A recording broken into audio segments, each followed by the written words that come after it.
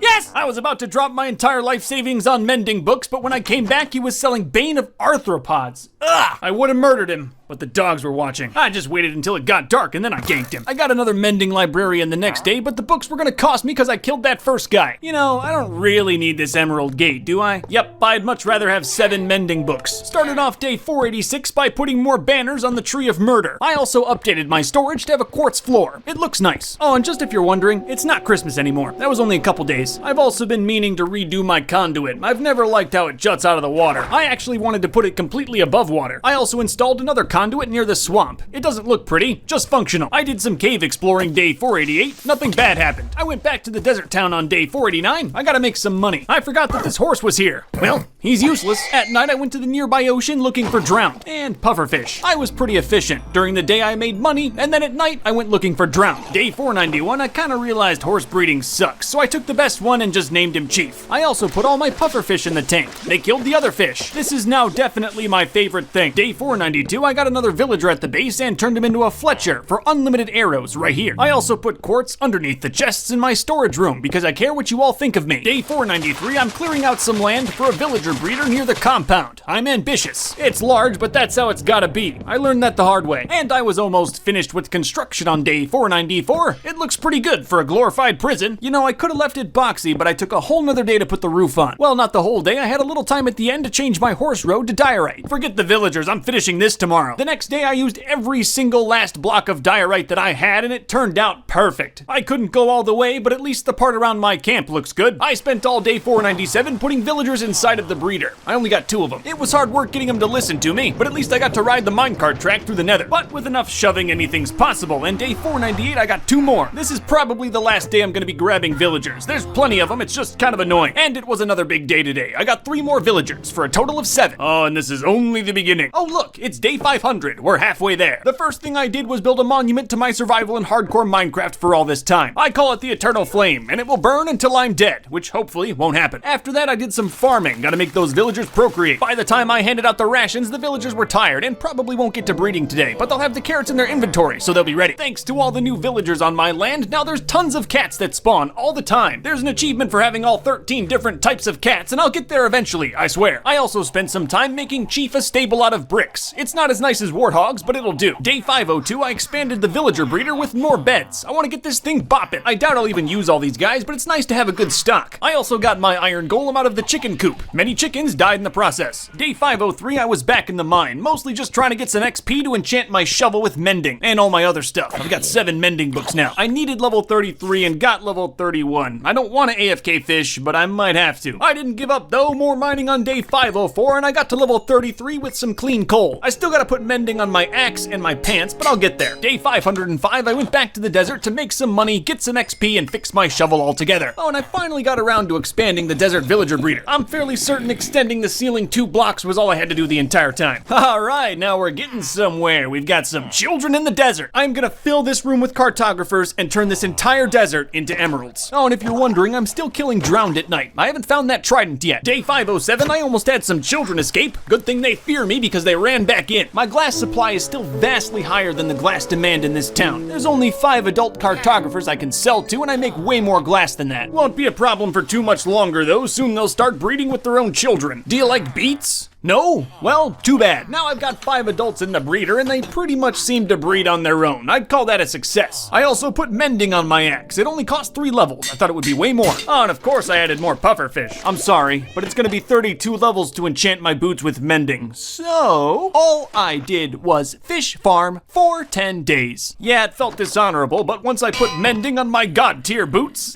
I forgot about it. Hello, sheep. Are you using your wool? Do you mind if I borrow it? I spent all day putting beds in the breeder. It doesn't look like we need more. But we need more. The real trick is layering the beds. That's how you can really pack them in there. I'm still in an unending quest for XP though. Gotta put mending on my pants and Tim. Day 521 marks the start of Operation Move the Animals. They're so loud, and I walk by them every day. I gotta move them. It took all day just to move the sheep. Tomorrow I'm gonna do cows and pigs. The cows moved over pretty easily. I only had to silence 1 or 2 dissenters. There were a lot more pigs though, and of course they didn't want to cooperate. Oh, that's nice.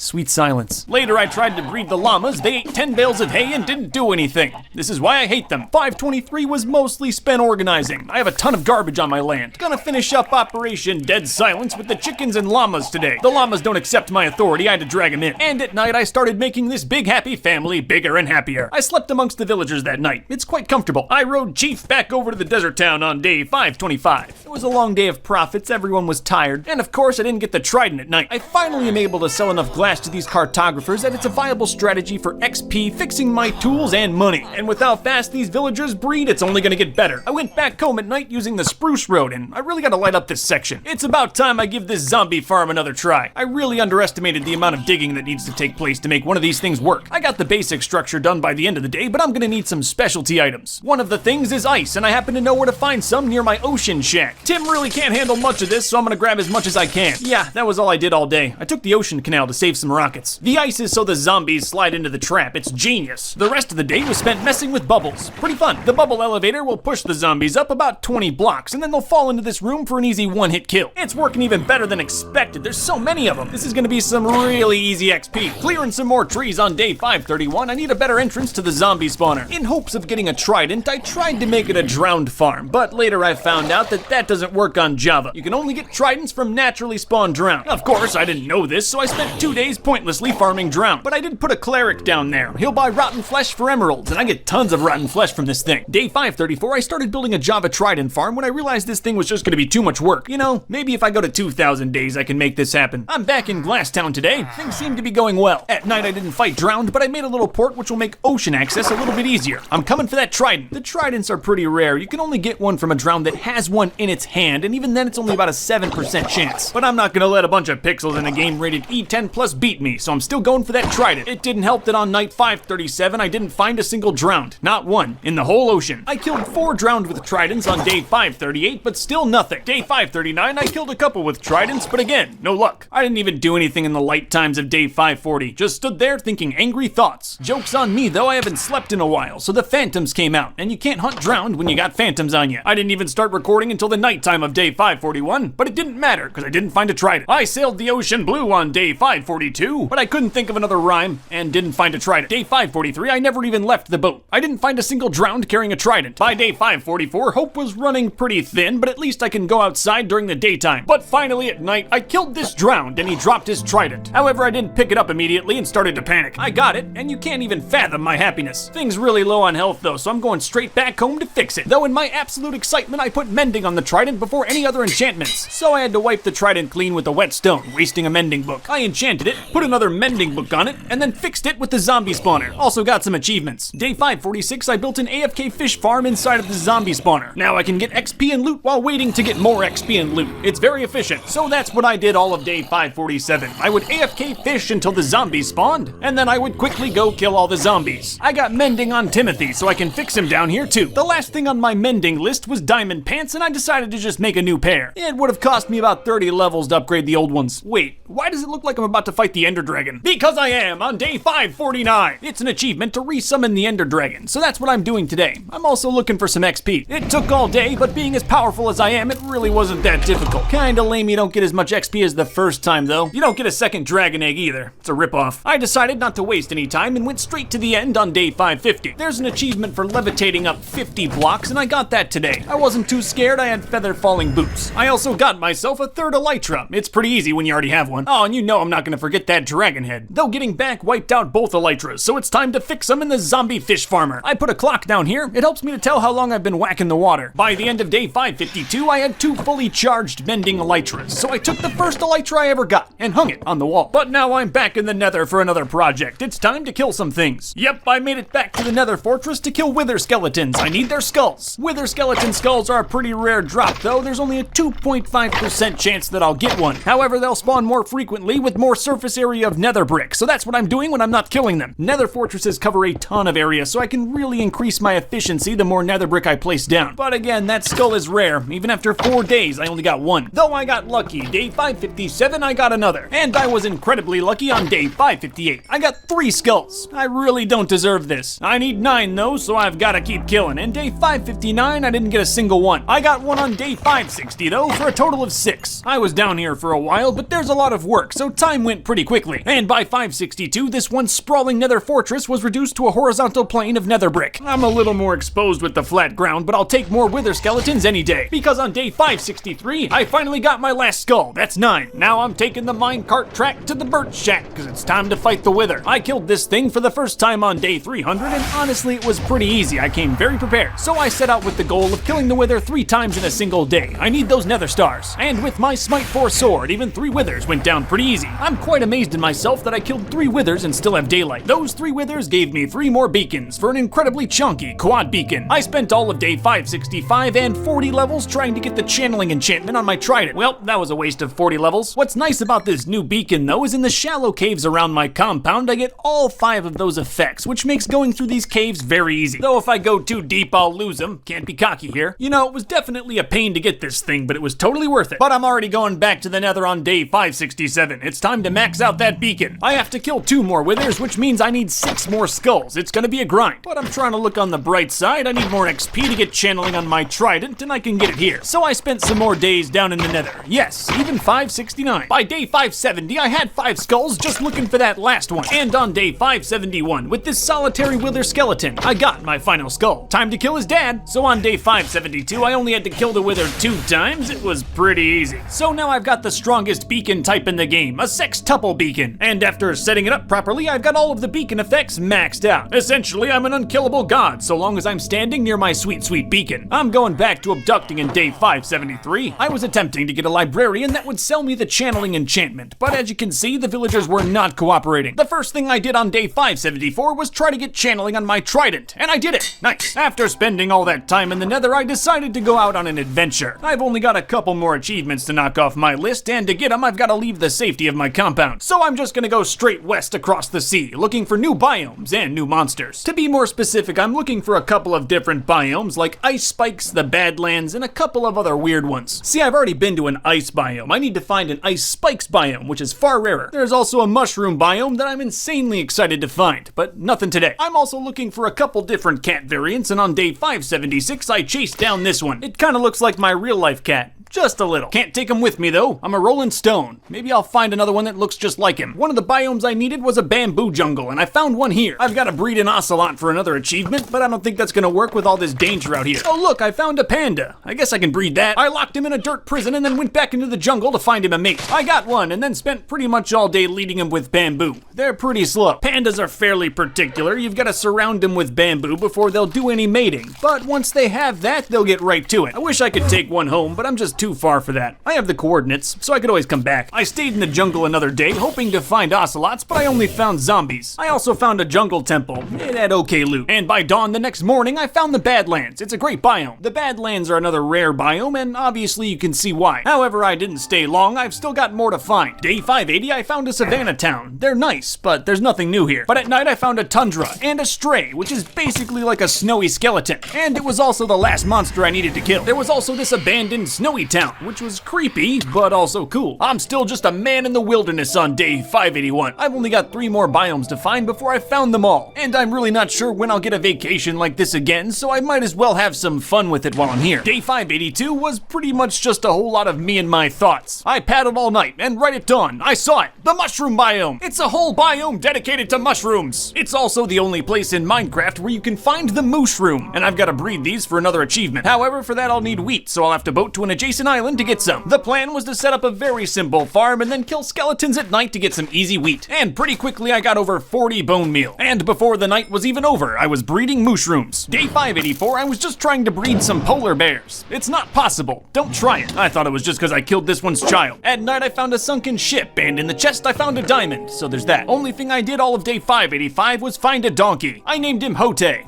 Don Quixote. He's pretty slow though, I'm faster on foot. Day 586, I found a snowy village that wasn't overrun with zombies. Ah, the villagers here, they're just so cute, little earmuffs. I also found the last cat I need, a white gentleman with different colored eyes. Of course he can't come home with me, I'm like 10,000 blocks away, so we spent some quality time at night hissing at phantoms. The only new thing I did day 587 was breed some foxes. I was lucky they were close to each other. Day 588, I was mindlessly paddling when I dropped my sword in the ocean, and I didn't notice. It's fine, I watched the clip back and found it, but but I wasted a whole day. I have no idea why there's so many drowned in this particular area, but where was this 20 days ago? And nothing notable happened on day 590. But hey, during the nighttime of day 591, I found the Ice Spikes biome. You know, it's kinda nice if you're into ice. I was fairly certain that was supposed to be the last biome, but apparently I'm missing one. Anyway, I think it's time to go back home. I've had quite the adventure. That's why I'm mining this obsidian. I went straight west about 50,000 blocks, which means I only have to fly east in the nether for about 7,000. It only took about a day. 7,000 blocks with an elytra's not too bad. Yep, by nighttime I was back at L-Town and chilling in my poo. Day 594, I bred some donkeys. There's an achievement for breeding all of the animals, but they count as horses. Well, that was pointless, so I just killed the whole family. I also had to go grab Chief from the end shack. When I killed the Ender Dragon the second time, it respawned me back at the main compound, so I left him here. All of day 595 was spent creating my new 3-headed dragon totem. I know you're jealous. It took all day because the first couple versions just looked terrible. I know this might sound a little crazy, but I'm gonna do a raid at my main compound, so I gotta make sure my villagers are safe. I spent all day working on a locking mechanism where if I flip this lever, my villagers should be a little bit safer. And after quite a lot of wiring in day 597, every villager hut on my compound is hooked up to the same system. Day 598, I built this panic tower above the conduit. If things get hairy, I should be able to survive on the top of that thing. I also burned down some trees just to open things up a bit. At night, I tested the panic tower on an unsuspecting zombie, and it works perfectly. The zombie was lured into the water and the conduit killed him. I quickly got Bad Omen and started the raid on day 599. The beacon powers made such a difference. This raid was the easiest one yet. Anyway, on day 600, I got the achievement for hitting a villager with a bolt of lightning. He volunteered. I spent the rest of the day making tree houses, which should help in future raids. I did another raid on day 601. I was mostly just testing my limits with the Vex with this beacon. Again, as long as I'm standing near the beacon, I'm virtually unkillable. I've also started on a second double chest full of totems. I got 7 today. Day 602, I spent all day getting Bad Omen 3 to test out a level 3 raid in the compound. Even this level 3 raid wasn't a big deal, especially with the tree houses I installed. Yep, mopped it up pretty quickly and then went over to Glasstown to cash in on my hero status. I spent all of day 604 making huge profits with the massive discount these villagers give me now. I don't really need the money though, so I decided to go back to my compound and fix up my map on day 605. All I did all day was extend the map. It'll look nice when it's done. See, I was right. I could stare at this thing all day. One of the many achievements is to eat all of the food in the game, including spider eyes. I didn't even know beet soup was a thing, but I had to eat it, and probably never will again. Day 607, I went over to L-Town to buy some suspicious stew, and when I slurped it down, it blinded me. What a useful item. And for some reason, you can also eat dried kelp. Good thing I only have to do this once. Day 608, I got that kelp real crispy, but it didn't help the taste much. And I made sure the last piece of food I had to eat was my enchanted golden apple. It's one of the rarest items in the game, and it tasted delicious. At night, I put a butcher in the camp. Farming that kelp gave me an idea. Higher level butchers will buy dried kelp blocks, so I tried to make an auto kelp farm. I couldn't get it to work,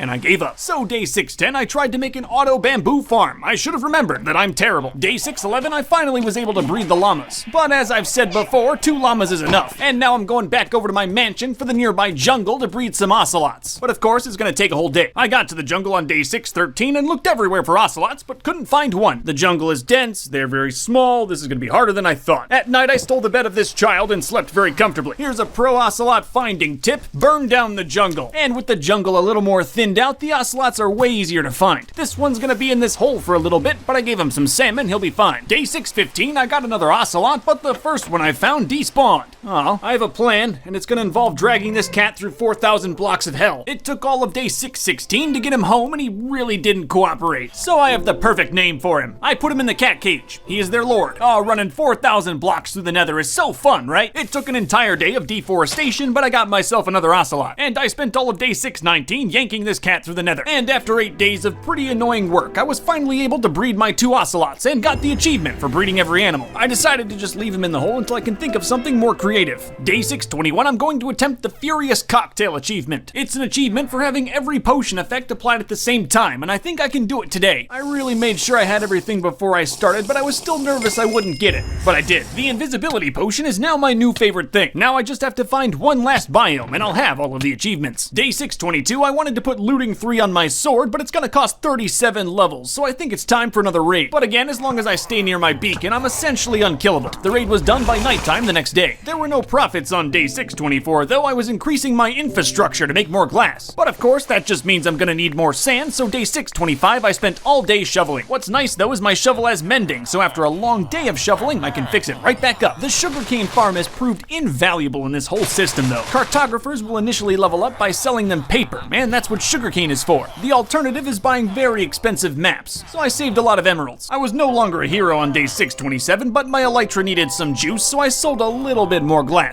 I still need 2 more levels before I can put looting 3 on my sword though, so I'm gonna need this sand. I was just on my way to start another raid when Chief and I fell down a large hole. Everything appeared to be fine. Chief lived and I kept the lava. But when I got back on him, he was pushed into the lava, and I didn't have enough time to react. Well, at least I have something to take my aggression out on. I'm gonna miss him. He was a great horse. But I'm mostly sad I have to use Mongoose now. Day 629, I did a raid.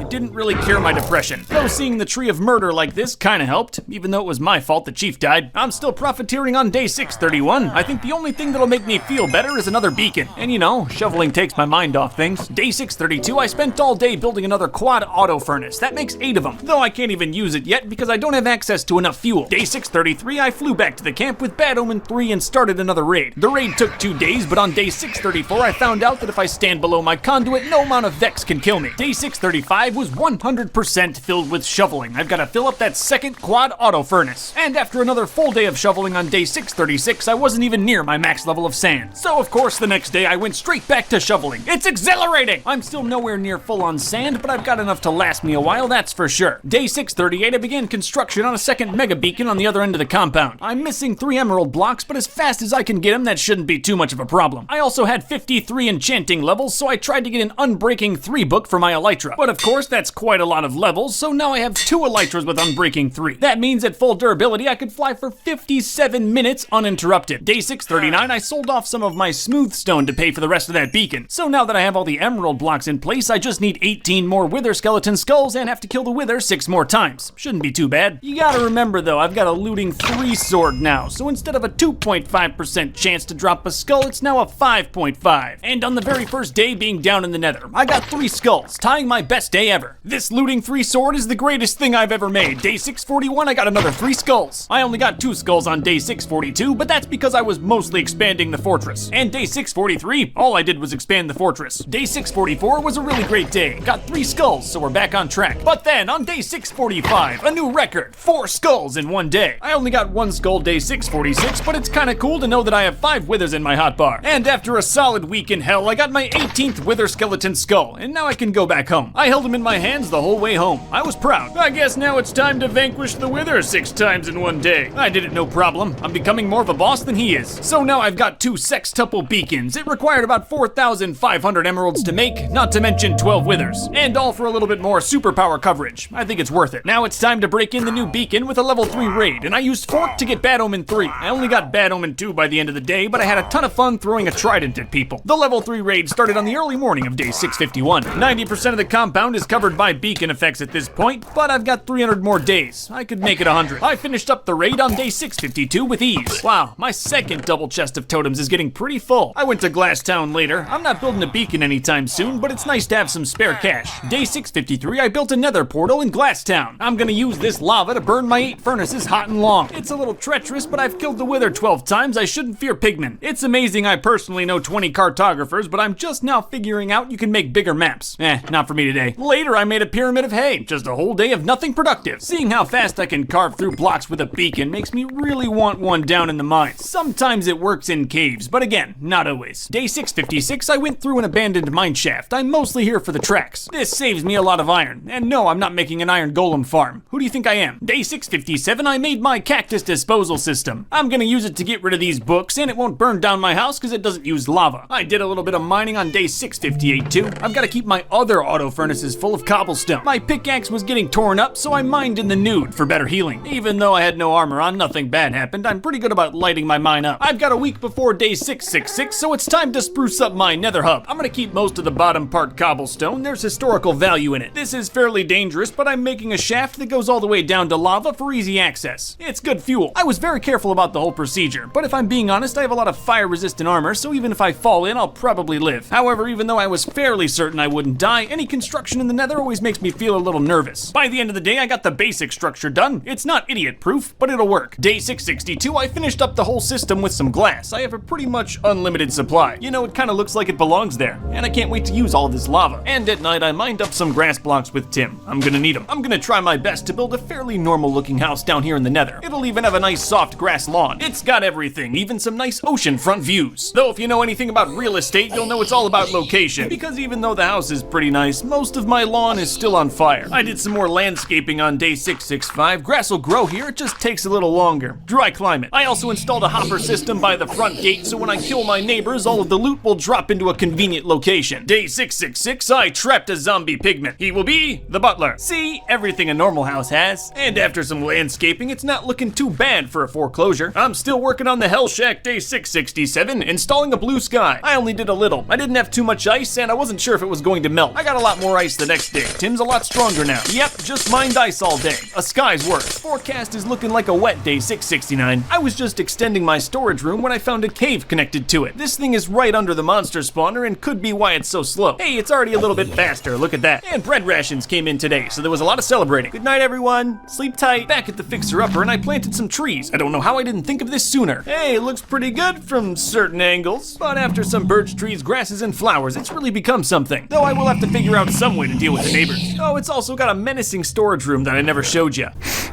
Is that Prophet's eye smell? I made a lot of money, but didn't record it for tax purposes. Day 673, I'm back home though, setting up some shulker boxes. It's time for another adventure. However, on the day I planned to leave, it was thunderstorming, so it's time to get some monster heads. If you hit a creeper with lightning, he'll become far more powerful. A charged creeper. And if that charged creeper explodes and kills a monster, the monster's head will fall off. It's dangerous business, and I felt really uncomfortable the whole time. But now I have a skeleton skull. This is nice. I put it in my treasure room, next to Tor's and Elbaton. Break this glass and I'll kill you. Time to adventure. I went west before, now I'm going east. How convenient, I built a road. All I have to do is find one more biome, then I'll have all of the achievements in the game. Problem is, I don't know what that biome is, so I might be out here for a while. I found some more Badlands on the morning of day 676, pretty close by, and I was simply running around when I got the achievement for exploring all of the biomes. I'm pretty sure I've been to a Badlands plateau before, but whatever. I built a little house to celebrate, and I'm gonna mine up some Badlands resources. I mostly farm terracotta, there's tons of different colors. It's a fun area. The naturally spawning mine shafts are a nice touch. I spent 2 days mining it. I have the coordinates, so I could always come back, but I don't know when that's gonna be. Speaking of going back, it's time to go home. And after just a short bit of flying, I was back at a friendly nether portal. Day 679, I'm installing my new terracotta floors. I'm gonna DIY and save some money. Getting the pattern right can take a second, but the floors do turn out nice. I got lots of terracotta, and I'm planning on using it. The base floor, I did black terracotta, and it looks classy. Still just working on the floor day 680, there's a lot of rooms. But by the end of the day, I pretty much understood how to get the pattern right. The front yard I did in green terracotta, and it turned out better than I expected. And it's finally time to get rid of this coal and redstone floor in the basement. What was I thinking? Light blue terracotta works down here. Day 682, I was breeding my bees. How do I still not know how these work? I also shoveled up some clay. I'm gonna have to make some of my own terracotta. It's gonna be a bit before the cotta's done cooking, and honestly, I'm kinda sick of flooring. So it's time to make a volcano. I need cobblestone. I thought this might be a fun way to do it. I mined and blasted a big chunk of cobblestone out of this mountain and then filled it up with lava. I also put some lava flowing off this side for a nice effect. I never knew how fun volcanoscaping could be until I tried it. I may have got a little carried away with the lava, but I can live with what I've done here. I keep having these recurring nightmares about my house burning down. The entire thing is made of wood, so I'm replacing with stone brick. They're fire retarded. It was not a simple renovation. My house has some weird stuff in it, and now I have to redo most of the lights and ladder systems. Messing with the windows though, floor by floor, is definitely gonna be the most tedious. This house has some weird windows, but I'll get them. The next day was a little easier because the upper rooms don't have much in them. Well, at least they all have a nice view of the volcano. And by the end of the night, I got to my throne room, which means the house is complete. Who needs insurance? Day 690 was just spent making everything look nicer, like my new gold archway. I'm also gonna layer in some smooth stone just to break up the stone a little. It looks good, but I think tomorrow I've got the perfect thing to finish it. I'm gonna smooth out those corners and really bring out the blocky aesthetic of this massive tower. I think that'll do it. I can say I'm proud to live there. Day 692, I started construction on my new dolphin cage. I'm gonna put this dolphin in it, because I can. So I spent the entire night dragging this dolphin back to my main compound. And by the next morning, I had captured a dolphin. Not sure what happened though. He was fine 1 minute, and then later I checked on him and he was dead. Well, I guess we don't want to let this dolphin meat go to waste. I'm back in the nether day 694 doing some more terraforming. It looks nice, but I don't think I can do anything about the hellish haze. Before day 695, I spent an hour in creative mode trying to figure out how to make a bamboo bamboo farm. Then most of my time was spent gathering the materials. Even though I got some practice, it's complicated though. By the end of day 696, I wasn't even close to done. An auto bamboo farm could turn me easy auto profits if built correctly. But for me, the wiring is gonna be tough. It's harder when you can't fly. The tutorial I watched on YouTube looks way better. It may be just a little bit ugly, but it works. The bamboo grows, it gets harvested, but those glass panes are going to be an issue. I'll have to switch out the glass panes for glass blocks because bamboo was getting caught, but it's fine because I have tons of glass. I still got some steps, but it's functional, making me bamboo. Day 699, I encased the structure in stone. Now that I have bamboo, I also have scaffolding, which should have made this easier if I knew how to use scaffolding. I'll finish it tomorrow. It's nice to look at. It's day 700, and this is taking a lot more stone than I thought. It's gonna take a while for my furnaces to produce, though I've got to find some way to spend the time. I'm down for a raid, it's been a little bit. When I do raids at the main compound, I definitely notice that pillagers get caught up in this area a lot. I'm always looking to increase the efficiency of the raids, and I think a trap here would be perfect. The faster I can complete raids, the faster I make profits, and you know how much I love profits. Yep, I love them so much I'm expanding to 12 auto furnaces today. It definitely seems like there's a lot of things to check off my list. I've still got to make this bamboo farm, and the creepers are not helping, but at least by the end of the day, the bamboo farm's done, and it's nice to look at. Day 704, it's time to move the cats, because I'm getting rid of the cat cage to make room for a lava trap. It might take a bit though. I never took shop in high school, so in theory, all I have to do is flick this lever and then boom, lava trap. Oh, I went to bed excited to burn. Unfortunately, I spent all of day 706 just trying to get Bad Omen 3 and couldn't do it. However, after a very lucky day 707, I was all the way up to Bad Omen 6. Before this, I thought 3 was the max, but apparently it goes up to 6. The traps worked exceptionally well. I was able to burn whole waves of this raid with ease. And in the early morning of day 708, I defeated the level 6 raid. It felt good. The exchange rate was so good, everyone sold out almost immediately. My glass supplies are through the roof again. I didn't start recording on the next day until profits were done, but I got 61 blocks of emeralds. That's like half a beacon. So day 710, I started construction on a prepper house out here in Glasstown. I didn't get much more than the frame done, but I used a lot of different materials, so that makes sense. I need a house here. The profits get absolutely insane when you have Max Hero of the Village. But the best part of the day was finding a cat that looks like my cat, then making him my friend through fish. I mean, I liked the house before, but now it's home. However, midway through construction on day 712, the cat tried to play in the fireplace, which obviously wasn't a good idea. I stood there for a long time. I couldn't believe what just happened. Hopefully some basement construction will take my mind off of it. The house has to be quite lavish to make up for the cat that died in it. The basement is the real reason I made this house in the first place. You need some place to put all your items. I'll pretty much only be using the top of the house to sleep, but I'll sleep comfy. The house was pretty much done on day 715. It's not bad for the head of a large glass conglomerate. But day 716, I'm right back to getting Bad Omen 6 this time, because I definitely know that's the max. But even mid-level 6 raid, you gotta know I'm still perfecting my traps. I wired it up so even those big ravagers can fit inside of the traps now. It's insanely helpful. I finished up the raid on day 717 and started on my third double chest full of totems. And by nighttime, I was back in Glasstown just tending to my furnaces. And I got another cat. I'm gonna be really careful with this one. Day 719 was again an entire day of profits. I'm really at this. Because by the end of day 720, I had made almost 3 stacks of emerald blocks. That's almost 2,000 emeralds. So yeah, I felt like a hero, and I'm finally being compensated for it. I'm finally doing it. I'm finally going to set up a mining beacon. For too long, I've wondered what it'll feel like to strip mine with beacon powers on, and now I'm gonna find out. Well, I don't have the beacons yet. I've got to kill the Wither a couple more times. But before I do that, I've got to kill this henchman. Good thing I've got this looting 3 sword. I'm also working on expanding the Nether Fortress, and as you can tell, day 723, that was going swell. Well, this will be a true test of my ability to stay calm under pressure. Even though I had my ender chest, water does nothing in the Nether. I even tried drinking milk. I didn't think it would work, and it didn't. Well, good thing I have this totem. At any time, I'm carrying about 4 totems on me though, so I would have had more than enough time to wait out the fire. I'm not hurt, but I'm definitely scarred. I definitely got a little too comfortable down here, and you never want to get comfortable in hardcore Minecraft. So I built a trench. It's simple, but it helps a ton. If I ever don't like what spawns in the fortress, I can safely run down this trench to despawn everything. Then I run back and sometimes new skeletons spawn. But despite how good I'm getting at this, I still need 18 skulls. It's always gonna take a while. But hey, look at that, day 727, I already had 18 skulls. I'm gonna stay down here for one more though. I got the last skull on day 728 and then added it to my skull collection. I'm gonna fight the Wither 6 more times tomorrow, so I took all day to make sure I had everything I needed. Well, this is awkward. I left the cart at the other place. I did it, killed him 6 times. Only ever got hit right at the end. Of course, I had white stuff. Problem, the beacons don't work underground. Whatever, I'll figure it out tomorrow. It's time for my 2-year celebration cake. I'm mining straight down day 731. I hope this works. Oh, it works. To get that beacon to work underground, all I gotta do is dig a hole straight above it. I may have misjudged the beacon placement a little bit. It cuts through the mine. I'm fine with it. It's well worth it. I mine a lot faster with this thing. I spent the entirety of the next day mining, because this is easily the most fun you can have while mining. This was a single day of mining. Oh yeah, day 733, I was back on the surface though, starting on a little construction I call the head factory. I still need a zombie and creeper head, and I'm hoping this building will help. It's fairly large though. I had to build it on the industrial side of the compound. Though while putting the roof on, I had a small accident and lost both of the willing participants. At least the explosion happened before I put the glass in. That night I captured a zombie and 2 creepers. It's a whole building dedicated to it, so it was pretty easy. Now I just have to wait for it to thunderstorm and I can collect my subjects' heads. Day 736, I updated my pillager lava trap. I made it just a little bit bigger so the Ravagers would fit in even better. I also put the kill switch on a block of diamond, just to flex. Oh, you thought that only took a day, huh? You don't know how bad I am with redstone. Well, you know what new traps mean? We've got to do some testing with a raid. The new traps are great. They're family sized. The best part is now the Ravagers, which normally take a lot of arrows to kill, can be easily disposed of with my traps. It doesn't matter what you kill the raiders with, just matters that you do it. I freshened up my tools and made money all of day 740. A good one. It's time for a new diamond sword on day 741. I had 73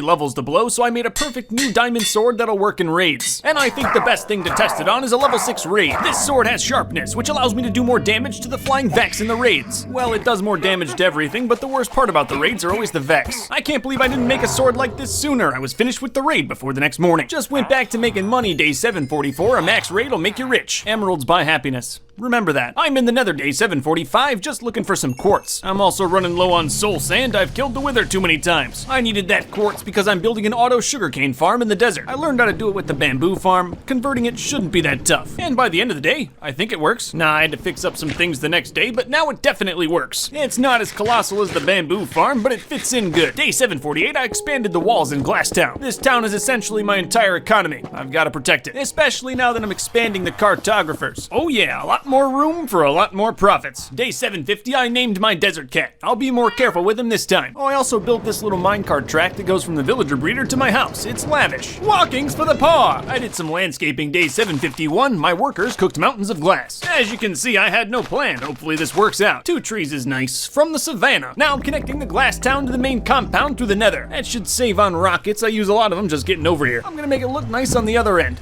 Keeps the voices away. I quickly ran out of stone though. I did what I could. I cooked up a bunch of stone day 754. I'm gonna need it. I spent all of day 755 gathering stone. It's very quick with my mining beacon. I'm down here for stone, but I mine everything. It's fun. I'm laying down some stone today. Pigmen can't spawn on these half slabs, so it's super safe. I'm still working on paving that road all the way over to Glasstown, but we'll get there. You know, between you and me, this is all really just an excuse for me to mine with my beacon. I'm making a mushroom dirt farm day 758. It serves a purpose, I swear. Yes. Grow. I also made a mushroom farm in case I ever need to make more mushrooms. I'm deciding whether or not to put mushrooms down in the Hell Shack, and I'm leaning against it. That day I also cut down my jungle trees to try to get saplings. I want more. I heard from a friend that if you put cows on mushroom dirt, it makes them mooshrooms. And I'm gonna test that theory. I mean, I know where some mooshrooms are, but this'll save me a trip through hell. Mooshrooms aren't even useful to me right now. I just want them. I finished up that road paving all the way to the desert town on day 761. I also built a nice stairway down to the lava for prime access. I'm still working on paving day 762. In my wildest dreams, I'd love to pave this all the way to the mansion to make that route a little safer. Thing is, I'm already out of stone, so this is all I'm gonna do for now. I just did some tinkering with redstone on day 763. Your mom likes this one. Hooray, it works! I'm producing the largest hardcore Minecraft fireworks show of all time. You can catch it on day 1000, because it's gonna take that long to set it up. There's a lot of things I gotta do, and one of them involves good old-fashioned spelunking. There's a lot of caves under my compound, and I've been meaning to light them up, so that's what I did today. But there definitely won't be a fireworks show if I can't handle this redstone. Oh, I got it. It's looking good. Another thing I've been meaning to do is expand the monster farmer. I've got so much cobblestone, I might as well. It's on the industrial side of the camp, it's fine. Oh, and it was so much easier with a beacon, and one day I got everything in there, including the cats. You know, there's uglier things to have on your land. And it's a lot faster. I get a lot of monster parts, including gunpowder, so I'll deal with the ugliness. I spent all of day 768 picking flowers, and then making bombs in my backyard. I'm new at this, but check it out. They get intricate. Day 769, I'm building my seat for the fireworks show. It's a diamond throne, and if you sit on it, you're at 69 height. Oh, it's hard to blend these diamonds and emeralds. My life is so difficult. It's time to grab more of that valuable cobblestone on day 770. Because yes, I'm making the monster farmer bigger. Don't tell the IRS. No, I definitely don't have more than 10 employees. I couldn't do the cats and finishing touches in one day, but I finished it up on day 772. You know, now there's 12 cats in that thing. I have an idea I want to test out on day 773. I don't know if it's going to work. I'm gonna need a raid first, so it's back to slapping. I was thinking maybe if I put an iron golem between a wall, he could bash pillagers on the other side. but he didn't. This is what being creative gets you. Nothing. I did the raid.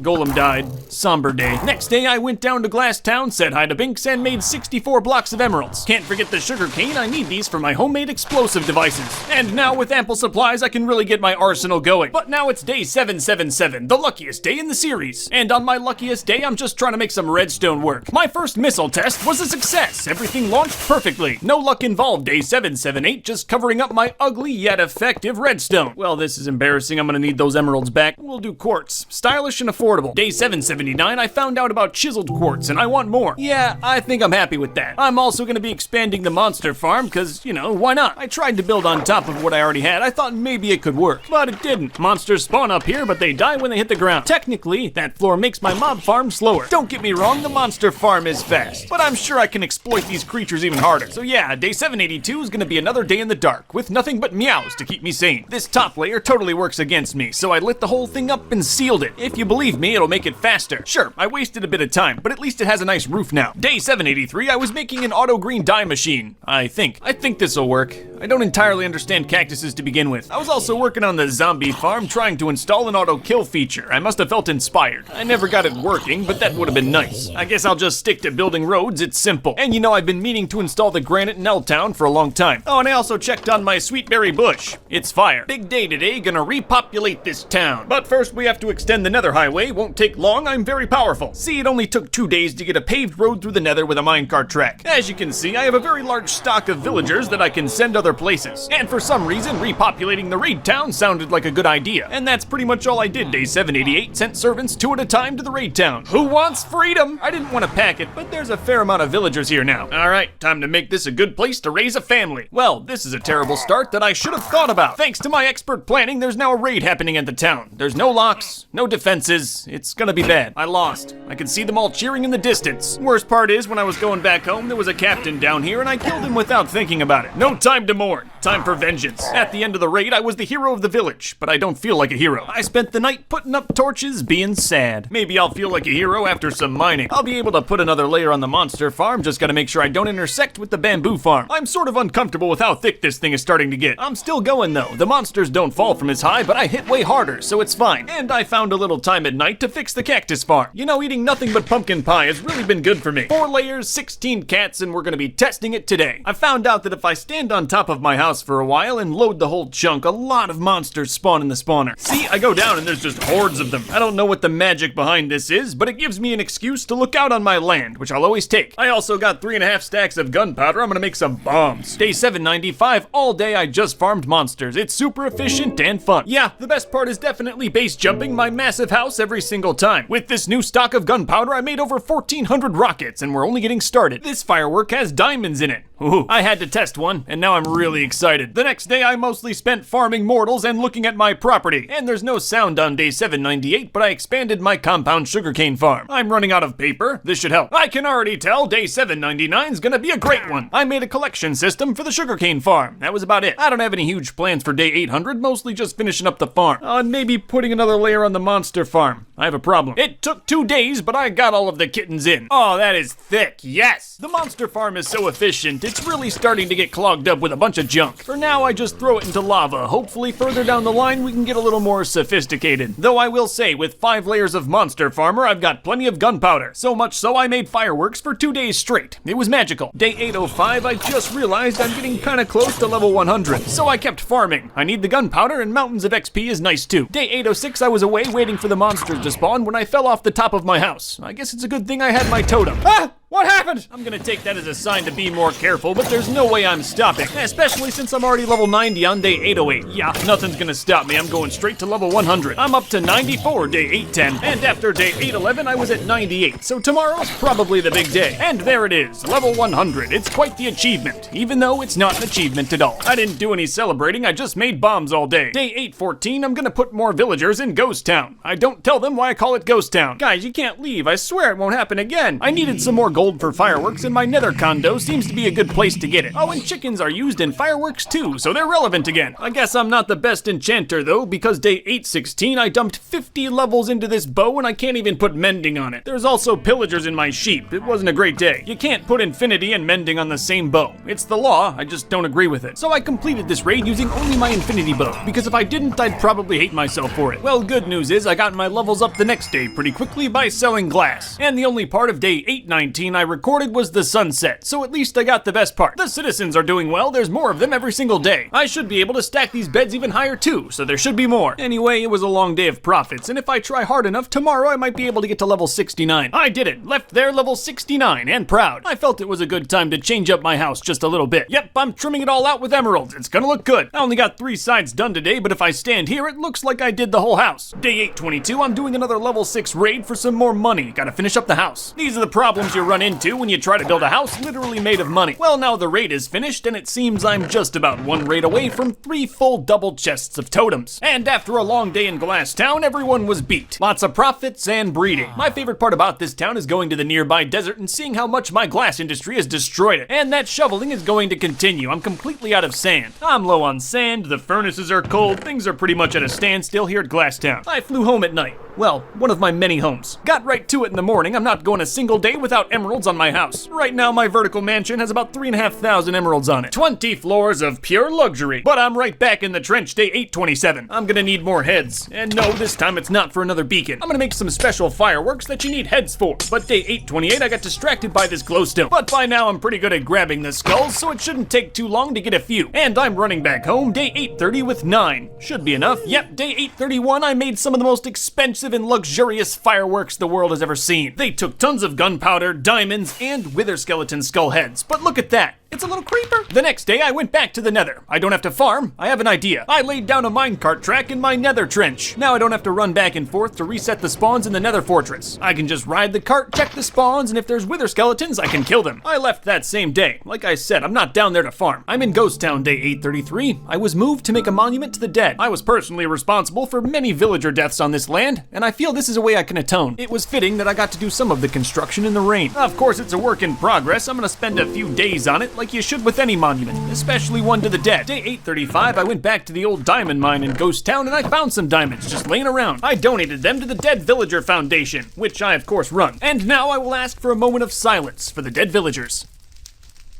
Back to Labor Day 836, I have my mouth to feed. Yeah, it was pretty much just a day of light chores and bomb making. Still just working day 837, what a life. I also found a convenient way to store my diamond hoe today. Day 838, I rode Raw Dolphin over to the mansion through the nether. This time I'm not going to the mansion at all, just the nearby jungle. I want to make a house for my ocelots that they'll feel cozy in, and for that I'll need jungle wood. This is my best connection for jungle wood, and it takes a day to get here, so I'm gonna grab as much as I can. So I spent all of day 840 just grabbing some wood, and I got back home a little quicker this time. Raw Dolphin's a fast horse. Now that I have a solid supply of jungle wood, it's time to build a house for my ocelots. It's not much, but they are small. Of course, it's got a chicken dispenser in the basement. I also put a big jungle tree on top of it. I don't have one like this on my land. Hello, sheep, how are you? Killing mobs, never feeling blue. Day 843, I have no idea what I am doing. And even after a full day of experimenting on the lawn, I'm still not very sure. Got it working day 844 though. It's an auto incinerator. Just poop stuff right into lava, automatically. Conveniently, all of the redstone fits underground. The only thing that's gonna show above ground is the chest. Day 845, I got my Power 5 bow. It cost me 33 levels, but I think it'll be worth it. I also made a few more diamond shovels so I can increase my enterprise. Day 846, I continued on the Pit of Profits. A lot of shoveling happened that day, that was about it. More shoveling on day 847, how entertaining. And guess what? Day 848, there was more shoveling. Day 849, there was no shoveling. I was just fixing up my shovels so I could do more shoveling. Shovel, shovel, shovel. Day 851 was the last day of shoveling. I filled up every single one of my furnaces to the brim with sand. All in all, there's about 21,000 blocks in here. Now it's time to fill up the furnaces with lava and fill my pockets with emeralds. Of course, this means war. Well, that was a fun little conflict. And now I'm starting on my 4th totem chest. I should have waited a day or two. The furnaces are a little behind. I just got restocked. Whatever, I can waste a day of max hero status. I'm a rich man. Day 855, profits began, and the only thing that stopped it was lag. I didn't sleep at night, just let that glass cook. I got almost 3 stacks of emerald blocks before my hero status wore off, and remember, I wasted a day. But really, no day is wasted when you spend it with family. Well, I guess it's back to raiding on day 857 again. The trap does most of the work. I even burn totems at this point, I don't care. Most of these raids I don't even have to move. I mean, they walk right into the thing. Needless to say, I became a hero by force and went straight back to slanging that glass. And if you were wondering, Binks is fine. He's not allowed inside, there's fire there. One more day of profits, I swear, at least for now. I could have stayed in Glass Town for a few more days, but I've got some business to handle at the main compound. I'm getting rid of the mining beacon, at least for now. I'll say this, it takes a lot longer than you think. Beacons have a lot of emeralds in them. Beacons also take up a ton of area, which is why I'm clearing land on day 860. Yep, that's all I did all day. Filled up my dirt chest, which of course will be used in the nether. So all I did day 861 was set up beacons. I want to have them in the four corners of my compound for maximum coverage. Yep, I spent the whole day placing emerald blocks, and when I was done, there was a lot left over. I'm gonna need 18 more wither skeleton skulls though, so I better get started. The whole process was easier and safer using this track. I'm so glad I built it. I'm averaging about 4 skulls per day now, so it shouldn't take long for me to get to 18. I'm sure there's ways I could increase the efficiency of this thing, but I've come a long way so far. But hey, in 5 days I got enough skulls for 6 withers. I'd say that's pretty good. Alright, now it's time to pull the plug on Uncle Wilbur. I did it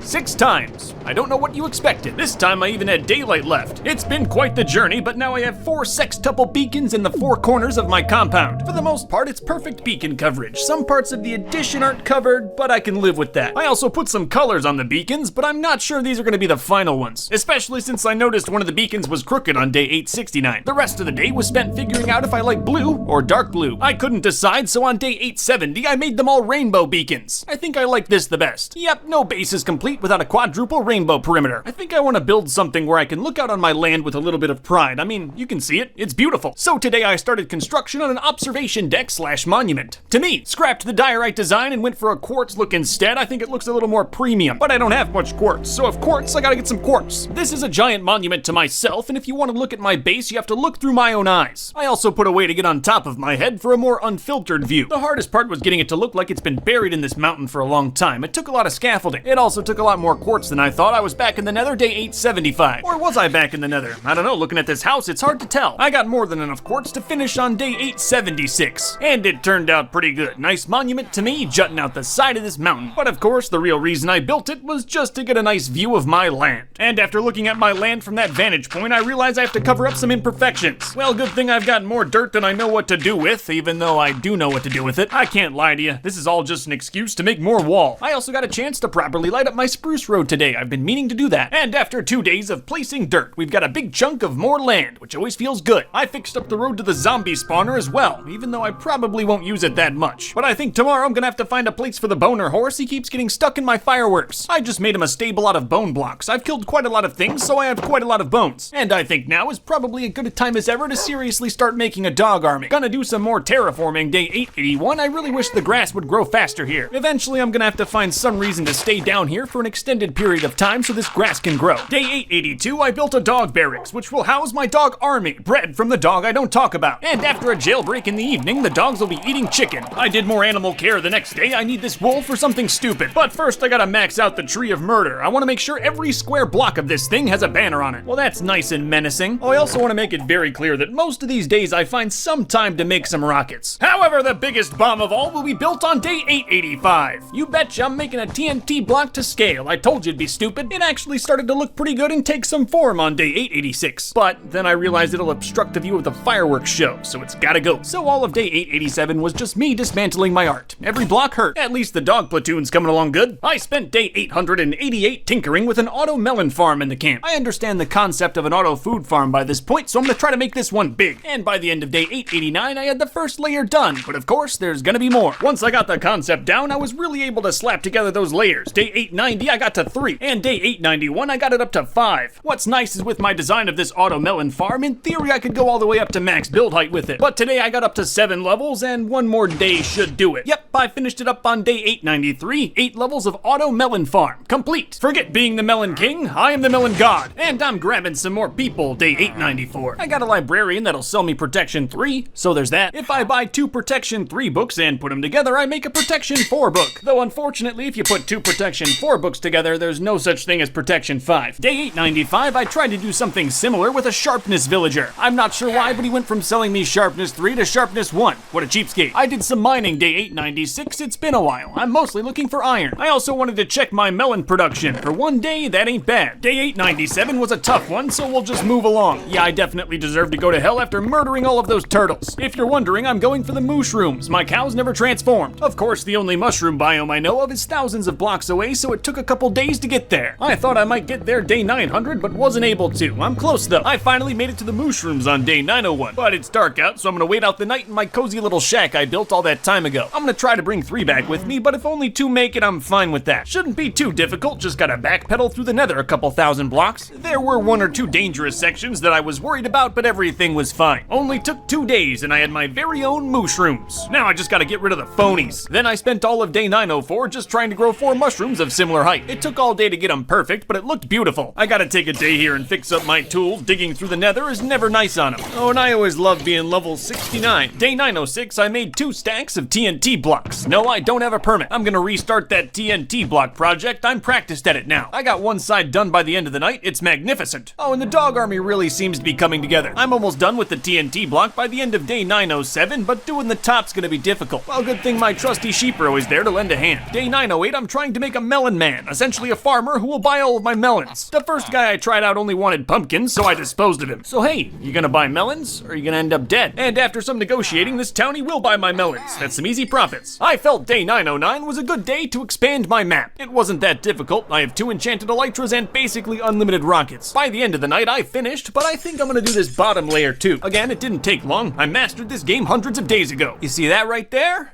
That's a map. I had some more time left in the day, so I started on the very detailed top of the TNT block. For some reason, I think I'm never going to forget day 911. Of course, part of the day was spent working on my legion of dogs. I also built a dock on my land. Like any successful man, I have many boats. Day 912, I'm starting on the cake factory. I had this idea about 100 days ago, and today I'm making it real. The idea is to have 1 building with everything you need to make a cake. Sugar, eggs, and white stuff. Once I tried to wire up the redstone though, things just went bad. But after another day of work, I finished up the cake factory. Now it's got everything. You know, if I ever get to 2,000 days, I'm gonna need quite a lot of cake to celebrate. But the only thing sweeter than cake is a new nether update. Now there's new stuff for me in the nether to find, and something even better than diamonds. However, today was just a marvelous day of exploring, and I killed several nether pigs. As you can see, I was having a lot of fun day 915. You gotta get under the lava if you want to find the new and powerful resource netherite. I just drank a fire potion. This ain't my first day. And this definitely won't be my only day of mining. This might take a while to find some netherite. Day 917, I made 4 diamond enchanted pickaxes to bring down to the nether with me. I mined all day and nothing, but you know, stuff that's better than diamonds should be a little hard to find. Still at it day 918 and still nothing. You know, I really thought I'd find some by now. This place looks pretty hollow. I'm on the surface though, day 920, it's thunderstorming. Looking to get myself a creeper and zombie head right here, and I think I just did it. Got the creeper head, but no zombie heads. Oh well, I really just wanted that creeper. I'm gonna go back to mining, but first I have to take a day and fix up my 4 diamond pickaxes. It took 2 days, but I did all of my other tools too. But now it's back to mining endlessly. The mine is getting so big that ghasts are now infecting it. I'm almost positive I'm doing something wrong here. Oh well, at least I get a thunderstorm break day 926. I'm going for more heads. I got that creeper head and then tried to get a pig head, but he survived. I'll take a creeper head. That's obviously very useful. That's all the footage is for this day. Just me wasting diamonds. Gonna try out some TNT mining day 928. I made a safety ladder. Everything will be good. Today was not a successful day, but it was a fun day. I think it's time for war. I'm almost certain that all of these dogs are hurting the efficiency of my monster spawner, so it's time to put them to work. All I have to do is punch any enemy and then the dog army will do the rest of the work. It's quite intimidating. I felt so safe that when the raid was starting, I went to bed. I regret to inform you though, at the time I only had enough hard drive space for 2 minutes of dog army footage. It was magnificent. They fought bravely and together. Nothing could stop them. But again, like I said, I didn't have hard drive space, so I only have footage of the first round, which they absolutely crushed. You are all good boys. This is also the first day I noticed some weird stuff with the compound. My villagers, they're gone. Obviously, playing on the new nether update has caused some minor corruptions. It's nothing we can't fix. The game is just having a hard time. I'm really not sure what happened. The villagers are gone. The wall is weird, but I'll fix it. I'm also gonna station the dog army in Ghost Town, so nothing bad happens here again. Please press F to pay respects. Day 932, I finished up the top of the TNT block. It's pretty useless, but I liked looking at it. Day 933, I was having a good one, just making a cloud. But at night, I flew to L-Town in a panic. I had no idea if the villagers had despawned, and they didn't. Warthog was good too, enjoying retirement. I slept in the cool shack in a bed I guess I haven't shown you until today. And now I'm in the end! I'm here for vanity, and you never forget it. I grabbed 2 elytras, 2 dragon heads, and some other stuff. It was a good day. Well, I wasn't recording, but now the dog I don't talk about lives up here. I always said I wish I had some property in the end, so I brought it to me. That was about it today. Checked my various farms and forgot that Melon Man no longer exists. Back to TNT mining day 937 and still getting nothing from it. You know, if grabbing TNT wasn't so easy for me, I would have given up a long time ago. And it's all thanks to my 20 brave cats living in the monster farm. The search for netherite has really started to break my spirit. I again used every single last block of TNT I had and nothing. With a broken heart, I went back to farming gunpowder, but I can't do this tomorrow. I'm gonna lose my mind. Maybe renovating the ocean shack will take my mind off my problems. I ain't keeping anything original. This cobblestone's gotta go. I also won't be sleeping on sand anymore. It's still pretty bare, but the frame's up day 942. Not sure how, but after 942 days, this was my first sunflower. Oh wow, I actually came fairly close to dying for it. But I did not die, just grabbed another totem. Yeah, it's a lot easier to do this in the daytime. I had to run back to the main camp for a few things, also bred my sunflowers. I brought a whole wall back with me. Now I'll finally feel safe. Really just detailing day 944, it's the fun part. These chairs serve no purpose, but they make me smile. I also put a little secret chest underneath the carpet, even though no one plays on this world but me. In the end, it turned out to be a nice little ocean getaway. I don't think I can call this a shack any longer. Back in the main camp, starting up a raid and hoping to make some dreams come true. I'm attempting to catch an evoker. He's kind of like their leader, and also very slippery. He spawns the Vex, and I hate the Vex. By the next morning, I had him sorta trapped, but not in the place I wanted him. Nothing a little water bucket can't fix. Well, that's just a nice addition to the compound. It could take a few days for the raid to wear off, but then he should be permanent. So I'll just build something in camp for the next couple days. I'm making a bubble elevator. I use so many rockets when I'm farming for gunpowder, it seems counterintuitive. Would have been done a lot sooner, but I changed out the cobblestone for glass. I feel like the going up process is a lot better this way. I can already tell it's so great for my monster farmer. The raid's gone today, so this guy should be trapped here forever. I wanted to test it though, so I flew back to the main camp with a raid. The evoker in my camp didn't count as part of the raid, so I was able to beat the raid without killing him. If you're wondering, no, Glassdown didn't get corrupted. That would have been bad, because I just made 2,206 emeralds in 2 days. I had to make a room of furnaces to keep up with demand, and I put a large amount of the dog army in the nether, guarding the lava. Next day, I did a level 6 raid in 1. Do you really need to see it? I have 24 beacons. You know what happens next. Give me my money! I made hella profits on toilet paper day 955. Wow, it's nice controlling the supply of everything. Later that day, I took my emerald profits and put them on my house. For now, I just did the corners. I'll get the windows later. I'm doing another raid today, and it looks like in the first round, we're fighting my prisoner. Well, that was fun while it lasted. Get out of my mushrooms! No! Yes, thank you. Thank you very much. Yes, I know. I'm the hero. I sold enough to get back to level 100, day 959. It was a long day, and right about now, I really deserve a raid. Hey, what? Who are you? Whatever, I'm down. I'm still expanding the cartographers, though. You can always use more money. Speaking of profits, I'm still working on raids, day 961.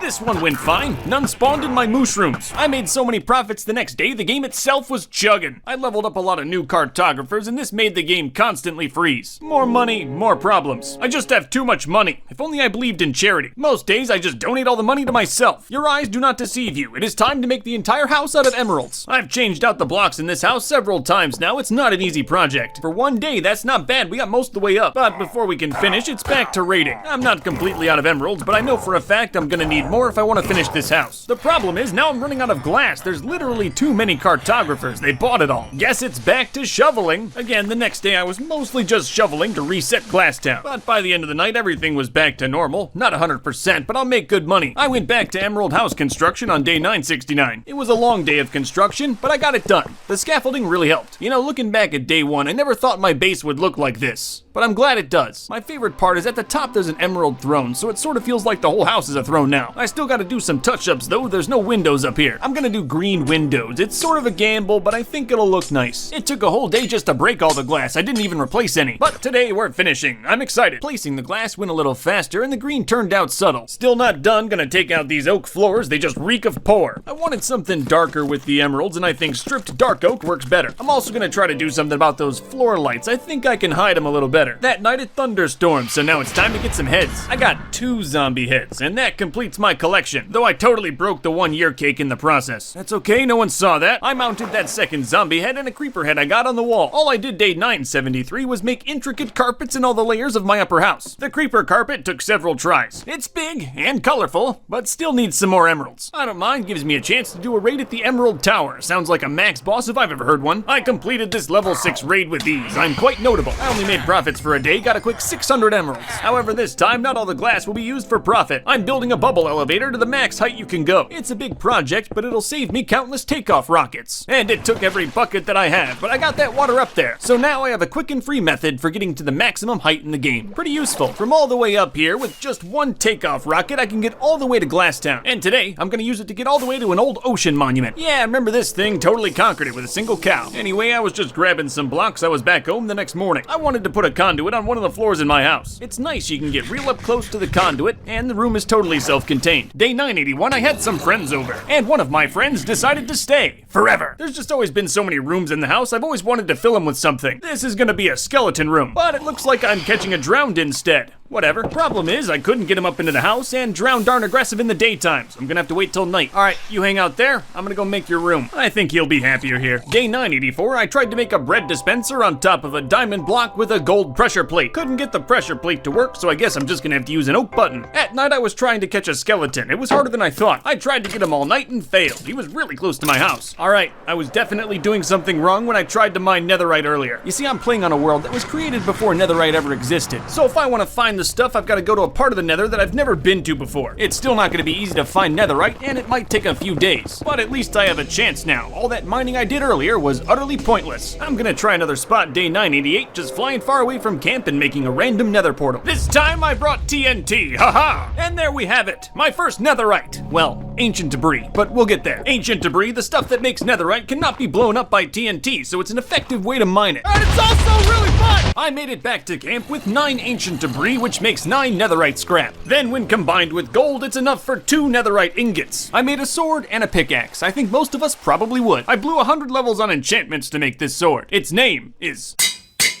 Don't even come near me, this thing has 6 enchantments, I'm unstoppable. And because I could hack and slash these pillagers super effectively, I was able to complete the raid in one day. I had some time later to try to get a mending villager, but they weren't cooperating. My new pickaxe doesn't have mending, and my normal plug doesn't exist anymore. I'll probably get one by 2,000 days. Because today, I'm going camping. Camping is where you leave the house in the nude and survive in the wilderness for a while. This looks like a nice spot to set up camp. I got some stone tools, some coal, and I'll even be able to feed myself tonight with some fish. There's nothing like the great outdoors. Huh? Day 993, I went on a killing spree. I just did some casual exploring nearby, even found some of my favorite flowers. And thanks to some sheep who are tragically no longer living, tonight I sleep under the stars. You know, I'm enjoying making you all nervous right now. Today I changed the house into more of a tree house. It fits the aesthetic of the forest. But at night I'm still sleeping outside. There's nothing like it. Still working on the tree house today. It looks pretty bad, but at least now it has a nice little room at the top, certified tree house. At night I started on a tree tunnel. You'll see. This dark oak forest has a really thick canopy, and I had the idea of carving a tunnel through it. At the end of the tunnel, you're at the top of the canopy for a pretty nice view. Well, at least it's a decent place to watch the sunset. You know, I think that's enough camping for me. I got 21 blue orchids, so I think it was worth it. Today I grabbed Warthog and went back to the camp. It's been a while since he's seen it. I spent all day making him a throne of hay so he can watch the fireworks with me. Also, he deserves it. Binks didn't want to watch the fireworks show, but I'm gonna make him. For him, I made a cat tree. It is quite comfortable. Here we are, day 999. It'd be something if I died today. I spent the day making rockets and putting the final touches on the fireworks show. Can't have a fireworks show with a patchy lawn, am I right? And there it is. The sun is rising on day 1000. I made it. 1000 days. This place has really changed. I spent all day capturing good screenshots because I'm proud. It's not over though. After 1000 days, I'm still alive, which means there's still more Minecraft to play. Make sure to hit like on the video if you want to see me go to 2000 days. I'm sure you probably do. But now it's time for the fireworks show. Just gotta make sure the dog I don't talk about can see. I just want you all to know this is probably the happiest moment of my life. The show was magnificent. It started with the finale, and it lasted about 5 minutes, just a fountain of explosives. It was also very loud. I'm turning the sound down. And when it was finally over, I felt ready for some more Minecraft. I lied. I got a new computer for 2000 days and had to reset the world, so now we're technically on day 999. The only thing this really means is now the fireworks show is back, and I guess that's a good thing for any future world downloads. Anyway, I didn't really do much today, just wanted to explain that. So now it's technically day 1000 again. I know that's weird, but you're a big girl, you'll figure it out. And today I set up some infrastructure to catch a creeper in my house. Not how you expected me to start this off, huh? I only got some zombies tonight, how worthless. It's probably a good thing I didn't get a creeper though, gave me some time to set up his room day 1001. None spawned again tonight, but I've got 999 more days, I'll probably get one. As you can see, my new computer is running Minecraft flawlessly. For some reason I had a lot of crashes during these 2000 days. I tried to get a dolphin today and it crashed twice. I named him Finn if you were wondering. Ah, but look at this, it's creeper time. day 1003. It was very daring to put an actual TNT block in the creeper room, but it would have been nice if it turned out. Oh wow, I'm already doing just so fantastic. Worst part is I don't have enough emeralds to fix up the house because I spent all my emeralds on the house. Just try to remember how it looks now because I have so much I want to do to this thing. Was gonna fly on over to Glasstown today, good thing I was paying attention. Hey villagers, it's me. I know I'm your favorite. Now I'm flying back home with some profits that I'm definitely not passing on to my employees. Got the creeper in tonight, would have been nice to do it the first try. It was rainy day 1006, I made the best of it. Today was mostly about sealing that creeper in so he can never escape ever. I was safe, used a potion of invisibility and a creeper head. Oh, don't you just love hanging out with friends? Now I'm trying to increase the size of my monster farm as if it wasn't ugly enough. I even built a little testing room just to realize that monsters don't spawn when you're nearby. The industrial side of my compound is really starting to get ugly. I don't think anyone's gonna notice a little more cobblestone. I will say that building one of these things with beacon powers makes the whole process much better. But now this big farm is becoming even bigger, so after a whole day of construction, I wasn't even close to done. At this point, I'm just throwing whatever blocks I got at the inside of this thing, but the outside will remain beautiful cobblestone. I needed so much of it, I started to run out of cobblestone. Never thought I'd say that. Oh, look at it though, it's got that thickness! And you gotta know I'm gonna keep adding to that thickness. I need some gunpowder. I also may have fell in a little bit of lava, but I'm incredibly powerful. I was totally fine. I'm getting pretty close to the top though. I started this video with creeper trapping because I knew mob farm building might be a bit of a bore. Ah, would you look at that? Slimes are spawning in my mine. If I was good, I could capitalize on this. And now it's done. Just gotta put the top on and get my sweet, sweet gunpowder. This was a good farm before, but now it's just insane. So many monsters spawn. I'm not a massive fan of going AFK in this series, and that's why I love this farm because it's always working as long as I'm in camp. And despite my extreme wealth, I still don't have netherite armor, which is what I'll use the gunpowder for. Today ended up being just a whole day of farming monsters. This build is quite notable. By the way, Bink says hi, he's still chilling on my throne. I'm gonna install some more wall on the industrial side of the camp, so I burned down some more trees today. I had to place in some new land to get it to work, but now monsters can't creep up on me if I'm on the industrial side. Time to put that gunpowder to use. Made almost 2 stacks of TNT with some Glasstown sand. Tomorrow I go to the nether, so I spent the day fixing up my tools and had one little accident. It's fine, I have like 10,000 totems. I need one more day of prep here. I'm bringing like 3 pickaxes to the nether. I need to make sure they're all fixed up. Alright, today's the day. Gonna try to get myself some of that good netherite. Because this world is old, I have to fly to somewhere I've never been just to get the stuff to spawn. It can be a pretty tricky game figuring out exactly where netherite's gonna spawn when you have to do this. Hopefully it works out for me. Unfortunately, after 200 TNT, I got nothing. I'm probably just in the wrong spot. One thing that should have been a red flag, and you can use this, is there's no gold down here, just netherrack and quartz, so this is definitely old nether. Yeah, so no netherite this time, but at least on the way home I found some desert temples. And now I'm back in Abduction Town. I don't know if you remember this place, but by those rails I used to grab villagers from here. I'm gonna set up a breeder, that is all. Having a villager breeder on my main camp is somewhat annoying. Iron golems get everywhere, sometimes the villagers escape, stuff happens. But now if I ever want a villager, there's a cozy little hut where I will go. Oh, they must love my architectural design. They already started breeding. Use the bread, make the babies.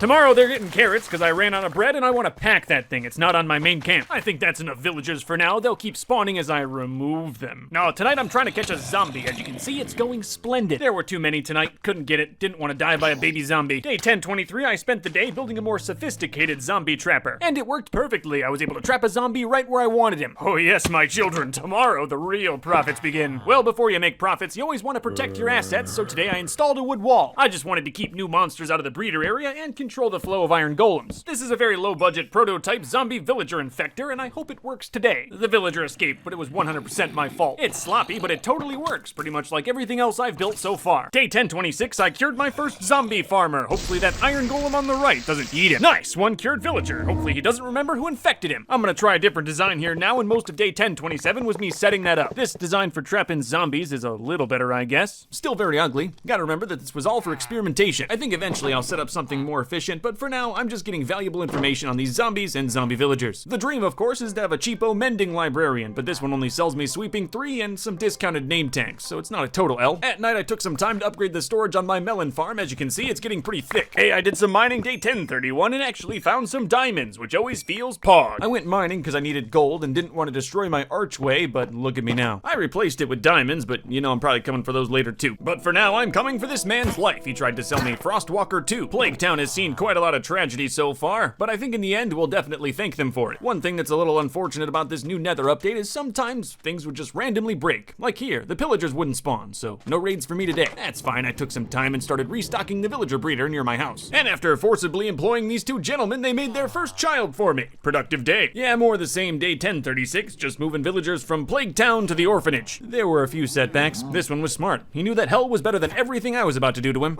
Quite a lot of kids in here. I'm saving so much money on taxes. My plan here is to grab a bunch of farmers, infect them, cure them, and then sell them melons. That definitely sounds illegal though, so the whole operation's gonna be underground. Listen, I want to treat my villagers nicer. I'm gonna have to infect them with diseases in the process, but I swear, in the end, quality of life will improve. Cause you know, really, no one wants to see this. This just makes people feel bad. There's too many of them in there. Today I built the area in which the villagers would be infected. It's pretty ugly, made out of cobblestone, but you know, it's on the side of the camp, whatever. It's incredibly low tech, but I'll show you how it works. Step 1 is to wait for everyone to go to sleep so there's no witnesses. I then lock a farmer in this tiny room and then lure a zombie inside. Once the infection's complete, I kill the regular zombie and then cure the zombie villager. It's that simple. Villagers processed in this way will buy 1 melon or pumpkin for 1 emerald. It's a pretty sweet deal. So now the only thing left is to fill her up. I'm not gonna do too many. I think 10 will do. I can infect and cure about 2 melon men per day. It's a delicate procedure, but it's worth it in the end. But even with the small amount of melon people that I already have, I'm starting to experience some seriously good profits. And you know what's great about these profits? No one has to die, and there's no raids, just melons. And just real quick, take a look at these villagers. Don't they look happy? I think day 1046 is gonna be my last day of this. I accidentally killed a melon man, which is just such a waste. I've already got 6 of them in there, and they already buy up all of my melons. So now I'm at a point where I have to increase my melon supply, so it's time to work on my auto melon farm. I'm also layering in pumpkins because the melon men will buy those too. This is gonna be very profitable. That's all I did the next day too. If I make it too big and have a surplus of melons and pumpkins, I can always make more villagers. At this point, the only thing holding me back is my supply of observers and pistons, which I ran out of today. But I got it up to 13 levels, which is pretty thick. So now I just gotta hang out in camp for a few days to check the balance between melon men and melon farm. We'll see. Day 1051, I'm chillin',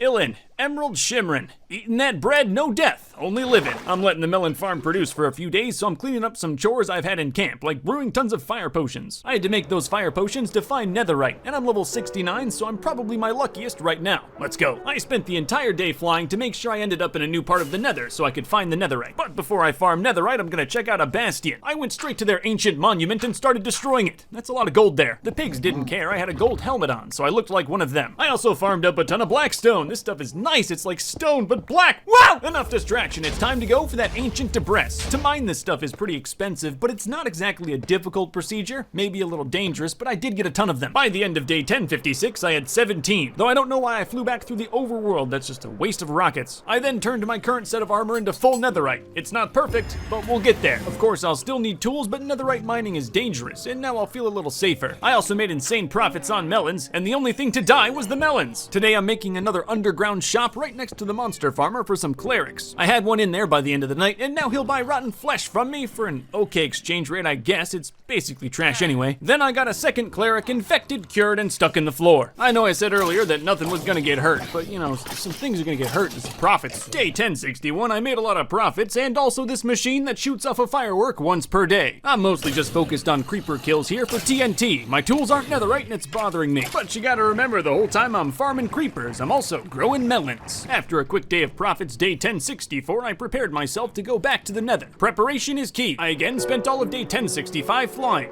through the overworld. Should have done this in the nether. In a single day, I got 17 ancient debris, which is already enough for tools, but I'm gonna keep going. And after 2 days and 2 stacks of TNT, I had 33 ancient debris. You know, who cares if I flew back through the overworld? I'm rich! I can afford it. Today was a great day. I watched every piece of my ancient debris cook. I put netherite on all of my tools, including a hoe. It's day 1069. I had to. It also happens to be an achievement. Now that I have netherite tools, I'm back in Plague Town trying to get a librarian to sell me a mending book. And I had to kill 2 today. You know, maybe I'll have more luck finding a mending book with my camp spawner. I think I might have too many villagers on this side of the camp. There really shouldn't be that many golems here. I tried for another solid day to get one of these guys to sell me a mending book, and none of them would. I'm losing my patience here. You know, I'm just gonna go fishing. Maybe I'll get a mending book. Everything will be good. No one will have to die. It'll be nice. I fished for 2 days. It's been a while. It was very peaceful. But still, no luck on that mending book. Well, I'm in the nether day 1075. Gotta get lava for something. Oh guys, I left for 2 minutes. What happened? Oh no! If you ever need to thin the villager herd and don't want your trades to be awful, use lava. They can't tell you killed them. It works on the golems too. And it's gets free iron. Oh wow, the sun's coming up. Have I really been murdering for a whole day? Yeah, there were a lot of golems though, so the killing didn't stop on day 1076. Killing golems in the rain is probably the saddest thing I've done yet. I don't know, Chief Dine was pretty sad. All right, now I've got less beds in the breeder. The population should be a little more controllable. I also added a little area on top where the iron golems will get trapped if they spawn. Still no mending, and I tried all day. I needed some material day 1078, so I did some mining. I'm trying to upgrade my melon farm. I also need some sand, so the next day I went back to the Pit of Profits to destroy this landscape some more. You know, it's been a while since I had to shovel all day. I miss this. The last thing I need to restock my melon farm supplies is some oak wood, so that's what I did on day 1080. So now it's back to building more layers of my auto melon / pumpkin farm. This thing has been very profitable, though construction had to halt by the end of the day. I'm out of dirt. Kind of embarrassing. I got some dirt and I'm back to it day 1082. This thing's getting pretty tall. Again, I'm out of supplies. This time it's cobblestone. However, I started to run into some problems day 1084. My game kept crashing. I think this farm is getting too big. It's like 20 levels. I don't know, I can't count that high. I'm changing up the design of the melon business day 1085. I think this is a little more appropriate. You might cringe at me using my fist for this, but this is delicate work. Can't let the employees escape. I'm also going to be infecting a Fletcher tonight. I have tons of sticks that I want to sell it. Busy day today. Gotta finish up those melon shingles. You know, that looks kind of nice. And if you think about it, it's also very expensive. Melons are worth a lot now. I don't have footage for day 1087, just 1088. I'm pretty sure they're both just AFK footage. I wanted to check my melon farm. And the sound's kind of messed up day 1089, but it was pretty much more the same. Fixed up my tools and got melons. Now there's no sound. Hope this doesn't happen for too many days. Anyway, today I fixed up the cake factory. Too bad there's no sound. Today was a good one. No sound again the next day, but you're only missing out on some melon construction. Sound's back day 1092. All I did today was profits and cured a stone cutter. The stone cutters are great. You can sell stone, diorite, clay, you can buy bricks and quartz, they're awesome. And look at that, day 1093, I'm shoveling clay. It's profitable. And I'm also thinking of investing in more melon men. They're very profitable. I do have a pretty effective system for infecting and then curing zombie villagers. Tonight, I got 2 new farmers. Alright guys, sit in your chairs, will come back when you're done changing. Haha! Did you forget that it's now the 3-year anniversary of being in hardcore Minecraft? This is why I fixed up the cake factory. I wanted one homemade for my 3-year celebration.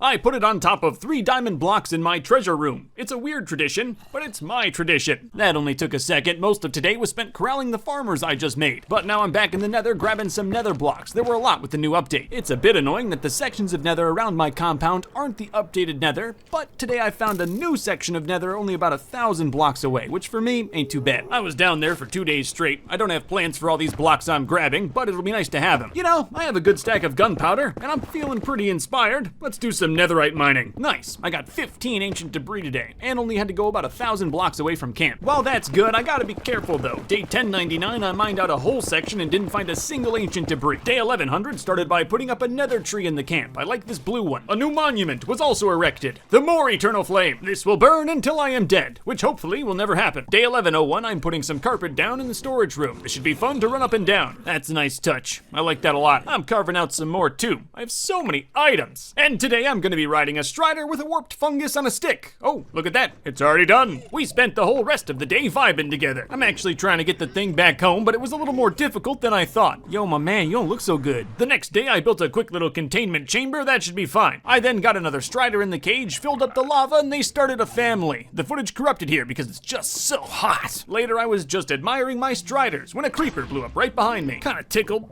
I'm okay. You know, that strider cage gave me another idea, and I'm gonna have to go through the nether for this one. Though all of today was spent making this tunnel a little bit wider. I'll show you why tomorrow. Now I am in the jungle. Here, there are no laws, but I gotta wait till it stops raining. I might be powerful, but I'm not more powerful than the jungle. It feels like a lifetime since I saw this panda, but now I'm back to claim him. Not sure what's gonna happen here. Hope you don't suffocate. When I went through, he wasn't there. I'm fairly certain he's dead. Forget about that guy. I found 2 close pandas the next day. Listen, it should be panda accessible on the other side. You can trust me with your children. Everyone made it except that first guy. The big boys are too thick and can't jump, so I've gotta move the baby, and oh, it's slow. It can be a little faster if you hook and then yank them, but not by much. I got this one basically all the way there, and then he grew up. We're really not that far from the main camp. All I should have to do is put this panda in the minecart and we should be there. I tried to get him out of the cart, but he was too chunky and I couldn't hit it and he started biting me. Oh, it happened so fast. We got even more bad news. Day 1111. I want to grieve, but I gotta fix this. The orphanage is quite an abomination. You know, I don't know much about iron farms, but I'm hoping I just constructed my first one. I already get tons of golems to spawn on top of the orphanage. I'm just trying to see if I can get an easy conversion here. It's definitely not the prettiest build in the world, but it should produce some iron, so there's that. I gotta transport some pandas pandas safely through the nether, so these iron golems are making a great sacrifice. This zombie should also make the farm go a little bit faster. Iron golems spawn off villager fear, so I'm trying to harvest that fear here. Still by day 11:15, the breeder part's working, but the iron farm isn't. Maybe it'll take a second, maybe I'm just bad. So I'm just bumming about camp today, making sure everything works. At the very least, I can always drag these golems in every time. Today I tried to add a basement to the breeder. The kids loved it. And finally, some proof my farm works. It's bad, but it works. More villagers seems to fix the problem, but that's what gave me problems before. I don't like this. You know what's nice though is with all this experimentation, I'm still making melon profits every single day. Day 11:20, I checked on my Strider family and they were gone. What happened? I tried not to trouble myself too much with that thought and picked some flowers in the swamp. I spent day 11:21 grabbing another Strider from the nether. I had just finished putting him in his cage when it started to rain. Oh, Barry, no, I'm sorry, Barry! Barry, please hold on, Barry! I see what happened to that family now. That's really sad. Well, it's thunderstorming. Might as well try to get some monster heads. I was able to get one zombie head. I'll take it. I also installed a roof to make sure no Strider families would ever die here again. The next day, we got Bobby and Billy, and they had a new berry. We're all good. All right, it's time to stop getting distracted. I gotta get some pandas. I still got 2 heifers back at the portal, but I'm gonna have to figure out how to breed them in the nether. It was tedious, but not too complicated. Just had to put some dirt where the netherrack was. So now the pandas will breed even if they're in the nether. So if this new baby dies, I'm good. We got him. I used a boat this time. It was way easier. All right, now I'm going back for another one, and hopefully by the end of today I can breed these in camp. He grew up.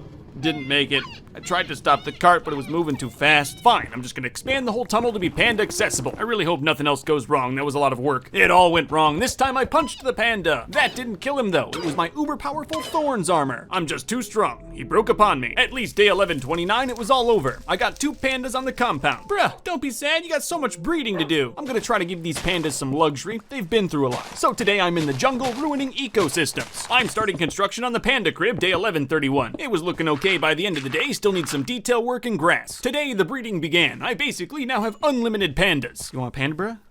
I'll sell you a panda. We keep it low key. I also fixed up the enclosure and, just spent the day with them. They're fun. The pandas got me spending more time on this side of the camp and it needs some landscaping, so I cleaned that up today. But today I was inspired to make a monument to all of the dead pandas, and this mountain is pretty bare. I've been meaning to light this mountain up since I started existing here, and this is a good excuse for it. I'm going to need some quartz though, so day 11:35 was spent in the nether. Hopefully this comes out looking okay. I'm not the best pixel artist. Not sure what I'm gonna do about the ears, but I think at least the face is getting there. I decided to go with a crying design to keep the mountain somber. I can't even remember how many pandas were lost. And the monument got even sadder when a creeper exploded during the final touches. Oh man, it just blew out the back of his head entirely. No, I fixed it, it's good, it's not gonna get blown up again, and I love it. So now I've got pandas, and I've atoned for all of their deaths. Time to grab some polar bears. This was way easier because they can be lassoed. I then slapped together a pretty basic polar bear enclosure fairly quickly. They live simpler lives than pandas. I'm definitely gonna have to spend some more time on this ice spike. This thing is ugly. Scaffolding and Google Images is what got me through most of the construction. Without that, I would have been done. I also layered in some snow. This place is looking a little wonderlandy. And once I get this glass wall up, it's ready for polar bears. If you're wondering, this is where the bears have been the whole time, tied up like the dirty animals they are. I left with 6 and arrived with 5, if I'm okay with those numbers. And it was truly finished day 11:46 with the installation of this massive spruce tree. Oh yeah, I got polar bears, panda bears, this is nice. I haven't mentioned it, but pretty much every single day I make some serious melon profits. And hey, tonight it looks like raids are gonna work again. Let's get one. I've been meaning to test out my netherite armor for a while now, and not surprisingly, it performed exceptionally well. I was already very strong thanks to my beacons, but with the netherite, I'm even stronger. Not much happened day 11:49. Tors was standing over my shoulder as I gave her a tour. And day 11:50, I put my hero status to work, making some nice profits at Glasstown. Today, it's time to put some of those emeralds I've been making to good use. Sure, my house is tall, but it's not the maximum height that you can go in Minecraft. And that's what I'm doing today, big ol' house expansion. I have no idea how many emeralds it's gonna take, so I just wanted to get started. My mansion's quite large. I'm really gonna need some more emeralds for this. But if I'm putting these emeralds on my house, I'm treating these villagers well. So it's time to build some infrastructure. I'm building a new spot for some cartographers in the Pit of Profits. I'm gonna call it The Pit. Right now it's just a box, but it's gonna make me so much money. Just putting on some of the finishing touches today. It's got a nice desert theme. I'm not gonna light up the surrounding area of the Pit of Profits. I think that'll hurt the aesthetic. I added some iron golem muscle that should help keep stuff away. I'm also trying to find a clean way to infect all the villagers, and I have that in the back. All right, I'm gonna fix some things, add in some dogs, orbs, corrupt a little bit, and I think it's finished. Definitely a good idea to keep the pit unlit. Look at that. Ooh, so I got my first cartographer today. He's in the process of being cured. I'm gonna get 9 more. So I had to run home to make some potions for the villagers. Despite how it looks on day 1159, it's actually going pretty well. What's cool is it works 24/7 because these zombies don't die in sunlight. They die from arrows though. I'm really starting to perfect the strategy. I'm up to 4 villagers with 1 being cured today. The next day I got 3, so now I'm up to 8. 1 more day I should be done. I made just enough golden apples to get 10 cured cartographers. This is gonna be really profitable. Now I've got 10 cured cartographers in the pit. It's time to test out these profits. But I'm gonna do a raid first to maximize. Raid was fine, but they spawned in my polar bears. Come on. I had so many totems, I decided to jump off my house to flex. But what I didn't know is that when I hit the ground, I would lose my hero status. So now I have to do another raid. At least they didn't spawn in the pandas. It's really not much. I've got full netherite and maxed beacons. These guys are easy. So now the pit cartographers will give me 1 emerald for 1 glass pane. The way this trade works out, every piece of sand that I shovel is almost worth 3 emeralds. Needless to say, I made an absolute mountain of money here, and it was super efficient. And again, day 1169 was constant ding-a-ling sounds the whole time. In total, I got 2,951 emeralds, and that was it, IRS. And even with all of that, the house is nothing more than some emerald support beams up top. Well, looks like it's back to shoveling. At least all of these sand blocks are worth 3 emeralds apiece. Though it's not really shoveling with this shovel, it's more like erasing. I let that glass cook for a day, and in the meantime, I fixed up Glasstown. Yep, time to take out this old ugly cobblestone tower that I never used. I did a raid the next day. A witch killed a polar bear with poison.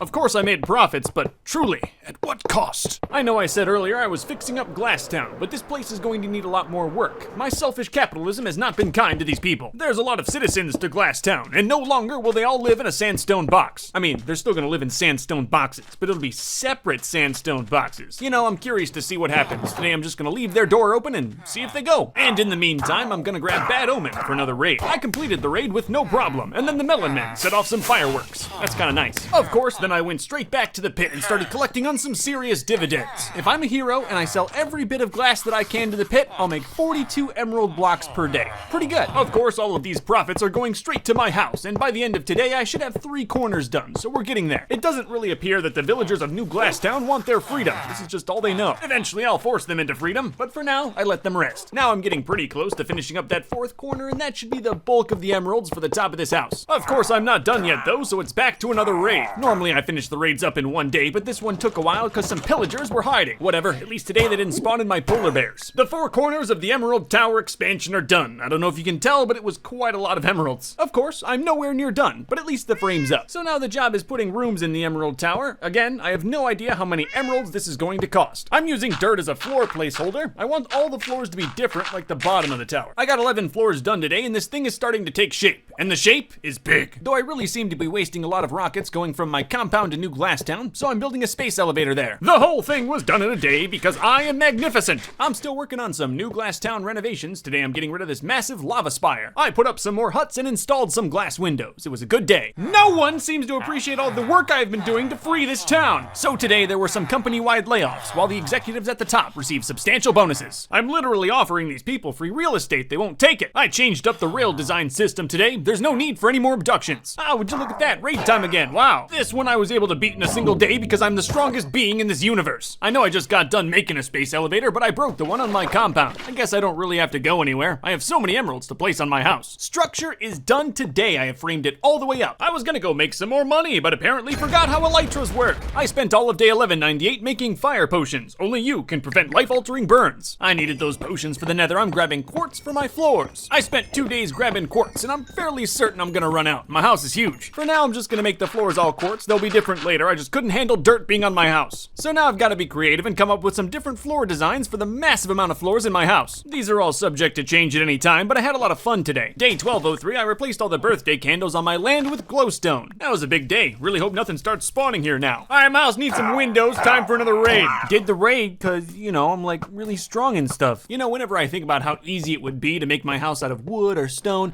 I think about how hard it would be to make this house out of netherite blocks. It could always be worse. Remember that. Anyway, the house is really starting to become something with all of these windows, and I'm getting fairly close to the top. You know, it's kind of hard to see the whole house at once, like it's almost too big. Too big doesn't exist, just ask your mom. The boss was in day 1208, so productivity was through the roof. Got enough emeralds to go all the way to the top though, and made a pretty bougie throne. So now I've got all the shapes for the windows, and I'm filling them in with some green glass panes. The job was done a little faster than I thought. I was all the way up to the new throne room by the end of the day. And now I'm in the nether. Whoa, can't stop me. I'm gonna skip all the nonsense, and by the end of the next day, got 5 wither skeleton skulls. You know what happens next. I'm fighting the wither day 1212. Shouldn't be too bad. The wither really isn't that hard. At this point, it's basically just a formality. Of course, with that wither kill, I can make a beacon, and I placed that beacon on the top of my house. I put Binks up there, so now he owns everything in the world. I'm still not done. I'll probably never be done. But today I'm carving out the top so it's not as boxy. With the beacon there, this was a little more work than I thought, but I went to college, I can figure this out. This is what I came up with. Not too intricate,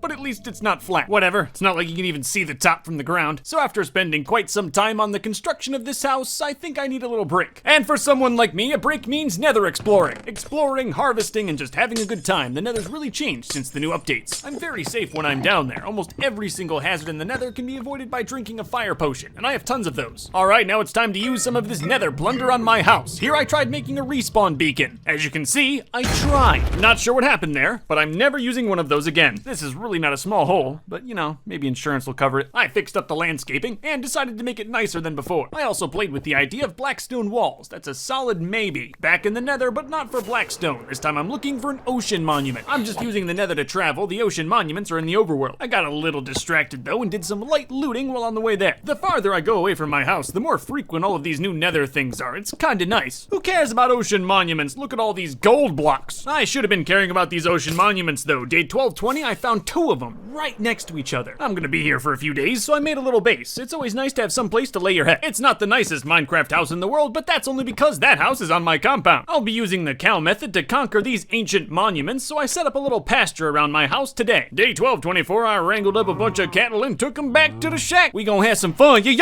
Now that I have everything I need, I can finally start my way into one of the 2 monuments. Despite how powerful I am, I'm very careful here. I really don't trust these things, even with the cow method. Is all of this a little unnecessary? Maybe, but I don't live near here, so I don't have to look at it. Alright, the cow's going in tomorrow. This should be good. There's always a thick boy in the top of the monument, and I went to work quickly killing him. Most of this day was spent carving out a hole in which where the cow will live. I bet you're starting to wonder why I'm here. And it's vanity. I love these sea lanterns. They're incredibly pretty lights, and made even more so because you have to go to ocean monuments to get them. By day 1228, I killed all of the elder guardians, so now I don't have to worry about mining fatigue or milk. Then I grabbed every sea lantern I could get my dirty little hands on. Yeah, once you take away the guardians and the water, this thing is pretty much done. Now I have to resupply. It takes a whole day. The monuments are very far away. Now I'm going after that second monument. They're right next to each other. It's a great spawn. Like before, I was close to getting in there by the end of the day. Here's a real good shot of how close these monuments are, by the way. I've never seen anything like this. And the second monument's going exactly like the first one. I got the cow in today. The second monument happened to have a massive room of sponges. This is gonna make this so easy. It's easy and enjoyable to run through these monuments with sponges. Look at those little things. Helpless. And day 1, 2, 3, 4 had even more. I killed this large fish who was flopping on the floor. And next, of course, is day 1, 2, 3, 5. Here I still have a guardian to make, not alive. Poetry is the photography of the writing arts. Now I'm back at my house because I'm so fast and powerful. Fast and powerful? Yes. Done with my renovations? Never. In the nighttime of day 1237, I was trying to catch a skeleton. Everything was going fairly well until my amazingly powerful Thorns armor killed him. I was hoping not to have to do this, but I think I'm just gonna spawn my own skeleton up on the whatever floor. I don't know, it's like 10,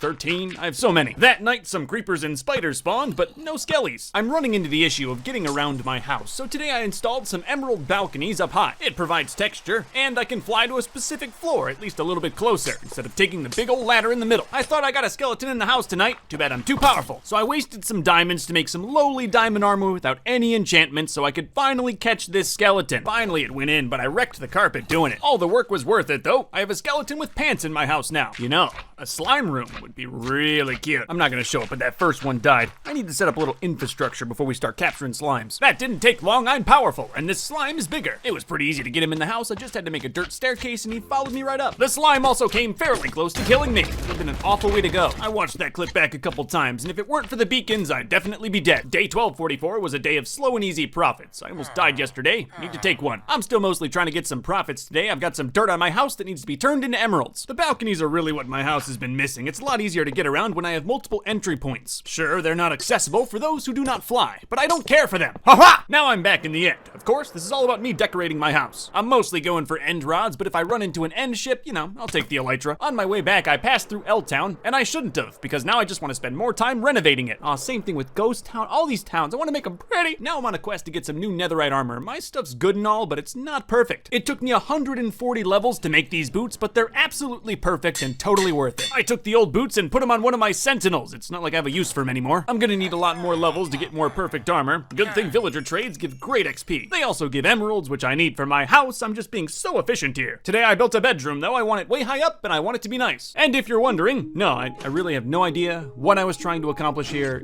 It didn't work anyway, so whatever. There isn't really a point to all of this. It really just has to be a room with a bed in it. I spent another full day on vanity, and now the bedroom is finished. The map is a little off, but I can always fix that. But there's no time like the present, so today I'm map making. Still out here map making, but this is a big one. It took half an elytra to get to every corner. I was also grabbing blue orchids while I was out, and today I made a dedicated patch of them on my land. Later my disposal system broke, and I threw out the manual, so I'm not sure what's up. So day 1255, I spent some time making a disposal system with a little less technology. You drop everything you want to get rid of in this water, it all goes to one little block, and then you pull this lever, and it all disappears. So I spent some time cleaning everything up. I've got some really dirty chests. Why do I have a chest full of saddles on the first floor of my house? Not sure, but I'm getting rid of them. There was quite a lot of garbage, so I spent another day burning all my possessions. Day 1257 was a great one though. I'm finally finished with all of these balconies. It gives my house so much more function, and I really like the look of them on the side. With that done, I felt ambitious enough to take on a Java Trident farm, but not here. They have to go in the sky, and I don't want to ruin any skyline. It's actually going on this fairly thick river by New Glasstown. This is definitely not a project for the weak. It's got to be up in the air, it takes tons of materials, and it has to be very precise. I got the basic outline done today, and it's time to fill it in. However, first I must mine. I need mountains of cobblestone. I'm also lighting up some caves, which in the end should help the drowned farm. I'm still mining day 1261, but today should be the last. Alright, now I just have to place 2 days worth of cobblestone, and it should be good. All I'm gonna say is I'm glad I didn't build one on my compound. What's really cool is it actually works. I was able to make drowned spawn in this little chamber. I'm essentially tricking the game, building a large river tank where drowned spawn more often. There's another mechanism that I'm trying to build right now that'll capture the drown and make them easy to kill, but that's what I'm worried about. But why worry about that when today marks the first day of the new Nether update? Up until this point, I was playing on snapshots of the Nether update, but now the Nether is fully updated and stable, so I finally feel like I can explore it. Today I bred some of these things. Hawklands? It was harder than it looks. The bastions are my favorite. Not only do you get gold, but also tons of blackstone. Throughout 2000 days, more updates were added, but I was very happy to have the official release here. Anyway, I enjoyed myself and explored all areas of the Nether. I'm still exploring day 1266, mostly going for gold. There's so much of it down here. It's crazy. I can't tell you how long it would take me to get all that gold from mining in the overworld. And I got even more gold from these blackstone fortresses. Today I went through 2. All of them are just a tiny bit different, and it makes clearing them a lot of fun. Now I'm full of new Nether items, so I'm gonna have to take a day and go back home. Remember, I have to fly pretty far away to find new Nether. I had so many items, it took most of day 1269 to stash them all away. Once I got that settled, it was time to flex. You know, I always thought the monument to myself needed something, and that golden emerald crown looks pretty nice. I'm still using my Nether profits. Today I renovated the bridge to the Wither Shack. It's bigger than it looks. This may take 2 days. I was lucky. Today I had just enough blackstone to finish the bridge. I'm still debating on making all the walls blackstone. We'll see. Day 1273, I built a gold piston door under the compound for an idea you'll see later. It took all day because I'm the best with redstone. I want all the villagers in their purest of forms, and I'll keep them down here,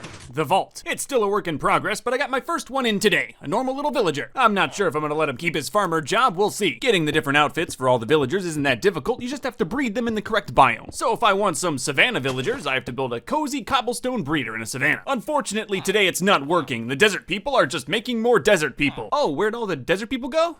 They left. Yeah, they just left. I wasn't recording, but I got one the next day. These little red ones are probably my favorite. And now that one lives in a savanna-themed apartment. You get what I'm doing here? Today I got one from the desert. It was easy. I own many. Of course, for him, I built a nice little sandstone apartment. I'm also right by a swamp, so getting some swamp people shouldn't be that hard. These are also an interesting villager, because you don't see him a lot. I love the leaf on top of his head. Hush now. You are in the arms of the notable. Here I'm gonna take a break from grabbing villagers to design the outside. The concept's coming along, I think I'm getting somewhere. But that's a little better, and no, I don't think it's too much. Really not sure exactly what happened, but now we're on day 1290. You know, sometimes days just get lost. There's 1,000 of them in this video. Anyway, today I'm in the jungle. I bet you know why. I'm pretty sure jungle towns don't even exist, but the plan is to bring some villagers to the jungle and then make them breed. To do this reliably though, I'm definitely gonna need a lot more track. I do know one way to get iron, and somehow it's sadder than actually building an iron farm. No part of this is practical, but you know, 4 irons, 4 irons. Step 1 complete. I got my first villager into the jungle. It took all day because it's very far away. I didn't waste too much time with the build here. I just put a box up in a tree. Unfortunately though, I didn't make it panda accessible. Well, good thing I built that monument. Good news, panda number 2. You're now panda number 1. Getting another villager to the jungle took all day again. He tried to escape several times. Though now I've got 2 and I can start the breeding. Ah, look at him, my cute little jungle baby. Get out of the boat, panda, you stay. Ah! Made me hit my child. A long day of paddling waited. I got the spruce villager during those games I wasn't recording, and now I'm building the final hut for the ice villager. One problem I'm realizing with the vault is I can hear pandas. For now I'm gonna deal with it, but I can always move the vault or kill the pandas. I know where there's a tundra, I just have to tunnel first to get there. Oh wow, look, I'm already here, a snowy village. There's no villagers here, I have to bring my own. This just happens to be the only tundra I know of. Maybe eventually I can fully and nicely rejuvenate this ghost town, but for now I'm just going with a quick and dirty breeder design. Some of the tunnel also needs renovating. This is rated for mushrooms, not boats. A lot of this tunnel needed renovating. It goes about 2,000 blocks. Even in the nether, that's a long way. But after a solid 2 days of mining and placing netherrack, I should be able to fit a boat through here. You know, not much happened today. I boated this villager 2,000 blocks to the nether, and now he's in the tundra. The second villager was not as cooperative. I had to hit him several times. Yes, I had to hit him. If I didn't hit him, he wouldn't learn. Day 1302, I was just paddling when I realized the villager was dead. How did that happen? Maybe I hit him too many times. Whatever, I'll grab another one. Also kind of fun, you get an update on the iron farm. Everything was going fine, the villager was cooperating, but then when I destroyed my boat, it disappeared. Doesn't look like I'm getting it back. And now it's done. I got 2 villagers and a tundra, and they're gonna make some snow babies. Don't mind me, just gonna stand here and watch. What? That's not right. I just had to move the hut a bit. They were on a snowy mountain, and now they're on a snowy tundra. And look at that little guy. Oh, can't get back though, because I don't have flint and steel. Guess I have to mine some the old-fashioned way. I'm on my way back now, but with the delayed start, my villager grew up. But with that snowy villager, the vault is now complete. I've got them all. Well, still needs a little trim work, of course, but the main event is now in. I also eventually may have to thin out the pandas. We'll see. You know, that's not the only thinning I've got to get done on my land. Not today, though. I'm out of cobble. Always need more iron. My farm is terrible. Why I picked today to start the Skyrail project, I'll never really know, but it's something I've wanted to do and have for a long time now. I'm gonna put a track up here and have it loop around the compound for some nice vibes. It's roughly in by day 1309, and it's pretty nice. You come up here, check out the compound, kind of chill. If I ever don't know what to do, I can always come up here, get a nice view of my land, and then do it. Today I tried to make it so the cart was always moving around the track, and that required a lot more redstone and gold. You know, I love the Skyrail, but I'm kind of already regretting building it. It's a nice idea that's made nicer by all of my little touches, but at the end of the day, I think it's a little ugly. I'm not saying I'm gonna take down the Skyrail. I want one, but I want it to look nicer than this, so I'm gonna keep trying. The next day I put some glass pillars up at the corners. It looks a little better. I'm gonna try to live with it for a little bit, see how I feel. One thing I noticed while looking at my land was this old swamp breeder. I decided on making a little town on the outskirts for him. There aren't too many, won't be big. Rome was not built in a day, but this dirty swamp town was. And after yanking over some golems, day 1314, I think it's finished. Oh, looks like someone had a child. Remember guys, only one. Day 1315, I set up a conduit next to the swamp, so now I can breathe in the shallow waters. I then bone mealed some grass and figured out you can bone meal blue orchids. Oh, and those are my favorite. So that's what I did pretty much all the next day. Just got myself some blue orchids. Oh, and I don't know if you noticed this, but I put some vines on my house and it's honestly becoming a problem. I also for sure have to finish up this melon farm. It's quite the eyesore. I'm not gonna go too much higher up. It already produces more than enough melons for me. Day 1318, I'm done. It's finally time to seal up the melon farm. The top doesn't look right just being flat, so I'm gonna build something, I guess. I decided to put a nice little room at the top of the melon farm. Eventually, I'd like to have melon people up here. This is where the executive melon people will work. It's got some nice views. Back to mining day 1321, I need more redstone. I spent all of mine making that Skyrail that I don't even really like. Still mining, looking for that redstone. Got some diamonds too, which I'll always take. Here's what the redstone's for. I'm building a big ugly railway to max height. I guarantee you this railway won't be here forever, but I've got to test some things. Even if it's not going to be here forever though, I can't for the life of me have this thing be bare redstone. By the end of day 1325, I had a track system that goes pretty much all the way to max height. And I'm going to be doing some villager experimentation up here. By the end of the day, I had this villager in a glass box at almost the max build height. I'm testing a raid farm and an iron farm with this villager, and the first thing we're gonna test is the raid farm. I was wondering what would happen if I got bad omen and stood by this villager, and nothing happened. Absolutely nothing. Should have brought some milk, because now I'm stuck doing a level 1 raid. Day 1329, I tried putting a chunk of dirt next to the villager to see if the raiders would spawn, and they didn't. Part of the reason I'm doing this is the raids on my camp are getting a little tough. The pillagers spawn in weird areas. Sometimes it works out, like here when they all stand in a nice corner, but not always. Now the plan is to increase the size of this sky village, and hopefully that helps me to do raids up here, and if not, I can always turn it into an iron farm. Getting a second villager up into that spawner though was not an easy of a process as you might think. Of course, nothing about this is easy. Look at that, it's at build height. Though day 1333, I got 2 villagers up in the sky spawner. This time when I got Bad Omen, I had a pretty interesting result. The raid started and then stopped, but I didn't get Hero of the Village, so not really what I'm looking for here. Now that it doesn't seem I'm gonna be able to make a raid farm up here, I'm gonna convert this into an iron farm. This was sort of just a test for myself to see if I could do it. See if I could slap together an iron farm from my own design. Not gonna lie here guys, it actually works pretty decently. Iron golems spawn, die, and then I get free iron. I'm not sure if this thing will work while I'm in camp, but it's all about experimentation to begin with, and at least it works while I'm up here. Day 1336, I spent cleaning up some of the failed golems from my golem farm. Day elite, I'm still tinkering with the iron farm. Want to make sure when I build one for real, it's good. It'll be hard for me to get past the fact that I'm burning iron golems alive constantly, but you know, iron's iron. More villagers always helps, especially if you're like me and don't exactly know how to set up the fear mechanism. Or do I know how to set up the fear mechanism? Because where I'm standing, that's quite a lot of iron. Though for some reason, no golems spawned today. I don't know how I broke it, but I broke it. I could be standing too close. Maybe my war crimes have caught up with me. Who knows? I'm sure that'll fix itself eventually. Anyway, today I rode the rail for some inspiration. Gotta see what to do next. There's a spot right near the industrial side of the camp, and I thought I'd blow out its basement with some TNT. It was pretty fun. I could have just dug all this out, but explosions are just way more fun. I'm just putting up a simple frame today, nothing crazy going on. Still making some more headway on construction. Today I put up some walls and intricate windows. And on day 1343, I've given it away. It's a library. Kind of like my underground melon trading ring. Here I'm gonna put some cured villager librarians. And today, the first librarian is going in. You know, I think I did a pretty good job with the part that's supposed to look like a library, but honestly, the sleeping quarters are a little bit homely. Day 1346 was a long one, but by the end, I got another librarian. There's also one being cured at the moment. I'm gonna fill this up fast. Day 1347, while waiting for some villagers to stop being infected, my iron golem killed the iron farm. That's fine, it was annoying anyway. Today was a very good day. I got a mending librarian cured, so now I can buy mending books for 1 emerald apiece. I did some light enchanting today. I've been meaning to put mending on my hoe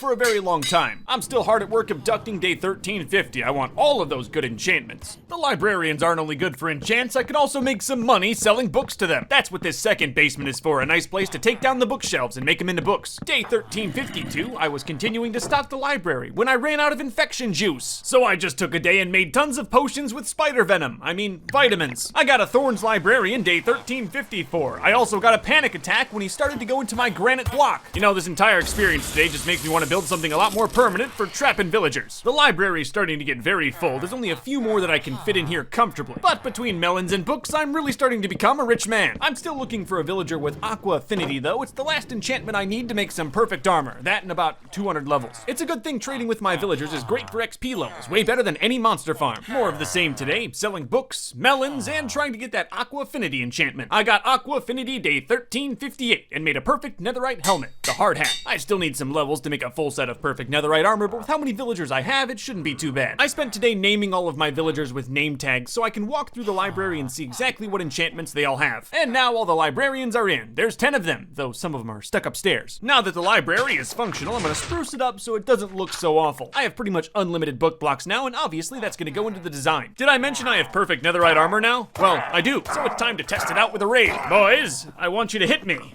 Hit me as hard as you can. If I'm standing on my compound and have my beacon effects, I'm just saying it right now, I can't die. I'm invincible. They can't even touch me! Even the Vex, which are always the worst part, hardly do any damage. This was easy. So it's great armor. Anyway, back to profits. Back to building. Today I'm trying to fix some issues that I've been having with raids. Here will be a dedicated area where I can fight the raids. It's not a raid farm, more just a place where I kill them all. And it's gonna have its own beacon with only the necessary powers for a raid. I just grabbed some compound beacons, no need to grind the wither. There was also a report of 2 swamp people going missing today. I didn't see nothing. Today I got Bad Omen to try out a raid, and nothing happened. Great. I'm gonna rub some dirt in it, that's what Dad always said. Somehow that got them spawning, but they're more near the swamp village when I wanted them near my obelisk. Though when one wave did go into my trap, they were just so easy to kill. I like the idea, and I think I can get it working better. I'm gonna keep trying. I spent some time today polishing everything up and installing a wall next to the swamp town. Don't want anything bad happening there. Good news is the raid worked perfectly on the obelisk. I'm able to do these things away from my camp. And now that I've added these dirt paths, the villagers are funneled right to my obelisk, and to their death. This thing has tons of ways to cheese the raids. I've learned quite a lot over my 2,000 days. I'm also, you know, like really insanely, unimaginably strong. Today I'm making a system where I can turn off the beacons. I like them, but they're kind of ruining my base's skyline. It wasn't that hard to wire up. Now all I do is flick a lever and my base's skyline is saved. I also wanted to check today if my iron farm was working. I'm sort of near it, at least on that end of the camp. It's broken again. Awesome. I'm saying it right now. Iron farms are magic. I did nothing and it's working again. I have no idea why. I'm back to mining today. I need more redstone. I could always destroy that big ugly track I built to max height, but not today. One thing I noticed about my obelisk is there's no escape for emergencies, and that's what I'm building here. Now if I ever fear my life is in danger, I can flick this lever and go down this hole to safety. There's a tunnel down there and I'm lining the bottom with blue ice, the most expensive ice. Here I installed an emergency healing contraption. I shouldn't have to use it, but it's there. And after spending all of day 1380 making splash potions of healing, I tested it today. It should work pretty good. So now I'm testing out an absolute maximum power raid at the obelisk. Let's see how it fares. It still needs a few dirt paths, but it was nice to install them while the pillagers were here. I beat a level 6 raid with no issues in a single day, which was really the whole reason I built this thing. Success! You know, while I've got this maxed hero status, might as well make some profits. I'm still at day 1383, but you should have known that the profits never stop. And after a third long day of profits, I was back on my land to make my obelisk a little bit better. I have these gates on my wall that keep everything very safe, but I also want to be able to open them should pillagers spawn behind. You know, I'm slowly getting better with all this redstone. Maybe all it takes is 2,000 hard days. It's a little hard to see, but the fence is definitely opening when I flick this lever. Another great contraption. Speaking of contraptions, I haven't shown you how truly fast I am down this blue ice hallway. Wow, look at that. Gonna try out another raid today. There's 2 iron golems in those buildings in front of me. Not sure if they're gonna hit the pillagers. It didn't really work. If anything, my golems just got a little tortured today. I don't really need the golems. The raid went fine. It was just an idea that didn't work out. Profits! Profits! Profits! The only reason I'm not done messing with the obelisk is I'm truly having a lot of fun creating this thing. And now I'm working on a lava pitfall trap for the obelisk on the back end. Wiring the system up to look clean was the biggest challenge here. And yes, I do put redstone on dirt. I don't feel bad at all. By the end of today, it was done, and hopefully will get me lots of kills. Unfortunately, when I did the raid, the pillagers never spawned at the back entrance, so I never got a chance to see the trap in action. It's pretty safe to say that it would only help, especially since I can already do these raids so easily. Made some profits today, and also killed off the desert villagers in my savannah breeder. You gotta remember, taking out the children's the most important part. They are the future. I'm hoping when these guys grow up, they'll make me some good old savannah villagers. Or else. More profits, day 1395. War criminals are generally pretty well off. The savannah babies grew up today, so now I have a reliable source of more savannah babies. Oh, I have plans for them.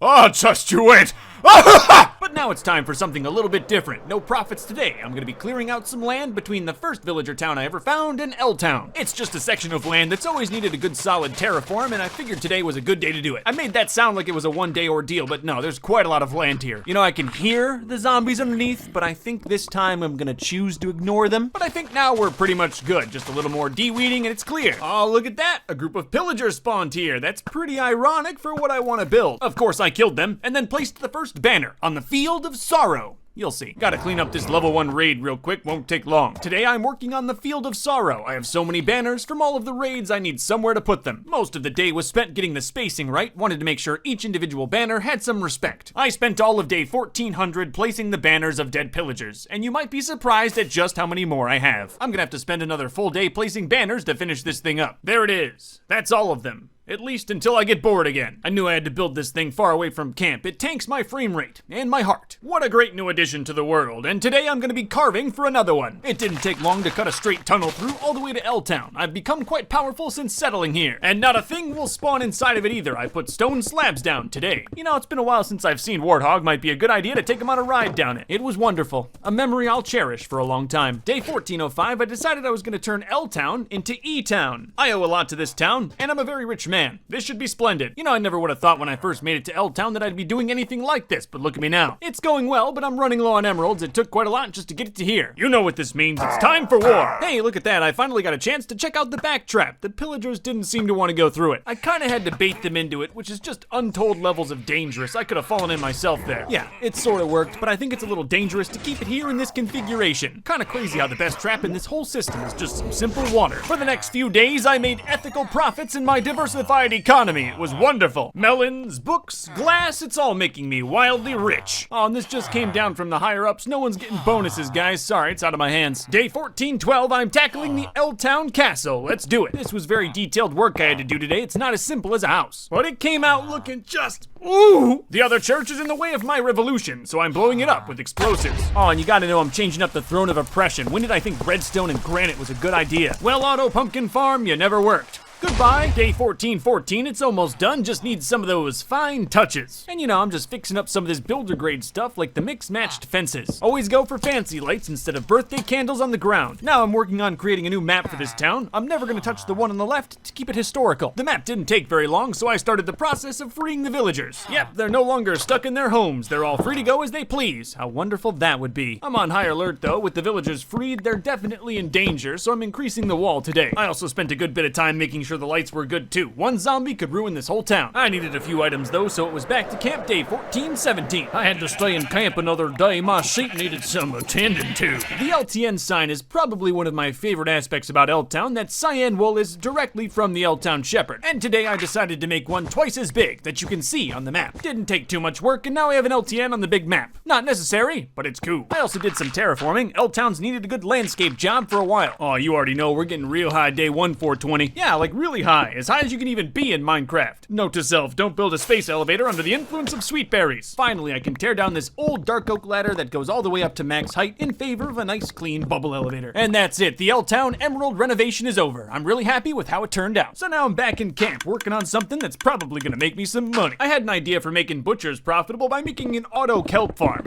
Maybe. I'm not gonna go over my design because it's kind of bad and wasteful and didn't really make me that much money in the end. I had a sparkle of hope when I cured a zombie butcher. I'm gonna be honest, even if I had 10 more of these butchers, the profits wouldn't be that great. I got an idea though, and this one will be great. This farm here is similar to my auto kelp farm, but I think in the end will make me a lot more money. I also went over to L-Town to try to breed some new villagers, but none of them wanted to, despite their massive new financial status. It was as easy as adding new beds, and I got myself some new L-Town children. You know, I really care for this place, so I'm gonna continue renovations. I happen to actually enjoy it. Today I put some diorite next to the granite roads, and it looks pretty good. I started day 1428 by paying my respects. After that, I tried to get the bullseye achievement, which involves shooting an arrow target from far away. I couldn't do it. See, the issue is you've got to hit it perfectly on that bullseye, and like all the other achievements, I'm gonna be cheesing it. And would you look at that, with the press of this button, I got the achievement. Aren't I good? Day 1430 was mostly digging, but a lot of good builds in Minecraft start with mostly digging. I'm building a machine here that will help me to better trap monsters for the purpose of farming heads. It's complicated, and it doesn't work yet, but I swear it will. Today I tested the machine, and it works perfectly. I'll be able to catch zombies, creepers, literally anything. There's still more to build, but at least I know the trapping feature works perfectly. Here's the dream. I doubt it'll work, but it's worth a shot. I'm gonna try to output the tons of monsters in my monster farm to my head factory and potentially get tons of monster heads in one go. All I did today was make a large mess, but hopefully I'll get there. Today I'm building a long tunnel that connects my monster farm to the head factory. I hope this works. My biggest concern here is that monsters might despawn on the way to the head factory, so I'm gonna see if I can fix that. So now I've got two complicated tunnels in the earth, and it's time to make them connect. I'm gonna try my best. So this is where the two tunnels connect, and in theory I'll have charged creepers meeting up with regular monsters here, so I'll have to coat this with obsidian. This looks very much unsafe. Just to be sure, I ran some tests on this thing in creative mode. Obviously, this thing is very dangerous, and I'm not trying to die. This is hardcore. After that creative session, I'm pretty sure this thing won't work as intended, but it should work at least somewhat. This is all supposed to work with a charged creeper, but today I'm testing with a regular one. The whole system is functional. I don't think I'll get massive amounts of monster heads, but I'll at least get some. Now I'm just cleaning stuff up to make it look nicer. I have to live with this thing after all. To truly test it though, I have to wait for a thunderstorm, and who knows how long that'll take. I will say one thing about the monster farm side of this operation. It's very ugly, and I don't think I can fix it. I'm not gonna fully dismantle anything until I have proof that it does or does not work, so for now we're just gonna deal with an ugly monster farm. It's been a while, but you might remember the old head factory. Well, today I'm getting rid of it. I also converted an old nether portal room in my house's basement for some bulk storage. It rained day 1444, but not a thunderstorm. Ugh, whatever, I just did some speed farming. It's amazing profits and a great use of my bone meal. Day 1445, I caught a phantom in my house. It was pretty easy, and he's also fairly high up, so I shouldn't hear his screeches daily. You can tell that he wants nothing more than freedom, and that is why I love him being captured. Back to laboring on head factory infrastructure today, working on a side tunnel so I can watch the monsters go into the head factory. So now I can watch the monsters as they exit my monster farm, which should cut down on despawning. I'm still waiting for a thunderstorm though, and in the meantime, I'm gonna keep building. I had to trap a skeleton tonight. I'm making a music disc farm. If a skeleton shoots a creeper and kills it, it drops a music disc every single time, and I built a machine here to facilitate that. I figured this would be a nice way to burn some time while I wait for a thunderstorm. Unfortunately, the skeleton didn't last very long. My armor's too powerful. I vibed for a little in his memory. Getting another skeleton wasn't that difficult, so I'm gonna continue my quest to get all the music discs. It's not an achievement or anything, just something bored titans like myself do to pass the time. I wasn't recording for day 1453, but like today I was just getting music discs. It's fun listening to them all. Tonight's gonna be the last night of music disc hunting. If I do this too much, I'll get copyrighted. You know, I've been bumming about camp for a couple days waiting for this thunderstorm to happen, but I don't know if that's the best way to go about this. So I took all of day 1457 preparing for a massive trip to the nether. Can't go yet though, I'm approaching 4 years and I don't want to be in the nether for that. So today I grabbed some dogs from Ghost Town. Thankfully there were only a few injuries as we crossed the bridge of tragedy. I'm gonna see if all these guys lag me if I put them on an island near camp. Today I made a second netherite pickaxe with silk touch by the name of Tim 2. I just couldn't evolve, good old Tim. Today marks 4 years in hardcore Minecraft. I won't be counting leap year because the world is flat. Looks like this is the last year I can keep the cake diamond tradition going, but you know, I could always figure something out. I also made a shrine for Tim. He's been a great pickaxe and I'll always have him with me. As promised, it's nether time and I brought supplies to stay down here for a while. The Blackstone fortresses are pretty nice. Found a free ancient debris in this chest. If you must know, I'm looking for a music disc called Pig Step. It only spawns in these fortresses. And even though I didn't find it today, the new nether's pretty great. Got a lot of other stuff. Another day, another fortress, but at least I get more of this gilded blackstone. That's one of my favorite blocks. Day 1464 with my elytron instead of my plate body, a couple pigmen came fairly close to ganking me. Luckily, I got the high ground and they did not. You can't get too comfy in the nether, even if you are as strong as me. Pig Step is worth it, but I still don't have it, though the amount of gold I'm getting is satiating me. And despite my recent close call with death, I am getting better at getting through the bastions. Day 1466, my elytra was getting a little bit broken, so I mined some quartz in the nude to fix it. I know I've been out for a while when one of my unbreaking 3 elytras starts to break. I was on my way back home when I noticed another fortress. Might as well hit this one. I love these ones with the big open center. One day I might want to live in one. Anyway, I got a lot of gold. I'm glad I stopped. You know, I might be able to get back home if I could just stop finding these fortresses for 1 second. I went through 2 of them on my way back today, still no Pig Step. I'm home day 1469. Most of it was spent stuffing my treasure in the correct hole. I figured today was a great day to breed the dogs, but they just wouldn't. I guess they don't like my humor. At least the sheep were down to do what sheep do. But this was on the next day, so you know, it just wasn't the same. Now I'm doing something I've been meaning to do for a very long time. I'm building a space elevator near my end shack. Construction was going fine until some ice got in the way. There are many ways to solve this problem, and I chose the one that killed me. But you know, I got like 1,000 totems. This'll save me a lot of rockets. I've got to build them all over. You know, after looking at the beauty that is L-Town now, I got an idea. Go row, dolphin, get! Ah yes, the mansion. How neglected you have been. I'm gonna be fixing this place up. For now, I don't have too much of a plan, but I definitely want to get rid of these trees. It looks like it's in a jungle. I don't mind. Chopping wood is good for the soul. I instantly got bored of chopping and decided to explore the nearby jungle. I was looking for birds and only found devastation. I'm starting to clear out the area, but the mansion is definitely larger than it looks. Burning it though, that was just a bad idea. Didn't take long, hardly got any more burning done before I noticed my house was on fire. You are now witnessing firsthand the great mansion fire of 76. I thought the cobblestone around the base of the mansion would do a lot more than it did against the fire. It did almost nothing against the fire. It spread like wildfire through every layer of the house. At a certain point, I realized I had just totally lost control and decided, you know, let's just let this burn. But it continued to burn into the next day. I have to stop this. My water was pretty much useless. I hardly got any more of the fire out. By the end of the day, it just burnt out.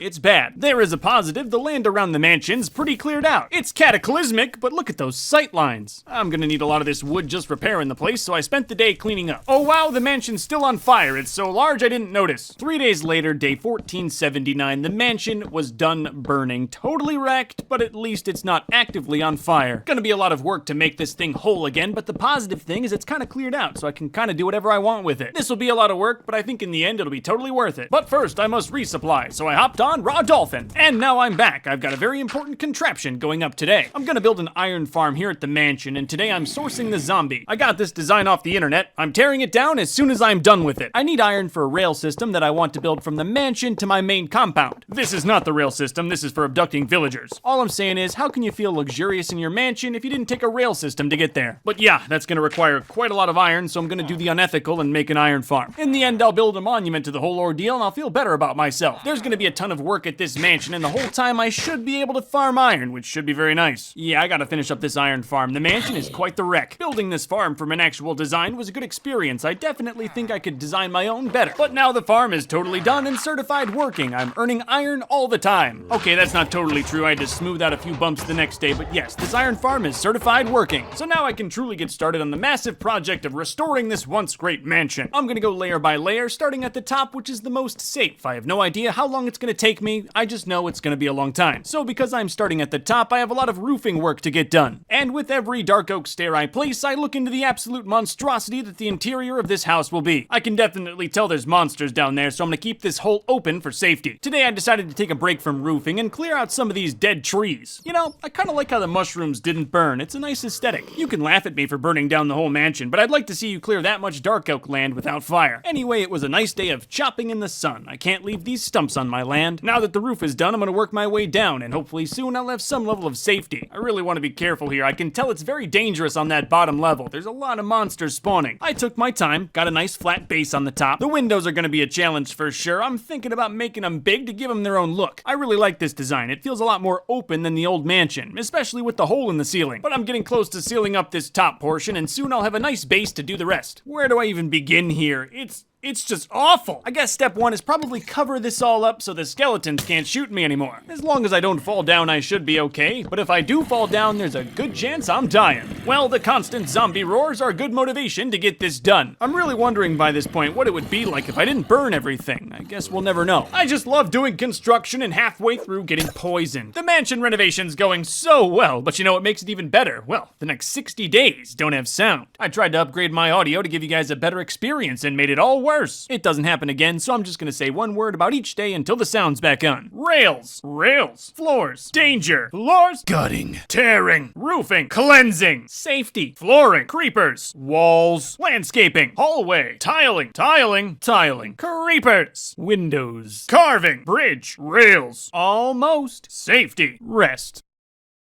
Whee! Flexing, rafters, creepers, windows, sealed, storage, volunteers, tunnel, rails, home, back, map, elevators, mining, plotting, trapping, testing, abduction, infection, friends, hostel, bedroom, how, garbage, organization, lights, lights, lights, basement, no, carpet, mining, incarceration, staircase, wall, tree, home, warthog, glowstone, raid. And now the sound's back on. Sorry that took so long, shouldn't happen again. You can tell I'm back at my main camp now. I need several things before I go back to the mansion. It's been a very fun project, but just like the Emerald Tower, it's required tons of work and emeralds. While I'm profiting over at Glasstown, I'm trying to facilitate the freedom of these people. Even though I've given them plenty of beds and places to work over here, they just want to go back to that big old commune. Thankfully, I was able to trick these two into accepting my glorious gift of freedom. Had a thought though, day 1563, I could move over these Savannah refugees. The Savannah people were much more grateful to be living in Glasstown now. I mean, they were living in a cobblestone hut before. Yeah, I kinda wrecked the Glasstown people over years and years of capitalism. I guess the Savannah people are the new future. I gave them all some bread, and I'm really interested to see what babies come out. I can't believe this room of furnaces made it this long at Glasstown. This thing has to go. Other than that, I got some profits done, some horse killing, you know, the usual. The vines gotta go. I'm pretty sure I can burn them off. I don't think the house will go up in flames too. The vines were a nice idea. They're green, the house is green. It just didn't work out in the end. I think it's very laggy. And the worst part is, this is gonna be a pretty big job. Burning didn't really do much. As I clear the vines though, I can already tell my FPS is getting supremely better. With all the farms and other things I have in my compound, it's probably best to trim up any FPS sinks. It's just kinda crazy. I built a whole new computer for 2,000 days and I'm already pushing its limits. Today I'm cutting down the last few bits of vine. Gotta make sure to get every single one or they'll keep growing. The house is looking clean now and I can hardly get the whole thing in frame. Today I'm mining, hoping I can mine my way to level 69. I need redstone and I only found these useless diamonds. I also didn't get to level 69. Sad. You know, it's been a while since I had a good massacre. Cleaning up the vines made me want to clean up some of the other FPS issues on the camp, and the golems are definitely one of those. And you know, I'll take any good excuse to get rid of the unemployed. The thinning continued, day 1571. Don't worry, none felt pain. I'm also working on a design to turn the monster farm on and off. That should help with the lag. Hopefully my redstone skills are good enough. I spent all of day 1572 installing this lighting contraption. For now, it only stops spawns on one side, but that should help with lag tremendously. I don't use my spawner 24/7, so there's no reason it needs to be on. Today I wanted to see how many emeralds my massive empire could make with no raid or anything, all from auto farms. 55 emerald blocks is what I got today, pretty good. One of the things I need before I go back to the mansion is a lot of cobblestone. So today I built a pretty beefy cobblestone generator. I actually repurposed the Glasstown furnaces for this, no need to make new hoppers. Still working on the farm, wanted to put some other features in, like a cook feature if I wanted it. So today I'm testing, I'll need quite a lot of this for the mansion. But then after a good day of testing and cobblestone generation, my game crashed, so I had to do it all over again. Did I also mention that this stone is also profitable if I have the correct infrastructure? That's why I mine so much of it. Alright, one more day of cobble mining, I'm just hoping I don't crash this time. Day 1579 was another productive one. Got tons of lava to convert that cobblestone to stone. The sheep are also going to be leaving the compound today. I need lots of carpet, but don't want the lag. They won't have to move far, there's a massive field right near camp. I've got some massive plans for these sheep, just you wait. Now you look upon the first pilgrims of Sheep City, bask in their sheepy glow. Sheep City's already pretty hungry, so today I maxed out my wheat stock. I'm telling you right now, this is only the beginning. So now I spend every morning breeding the sheep. I just want you to keep that in mind. I also got around to sprucing up the melon people's business, no more gravel wall. I put slabs down so no more golems will spawn. A lot of value was added today. Now I had to make some profits with the melon people and their sweet new pad. Well, then I sold sheep souls at the sheep shack by the sheep shore. That was my 7th try. Wonder if you can beat me. The sheep wanted a wall. They kept saying it, so I decided to build one for them. It doesn't match, but they're dirty sheep. I don't think they can even see color. Some pillagers showed up later, and I slowly stared them down as they killed themselves upon me. It's been a while since I did a raid at the Emerald Tower, and level 1s are just fun. The hardest part was finding them and all of my little contraptions. You know, raiders in my polar bears is exactly why I built that obelisk. It took a while, but I beat the raid, and I also set up a dog platoon. There's no need for the whole dog army. Oh, and if you were wondering, I'm working on my 6th double chest full of totems. During my morning profits, I noticed a new kiddo at the melon map. You know the rules, no children! If you're wondering how I slept that night, I'd say pretty dang well. I only had level 1 hero status from the raid, so I fixed up some other things in Glasstown. And then nothing happened. I didn't do a single thing more. Listen, I know it's been a while, but now I'm on my way back to the mansion to finish some business. The minecart track takes a whole day, but you know, I can make a sandwich or something, take a poo. First things first, I'm gonna finish up the emerald trim. For now, I'm just working on the top section, which is very big, but not as big as the rest of the mansion. That only took a day, and it looks pretty nice. You know, if you're into building with emerald blocks. Now I'm changing up the top layer of the roof to be black stone, just to give it a little more color. And this is gonna be an absolutely massive job, but I'm getting rid of every single birthday candle. I got the roof done by sunset the next morning, but there's a lot more in the inside. I love this tile floor, but I'm gonna love it even more when it's nice and smooth. This is also some really rare footage of me with no totem in my left hand. I was nervous the entire time. I'm 100% done with the base floor now, and that is nice. Now this here is gonna be quite the job. There's some old cobblestone trim around the outside that I'm gonna change out to some stone brick. The hardest part was probably matching the whole design while all the way up in the air. This is a big job, but it's worth it. That looks a lot more premium. As you can see, there's a massive amount of this trim here, so for now I'm just doing the top section. I am starting to get the hang of it though. Doing it all day, I'll do that to you. I'm done with the top, at least. It looks pretty good, especially compared to what it used to be. Have any of you been wondering about the nearby swamp people? No? Well, we'll go visit them today. As you can see, these villagers live in absolute fear. Today I killed about 100 iron golems with my bare hands. And you know, it didn't even put a dent in them. There's so many! Today I'm plotting out where the Iron Golem monument will stand. You just saw there's been quite a lot of iron golems suffering throughout this whole build. I know one thing for certain, this monument's gonna use a lot of poppies. Day 1596, I built a little hole in my storage room so I can get out easily. That is, if the iron golems don't boop me. I'll tell you one thing, you definitely don't want to fall down this hole without feather falling. I kind of thought there was original plans to make the golem monument out of iron, but I don't know, I think there's something off with that. Smooth stone looks like iron, it's a fraction of the cost, and no more golems have to die. So I went with that. I guess that kind of looks like an iron golem. Yeah. Today I'm planting the poppies that this iron golem farm produced. I saved every single one. Each one represents a life cut short, a flame and dying out, and profits. Today all I did was plant these flowers, and I'm not even close to done. I had to go back to my main camp to resupply and only ended up killing one of these nameless horses. This was a sad minecart trip back. Back to working on the monument day 1600. There were only a few protests of my brutality. I guarantee you, the only reason iron golems drop poppies is to make you feel bad. I don't know, do I really feel bad? I'm building this monument as more golems are dying. There was some more delicate work today making granite pavers for the monument. Ooh, that's looking good. I'm almost starting to feel bad. Today I'm just putting on the finishing touches so everything is up to monument standard. On the other end of the monument, overlooking the water, is an unsummoned golem. I really like this touch. This will never be perfect. I'm probably gonna find burnt out trees like this for generations. With this, the mansion renovation is now complete, at least for now. I'm gonna need a lot more stuff to truly finish, but there's always 3,000 days. Gotta say, this is one of my favorite builds so far. I just love looking at it. Today is the day that I tear down the iron farm. I said I would, didn't I? Thank you for all your work at this company. Good luck on any future endeavors. Ah, come on, you need one last little bit of tragedy to really break in that monument. With the iron farm gone, the mansion is complete, at least everything that I'm doing right now. Hey, if I ever want to work on it again, I can always take the minecart track right there. After all that reno, I had to clean out shulker boxes, chests, my inventory. It was all gross. My wood chest was supremely bad. You gotta make sure to clean your wood daily. Hello, mansion carpet. I mean, sheep. It's been a while. Today I'm scouting out for another portal near my end shack. That didn't take very long. It's not hard with coordinates. Had to take a day and mine some obsidian, and that takes a pretty long time. On the way back home, I could have flown over L-Town. I just love visiting there now. Alright, I think I did this right. Hold on. Where am I? I've been here before. There's fire. I tried again the next day and was off again. What am I doing wrong here? Alright, 1609, I wired it up right. Got another portal to the end. Then I did some end exploring. It's pretty easy when you have an elytra. Doing some horse breeding day 1610. Don't know if I told you that, but I've been doing that low-key the whole time. Every morning I go and breed the horses, and any that don't meet my standards get dealt with. Alright, bud, let's see if you passed the test. Ooh, that's a maybe. Today you live. I keep the absolutely best horses in Chief's old stable and breed them to try to make a better one. Anyway, that's just one of the many chores on the compound. Still breeding horses, none rivaled my steed. Having some fun with it. Also, bred sheep. Getting a lot of sheep though, look at that.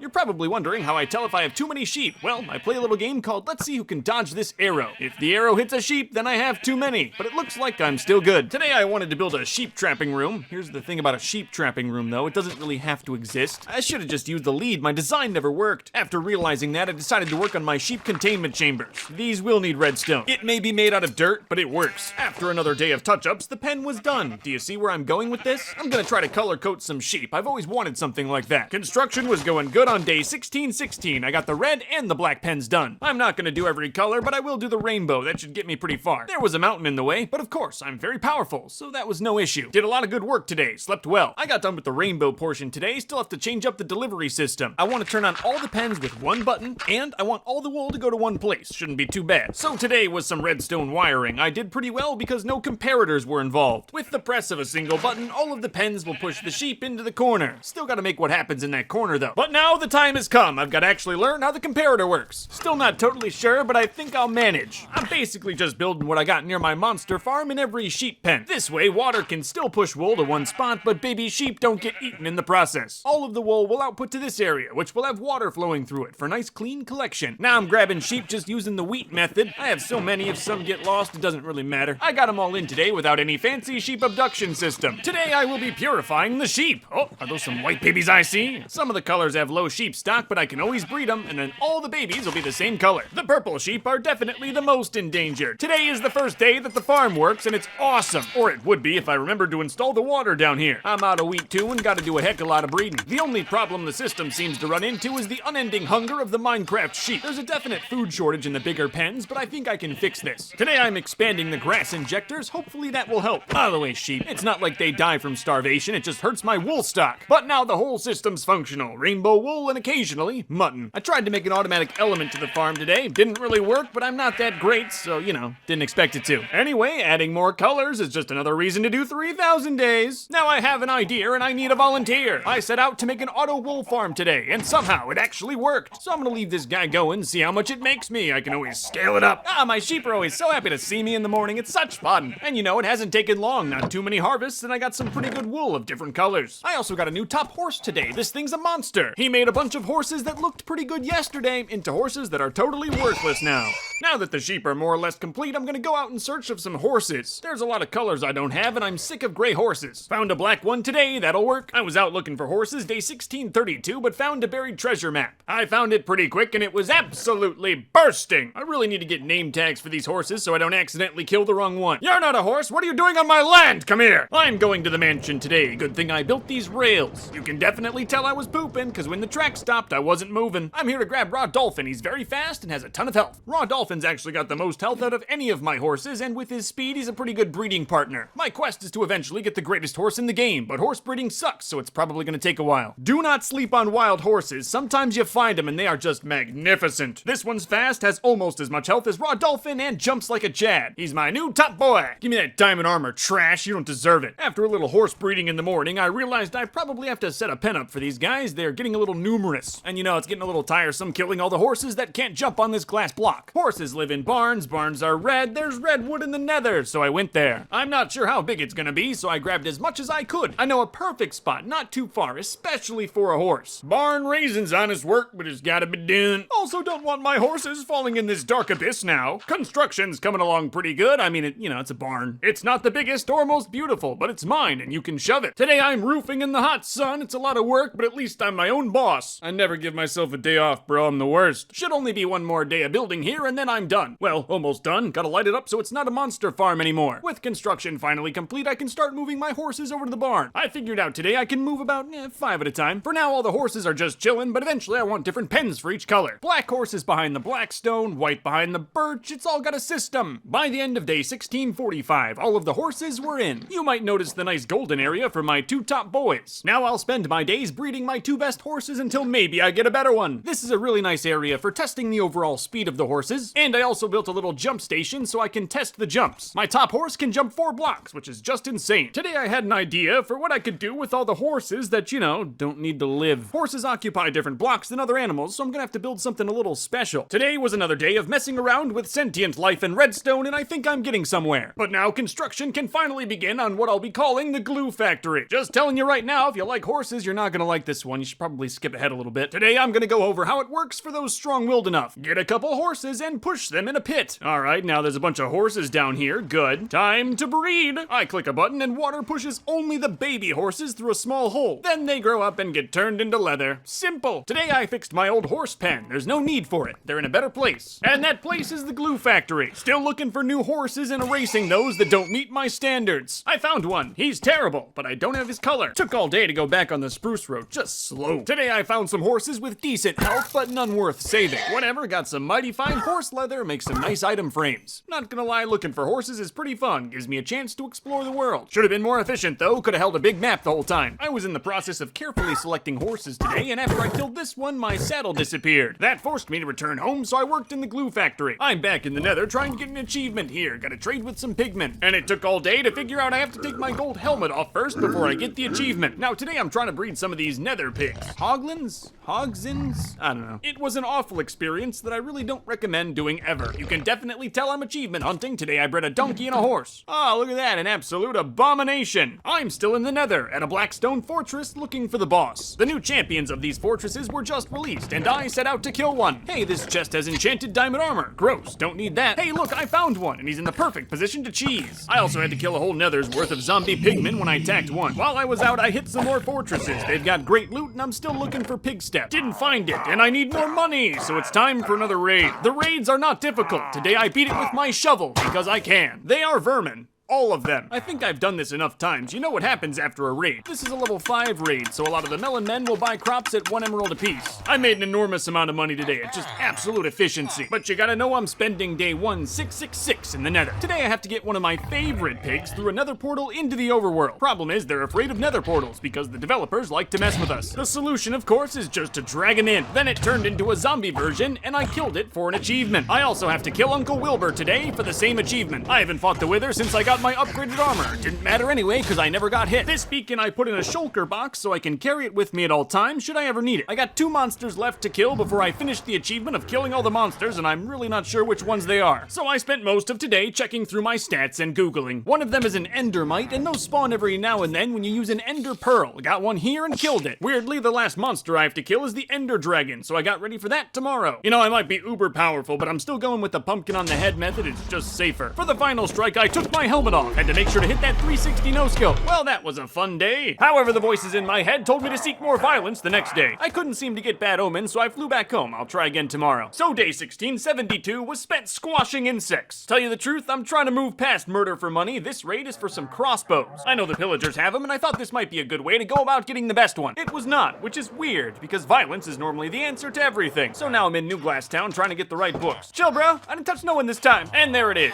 Piercing 4. I've got the best crossbow enchantment. This makes it shoot through multiple enemies, which also makes it banned in California. Of course, I am going after an achievement, but as you can see, today is just really messed up. The achievement is to kill 5 different monsters with 1 crossbow shot. Good thing I have a ton of dogs. The catch is they have to be 5 different creatures. I should have got it here, but the Mooshroom lived. Well, that's okay, Mr. Mooshroom. I like you the best. The gang's all back in for another try the next day. Let's see what happens. They all took damage, but still the sheep in the 4th position lived. Today I tried a different approach with baby animals and wasn't recording, which is probably a good thing. I'm still trying the next day though. Looks like you're gonna have to watch this. You know, the worst thing about this is every time you do it, it just makes such an awful sound.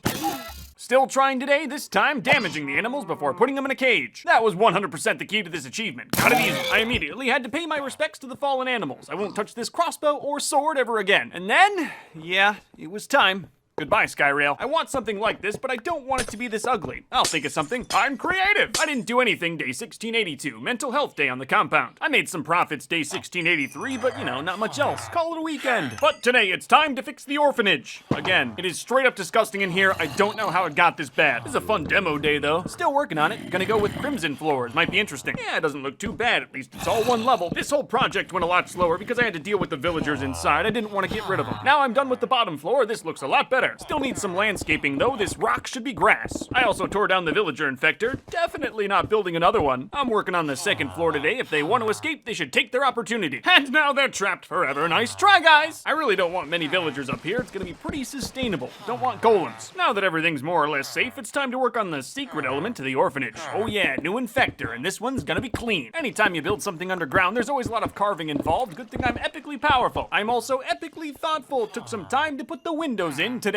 Now it's day 1690. Unfortunately, I'm not ready for breeding. Nah, before I do breeding, I have to set up a mysterious pit in my backyard. There's also more carving, but remember, this was a big job. Still out here digging day 1691, and I had to do it twice because the game crashed. But today it is functional, at least on the villager side of things. Now I just have to add on a zombie component, and it should be good. Of course, this just means more digging. I'm gonna repurpose the head factory to get zombies easy. Shouldn't be that hard of a fix. Day 1694, there was a lot of dirt digging and dirt placing. Good thing I have this conduit. It should work now, though. Like, in theory, it's done. I had to wait until nighttime to truly test it, so today I made a more accessible staircase for the villagers. Getting the villagers in is incredibly easy and safe. It's not perfect. I have to follow the zombie in or he'll despawn, but I can live with that. But at the end of the day, it works. Nice little pit for curing zombie villagers, and it's all underground. Grabbing another zombie the next night, no one knows why, because it's all underground. I'm wondering if I keep curing this farmer, if the prices will get better, and I'm trying that out today. The price didn't change when I cured him the 2nd time, but I could be doing something wrong. I figured I'd try again. I have so many golden apples. I gotta wait for the infection to cure though, so during the daytime I set up a new area for my bees. I've never been a bee expert, but this should work. For whatever reason, the villager trades got better with this round of antibiotics. So now that I've proven that theory, I want to take this as far as it'll go. By day 1699, 3 carrots equaled 1 emerald. Not bad. Should be perfect with 1 more infection. I'm glad I built this room. Now he's perfect. 1 carrot equals 1 emerald, and he's gonna live with the melon men. Now I'm gonna try 2 at once, see if that's even possible. Got 2 Fletchers here. By the sounds of those moans, it is possible, and I'm sure I can get many more. Oh yeah, this orphanage is gonna be so profitable. I mean,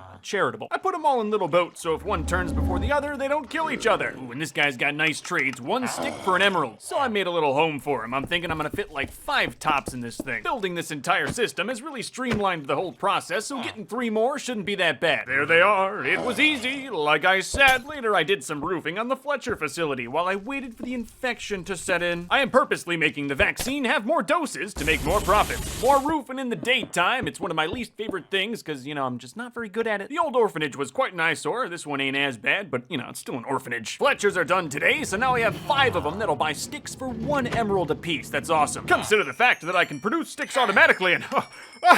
Oh, you gotta know I made stonks the next day. Melons, sticks, even flint. And you know, no one had to die. I mean, some people were infected, but no one died. It's getting to the point where I can pretty much do this every day, selling things for way less than they should be. It could always get better though, and I have quite the idea. But I have to wait for these villagers to age up before I can do anything. They are small and puny, and child labor is outlawed in these lands. One more day should do it. Most of today was spent AFK just looking at my land. Alright, got some stonemasons here. Hopefully I can get them to buy rocks for 1 emerald apiece. The game crashed hard though, so that day was pretty much deleted from history. I was working on the living quarters the next day when the game crashed again. My dad works at Minecraft though, and he was able to fix it, so I got some good work done today. 5 at once, bro, I'm going for it, I don't even care. That's probably why it kept crashing, but we'll never know for sure. I know it's a little confusing with all the crashes, but I'm finishing up the Stonecutter's base today. Please report if you are feeling fever or shaking before entering the compound. I made absolutely ludicrous profits the next day from all of my different villagers. But no, I can't spy you, Tenny, I'm kinda short. Day 1717, I'm working on some auto bamboo farm improvements to increase my overall profits. It needs bones though, so I farmed them ethically the next day. Now it's an auto super stick farm if I have the bones for it. Though I don't have many bones left, I wasted most of them on my auto kelp farm. Just more profits the next day, it was a good one. With all this expansion, the compound's looking quite the mess, so today I'm cleaning it up. Yeah, you might be sad to hear it, but today the farm will be no more. You know, I can't even remember the last time I farmed something here. I pretty much always use my auto farmer. I did the farm first because of all the old stuff, it's probably the thing I have the most attachment to. But after placing in a lot of dirt today, I've got a lot more land, which I'm happy with. And with that done, I can move on to the things that I care almost nothing for. Now it's trash day on the compound, there was quite a lot from the farm. For now, I decided to tear down my conduit. I was on the fence about it, but I can always rebuild. I love the map too, but on redstone and lapis, that's just ugly and poor and gross. I just realized how much of a nightmare this is going to be to reassemble. I put it together like a puzzle on the floor. It was actually kind of fun. The middle was obviously pretty easy to do, but the sides were another issue. This floor map's a great addition. I'm in love. Obviously, the room to go around the map is very lavish, but it still needs more trim work. Eventually, I want the whole basement to look this way, but I had to have a good starting point. And that's what I'm doing today, at least partly. Some more emerald walls. The treasure room definitely still needs it though. I also put up a new interior emerald wall that I really like the look of. Got it all gutted, gotta think of a design, but I don't want to go with emeralds. I really love the green terracotta design of the old front lawn, and I think I'm gonna go with something similar. Yeah, little green, little lime. I think this is gonna look nice. It does look nice. I need more lime cotta, better lights, but it's getting there. Oh, that looks miles better than cobblestone. Today was a day of planning and mathematics. I want to get perfect beacon coverage, and I mean perfect. They were all pretty close, just had to move the beacons a couple of blocks, and only 2 cats drowned in the process. There was a second day of moving beacons. These things have a lot more blocks than you might expect. This one kind of bumps into the orphanage, but like just barely, they won't even notice. This beacon encroached upon the library pretty bad, but now I have perfectly symmetrical beacon coverage. There is now a perfect 100 by 100 block area centered directly on my emerald tower that I basically can't die in. However, there is still more to do. You know, I don't really need a sugarcane farm. I can always make an industrial auto one. Wow.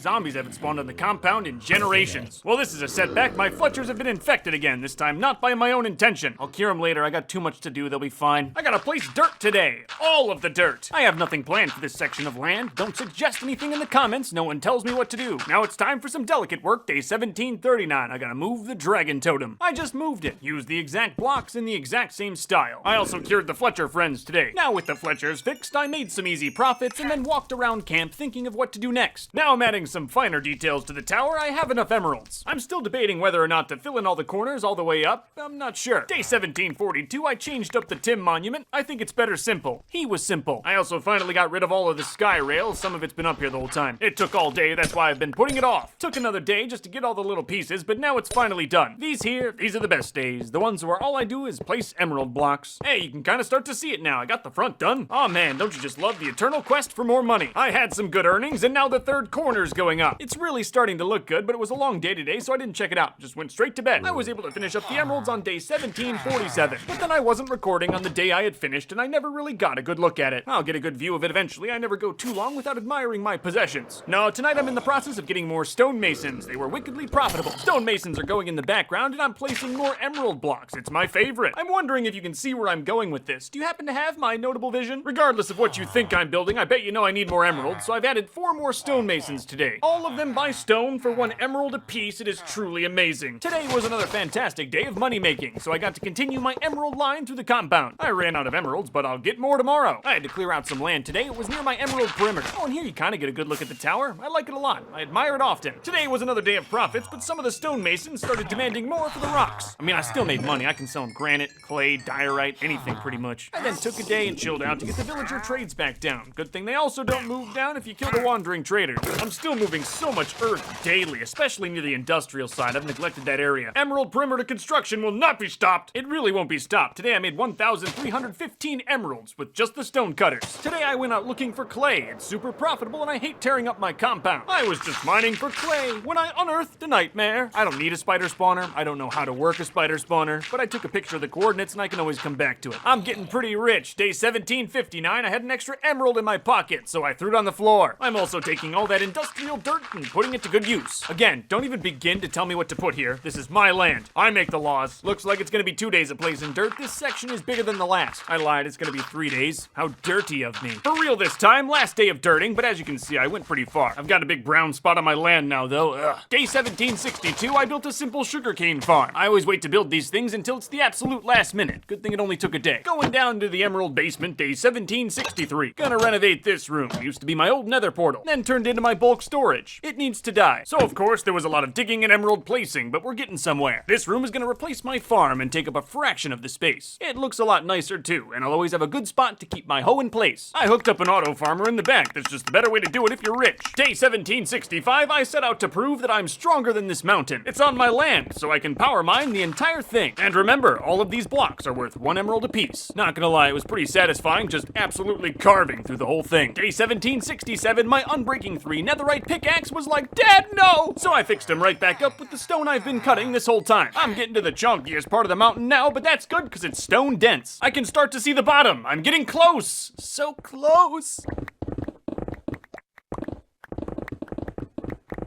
I've done it. The mountain is clear, at least to my emerald perimeter. I couldn't stop looking at it. So today I'm finishing up the emerald perimeter. If you haven't guessed by now, if I stand inside of it, I get perfect beacon coverage. I've always wanted a visual marker for where my uber powers lie, and now I have one. It's magnificent. It also looks pretty nice on the map. I'm thinking about framing it with blackstone. Finally, I'm getting rid of this thing. It was just such an eyesore, waste of redstone, powered rails. I made a big mess, but it only took a day. I can live with that. I had almost 200 enchanting levels, so today I decided to spend them on probably the best flint and steel in the game. Had to burn up some trees near the perimeter, thought I'd do it in style. I did some inventory today, there's a lot of stone, gotta see what I have. And after some quick math, I figured out that once all sold, these chests will be worth 18,000 emeralds. Yeah, it was quite a job just moving that stuff. Look at all that dirt that's just going to waste. But now it's time to sell it off, a mountain's worth of material. I couldn't even count how many emeralds I got today, and no one got hurt except the mountain. For once I have a plan for something in this space, but not on top. I want to put it under the ground. So yeah, looks like we're back to digging, isn't it fun? You know, it's been a while since I did any spelunking,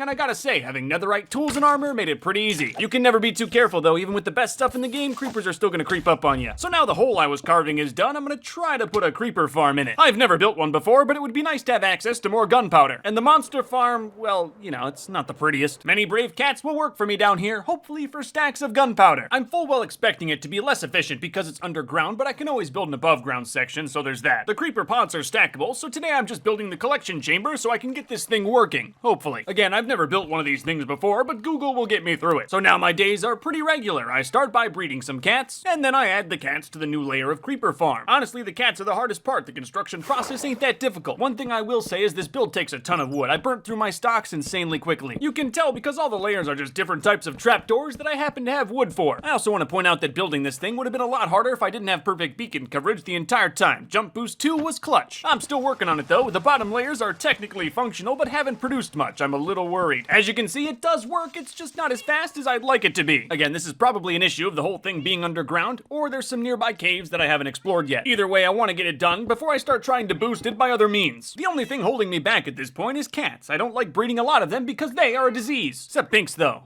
Binks is the man. I didn't want to breed him with the lowly peasant cats, but I need his help. I need more. Hello, little one. Your blood is royal. I thought I would have enough wood, but I totally ran out. Time for some more deforestation. You know, maybe if whenever I needed to clear trees, I actually chopped instead of burned, I'd have more wood, but whatever. I got enough wood to finish the spawner today. I have a netherite axe. What did you expect? You can tell the spawner's starting to get big by the number of meows you hear when you're near it. Or you could just look at it from this angle and you can definitely tell that it's very large. I'm getting close to the top though. A few more days, I should be done. Today I worked on the farm as well as cleaned up some of the imperfections infections on the side of the mountain. They were bothering me. And now the final layer is going in. After today, I'll be done. I'm still gonna have to spend some time cleaning it all up because I still want it completely underground. I had to move ladders, build some tunnels. There was still a good amount of work. Oh yeah, still gotta breed some discount Binkses. It needs cats. I wasn't recording for most of day 1795. As you can tell, the breeding never stopped. The creeper farm's finished. It was on the previous day, which I wasn't recording. But today, I'm going into the caves to light them all up. There were a surprising amount of caves, even a zombie spawner, which of course is gonna hurt my efficiency. And now that I think about it, there's also a lot of land I have to torch up to really make this creeper farm work well. I wanted to hit the caves first, though. Some of them I got beacon powers in, and that's just fun. This has me looking forward to the Caves and Cliffs update that's coming out soon. Of course, you know me playing that in 3,000 days. Well, I've been in the ground for 3 days, but it's been very productive. Got tons of stuff lit up. I also got the last of Binks' family in, so now the creeper farm is complete. Totally underground and totally notable. So now I'm lighting up the above ground section to give myself even better creeper spawns. Lit up land is also nicer to look at, especially at night, so it serves two purposes. Today's gonna be kind of a sad day. I'm gonna dismantle this monster farm. For now, I'm just putting torches in it, so nothing spawns here. I'm not gonna destroy the whole thing. Cause hey, if the creeper farm doesn't work out, at least I can always use this thing, but not if I tear it down. And look at that, it seems to be working, and pretty well. That's auto gunpowder for you. I try not to AFK in this series, but I took the rest of the day off to check on my creeper farm's production and also a break for myself. But hey, I got a rack and a half, not bad. Day 1802, I tore down the walls of oppression and put up more walls of oppression. But these are brick. I bought them with money, so they're better. During wall construction, had to move the old aquarium and didn't waste much time. I'm gonna miss my pufferfish, but it's so hard to keep them alive when you don't feed them. I'm almost done walling now, but I like walling, so you know, these are some of the best days. Now my land is more of a square, but there's still a lot of work to do down there. Like lighting, can't have creepers creeping me, even though they wouldn't kill me anyway. I'd like to make it so nothing could ever physically spawn here ever again. That'd be nice. You can do it with birthday candles, but I'm a rich man, I can afford glowstone. Placing more glowstone the next day on my chunks and chunks of property. But then I ran out and my guy doesn't sell me nearly enough. So I went to the nether and farmed up some glowstone. I'm an independent woman and don't need no man. Now I have enough glowstone to finish up my estate. My property value is already increasing. And now I'm done, at least with that, because you're never really done. Oh, it looks great, and I'm pretty sure nothing will spawn here. Not that that matters, I'm always strapped. Just a few more lanterns to make sure, though. You can never be too careful. Life is fragile. Yes, creepers.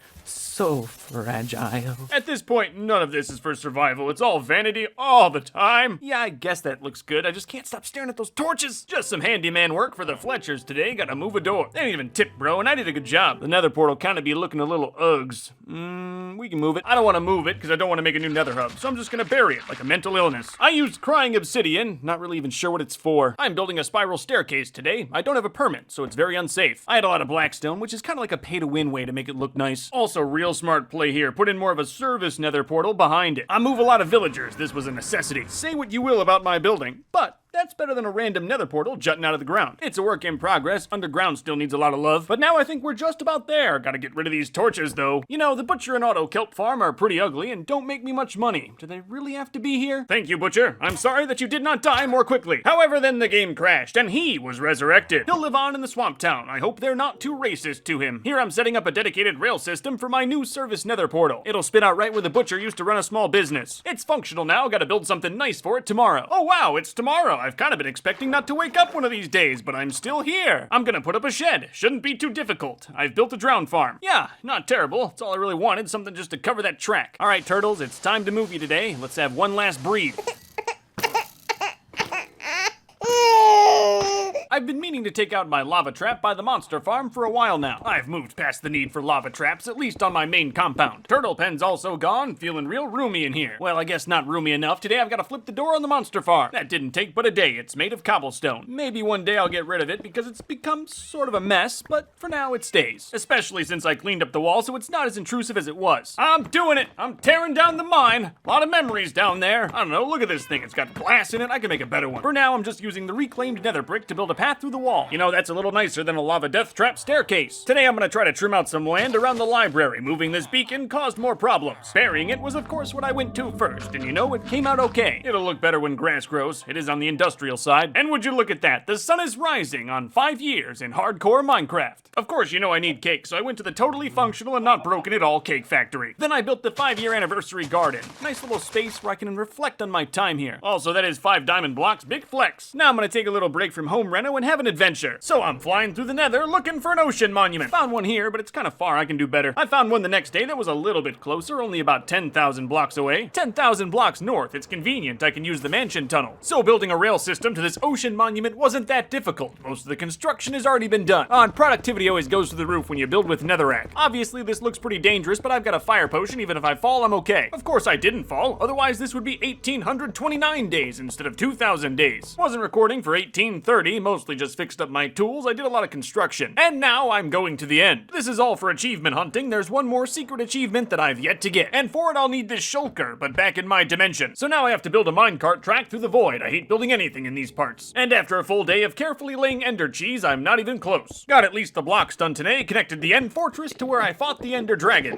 I say today like I'm not in a timeless void. Now it's time to place the rails. There's about 2,000 of them. Hopefully I don't have to make another iron farm. The ender people sort of got in the way, but I tried to just work around them. Alright, rails are done, just gotta ride it to make sure it's perfect. It was, didn't miss a rail. So now as you can see, I'm trying my best to get a shulker to ride this rail, but they're a little slippery. I never once thought that getting a shulker back to my land would be easy, but I never thought it would be this difficult. I'm just telling you right now, getting a shulker in that portal was sort of a struggle, but you might find it entertaining. Take two, and it seems that I've picked up an enderman, got the shulker in the portal, and I'm really not sure what to do next. I wasn't recording, and it didn't work. Did you expect it to? So getting the shulker into the portal isn't the hard part, it's getting them to pass over into the next dimension. I was fairly certain I did everything right today, and the shulker looked like he went through the portal, but of course he didn't spawn on the other end. Kinda strange. What's disheartening is that's only step one. Like, there's so many other areas this could go wrong. At least I had fun riding the rails a bunch. Thanks, Iron Golems. Getting the shulkers is probably the easiest part, so long as you have a 2,000 block long minecart track. It's this part that's hanging me up. I took dumb physics, not AP. By this point, I had watched quite a lot of Minecraft tutorials on how to do this, and my patience was running thin. This time, I was pushing him in with a piston, and it was pissing me off. There should be, like, 3 of them right here. I don't know what's up. They could be underground, though, so I'm gonna have to explore this whole cave system. Ooh, emeralds. I thought I heard shulkers, but they were so quiet, it could have just been my insanity. Oh, hey, look at that. One spawned, like, right outside my front door. Probably should have checked there first. First thing I did is made a whole set of diamond armor without thorns. Don't want this guy killing himself on me. I had librarians and a ton of levels, so it's a perfect new set of diamond armor, just without thorns. Now that he won't kill himself because I'm too powerful, it's time to put the shulker in the nether. And on my first attempt, I gotta say it looked promising. Not a perfect placement, but I can work with this. I was being extra cautious, made sure that this part should work. And when he went in the boat easy like that, I was feeling real hopeful. Here, I'm just trying to get him in the minecart. He got in, but went the wrong way. So now the shulker's stuck on the other end of the nether, and I can't get him out of his cart. I really tried too. There's a lot of work in that guy. Good news is there's another in my basement. Bad news is he's on my map. He may have just desecrated the sanctity of my home, but he's part of the last achievement I needed. This time I couldn't even find him. Couldn't hear him, couldn't see him, no shulker. And while trying to get another day 1848, nothing really seemed to go my way. This shulker had an ender hobo, and I carefully disposed of it. But then I think I nudged the boat into the direction of the void. Some say he's still falling. Can we get an F in the chat? Somehow it looks like it's actually gonna work. Day 1850, I've got a shulker. Got the shulker, and this might sound crazy, but I think I'm gonna take him through the overworld. Though I should have known, traveling 10,000 blocks with a shulker in my boat was gonna be difficult. I could hardly get out of my compound. Though by nightfall, I was on the open sea, as hopeful as I had been. Most of the journey is over ocean, and it's really not bad. Of course, you're never gonna get a clean stretch of water wherever you have to go, so I had to make some adjustments. And it's just so easy to navigate when you're constantly getting shot up in the air. By day 1854, though, we were on our way. A couple thousand blocks to go. I was glad sleeping in the dirt gets old fast. Sadly, during canal construction, I was pushed into a corner and my shulker died. What a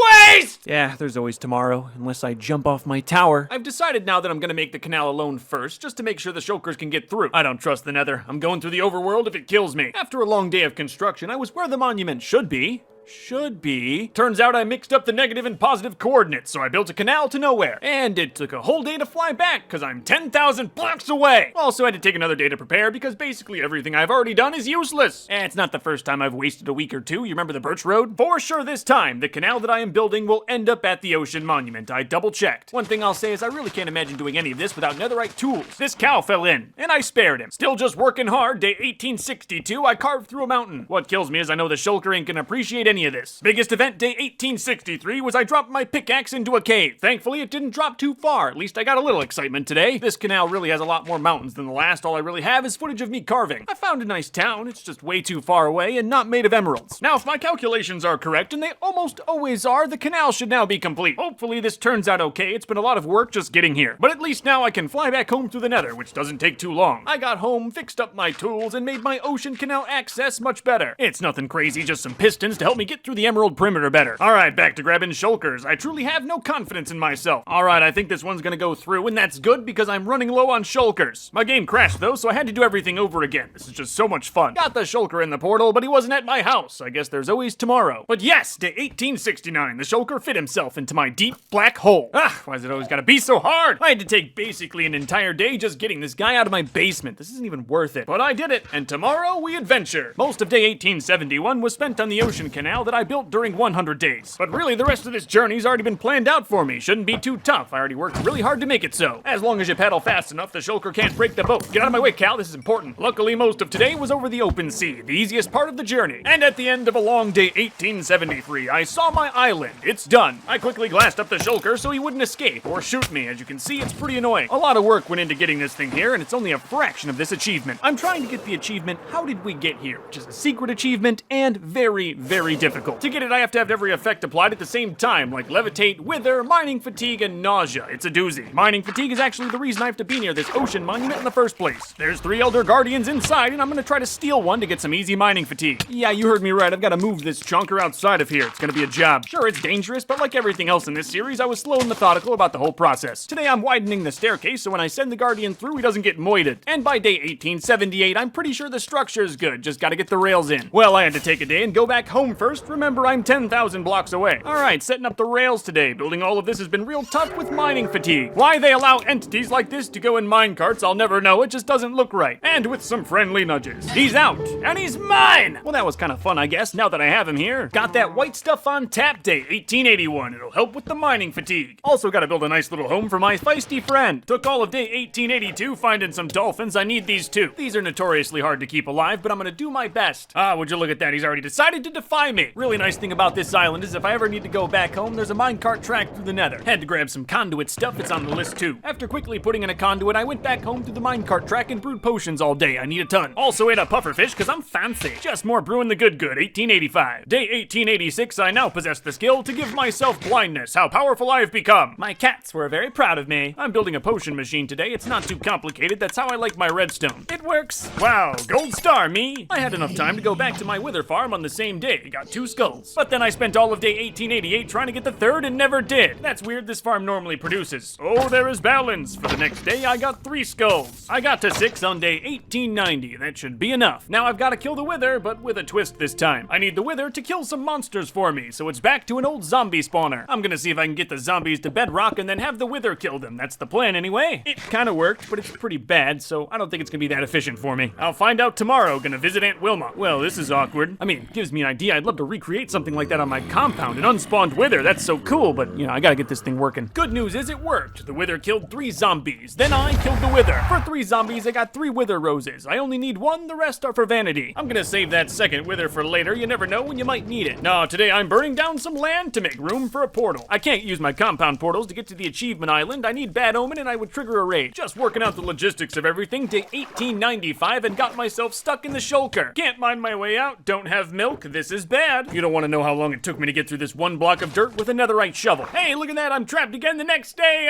Come on. Just gotta work hard and break through this glass ceiling. What was very dumb of me was to put a spruce trapdoor above my shulker and he exited the box. What makes things worse is the next day he used his freedom to take himself out. You can see I kind of just stand there contemplating all the work that I just made for myself. Yeah, work's real fun when you gotta pump that white stuff every minute. Back in the end for another shulker. Hope he doesn't die like the last one. You know, my dude came in clutch. He spawned above ground. That's nice. Tell you the truth, I don't know how many more times I can do this. I'm running out of shulkers. Getting there shouldn't be too bad. It's just sort of a chore, you know? 10,000 blocks. Anyway, today there's a lot of footage of me rowing. Yeah. That's about it. Day 1900, I awoke in a village and realized that my shulker was gone. You know, I wanted to start this achievement early. I've only got 100 days left. I hope that's enough. I got a new shulker the next morning. I'm pretty sure he's the last one. I wanted to leave as soon as possible, but had to piston him out first. And by nighttime, I had him back on the road, or the sea. Of course, the shulker didn't help paddle at all. I was feeling pretty good about today. Made it back to the town where he glitched at the last time. Oh, I have to sleep. Please don't despawn. Hey, would you look at that? We all still exist. You know, people would watch this forever if you put some lo-fi jams to it and said it was Japan. It was another long night of paddling, hopefully for the last time. Shulker, you've been conquered a second time. How do you feel? Your cage is looking pretty nice. Oh, darn, mining fatigue. Time to go get some milk from I don't know what happened, and that's what you should always tell the police. I quickly supplied another. 4 cows are an item. The dolphin is becoming probably the worst issue. Not as bad as the shulker, but close. It's just very hard to keep them in captivity. They'd literally rather die. Trouble is, I need to keep him close to the shulker so I can get Dolphin's grace from him. It's kind of a mess. Got him in, went to bed, and the next morning he was already gone. Maybe setting up a beacon will brighten my day. Definitely makes the mining fatigue better. Yeah, it feels good to have beacon powers again, and I can almost sort of mine. Got another, and it's not immediately drowning itself. This is a win. Now I have to build some sort of contraption to get all these effects at the same time, and I know it's gonna go great. No issues whatsoever. It's kind of a mess, but I doubt you can get all of these potion effects cleanly. I'm very nervous about this whole thing, really I am. Now I'm back home, want to make some potions of healing for my shulker. I'm worried about him. I healed him up good, and he thanked me by trying to kill me. By this point, I'm fairly certain I have everything. I'm pretty sure I could get this achievement. For now, I'm gonna sleep on it. I've got 90 more days, no need to rush. Because sometimes when you rush, you end up dead. There's still plenty to do as well, like taking out the rest of the ocean monument. That's why I've got this moosh room. This time I went with a different approach. I set up a conduit right outside the monument. Easiest monument I've ever done by far. I'm always doing it this way now. I killed the guardians and got the gold, but I'm really down here for them sea lanterns. They're my favorite lights in the game by far, and I want them on my land. Day 1913, I did a buried treasure map that was only one block under the sand. Nice loot too, had a heart of the sea. Then I did some more ocean exploring to put off how did we get here. Almost done, day 1914, I had to get the lanterns outside the front door. This will be a little tough. I just took my time, was a full day worth 8 lanterns, I think so. There was a nearby ocean monument, so I swiftly set up a conduit outside, and I pretty much cleared the entire thing in a day. This is definitely the best method.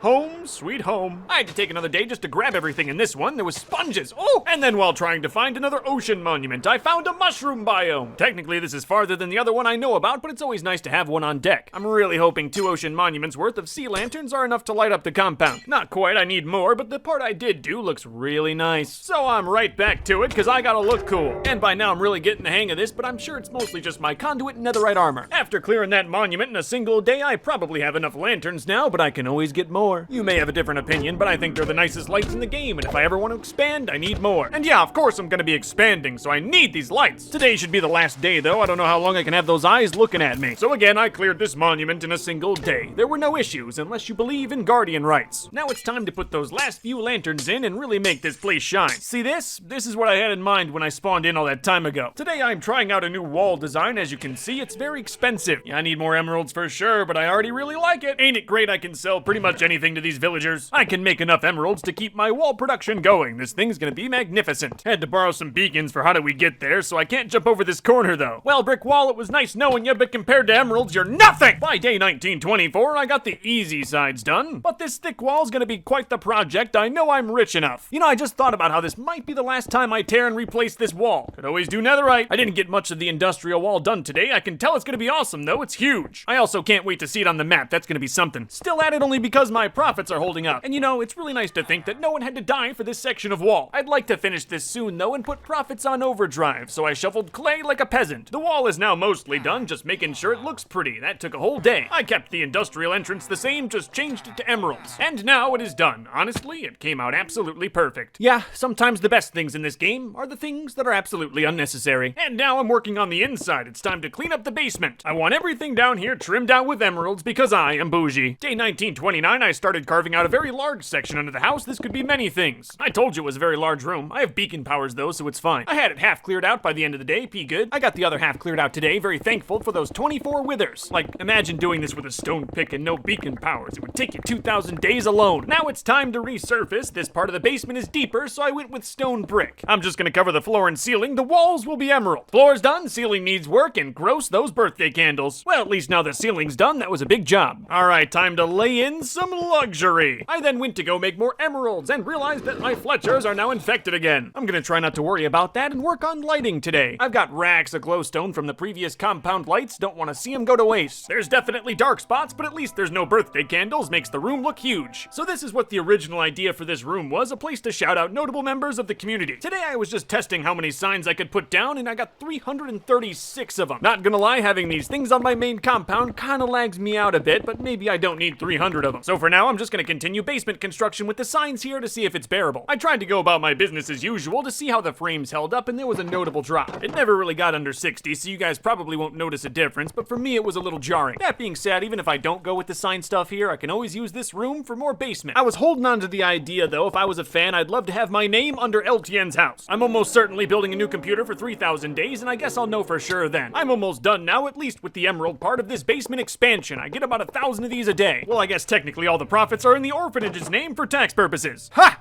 Taxes. If those were a thing, my people wouldn't be living in squalor. Alright, walls are done. Looking good. Still laggy though. You know, it could really use some ceiling lights. Nothing spawns down here. It would just look better. I put in some carpet to hide the floor lights a little better. It looks okay. I really gotta thank my sheep. I need some different colored carpets, and these guys help out a ton. Today I needed some cactuses, and I happen to know a pretty ugly wall of cactuses that I can take down. These never served any protective function. If anything, they only ever poked my horse. I think today I'm gonna finally finish the room for the notable names. Again, I'm really not sure if I'm actually gonna put people's names down here. It's already fairly laggy, and with more names, it'll probably get worse. But at the end of the day, this is still a nice room that I can transform into any number of things. So now I'm back to trimming out the Emerald Wall Day 1944. It's probably one of my favorite additions to the camp so far. I kinda just gave it more of a castle-y vibe, but with emeralds. I also want to put a front gate on the wall, which I've never had. I've always just been able to jump over it. It's not done because it needs more emeralds, but it's functional. Look at that. I don't know, maybe I'll keep this granite and dirt design that looks pretty nice. It's finished day 1947, a working emerald piston door. But now I'm realizing my front gate has some disgusting dirty animals in front of it. Oh well, I'll deal with them later. Some of the animals will end up in my house like the zombies and creepers, and the others will surely die. The first animal I tried to put into my house was a cow, and I lost several. That's okay, that provided me with some good decoration. I decided to work on a chicken room for today. It was a lot easier to get him in here with eggs. I also have a lot of pigs. I could lose about 2 or 3 families worth. For whatever reason, the pig went in super easy. I don't know why. Wasn't recording for day 1952. I got the cow in, now I'm working on the sheep. I put in a nice little rainbow carpet from Sheep City. I think it looks good. I've only got 1 llama. I'm gonna try not to mess this up. Not really sure what happened here. I'm not sure that fall should have killed him. Instead, I'll use one of the zombie Fletchers. This one spawned with some gold armor. In order to get his massive head up the ladder, I had to break every bit of floor I had. I think he's worth it, and now I won't feel bad about killing all his friends. Yeah, didn't feel bad burning them alive. Their disease is ruining my economy. 6 blocks, bro.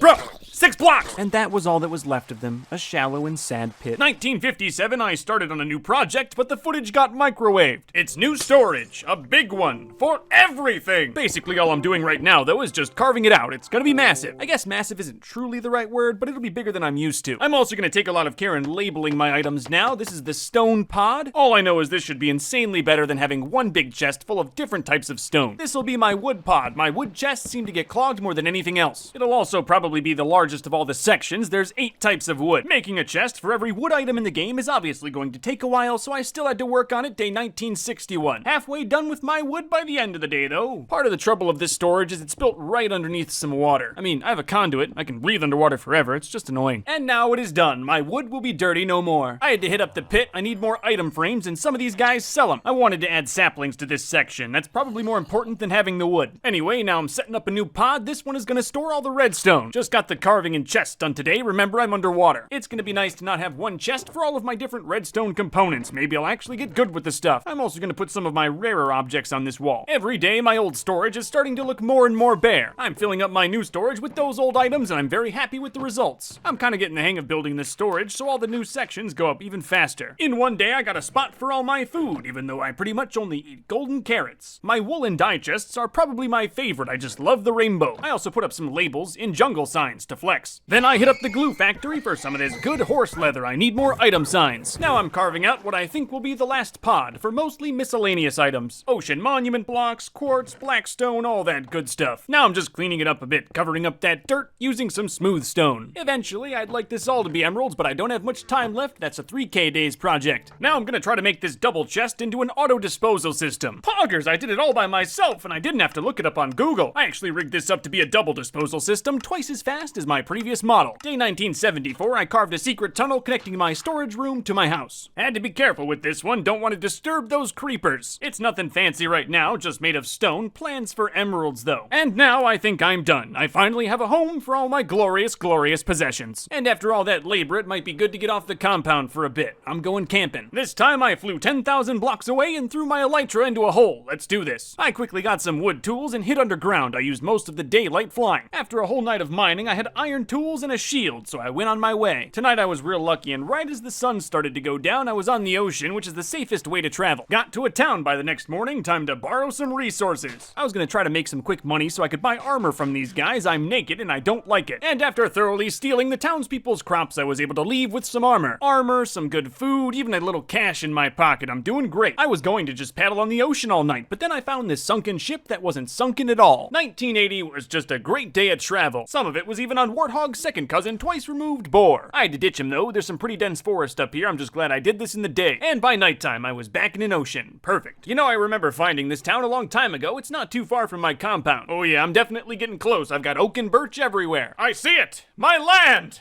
My land! Still took about 2 more minutes of running through forest. Shows you how tall my tower is. The first thing I did was put my adventure sword up on the wall. Then I put on my good gear and ate some golden carrots. I cherish them now. Well, that was definitely fun and I feel alive again. But now it's back to my triple bed lined with elytras above the clouds. I've been putting something off for a while. I guess today's a fine day. I made the best of it. Yeah, but then the game crashed and they all came back. Went to euthanize the last sheep and didn't realize I was out of ammo. Well, sheep, it's your lucky day. Enjoy your freedom. You know, I've also been meaning to put my old storage to death as well. I decided to reuse the rainbow carpet in my new storage. It felt right. Then I continued working on my storage, installing glass walls instead of stone. And yeah, still more carving. It's messy building underwater. New storage is looking good though. That's a lot of chests and I love that you can see them all. I didn't even feel bad about fully decommissioning the old storage. Day 1985, it was really gone forever. I'm covering it up with dirt and putting in the sea lanterns made it truly official. Now it's time to spruce the land up and I want to use blue orchids, so I made a machine for getting them. Before, these flowers were just kind of everywhere. Now I want them to have a purpose. I don't really think this is too many, is it? Now I'm trimming up this uneven dirt with a little bit of quartz to give it some flair. There's some uneven land on the inner wall, and I think this is a good fix. I really like how it turned out. It looks good with the sea lanterns. I also got my 6 double chests of totems a little more neat. Then I walked around the inner wall trying to find any little more things to fix. There's a lot of work yet to do on the outside of the emerald wall, but I'll get there. But you gotta start somewhere, so today I got rid of a lot of old garbage around camp. You know, I've kind of been getting rid of and fixing old garbage for a while now. I just can't stop building old garbage. It's totally paying off. The map is looking good. Day 1992, I went to How Did We Get Here Island to check to make sure everything was fine. I also had a treasure map that I've been meaning to hit for a while, and it was a great one. And now I'm back home. Thanks, rail system. Today I made a different underground home for my bees. I'm tired of seeing the smoke every day. I'd like to leave the top open so the bees can flutter around my world. That's a nice effect. I also spent some time labeling things around camp for the world tour, which is definitely happening. I also labeled my nether hub. This isn't for me, it's for you. Oh, it's finally time to get rid of the diorite in the treasure room. Gotta tell you, I was very careful trimming up those creepers. Don't want to lose Taurus or Elbaton. Release me, villain, from this glass prison. I got him encased in emeralds. That was some delicate work. I was just shy of enough emeralds, so I couldn't finish it today. Got the emeralds easy the next day. Big shout out to my villagers. And now the treasure room actually kind of looks like a treasure room. I like it. I guess my basement disposal system isn't trimmed out with emeralds, but it is a disposal system. All right, time to set up. How did we get here? I'm sufficiently nervous. I just need to make sure no towns are in the way to my portal. I need bad omen, can't waste it. Everything should be good. Tried to watch the sunset and chill out a bit. Also took some nice screenshots. Oh, hopefully I get the last achievement in the game on day 2000, but it's a biggin', so I gotta start on 1998. The first thing that needs to be done is a raid, and I gotta say, doing it with the compound fixed up was nice. And this was a level 1 raid, so I wasted these pillagers. So then with Hero of the Village, I got Bad Omen again. Now it's the last day. I was running through all of my checks when I realized that the dolphin had died. See, this is why I was panicking. Now I have to corral a dolphin on the spot. For now, I just have to tie him up. Please don't die. I then spent a surprising amount of time trying to get my hunger bar to go down. Originally, I wanted to attempt this achievement on day 2000, but with all the setbacks and limited dolphin life, I just gotta go now. The dolphin worked fine, but when I was hit by the shulker, I was pushed into the Wither Rose. I struggled for a while to try to get out of the current, and now the dolphin is no longer working. It was incredibly hard to tell how many effects I had on my screen, and in the end, it was the dolphin who wronged me. Oh, I got him back, don't you worry. Well, I failed the hardest achievement in the game. At least this means there's gonna be 3,000 days. Because now I'm watching the sun rise on day 2000. Despite the ending not going how I thought it would, I've done a lot in these 2,000 days. And of course, I'd like to do more because I am still alive. I'm here. Day 2001. It had been quite a long time since I'd set foot in this world. I mostly just took it all in. There's 1,000 more days in this video. So much more time for work. You hear that, villagers? More unpaid labor. I'll be honest with you all. I'm recording this part last. For you, it's the beginning, but for me, it's the end. No, I'm not gonna jump off the tower. That's not what I mean. Not yet, anyway. Before I recorded the first day of this video, I wanted to record the rest of it, to truly show myself how much has changed. Oh, a lot has changed. It's 1,000 days at better, and I can't wait for you to see it all. So grab some snacks and get comfy. It's a long, notable video, and I doubt many of you have a bread dispenser nearby. Day 2002, my very first order of business was trying to remember where I used to brew potions. Legitimately, I could not remember, so I went to the Nether to kill blazes to start all over. Halfway through, I remembered. Of course it was in the house, you dummy. I brewed a bunch of anti-fire potions for safety. It's a long video, I'll probably need them. I took a break from this world to wait for the 1.19 update, which overhauled the caves in the game. So now I gotta get a new mine. Here should work. Don't dig straight down unless you're me. I came prepared. I have played on these new Deep Slate caves before, just never on this world, and I do gotta say they're a great update to the game. Ah! A baby zombie in a cave! Whatever shall I do? I'm doomed! I've got perfect armor on, I can hug a creeper and only take half a heart. I'm really just down here for adventure's sake, it's not like I need diamonds. However, regardless, I stayed down in the caves until I ran out of torches. Now that I've got some of those Deep Slate blocks, I can work on building a proper mine entrance. Of course, it'll be Deep Slate themed. It's a nice block. Beats cobblestone. I layered in some different ores that I found down there. Like I said, I don't really need them. I likely won't do that much mining anyway, but hey, at least my entrance looks cool. Here's why when you dig straight down, you always want to have a fire potion. I was digging out the elevator and found some diamonds. That's gotta be a good sign. That first shaft goes all the way to bedrock, but I built a second one that goes about midway down. That's where all the action is. I think it all turned out very nice, and it fits in the storage perfectly. 2008, I was back in the caves with way more torches, just trying to light it all up. Hey, creepers. Sup? I don't know what this is, or what I use it for, but I don't have it, and that makes me want it. The caves are quite massive. If anything, I should be flying around here. 2009, I found some caves that were shallow enough to give me access to my beacon powers, and this is just so much fun. I move and mine faster, jump higher, I'm essentially unkillable. I'm getting to the point where most of this cave system is already lit up. I was a little sad I didn't find more copper. Found more diamonds than copper, actually. Now, the reason is copper generally spawns in the shallow caves more frequently. However, my world's very old. I'll probably have to do a journey to get copper. Kind of annoying, but I'm also powerful. It shouldn't be too bad. I've had my fun. I'm done in the caves, and that monster farm's looking at me. I decommissioned it a while back, and I think it's time that it just goes. I really only ever used this thing to get XP and gunpowder, and now I have better ways to get both of those. So I'm tearing the whole thing down. Maybe one day I'll use these blocks for a new farm. It's funny, I built this thing at the start of 2,000 days, and now I'm tearing it down at the start of 3,000 days. I don't know what I'm gonna do about all these homeless cats, but hey, at least I'm almost done. Don't worry, I will not kill them. Yet. I care! The only reason I'm not using TNT is it would kill all these cats. And I know full well if I started this video off by killing cats, I'd lose a bunch of you. So I've gotta wait till later. Get out of the way. Come on, get out of the way. Psst.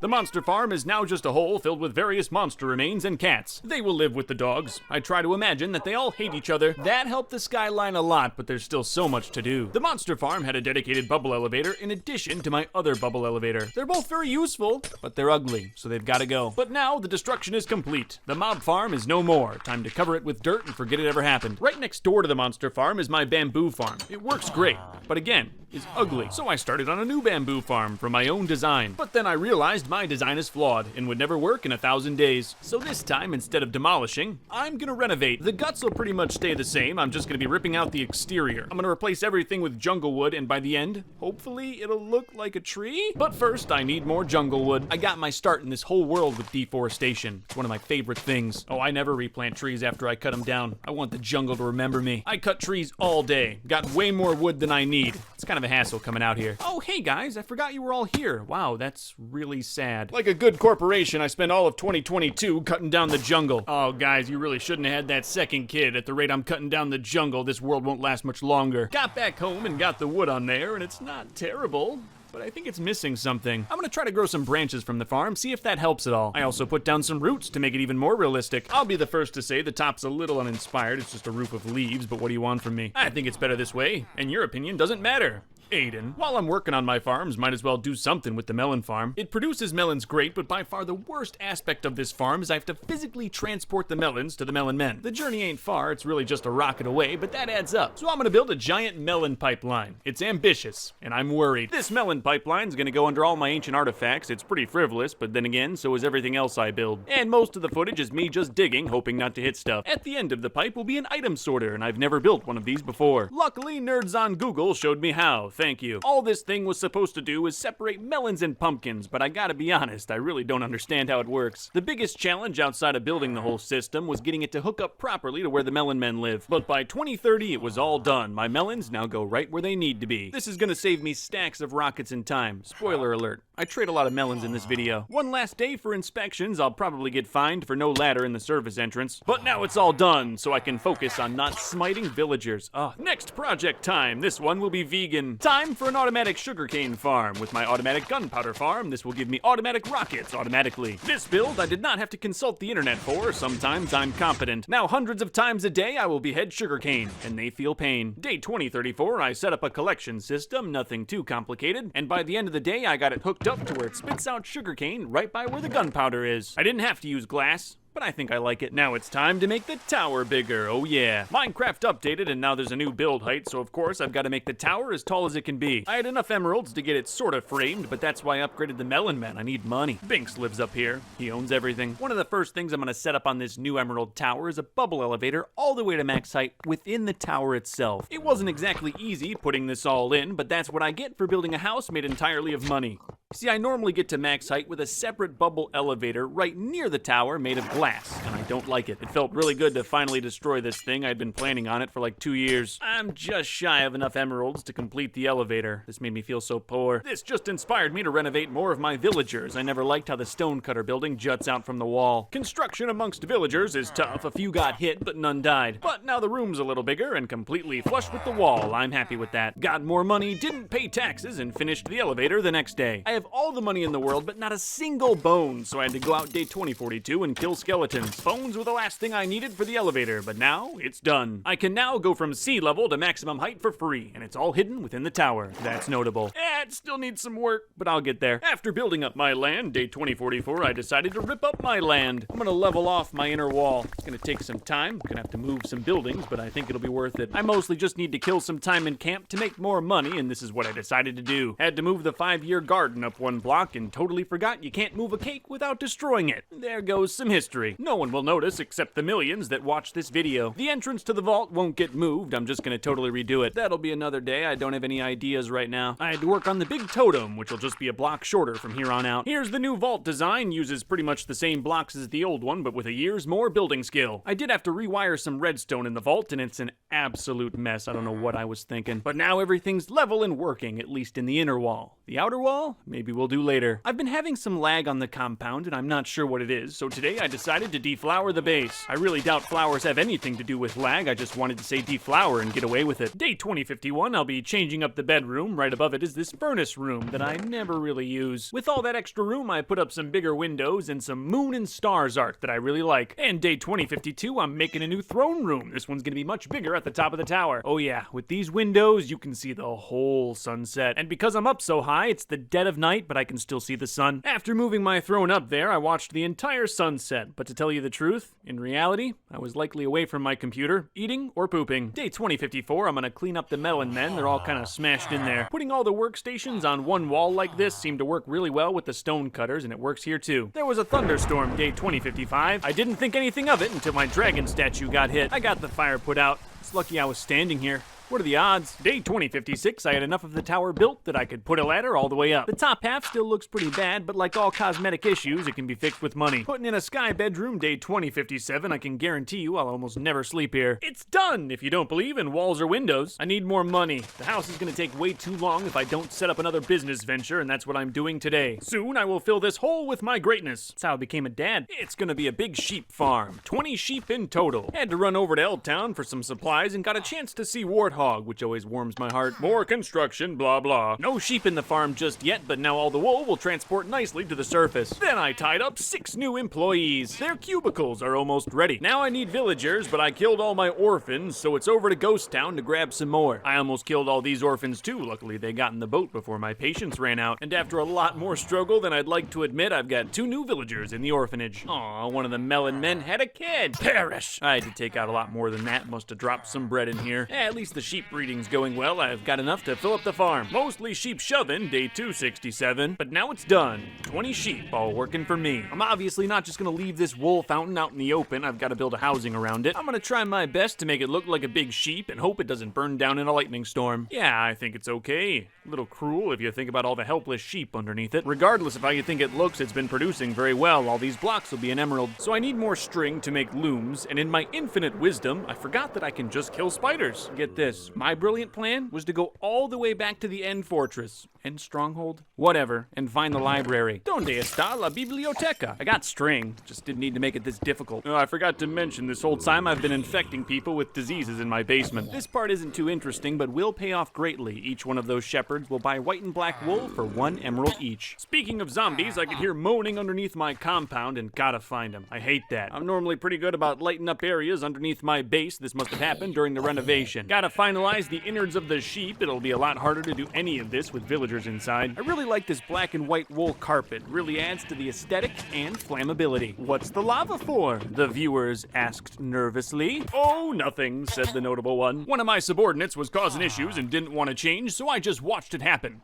That worked. Shepherds are finally going in. This is a great day for capitalism. The profits are kind of amazing. I just pick up some wool out of this chest and sell it to the guys. It's awesome. I was working on infecting more, but killed the zombie that was supposed to do the dirty work tonight. Last shepherd's right here, bringing my total up to 6 and about 400 free emeralds per day. I was away all day 2079. I don't know why. I didn't write it down, so we'll probably never know. Yeah, that's it. That's the day. Next one. My next big project is taking all of the stone in this quadrant of the compound and turning it into grass. It's not exactly a very interesting adventure, but will look good in the end. I've got a lot of big plans for the compound. All those torches on the ground need to go too. Monsters started spawning because I broke so many of them.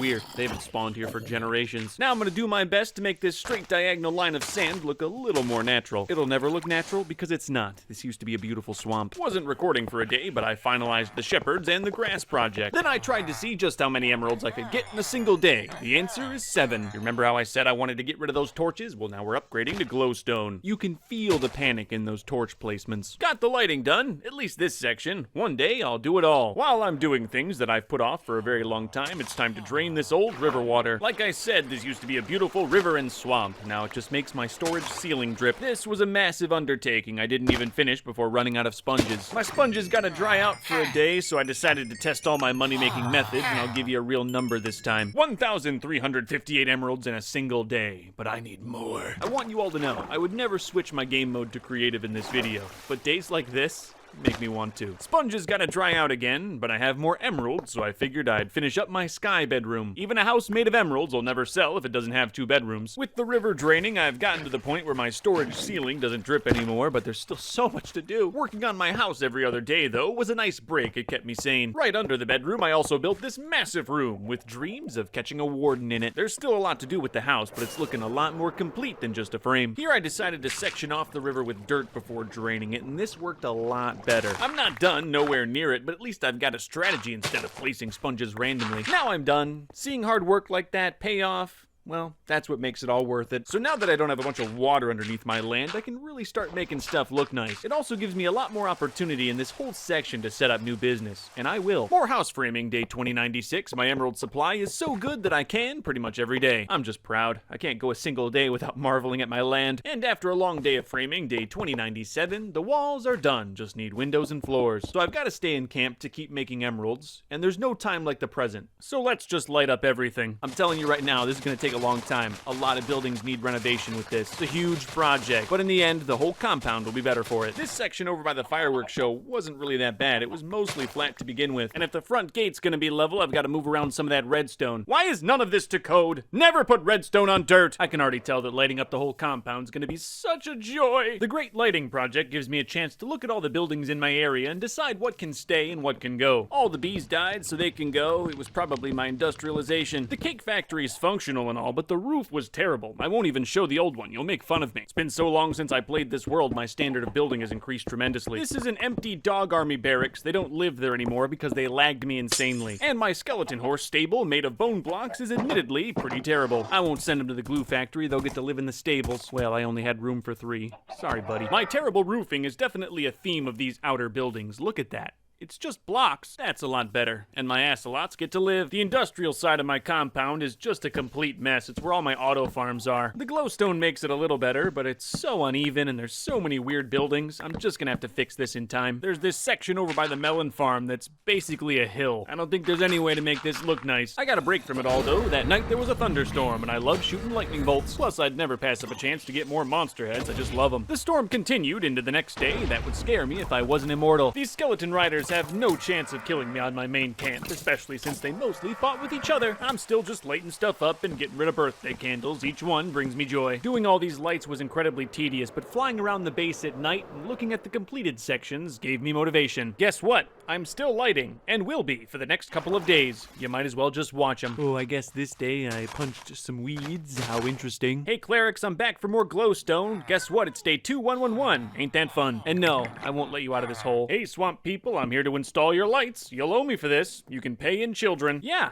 so I'm pretty much done with the lights. Day 2113, I just flew around to see if there were any that I missed. Hardcore Minecraft is about vanity. This is proof. Time for the next project. I'm gonna be burying the beacons. If you bury a beacon all the way at bedrock, you'll get the powers from bedrock to the sky. In reality, I should have done this a long time ago, but with the new cave update, it was the perfect time. Basically, if I bury my beacons, I'll get my insane immortal powers in any of the caves beneath my compound, making exploring a lot better. It's not a hard job, just requires a lot of digging. I've already got the beacon placements down, just need to make a hole. Yeah, so that's basically what it looks like. I'll make it prettier in time for sure, but for now I'm just getting them buried. Each one takes about 2 days and there's 3 more to do, so I'll see you in a week. There were no complications of any sort. I tried to do them all with daylight shining down the hole for maximum safety. I know it's not recommended to dig straight down, but when you're as strong as me, you don't have to listen to the normies. Yeah, this beacon here was better off buried. It was clipping into the orphanage. I had a little fun with the last beacon and used some TNT to dig out the hole. By 2121, all the beacons were done. Now you might notice that there's no light shining, and I think that's because the beacon's too far down. I still get the powers. There's no change there, just no light. I saw a noticeable increase in my frames per second, so I'm okay with it. I'll take better performance. I did more testing today, and from what I can tell, I'm getting anywhere from 10 to 30 more FPS without the beams rendered. I can get the beams to show up for pictures and such, but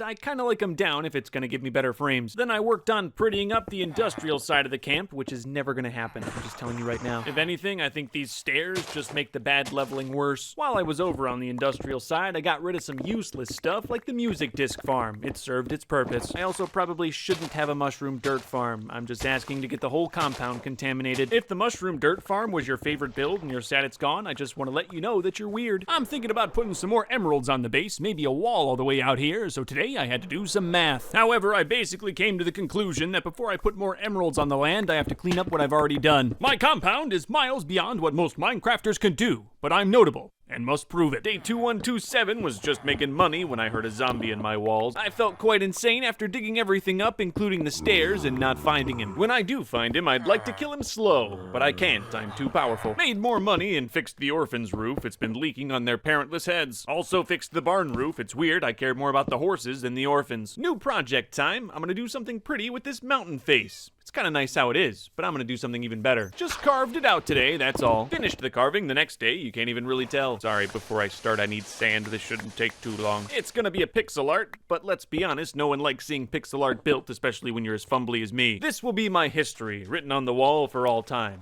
You'll see what I mean. But not today, I'm just getting everything laid out in dirt. This mural will commemorate 100 days, 200 days, 300 days, and all the thousands. Currently, I'm depicting my subjugation of the villagers for profit. I actually had to change the whole layout of the mountain today. I needed more room on my canvas. It's all taking a lot more time and concrete than I thought, but here's me in the first 100. A wood house, cobble walls, and happiness. There's gotta be a better method of making concrete. I just feel primitive when I do it like this. Alright, first panel's officially done and I'm happy with that. It makes me feel. The second panel will depict me fighting the Ender Dragon on day 200. I'm gonna need way more black concrete for that. Shouldn't have made so much blue. After killing many squids for all this black dye, it's finally finished. I decided on black concrete powder for the end sky sky instead of straight black. It also makes the dragon pop a little bit more, which was tough because the dragon's black as well. After putting blue up in the sky for the third panel, I didn't really like it. I thought it needed a different color. I loved the contrast of the blue and black in the first two panels, so I wanted every sky to be different. The third panel had a lot more dead space too, so I added some pillagers and a pillager outpost, which seemed to fill up the sky a little bit more. And after making the sky yellow, I knew that this panel was going to stand out. I think a blue sky here would have been way too much. It fits with the desert theme. Also, the yellow sky kind of looks like the setting sun. It's definitely striking. You notice it. It's 30 blocks of solid yellow. There's a lot going on this wall already, but I think the yellow panel's the one that's going to draw everyone's eye in. The last panel will be me in the thousands with my emerald house at nighttime, so I went with a gray sky. I even took some time to put in a little cloud where nothing lives. Don't go looking. You know, I've had a lot of builds over my years in Minecraft, and this is definitely one of my favorites. Oh, it's not done. In fact, it needs a lot more work, hours of it even. You'll notice that me in the last panel is covered in obsidian. I want that to be netherite blocks. I'll need 144 more pieces of ancient debris to truly finish this because hardcore Minecraft is about vanity. Yeah, I'm not sure what came over me day 2146, but I felt like doing a raid, so I did. It's kind of fun to break in big compound changes with violence, and I must say, fighting in front of my new mural like this felt amazing. Unfortunately, that was the only instance where I fought in front of the mural. Most of the time, the pillagers get trapped in a weird crevice like this. So like I said, I've got to go mine blocks of netherite, so now I'm just prepping for the big journey. Or deforestation the next day. I'll be using the bed method, so I need all this wood. Yeah, sorry everybody, but when you play for 3,000 days, some days are just filled with chopping. So as you may know, this world is insanely old, so netherite isn't everywhere in my nether. Yeah, in fact, for the most part, I have trouble finding netherite, so getting hundreds of it is gonna be tough. I gave up on the first day. Day 2152, I decided to ride one of my nether rails as far as it would take me and see if it would get me some ancient debris. I got to the absolute end of the road and was still in the old nether, so I've got to do some flying. Fortunately, if I go about 4,000 blocks away, I can consistently find netherite. So now I'm just gonna try to get as much netherite as I can while I'm out here. We'll see. The first day was terrible. I only found 2 pieces of ancient debris, which was not good for my morale. The next day was better. I got 8 pieces today. What do you call a guy who's been netherite mining for 3 days? Me. You know, netherite mining's like advertising. No one likes it. Someone with a larger brain than I needs to figure out how to get this stuff automatically. I'm losing my mind. So I've only been down here about 6 days, and my armor's about to break from all of the bed explosions. I'm gonna need stacks of netherite, and doing it how I'm doing it is not efficient. I mean, just to get home, it takes me a full day of flying through the nether. Oh, I'm not giving up. This needs to be done. When I put my single block of netherite into the mural, I got inspired. But there's no way I'm gonna be able to do it without some proper infrastructure. Look at my nether hub. It's terrible. So I'm gonna try resetting the nether. It's something I've thought about doing since the nether update first came out. So I'm just prepping, getting the coordinates of some of my further locations like my mansion. I also took a full day to rip up all the rails because these could be useful in the new nether. Yeah, you might look down on me for this, but I need the iron. I don't have an iron farm, which makes me want to make one. Worst case scenario, I can always reset the reset. I hope not to have to do that, but we'll see. One more day of rails. There's quite a lot of them. Okay, I did it. In theory, the nether should be reset, and everything in the overworld should be right where I left it. So far, compound looks good. Oh yeah, it worked. 100% new nether. This means everywhere I go in the nether now, ancient debris will spawn, which just makes getting it a lot easier. First thing I did was just go exploring, had me thinking I should have done this 1,000 days ago. There was a bastion right by my house. I never thought I'd be happy to say that. It's just normally I have to go like 2,000 to 4,000 blocks away to start finding this stuff, so it's nice to have it so close. One other thing I'm excited for is the chance to rebuild my nether hub completely. The old one was awful. I built my first nether hub on like day 60, and now it's 2160. It's gonna be awesome. The new hub's down at Bedrock, which should make it easier to build long tunnels. I really like the looks of it too. I just carved it straight out of the basalt. I was very big brain. I'd pop back to my compound to get beacon powers for mining. Got it done. It looks so much better than the old one. I like the ash too. Just don't breathe in too hard. Now I'll be building my first tunnel, this one to Glasstown, and doing it at Bedrock was way easier. There was a little bit of lava, but I'll take lava over having to build giant bridges. Okay, hello, Glasstown. Wait a minute, what's going on here? I didn't mess up the coordinates. This should be the Glasstown portal. Flew over there the next day, and there's no Glasstown, just a giant mountain. Interestingly, part of the Pit of Profits survives, so I really don't know what's going on here. Oh man, What have I done? That made me check other things. Luckily, L-Town still exists. At this point, I was deciding what I liked more, the new Nether or Glasstown. I love both. I'm gonna see what I can do to give these refugees a home. Unfortunately, though, they're insanely glitched. They think the river is their home. Yeah, I set up beds and workstations and they won't leave. I really tried everything, but I think this is just a lost cause. It's almost like they think their workstations and beds are underneath the water. They're not. I checked, because I'm crazy. I'm gonna see if there's anything I can do to fix this, but like I said before, worst case scenario, I can always reset the reset. Alright, I know this is gonna confuse everyone, but I reset the reset and then reset again to try to save Glasstown. And even with all of that, yeah, Glasstown is still gone. Before I go back to normal, I want to look at one more thing. I'm gonna fly all the way to How Did We Get Here Island. Yeah, it's gone too. There should be a big island here with all my How Did We Get Here achievement stuff, but they're not. The mobs are here. The Elder Guardian's stuck in a boat. So now I'm back to normal. No Nether reset. Everything is as it was. I knew Glasstown would be here, but I still had to see it with my own eyes. It's gonna stay day 2178. It's part of the story. I tried to reset the Nether, and it failed. Also, going back would just be confusing. So I'm just gonna redo my Nether hub. It'll be a lot more work, but good things almost always are. It's gonna be very similar to the one I just built, a room down at bedrock with very long tunnels. I'm not gonna carve it out of straight netherrack because netherrack is disgusting. That's it. There's no joke, no punchline. It's disgusting. I had a lot of stone laying around from the old mob farm. I'll use that. Basic shape's done now. It's much cleaner than my old one. Dug out my first tunnel, day 2182. This one's going to Glasstown. Hopefully it works. Worked perfectly. I knew I got those coordinates right. I put a rail all the way back too. Not that I'll ever use it. It's only about 100 blocks. Now I'm digging a tunnel all the way over to my end portal. That'll be convenient. A lot of lava on this route though. Almost popped a totem. When it was done, I came back home to go to sleep and there was a ghast in the hub. What is this? There's too much bedrock on the ground to make the floor slabs, so I've got to use carpet. I'm fine with it. I'm a little worried about it all catching fire, but I am a sucker for that chessboard carpet. Dad, no monsters can spawn on carpet. That's why I did that. Okay, now it's time to dig my way to some new Nether. I'm trying to get one tunnel 4 blocks high that goes about 4,000 blocks. I'll also put a rail on the bottom, so I'll have an easy train all the way to New Nether. I first started to hit New Nether on day 2187, but kept digging just to be sure. The tunnel's length is done, but this is why I need a rail. Flying back 4,000 blocks takes a lot of time, rockets, and is very tedious. Flying would be faster than using rails though, so that's why I'm making the tunnel 4 blocks high. I still don't regret building this all at bedrock. I'll take digging a tunnel over building a whole bridge over a lava lake any day. Yeah, sometimes it's a bit annoying when you have to tunnel through a lava lake, but that's what they make fire resist potions for. Done!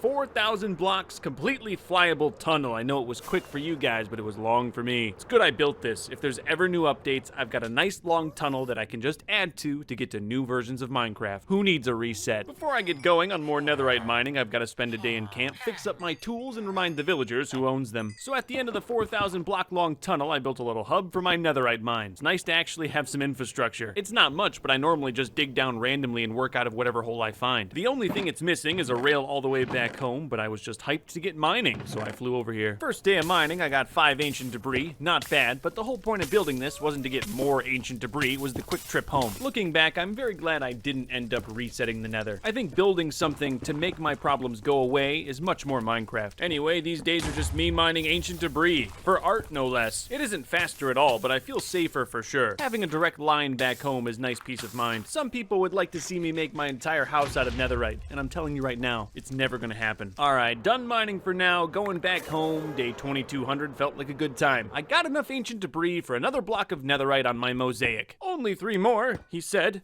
crying inside. If I keep mining ancient debris like normal, I'm gonna lose my mind, so today I made a bunch of TNT. So much TNT, it took me the entire next day just to place them down. Fun fact, when I was digging the tunnel for the TNT, I found some ancient debris. That's a good omen. Of course, the explosion took only a few seconds, but that's the fun of TNT mining. I got 15 ancient debris. I don't have the TNT to do this every time, but I wish I could. There's also just something fun about the whole process. Laying them down, blowing them up, collecting the loot. This right here, this what you're witnessing, this is a massive waste. Don't do this. I had to blow through some basalt and wanted to see how much damage TNT would do. It went over better than I thought, and I got a lot of debris as well. Here I got real lucky. I was digging a hole to bury my netherrack and found some more ancient debris. I'm all out of explosives, so it's time to go back home. Sad. Hey, at least I'm one more block of netherite closer to never having to mine ancient debris again. Day 2206, I was placing rails.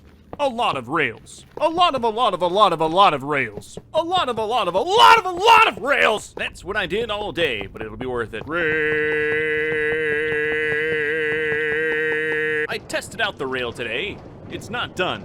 If you did this with a real train, there would be several deaths. More rails. Alright, so now the rail's all done. I just wasn't recording for it. This day's about 10 seconds just to say that. Of course, I had to make sure that the whole rail worked, and just as I thought, I had missed a spot here. That was the only imperfection, and now I can travel 4,000 blocks to a new version of Minecraft without having to move a muscle. I'm gonna TNT mine again, I don't even care. I got all this gunpowder and don't really need rockets right now. I might as well. If you were wondering, a trip down the rail takes about 8.5 minutes, or the length of a normal Minecraft day. Since I got you here, let me do some math for you. 4,000 blocks in the Nether is 32,000 blocks in the overworld. Every block in Minecraft is a meter cubed, so that's 32,000 meters. I did the whole trip in 8.5 minutes, or 510 seconds. That puts me at a speed of 62 meters per second, which comes out to 223 kilometers per hour, or 138 miles per hour. In the overworld, the numbers are less cool in the Nether. Enough math, let's blow things up. Safety is my number 7 concern. My number 1 concern is never having to do this again. I'm sure I likely will, but a man can hope. The notes for day 2217 just say mining. By that, you can tell how done I was. Very, very done. So done that day 2218, I slammed into a wall and popped a totem. I had no extra totems, which is weird, I normally do, so I spent the whole next day just going home. My tools were getting pretty bad anyway, the timing wasn't terrible. I'm straight up sick of ancient debris mining, and I've got a lot of emeralds, so it's time for a new project. Going over logistics and measuring today, and I'm gonna need a lot of stuff for this. I have a lot of land, not to toot my own horn. One thing I really need is to go back 100 days ago and build an iron farm, but it's too late for that. So I just burned through my iron reserves. This should be enough. Yeah, I kind of hoped to start construction on day 2222, but sometimes it doesn't work out. I'm gonna do a little rail around my base. I know I said earlier I wanted to build a wall, but I don't think that would work out very well. I used to have a sky rail that went around my whole base, and I loved it a lot, but the problem was it was so ugly. So I'm hoping this time around I can install a rail and also have it look good. We'll see. This mountain section's gonna give me a lot of problems, but if I can figure it out, I'll be golden. No, I'll be emerald. The problem is this area is far too steep to actually have a rail without completely changing the whole way the mountain looks. So the rail's just gonna go down through the mountain. That's a pretty easy fix. Turtle approved. The rest of the perimeter is pretty much flat, so that should be really easy. I messed up. Got about 70% of the way done and ran out of emeralds. There's a single emerald in my emerald chest. That's almost embarrassing. Oh, looks like your house is in the way of my rail project. Sorry, nothing I can do. Just move in with your parents. I'm sure I won't destroy their house too, but don't tempt me. Guys, I'm not that evil. I relocated the house. What do you think I am? This patch of blue orchids was right in my way. They're my favorite flower, and it pained me to get rid of it, but I did. That's it though. Fresh new line of emeralds, all done. Now I gotta wire up the rails and have no redstone, so it's time to burn through more reserves. I tried my best to get everything hidden. It's not hard, just requires a little more care. I just didn't want any redstone visible, so any redstone was gonna go under the perimeter. None of this is hard, even the section through the mountain. It's just rails. Getting redstone to work over water was a bit tricky, but I'm notable and figured it out. And now, the emerald rail is done. I really like this one. Definitely solves one of the biggest problems with the old sky rail. The sky rail messed with the skyline. This is much more sleek. Just letting you know, through the rest of these 3,000 days, I ride this thing at night all the time for inspiration. I won't show it, just know that I do. It's not perfect though, I've got to do some finishing touches today. This back section was pretty uggy. I also heard another zombie inside my walls, and they will pay. Not sure how that one got in there. Maybe from draining the river. Oh well, he's gone now. So it's been a while since I've updated my maps. The old monster farm's still on there. I should probably get that. That extra block of emerald on the perimeter makes it look so much thicker. Yeah, spent the rest of the day just looking at it. Oh. Yeah. Day 2232, I'm working on the orphans. I'm gonna try to move them more efficiently. Moving villagers in and out of this place is always difficult, so I'm making some dedicated machines for it. I'll say the footage for all of it is very confusing because I was making it up as I was going along. I was trying to get this nether portal to turn on and off, but just wasn't having much success. I guess that's what I get for trying to have my own ideas. I really didn't expect this all to be taking me more than like a day, but here I am. But now it's finally done. I have an easy way to transport villagers from the nether to the orphanage. I'm not sure which is worse. So now I just have to connect up the portal to the new nether hub. This is only possible now because until recently, my skill has been that of a 7-year-old. And after hooking up the ghost town portal the next day, I should never run out of villagers again. So now I'm gonna test out the system with a little abduction. No, finish first. Make the child. I'll take it. It went very smoothly. Tiny bit of suffocation, but they're sturdy. And on the other side of the portal, he's connected to a rail that's connected to the orphanage. It's so simple. Then you just kind of shove him through the bubble elevator, and now he's mine. You may be sitting there at home asking yourself why I'm doing this. And I assure you, it's not just for the sheer thrill. I'm building an iron farm. I know I said I would never do it, but now I am. This golem heard the rumor and tried to take me out before I killed his whole family. He was close. Listen, bro, it's not my fault you're made of profitable iron. Don't blame me. I'm in L-Town today setting up another portal, just in case I need more villagers. I don't really want to take from them, though, because I like them. Portal's looking good. It could use more emeralds. I'll come back here for day 2420 to totally do it over. Villagers are a prime ingredient in an iron farm because it works off their fear, so I need them to make more babies. I also put some signs down in the nether hub. Don't want to get confused. There's lots of tunnels down here. One of the things I'm wondering is where to even put an iron farm. They're kind of big, but I want it close to base so it's in the spawn chunks and it's always working. I dug out a big hole near where the sheep are and it didn't really feel right. But after looking at my spawn chunks, it kind of makes sense to have it over on the industrial side. I could put it exactly where the old monster farm was. Yeah, I'm going with that. So now it's time to move some villagers, but ran into another problem. I'm gonna have to build something more permanent for villager abduction. The way I do it is just sloppy. I've built machines to get villagers into the orphanage, but getting them out is still a pain. Shoving works, it's just not efficient. So I'm gonna blow out this wall and make a contraption that'll make it easier for me to get villagers out. No shoving involved. It's custom and proprietary. Stop looking at it. Aw, did you get out, little guy? Well, too bad. Eventually, I will make this look not so ugly, but for now it's functional, which is all I cared about. Here, I'll show you how it works. It's very simple. First, to get a villager in a boat. Then you bring him over into this area and flip the lever to bring him up to ground level. Okay, maybe it's not ready yet, but we did budget for some villager suffocation. You know, maybe it's not perfect, but there was definitely less shoving. Now I'm putting together the first layer of the iron farm. I'm gonna try to build this thing myself with some custom features. Kinda just watched a bunch of different YouTube videos on how to build iron farms and took the best things I liked from all of them. This one will have a dedicated water line, so if I ever mess up and kill a villager or zombie, they're easier to replace. So instead of using a rail to get a zombie up in the farm, I've got a dedicated line. Oh yeah, and it worked flawlessly. No issues at all. Another thing I want to add custom to this farm is a kill switch, so if I want to, I can kill the zombie inside and turn off the farm. It's pretty simple, just some vertical wiring that'll move this piston and expose the zombie to sunlight. It's not the prettiest farm, but it's built to code. Today I put the villagers in. I used rails, even though I said I would use the water, but the zombie's already in there and I didn't want to complicate things. And just like that, golems are spawning. Not where they're supposed to, but I'll fix that. Probably should have made it a little higher off the ground because golems are gonna spawn all over the camp. It's just something I'm gonna have to deal with. It's too late now. I'm not rebuilding everything. Whatever, it's all on the industrial side and I used green carpet. You can't even tell. It's broken. A golem somehow spawned where the zombie was standing and killed the zombie and then killed itself. Oh well, that's why I built the water line. Had to wait till night for a new zombie, so I just rode the rail. See, I told you, wasn't hard. After some trial and error, I got the golems to spawn on a nearby platform. Now I just have to work on killing them. That wasn't hard either. I just built a standard 5x5 kill room. This thing's pretty much done. And after installing collection, now all I have to do is put something around it so it doesn't look so terrible. Yeah, I don't really know. The only thing I got going for me is it's on the industrial side, so it doesn't have to be too pretty. I thought it was a little poetic to use blocks from the old monster farm. Does it really need to be more than a big gray building?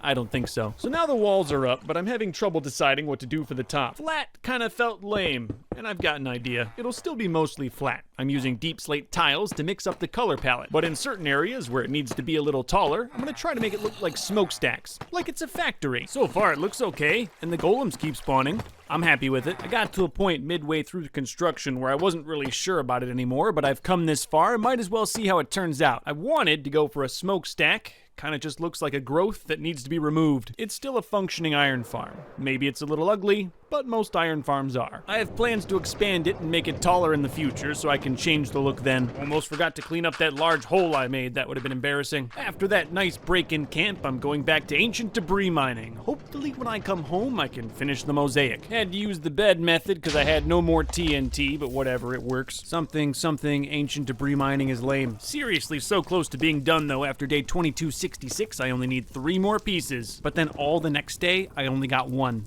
What? Had some luck and got the final 2 pieces on day 2268. Railed home happy to know that I'll finish the mosaic on day 2269. Was this all a little bit unnecessary? Oh yeah, but looking at my finished work made it all worth it. I'm gonna sell this as an NFT for $69 billion. Please don't screenshot. I'm gonna go dig more tunnels in the nether, but first I want to build some anti-fire armor. The goal is to not have to use as many fire potions in the tunnel digging process. Yeah, it definitely helped. I've got a full set of fire protection 4 armor. I die much slower, though I will say the ticks are still a little annoying. The armor's durability runs out fairly quickly. I've only been digging a day and I've got to go fix it. I guess I never even said where I'm digging this tunnel. I'm going to How to did we get here island? Because of the new Minecraft updates, this island is obsolete, but I still had a lot of stuff here and wanted to pick it up. A big goal of mine is to restore all the old Nether Hub tracks. That's why I made the iron farm. I need it. Though I got completely derailed and made a cool effect day 2275. I needed a break. A lot of people ask me how I stay motivated to play this world so long. And sometimes you just gotta make some time for some fun. Also money.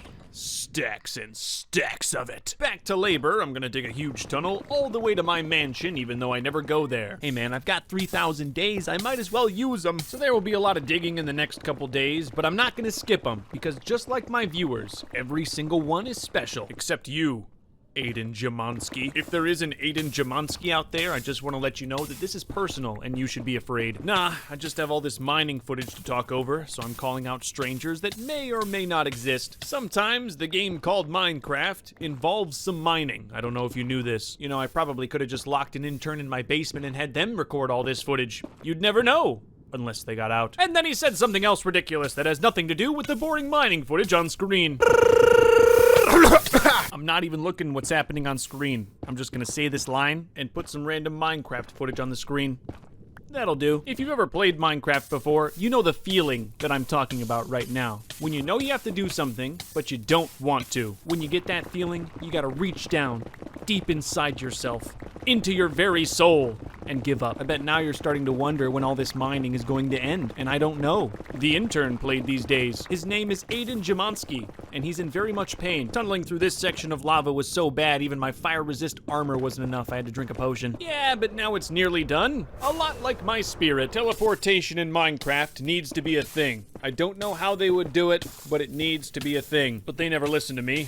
I've been asking for sandwiches for years. Finally! It's done! I'm at the mansion. The longest section of tunnel is complete. I don't come out here often, so I spent some time reminiscing today. I'm still proud of all the work I did here. Hey, swamp people. Glad to see you're all still living in squalor. Anyway, now I'm back home. At least the worst part of that is done. After all this work in the nether, I looked at my nether hub entrance and decided that I didn't like it. So I ripped it out, and I'm gonna build a new one with a year's more worth of building experience. So I really took my time, thinking that I would never have to change this again. But we all know that that's never gonna happen. No matter how hard I tried, I just couldn't help but make it look like the old one. I got a few new upgrades, like some basalt tiles for the front. Kinda missed the days where I just had my portal sitting on dirt in the compound. Too bad hardcore Minecraft is all about vanity. It's a little less boxy than the old one for sure. I'm not gonna show it. Go back and watch it again. I need the watch time. It's just missing something, and I'm determined to figure out what that is. Little quartz might be nice to break up all those dark tones, and it's from the nether. Maybe too much quartz? I don't know. Art is hard. After a lot of tinkering, this is the finished product. If you don't like it, too bad. The portal also needs a little bit of a trim up too. That's way too much crying obsidian. What would a portal to the nether be without a lava feature? Yeah, that's what it was missing. You can almost hear the tortured screams. Updating the whole nether hub got me looking at this building too. This is normally where villagers output, and I don't like it anymore. It's all connected to my villager infector, which really needs a spruce up. Tim,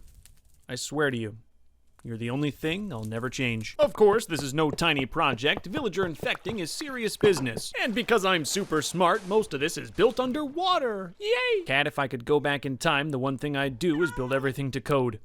And save Chief. So now I'm rerouting water lines underneath a body of water. It's a very fun job if you like pain and suffering. Wiring up some simple redstone today, none of it on dirt. Look at me. Gonna push villagers with water now, not rails. You know, for the environment. This is where the villagers will shoot out, right near the orphanage. Convenient. I thought of everything. If they get stuck, I'll forcefully remove them with a piston. I lucked out too. Here you can see I'm 1 block away from crashing into my buried beacon. Even though I almost took out the very source of my power, I got the new water line done. Those villagers won't stand a chance. Kinda just cleaned everything up today. For example, took out andesite, put in stone, things only I would notice. But it works, and I'm available for a quote if you're looking for custom villager trapping at a competitive price. It's all incredibly ugly, and I marveled in that ugliness today. Eventually I'll fix it. But today, hardcore Minecraft's not about vanity. One of the reasons I even went through all that was to stay in camp for my iron production, which looked pretty good. As you can see, I've got a lot of rails, but not nearly enough to get to the mansion, so I'm gonna have to stay in camp some more. So I decided to mine out an entire chunk. Why? because I can. Unfortunately, got about 5 layers down and realized I was about to blow into my storage. That's embarrassing. That's like Mom always said, call 811 before you dig, and 911 if Dad ever shows up again. So I found a better chunk of land right behind the library. Definitely nothing back here. I need to stay in camp to get more iron. Figured I'd dig a hole. I'm a simple man. I also definitely have some plans for these blocks. I'll reveal what that is later. If you ever feel bored in Minecraft, mine out a chunk. Just do it. It's kind of fun, actually. The stone layer was the most fun for sure. Thanks to my beacon powers, I could just insta-mine through all of it. When it got dark, I would stop. A wise man once said, don't mine at night. I mostly just did that so the footage looks nice. You're welcome. You know what I don't use as building materials I can sell for profit? These idiot villagers buy rocks. Just listen to the sound of me mining. Tell me it isn't soothing.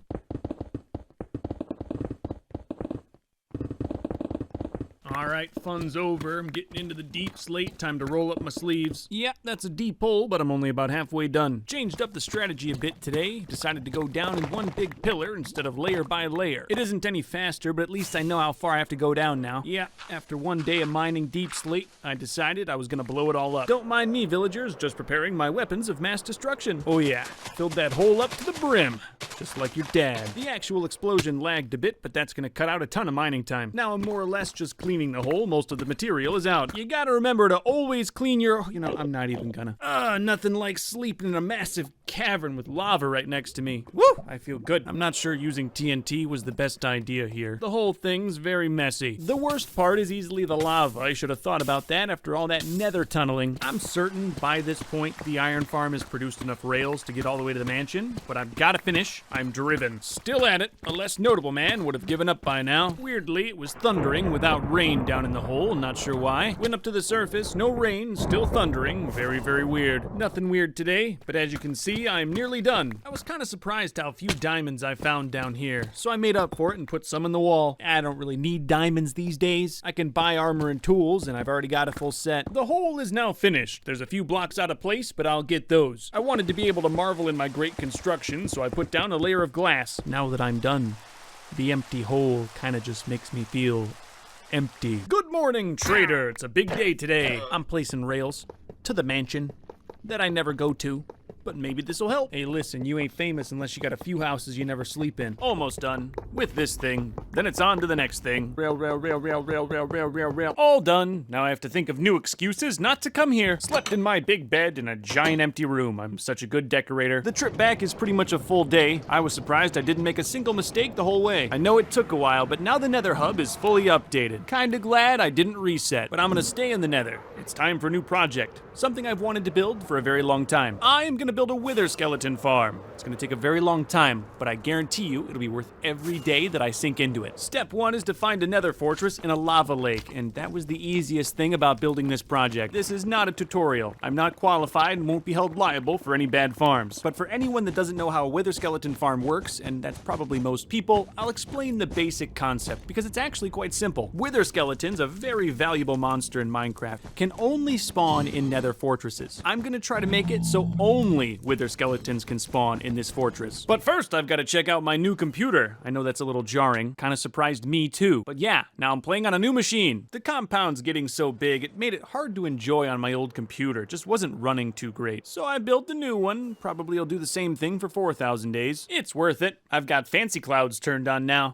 There is no day 2333, just 2334. To be honest, I probably spent it marveling at my land on my new computer. Back to labor, and what you see on screen is pretty much all I'm going to be doing. Slabs. Stacks and stacks and stacks and stacks and stacks and stacks of slabs. Slabs stop monster spawns, and I've got to slab up not just the entire fortress, but the area around the fortress. It's a lot of slabs, way more than you think. I definitely wanted to quit several times while doing it. Every single surface must be slabbed. Nothing can be left. Any tiny imperfection will just make the farm worse, so I've got to make sure to do a good job. To tell you the truth, it's kind of nice to look at. These days will go fast for you. Just know they were long for me. I tried digging out some areas today. It's not faster, just slab. Can monsters spawn on glowstone?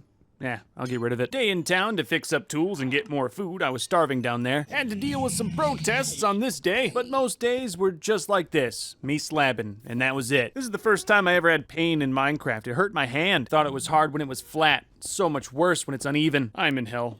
No, really I am. Got tired of slabbing and started using lava. Pro tip, don't do this. Wither farms are great, but there's no way to cheat out of the slabbing. I just tried to keep thinking about all the beacons I'll end up making with this wither skeleton farm. That kept me going. Hey, I'm all done slabbing! Only because I ran out of slabs today. So I'm back home, building something else for the wither skeleton farm, a chicken farm. It's very low tech. Made with no building code. But hey, it works. I just need a few eggs, so I mined cobblestone in my cobblestone farm while those chickens grew up. It's no joke how much cobblestone I need, I'm still farming. It's amazing what you can do when you tape down your mouse buttons. This will likely not even be nearly enough, and I've been doing it for 4 days. Alright, that's enough cobble for now. Let's get back to the joyous slabbing. Oh, I'm already hating it so much. If you want to do this, here's a tip that'll help your sanity. Make a perimeter. Figure out and then outline exactly how far your slabs need to go. It won't make it go faster at all, but at least you'll have a visual kind of progress bar, and that helped me. You can kind of start to see it take shape. It's kind of pretty when you look at it. One other thing that kept me going was trying to remind myself that it's not an infinite amount of slabs that I need to place. Every single one I place gets me closer to my goal. It's the small steps that really matter. Luke the Notable life lessons. When things get hard in life,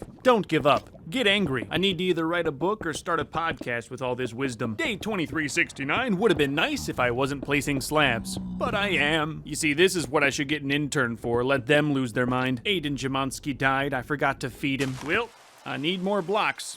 And I got an idea. Yeah, I kind of liked digging out the chunk and figured that's a really good way to get blocks. And a little bit more interesting than watching me mine cobblestone in an automatic farm. So I'm digging out another chunk right next to the first chunk. The unofficial name is Big Chunkus. Just like last time, the first layers are quite fun. My beacon powers make it easy. It was really nice being next to an already dug out chunk. I always had a reference for how far I had to go. I actually streamed all of this on YouTube, which made it a little easier. If you were there on those days of streaming, thank you. You helped my sanity. Maybe jumping off somewhere really high. I appreciate it. Stay But notable. let's see. See, that wouldn't even kill me. I have to be Hassan. You're awesome, Luke. Please answer. You're awesome. I'm subscribed. Hi, Hassan. And let's be honest, 3,000 days and really any good, like, 100... It's not about the builds. I think too many people that make these type of videos thinks it's all about the builds. It's all about what you can create. No. Any real 100 Days Enjoyer knows it's about the journey. This will kill me, I believe. I won't die because I got 2 totems, but this should kill me. Thank you, Connor, again for the 100. Yeah, there it goes. Yeah, if you fall off the top, you die. I hope that's how I die in the end, but otherwise, you give them a little bit of bread, you're gonna wake up to 20 of them. I do not have a baby to kill. I'll kill a panda for you, though. Hey, that's the end of me streaming. It's much sadder digging a big hole when you don't have friends. I think I'd like to do more streams for 4,000 days. I only did a couple 3,000 day streams and I liked every single one. Let me know if that's something you'd like to see and make sure to subscribe to my channel so you don't miss any future 4,000 day streams. Cause even digging a massive hole can be fun when you've got someone to share it with. I also did some slabbing streams, but the audio was weird. I couldn't use any of it. I'm getting close though, and this big brick of deep slate is satisfying to look at. You know, what's great is after all this manual labor, I get to go back and do more manual labor. Dig, dig, dig, dig, done. Hopefully one day I make this 3 chunks. I put some glass down to child-proof. There's so many unattended children on the compound. I wish I could fit a your mom joke in here, but she's just too big. Back to slabbing. You know, one day I won't be slabbing and then I'll miss it. If this is what I gotta do for infinite beacons, then so be it. I don't even know how close I am, and I think that's the worst part. It's like every time I think I'm getting close, I find a whole new section that needs tons of slabbing. I just don't want to die. Not by slabbing. Nah, you heard me earlier. I'd like to fall off the tower. I'm not done slabbing, but if I keep slabbing, I'm gonna lose it. So I'm gonna build the farm. This too will take a very long time, but at least I'll start making some profits off this. Maybe I should not have done this. Now blazes are spawning. This is what I get for being impatient, but you gotta understand, I couldn't slab anymore. I've never made one of these before, but I already really just like the look of it. It's a weird build though. I had to trap a piglin in the middle, which is not easy. I got him. Don't get too attached. He and several others will die. This pitfall on all sides of the farm should take care of the blazes. It's a temporary solution to that problem. Sorry, wasn't recording for a day, but now I've got this really janky collection system. Nothing's to code. To be honest, this farm is dangerous, but it does work. and that's all I wanted. It's slow, but I got it to work, so now I'm just tinkering with it, kind of trying to figure out how I can make it better. The whole time I was watching tons of videos online trying to figure out how to make this thing more efficient. But if I really want it to be good, I need wither roses, and a lot of them. That's what the chickens were for. Welcome to life, chickens. I hope you enjoyed it. Every time the wither kills a mob, it drops a wither rose, and I need them, and don't care how many baby chickens die in the process. I also need a manual on how to build one of these things. I'm actively breaking it. Had to go back to slabbing today. Turns out my first perimeter was wrong. I need more slabs. Ugh. Here I'm putting in a tunnel from the wither farm to my nether hub. That should increase the safety slightly. There was a lot of lava in this tunnel construction. I spent 2 days on fire. But now I've got a rail from home to the wither farm. To be honest though, I mostly just fly. Slabs, that's all. Next day. Testing today. Looks like I broke it again. No slabbing today, just getting ready for more slabbing. Slap, slap, slap, slap, slap. Slap, slap, slap, slap, slap, slap. It's working a little better every day. That's giving me hope. Just looks so weird to see all the slabs on the nether like that. You can tell you're getting nearly done though by the amount of stuff that spawns on unslabbed areas. Look at all those piglins. Disgusting. But you know I'm not gonna slab today. It's day 2420. You already know we out here burning that sweet berry bush. I wanted to renovate the nether portal, do some other things over in L-Town. I needed a break from all the slabbing. That really didn't take that long. I pretty much just decked it out in emeralds because I am simple. I also wanted to make a little firework machine with a couple of different options. I got it done by sunrise. At least I thought I got it done by sunrise.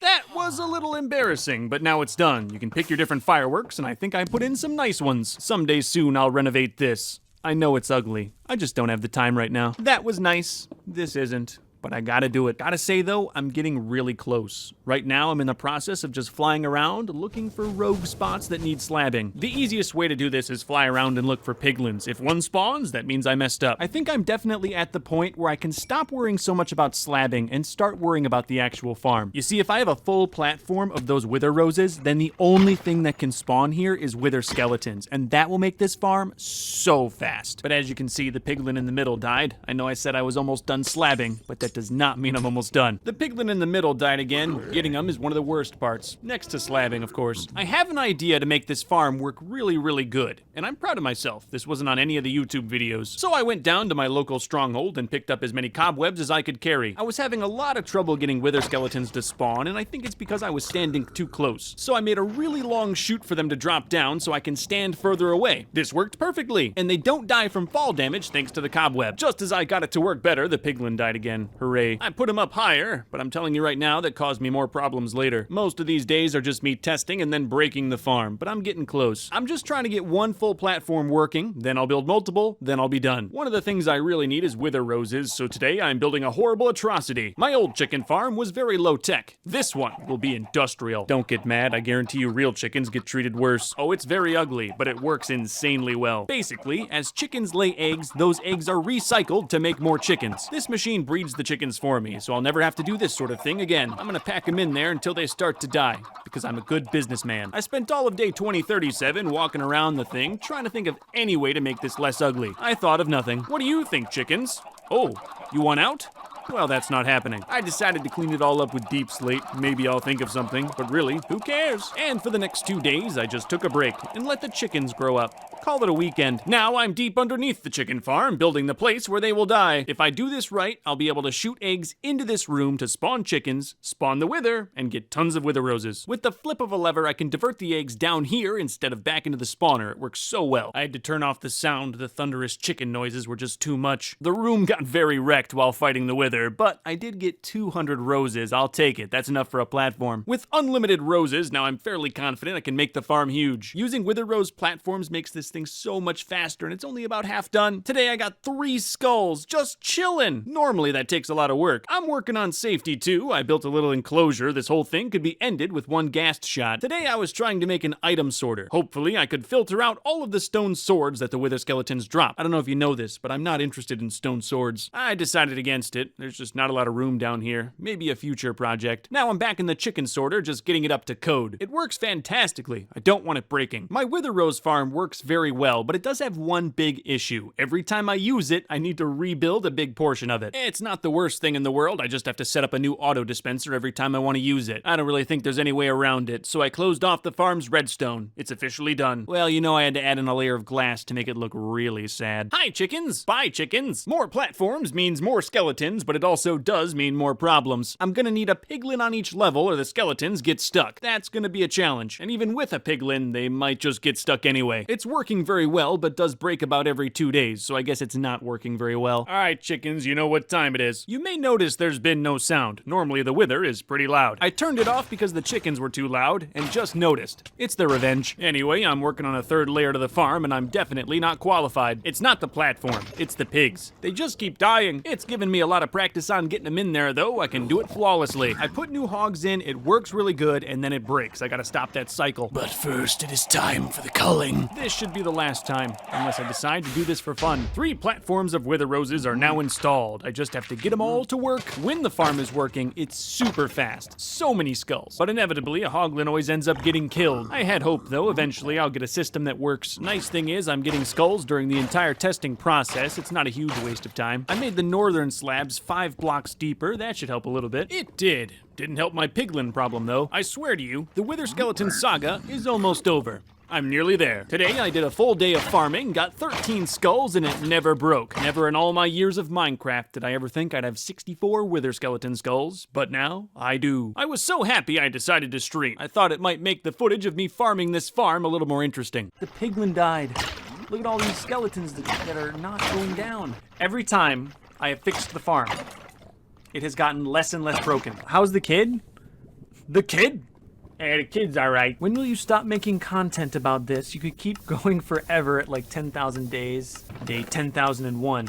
I'm taking off all my armor and jumping off the tower. Thank you to everyone who hung out with me during those streams. You made farming a wither skeleton farm a lot more enjoyable. The hoglins are still dying though. At this point, I'll try everything. Here, I put them on iron bars. Like the other attempts, that worked initially, but then it broke. This idea was a long shot, but using a collection tray at the bottom of the farm, I can change my 3-pig system into a 4-pig system. That allowed me to put all of the pigs completely out of reach. In theory, this should work flawlessly. After getting the 4 piggies in and some minor adjustments, I can assure you the farm is now done. Today I got 19 wither skeleton skulls and it never broke once. The next day I got 13 and still no breakage. I only got 9 today, but I checked the pigs and nothing broke again. 3 days in a row. I can't believe I just said I only got 9 wither skeleton skulls. To increase my efficiency, I spent a day in camp making a very powerful Smite 5 sword. Her name is Shelly, and despite being just a diamond sword, she absolutely cleaves through these things. This farm took me about 150 days to make. Easily my biggest project yet, and now it's time to see what I'm gonna do with all those heads. Of course, I'm gonna be killing the wither, and I've gotta do that about 72 times, so I'm gonna make this efficient. I've never done this before, but you can use the end portal to trap the wither and make farming it a lot easier. And I totally messed up. Now the wither is free in the end. The fight wasn't hard.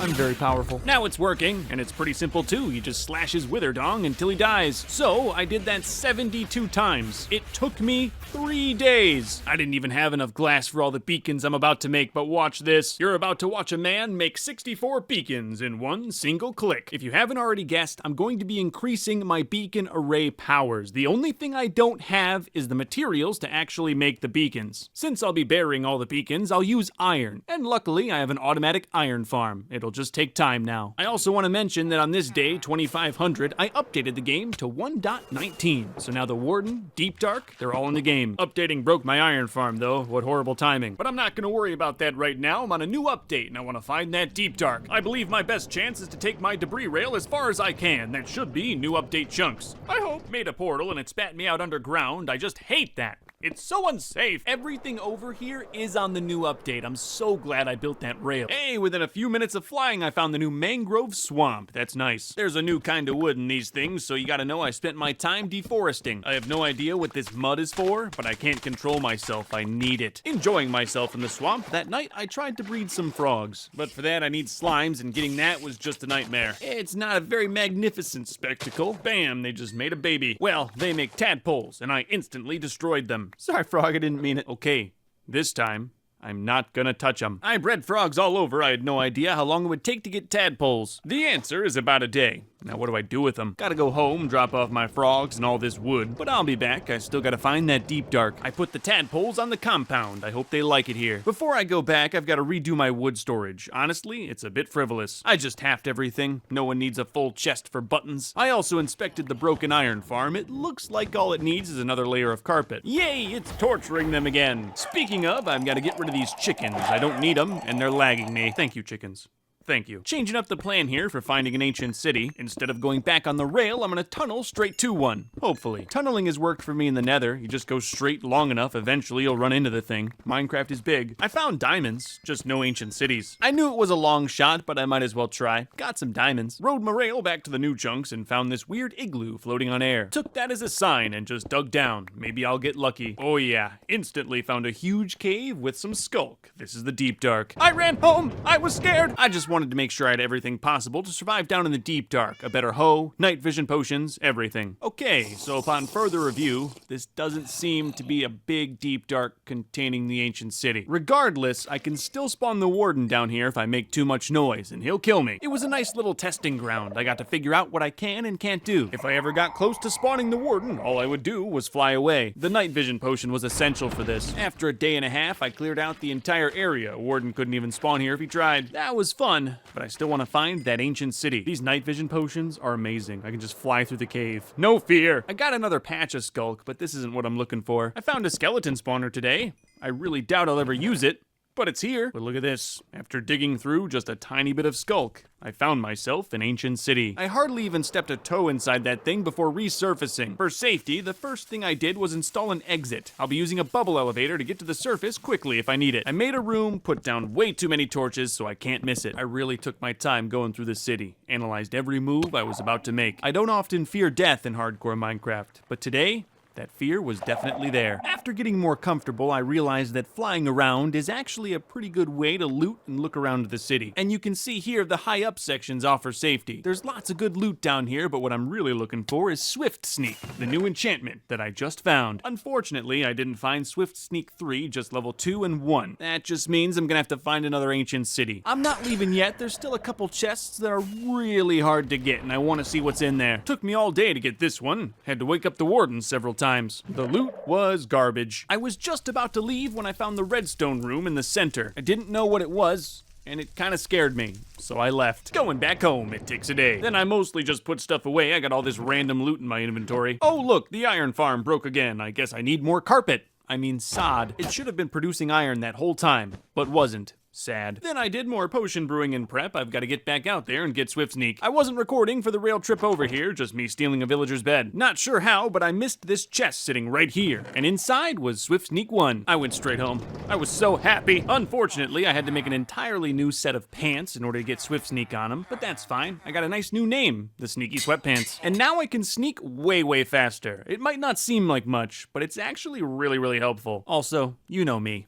I gotta have the best, but I don't have the best. I have 2 pieces of gear that aren't netherite. I've gotta fix that. 3 days of mining, and then a relaxing ride home. Then I made my diamonds purple and my skin gray. Yeah, I know, it's weird. I just updated my skin out of the blue. You'll get used to it. Now it's time for the new beacon array. But first I have to do some math. Can't get this wrong. I'm installing 72 new beacons, and they all have to be in a precise location. Shouldn't be too tough. I'm not even gonna start the digging till I get all of them marked down and triple check them. If even one single beacon is off, I'll have blind spots, and they're hard to fix when they're at bedrock. But now all the new beacons are marked and their numbers match up. Step 1, done. Step 2 is gonna be digging down all the holes. I'm gonna do all 12 all at once. I started with the holes that went through water. Those were the hardest. I could do about 1.5 per day. It's a lot more digging than you think. This hole dropped right into a skeleton spawner. That could be useful. It's so close to camp. The most interesting thing today was I found an emerald ore. I love those. I found a whole mine shaft day 2549. This was under the camp the whole time. Oh, I can't wait to do this over and over again as I cover the entire world in beacons. Would you like to see why you should always carry a fire potion? That would have been a bad way to die. Nothing to report day 2552. Something cool happens tomorrow, but not today. Today I just play an advertisement. Day 2554, I dug my way into a giant cave. I was hearing a lot of zombie moaning, and I think I just found where they came from. I took no chances, immediately gobbled a god apple. Then I laid them all to waste. Never even popped a totem. And if you look at my inventory, I've got 3 more, all from the ancient cities. I'll have to go back there. I'll tell you right now, digging straight down is no joke. Don't do it unless you're prepared. I haven't really come close to dying at all in this video, except for this. That should be a lesson to you. Anyway, now all 12 holes are dug. Unfortunately, I thought I would have a lot more iron by this point. and I need more. I even blew through all of my reserves. I still only have enough iron for 2 sextuple beacons, and I need 12. So I guess now it's time to make this iron farm bigger and better. Basically, all I gotta do is build more iron farms on top of the iron farm. Shouldn't be too tough. I even made the little villager pods out of wood this time. Thought they might be more at home. Got the villagers in today, and thanks to all of my new infrastructure, the whole process went smoothly. Oh yeah, they'll be right at home. It's just like an apartment in Los Angeles. I may have had a small water leak and broke everything on the lower level, but you know what? That's okay, we can fix it. I mostly just had to put down some more totally real looking grass. And now the zombies in. It wouldn't be an LA apartment without a cannibal living next door. So now the farm should be working. But it isn't. The good news is the bottom part still works fine. I haven't completely broken it. I can work on the top. More troubleshooting today. Tried to get a golem to spawn anywhere. Built 3 platforms. None worked. Should have went to Iron Farm College instead of Wall University. Feeling completely and utterly defeated, I went to my very first iron farm that still works to this day to try to see what I did wrong. I have a lot more villagers in here, I guess, and it's really far away from everything. Otherwise, I'm not really sure. Today, I just did a test. I wanted to see how long it would take at current production to get all 12 sextuple beacons. And according to my calculations, at current production, it'll take me about 140 days to get enough iron. It's possible, but it's slow. Then I compared that to emeralds, and if I really grind it, I could knock out a sextuple beacon in 2 days. That gave me hope, but I kind of want to use my emeralds for other things. And the whole point of an iron farm is that it makes iron without me having to do anything besides setting up the farm. I tried everything. Even let them breed. If I've learned anything from the Wither Skeleton farm, it's that setting up infrastructure is always better than grinding. So I was determined. Well, it wasn't recording, but I fixed the farm. Can you guess what it was? I dropped the kill pit down a few levels, and that seemed to help the golems spawn. So just to be sure, I made the pit even farther down. The golems won't die from the fall, and it should make the farm a whole lot faster. Oh, it's definitely not compliant with safety codes at all, but it's working, I'll take it. It's still got some bugs for sure, but hey, at least it's producing golems. I tested the output, and now I can get a sextuple beacon in 9 days instead of 14, but I think it's time for a 3rd level. This one I just made entirely out of stone. I've broken the farm too many times to be cute. I also kind of just want this thing to be done and covered. One lightning strike could ruin the whole thing. Hey villagers, who wants a job? Great benefits, free rent, and you get to retire when you die. Accepting applications for the holiday season. I'm sorry, but we're gonna have to let you go. Really, it's out of my hands. I wasn't recording for the first part of the day, but now the 3rd layer works. I have a triple-decker iron farm. I got a little ahead of myself and today started putting up the walls. I looked down into the kill pit and realized that the golems just aren't dying fast enough. As you can see, they're getting really clogged down there. Only one can die at a time. Fortunately, I got an idea the same day, and this gave me a chance to update my collection system. Instead of lava, I'm gonna use wither roses. This way, all of the golems die all at the same time, and underneath it all gets collected by this minecart. I ran another test, and now I can get a sextuple beacon in just about 5 days. I'm happy with that. And those numbers were with it being broken the whole time, so it's definitely gonna be even faster. I hope you don't find my design uninspired. It's just gonna be a big tower with iron written on the side. In my view, it's on the industrial side. That's really all it needs to be. I thought about making it out of iron, but that kind of just seems like a waste, and I need the iron. Got the front side done, and I like it. It's a monolith! It's also taking all of the smooth stone that I've ever produced ever. I should have made this thing out of dirt. I built 5 automatic smelters in the middle of my storage just to keep up. I also wasted many rockets just flying around looking at the thing. Bing, bing, bing, bing, bing, bing, bing, bing. Bing, bing. Now I'm gonna do a big window here, because it'll look nice, not because I ran out of stone or anything. I like it. You can see the golems fall. My beautiful industry. Please look away, OSHA. This shot here is definitely not safe for work. I tested again today, but it seemed to run as fast as a double layer farm, not a triple. I'm pretty sure it's just because I was standing deep underground where the collection system is. I can fix that. Put in a few water lines, and now all the iron transports to the surface. That wasn't too tough. Finally finished the walls today. It was nice to have that done. However, even with all my tinkering, the top layer is still not spawning golems, and I don't know why. I also totally messed up the kill pit. It's off by 1 block. The golems hit this lip. This is my quick and dirty fix. Hopefully that works. Ripping out the entire pit would kinda be a nightmare. Please don't ask how I got stuck in the farm with a zombie. I was not afraid for my own life, but I just broke the farm. It's not the worst thing in the world thanks to that water line I installed, but it's still very much annoying. Got a new zombie that night. This whole day was embarrassing. Now the middle layer broke. The zombie's there, the villagers are there, nothing spawning. I got the idea to let the villagers sleep and maybe that would reset them. And you can see here, this villager actually wasn't paired to his bed. That's 100% the issue I'm having on all levels of the farm. So today I tried to install a reset button. I don't know why I did what I did.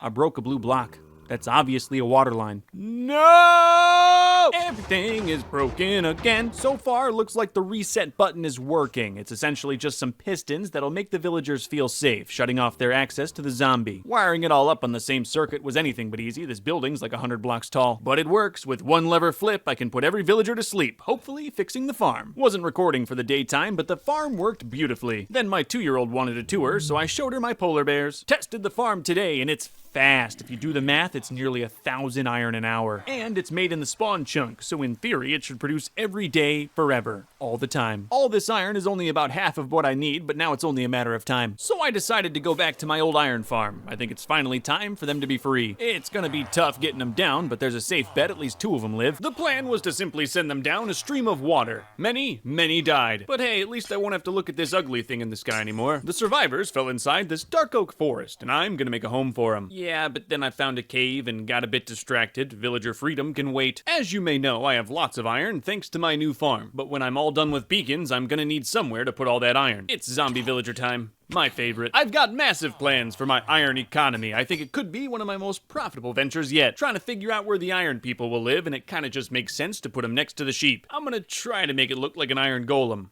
It won't, but I'm gonna try. Before I finalize that, though, I've got to do some work in the iron farm. Here I'm in the collection system. I'm not an expert, but I think I just made an item sorter. I'm trying to filter out the flowers that get produced in an iron farm. I don't really need them. It took about 30 hoppers, but I got it working, and I'm proud of myself. Time for even more upgrades. I'm gonna try to transport this flow of pure iron all the way to the place where it will be sold. So now I'm digging a massive pipeline underneath my base. Just hope I don't hit anything. Well, look at that. This should have all been done in a day, but I keep running into old stuff. But now it's done. I've got a pipeline all the way from iron farm to iron marketplace. It'll be so nice, just grab some iron and sell it. Easy. The bubble elevator was a bit tedious to build, mostly because I'm underground with no escape. Hopefully, if I do this right, I'll never have to do it again. You can see here it's working. Pure iron comes all the way from the iron farm right into these chests. I was very proud of myself. I will say, though, I wasn't too proud of how the iron farm actually looked. White carpet just didn't look right. Now that looks a little more industrial. Now that everything's working, I can finish the building. You know, it doesn't look too bad. About as good as the sheep, to be honest. Got 2 new villagers in there. They'll both give me 1 emerald for 1 iron. It's a good deal. So now I'm just ramping up my employment by offering signing bonuses they'll never get. You're gonna love working for me. Now get in the hole. I'm sorry, sir. I just don't think your injury was workplace related. Yeah, no, sorry. The company doesn't offer life insurance. No, I get that. It would just be too expensive. Too many claims. If any of those jokes are relatable, please get help. No.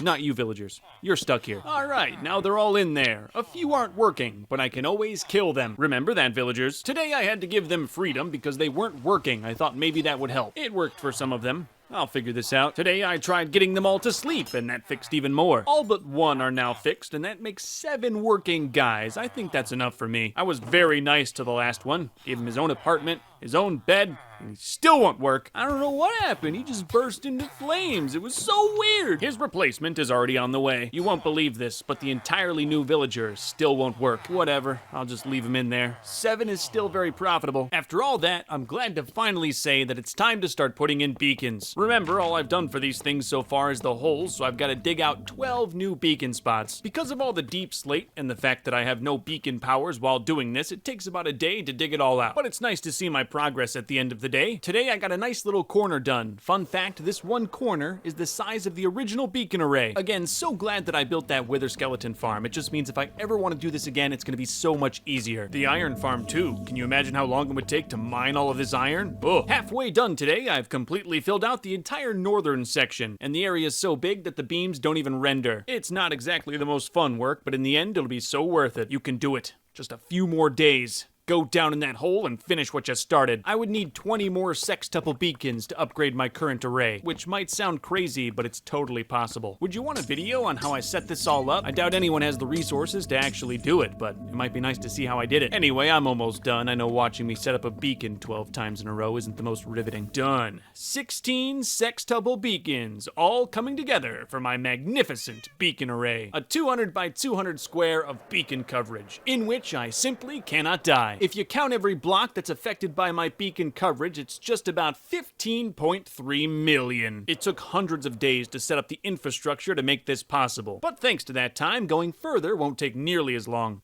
That will have to be a project for another day, because today I have a new project. I'm gonna do a new emerald perimeter to mark where my beacon powers end. The biggest reason I saved all my emeralds is I was planning on doing this the whole time. It's really nice to know where my unending power starts and ends. I guess it's not really unending power then. I could have swore I had enough emeralds for this, but actually ran out day 2640. It's a massive perimeter, and I'm only about halfway done. Time to get to work. It's really getting the villagers to work. I'm the owner and don't do much. Glad I noticed the whole structure was off by 1 block today. That would have been embarrassing. It's very striking. Totally unnatural, but that's the point. Building it all got me to realize how much land I can't die in now. It's pretty insane. My powers go all the way out to this mountain that I never even go to. It's so unnecessary, I love it! I would have been done a long time ago, but I wanted to make sure these elevated sections on the side of hills and mountains looked good, and that took more emeralds. It really gave me a chance to look at a lot of this outlying land. There's so much potential for new builds. 4,000 days will be chocked full of good stuff. Day 2646, I finished the perimeter and broke it in by lawfully killing this trespasser. It's hard to even get all my land in one frame. There's just so much of it. Almost everything I've built in my immediate spawn area is now completely enveloped in beacon coverage. I could probably use one more section around the rim to get the barn in there, but that'll take 120 more beacons or 360 more witherheads, which I can do, we just don't want to right now. Mater came over today, gave him a tour, and decided to make a really powerful fishing rod right in front of him. It's got absolutely everything, and he named it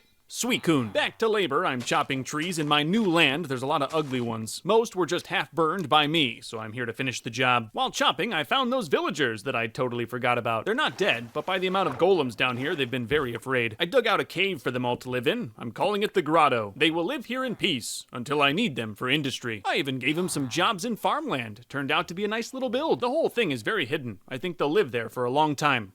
Or they won't. I don't really care. With all these extra beacon powers, I decided it was a good time to go into the caves. With full beacon powers, I have absolutely no fear. The caves are so fun when you can't die. Did you know this is the first time I found an amethyst? Yeah. No, I had to check. The first time. Took me 651 days. Had a lot of fun down here. Wasn't even scared of the poison spiders. Hopefully lighting up these caves helps my creeper farm to do better. It's been chronically bad. Look at all this emerald ore I found. I love that stuff. Here I'm specifically around the creeper farm. As you can see, lots of monsters are spawning. Went back to the wither farm today. I don't really need the skulls. Just wanted to try out Shelly with netherite. Oh yeah, 1-hit kill every time. The farm is so fast that in the same day I could get to actually killing the wither. And now I've got a shulker box with a sextuple beacon inside, just in case I ever need it. And I needed it the next day, because I'm gonna kill the warden. But not tonight, it's a long trip over here. Give me your bed, villager. I'm not just gonna run straight in. First thing I did was set up some safety features, like this portal straight to the ancient city. I'm also gonna clear out a huge area. I wanna fight this dude on flat ground. There we go, all cleared. But I can make it even safer. I had to dig a hole all the way to the surface so my beacon would work. I truly took every precaution. Not gonna lie, the beacon looks a little funky down here. But now I've got beacon powers in the ancient city. That warden's going down. There's no achievement for killing the warden. In fact, it's supposed to be avoided. But never tell me not to kill something. That just makes me want to kill it even more. A frontal assault on this thing would be completely foolish. It can kill me in 3 hits. You can see here I tested the warden's strength and it absolutely slaps. I could have kept shooting it with my bow, but I really wanted that last hit to come from my sword. And it did. There it is. The warden slain. Now, all it drops is a single piece of Skulk Catalyst, which I don't really agree with. I think there should be a much better drop from killing the warden, but I don't make those decisions. I really wish it dropped its head, so I just renamed the catalyst Warden's Head. That'll work. I took out another warden that day just for good measure, and to prove my dominance. And now I've got kind of an interesting idea. You'll see. I'm gonna make my own warden head. Out of warden heads. Well, not really, but I'm gonna do my best. To make it real, I've gotta go kill the warden 15 more times. Shouldn't be too bad. Now, I could have killed 15 more wardens with the method I used earlier, but I'm gonna build a machine for it. It's nothing too fancy, just a simple trench with wither roses. And because the warden is an absolute moron, it falls right in and starts dying. So now I'm just gonna be farming the warden. It's kind of ridiculous when you think about it. All I really have to do is just stand here. The wither roses do all the work. However, if I slash him with my sword, I can kill him much faster. My best time was 45 seconds. Got 15 heads, just like that. And I swear to you, they're all from dead wardens. And that's not all. I guarantee you there will be much more warden domination later in this video. But first, I've got to fix up my tools and say hi to the villagers. I want to find a closer ancient city for easier warden domination. A strat that works, at least right now, is find a really extreme hill like this. Generally, underneath these, you'll find an ancient city. What did I tell you? I just flew right into this one. Ancient city, here we are. Safety comes first. Had to dig an exit. But I'll be honest, I was a lot more comfortable in the ancient city. You just gotta follow the law. I got all the loot today. Just one extra god apple, but I'll take it. Took another day to loot, but if you've already got Swift Sneak, there's not much here you can find besides god apples. Alright, so now the plan is to go back home and dig a tunnel all the way here. It's only about 10,000 blocks. It's actually 2 tunnels. One will be in the nether, one will be in the overworld. Ooh, nether tunnel's just about done. Just have to fly back through the overworld and connect it. That wasn't too hard. Now I've got a quick way back to my new ancient city. You may be wondering why I'm even here, and I'll tell you. I'm gonna trap a warden. You can trap a warden super easy just by digging a trench, but I want to get the warden all the way back to my compound. It's gonna be quite the challenge, and I'm still not entirely sure how it's all gonna work, but I'm gonna try. My idea is pretty simple. I'm just gonna trap the warden in a warden trench, and then dig a big tunnel all the way back home. But I realized today I dug 500 blocks in the wrong direction. That's embarrassing. So, let's just get to the point. I know you don't want to watch me dig for 20 days straight. See, that's much better. Now the tunnel's done and I can work on exactly where the warden's gonna be chilling underneath my compound. My trapped warden will live right underneath my emerald tower, nearly at bedrock level. He'll be in this glass prison, so he won't be able to dig his way out. I really gotta make sure to set this all up right, because once there's a warden in here, it's kinda hard to do construction. Minecraft told us to avoid the warden, and I'm gonna put it on display. When it comes to exploiting nature for pleasure, of course, safety is my #1 concern. I'm building this thing for the warden, and it would be real embarrassing to die. The entrance will be right by my big warden head, so if you want to download the world and check it out, that's how. It'll have a top view and a side view. Just be careful of the side view, you're liable to get shot. Building the room is great and all, but now I'm working on the actual logistics of getting the warden in there. One thing I got going for me is the warden's incredibly dumb. Some trapdoors and water should be all I need. So now I just have to figure out how I seal off this whole chamber without coming down here. My issue is there's a giant hole in the wall and I've got to fill that with the press of a button. Getting that figured out was really something. I'm so glad I built this all to code. Alright, moment of truth. This whole big opening should be closed with one button press. Yep, that worked. Now I just have to reset the whole system. One last day of final inspection and prep. I am catching a warden that's very dangerous. Yeah, another layer of plexiglass can't hurt. Well, it's actually not time to catch the warden yet. When I was digging the big tunnel, I found a much closer ancient city. This one's only about 3,000 blocks away. I got real lucky. The system hasn't changed. It's still just a warden trench. The only thing it needs now is a little machine that'll hold the warden in place while I set myself up to run from him. Yeah, that's the plan. I'm gonna have it chase me 3,000 blocks. I'm not excited. All right, I've looked over everything like 5 times, 10 times, 20 times.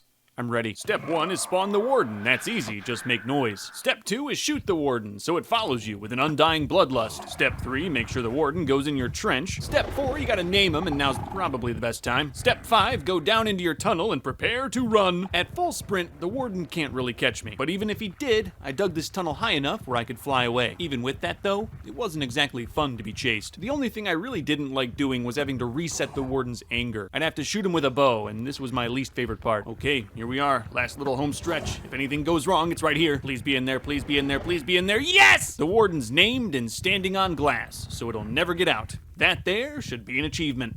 I let it cool off for a day, and now I can finalize the whole design. I left this block open as an emergency exit. What's nice is when the warden's calm, you can get real close without it attacking you. But if it is angry, just don't go past the red line. You'll get shot. Probably a smart idea to put him down at bedrock rather than in the tower, but hey, never say never. After all that, I need to make some profits, clear my mind. But just like that, it's on to the next big thing. I'm gonna make this whole wall less ugly. And I'm gonna do it by paying homage to all of the peoples of the world that watch 100 Days. It's gonna be a big mosaic of a bunch of different flags. The first one is of Ohio. It was the first suggested. If I butcher your country's flag, don't get mad at me. Everyone's getting a 3x3. Some worked out perfectly, like Japan. That was an easy one. But sorry, Indonesia, that's the best I can do. They're in no particular order, and I think that's gonna make it all look nicer in the end. I kinda just tried to put different colors next to each other so they wouldn't all clash. But now I'm already out of gravel and only halfway done. Gravel break! Want to give a quick shout out to Nigeria's flag. It's easily my favorite. Hey, it's original, man. There's like 20 flags on the wall already that look like British and American ones. And if it's not one of those, it's some sort of plus. Get an original idea. I am now shortening the wall because I'm running out of countries that actually watch me. I only put fan-suggested flags on this wall. If a fan didn't call out the country, it didn't go up. The wall also needed some shaping, but now everything will fit in there perfectly. Shout out to the Bahamas, your flag's awesome. This one could be Chad or Romania. I don't have enough colors to differentiate. As you can see, I'm very close now, but again, ran out of gravel. 27,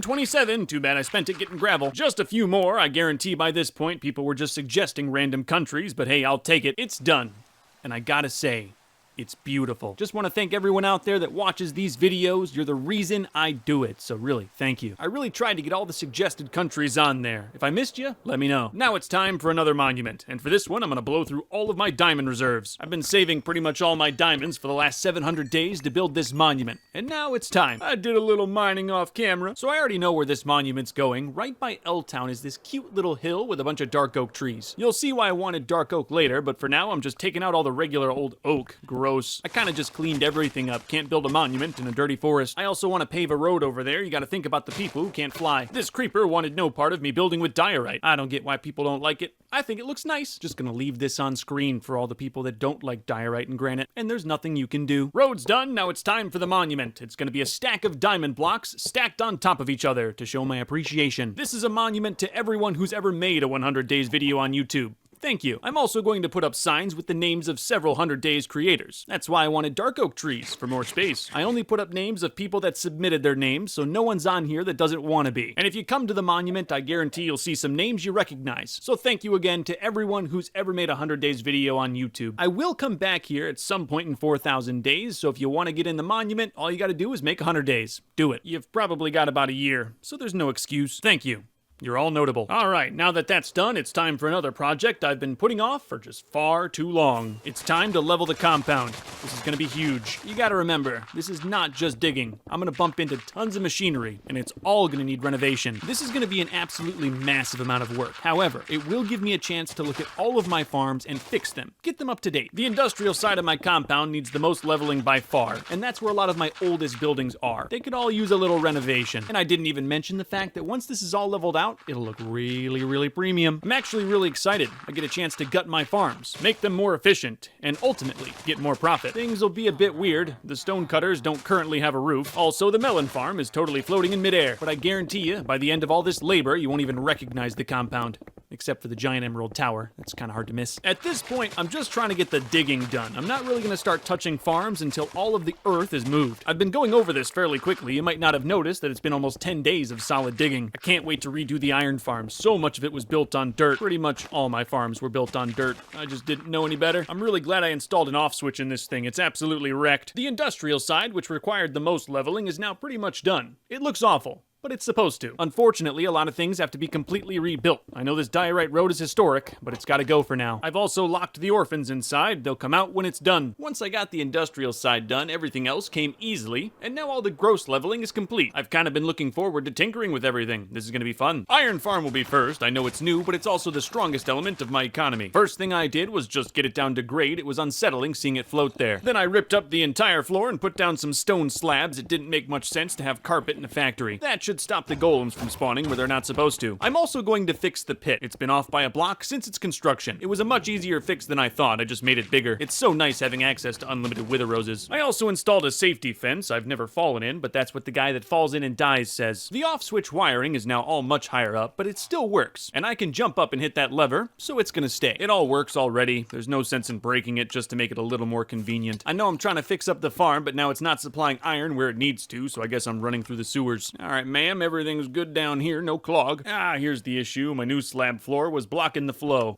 And now with everything working again, the last step is to lay down some sod. Now I'm gonna tackle the melon farm, because it's big, old, and I'm worried about what's inside. Like your mom. One of the first glaring issues is this water line. It's mostly made of dirt. Really all I gotta do to get this farm functional is move that water line, which is much easier said than done. Oh, no way I'm gonna redo the whole thing. It's on dirt pretty much the whole way to the melon men. But I got it moved and up to code, and now it should all work very well. Now that everything's moved and secure, I got it framed out. But I don't want to go wood all the way down, so I'm doing a design for my melon business. That's a good start, but now I kind of want to move it over. Logo's done. I like it. I'm also going to take some time and renovate the top, because it needs it. Great view from up here. One of the things that this building really needed was an elevator, and now I have one. And I gotta do that roof. Not gonna show the old one. You'll make fun of me. I might go up there from time to time now. Wasn't recording for a day. I've already got the new base for the bamboo farm done. This one's gonna get a much bigger collection system and some other features. Now I've moved my cactus farm underneath the bamboo farm. The old one was just so ugly. It's a really good thing I did this too. Minecraft's updating bamboo soon, so it's nice to have infrastructure. Here's another issue that I totally forgot about. I sealed off my rocket farm. It's behind all the flags. I had to dig my way in. I'll have to figure out something for that. Nah, first I'm gonna do a nice place for the stone cutters to live. And yes, I'm doing granite and diorite, but today was just flooring. That's what I get for doing herringbone. Herringbone is what your mom wishes she had in the kitchen, but your dad didn't want to pay for it. Getting everybody in there wasn't too hard. I'm an expert villager herder. I moved my cobble generator underneath the stone cutters. It just made sense. And now the stone cutters finally have a roof over their head again. Yeah, it came out a little boxy, but it's on the industrial side. Today I ripped up the old cobble generator. It was mostly made of dirt. Then I got real dirty on day 2769. Same thing the next day. Just dirt.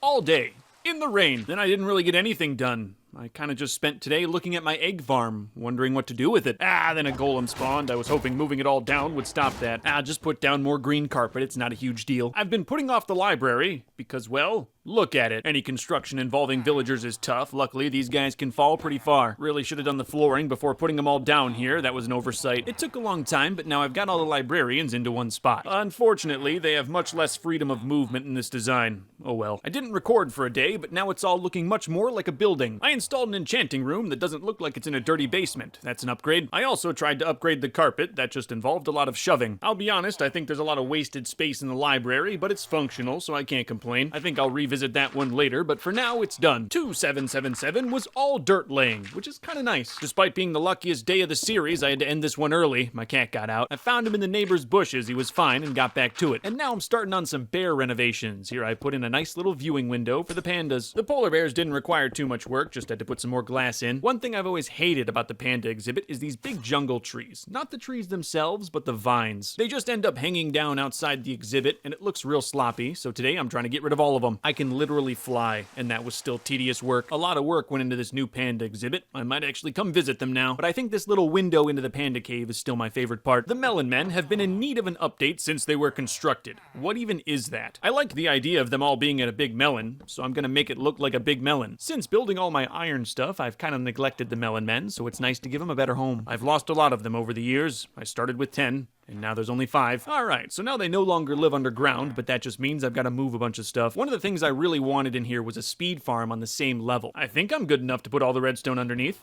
We'll see. So far so good, and no villagers have been mangled. Probably would have got it all done today if I didn't get a bunch of water in the machine right here. But after another day of troubleshooting, now it's working perfectly. Stay behind the wall, villagers. Employees only. They aren't employees. They aren't even contractors. Put some carpet on top. You can see by that bone and arrow that a skeleton spawned up here. And there it is. All done. You know, it looks like a melon. The orphanage only has to move down 1 block, but this thing that I built is going to be the biggest challenge. Yeah, I just ripped the whole thing out today. I can rebuild it. Moving it all down 1 block actually makes the whole system easier. I don't need pistons anymore. You can tell just by the walls it's now so much more direct. Finally, that part of the building looks like it belongs. I'm happy with that. Everything on the inside stayed the same. I just installed a new front porch and called it a day. And now I'm putting in lights, which tells you that the whole project's nearly done. I'm excited to see it. It's looked very weird with all these glowstone lights just floating in the air. You can see how much different the ground is now by how high up these old lights are. I have to jump, and I have jump boost. Done. Perfectly level.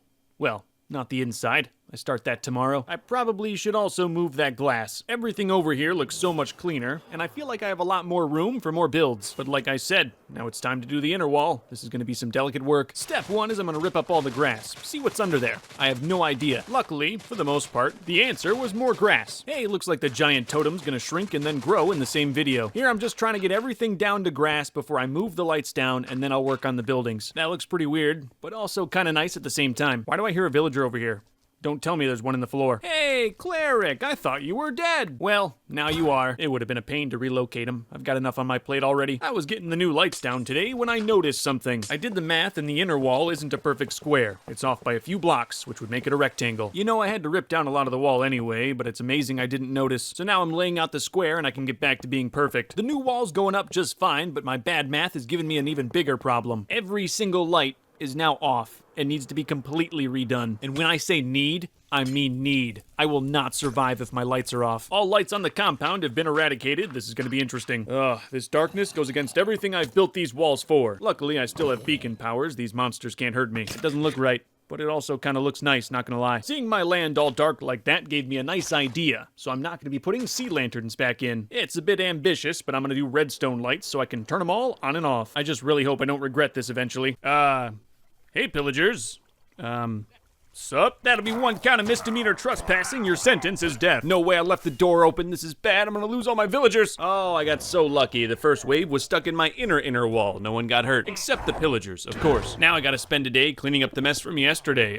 One thing I didn't realize about my warden head is every time I kill something, it's gonna get skulk all over the place. Alright, back to business. I'm gonna put down some torches just for safety until I get this all wired up. It's gonna be a little bit. I've gotta move some stuff and I don't want a creeper blowing me up. So now I'm just taking my time digging out the trenches for all the redstone wire. I don't know if you ever watched my 100 Days in Creative video, but I learned my lesson there. If you don't take your time with this, you'll pay for it. All of the redstone for this lighting circuit's gonna go on these chiseled stone blocks. I had a bunch of them laying around for the old monster farm, and it's nice to be uniform. Little sad, but got rid of the old piston gate today. It was off by 3 blocks, I just couldn't save it. Everything is done except one light, right above the nether portal. Considering all that went into this project, I'd say that's pretty good, but I've still gotta fix it. There's really no way around it. I had to drop the whole ceiling, and that just made it all look funky. Just gives me more to do later, I guess. I don't remember why I killed all these dogs today.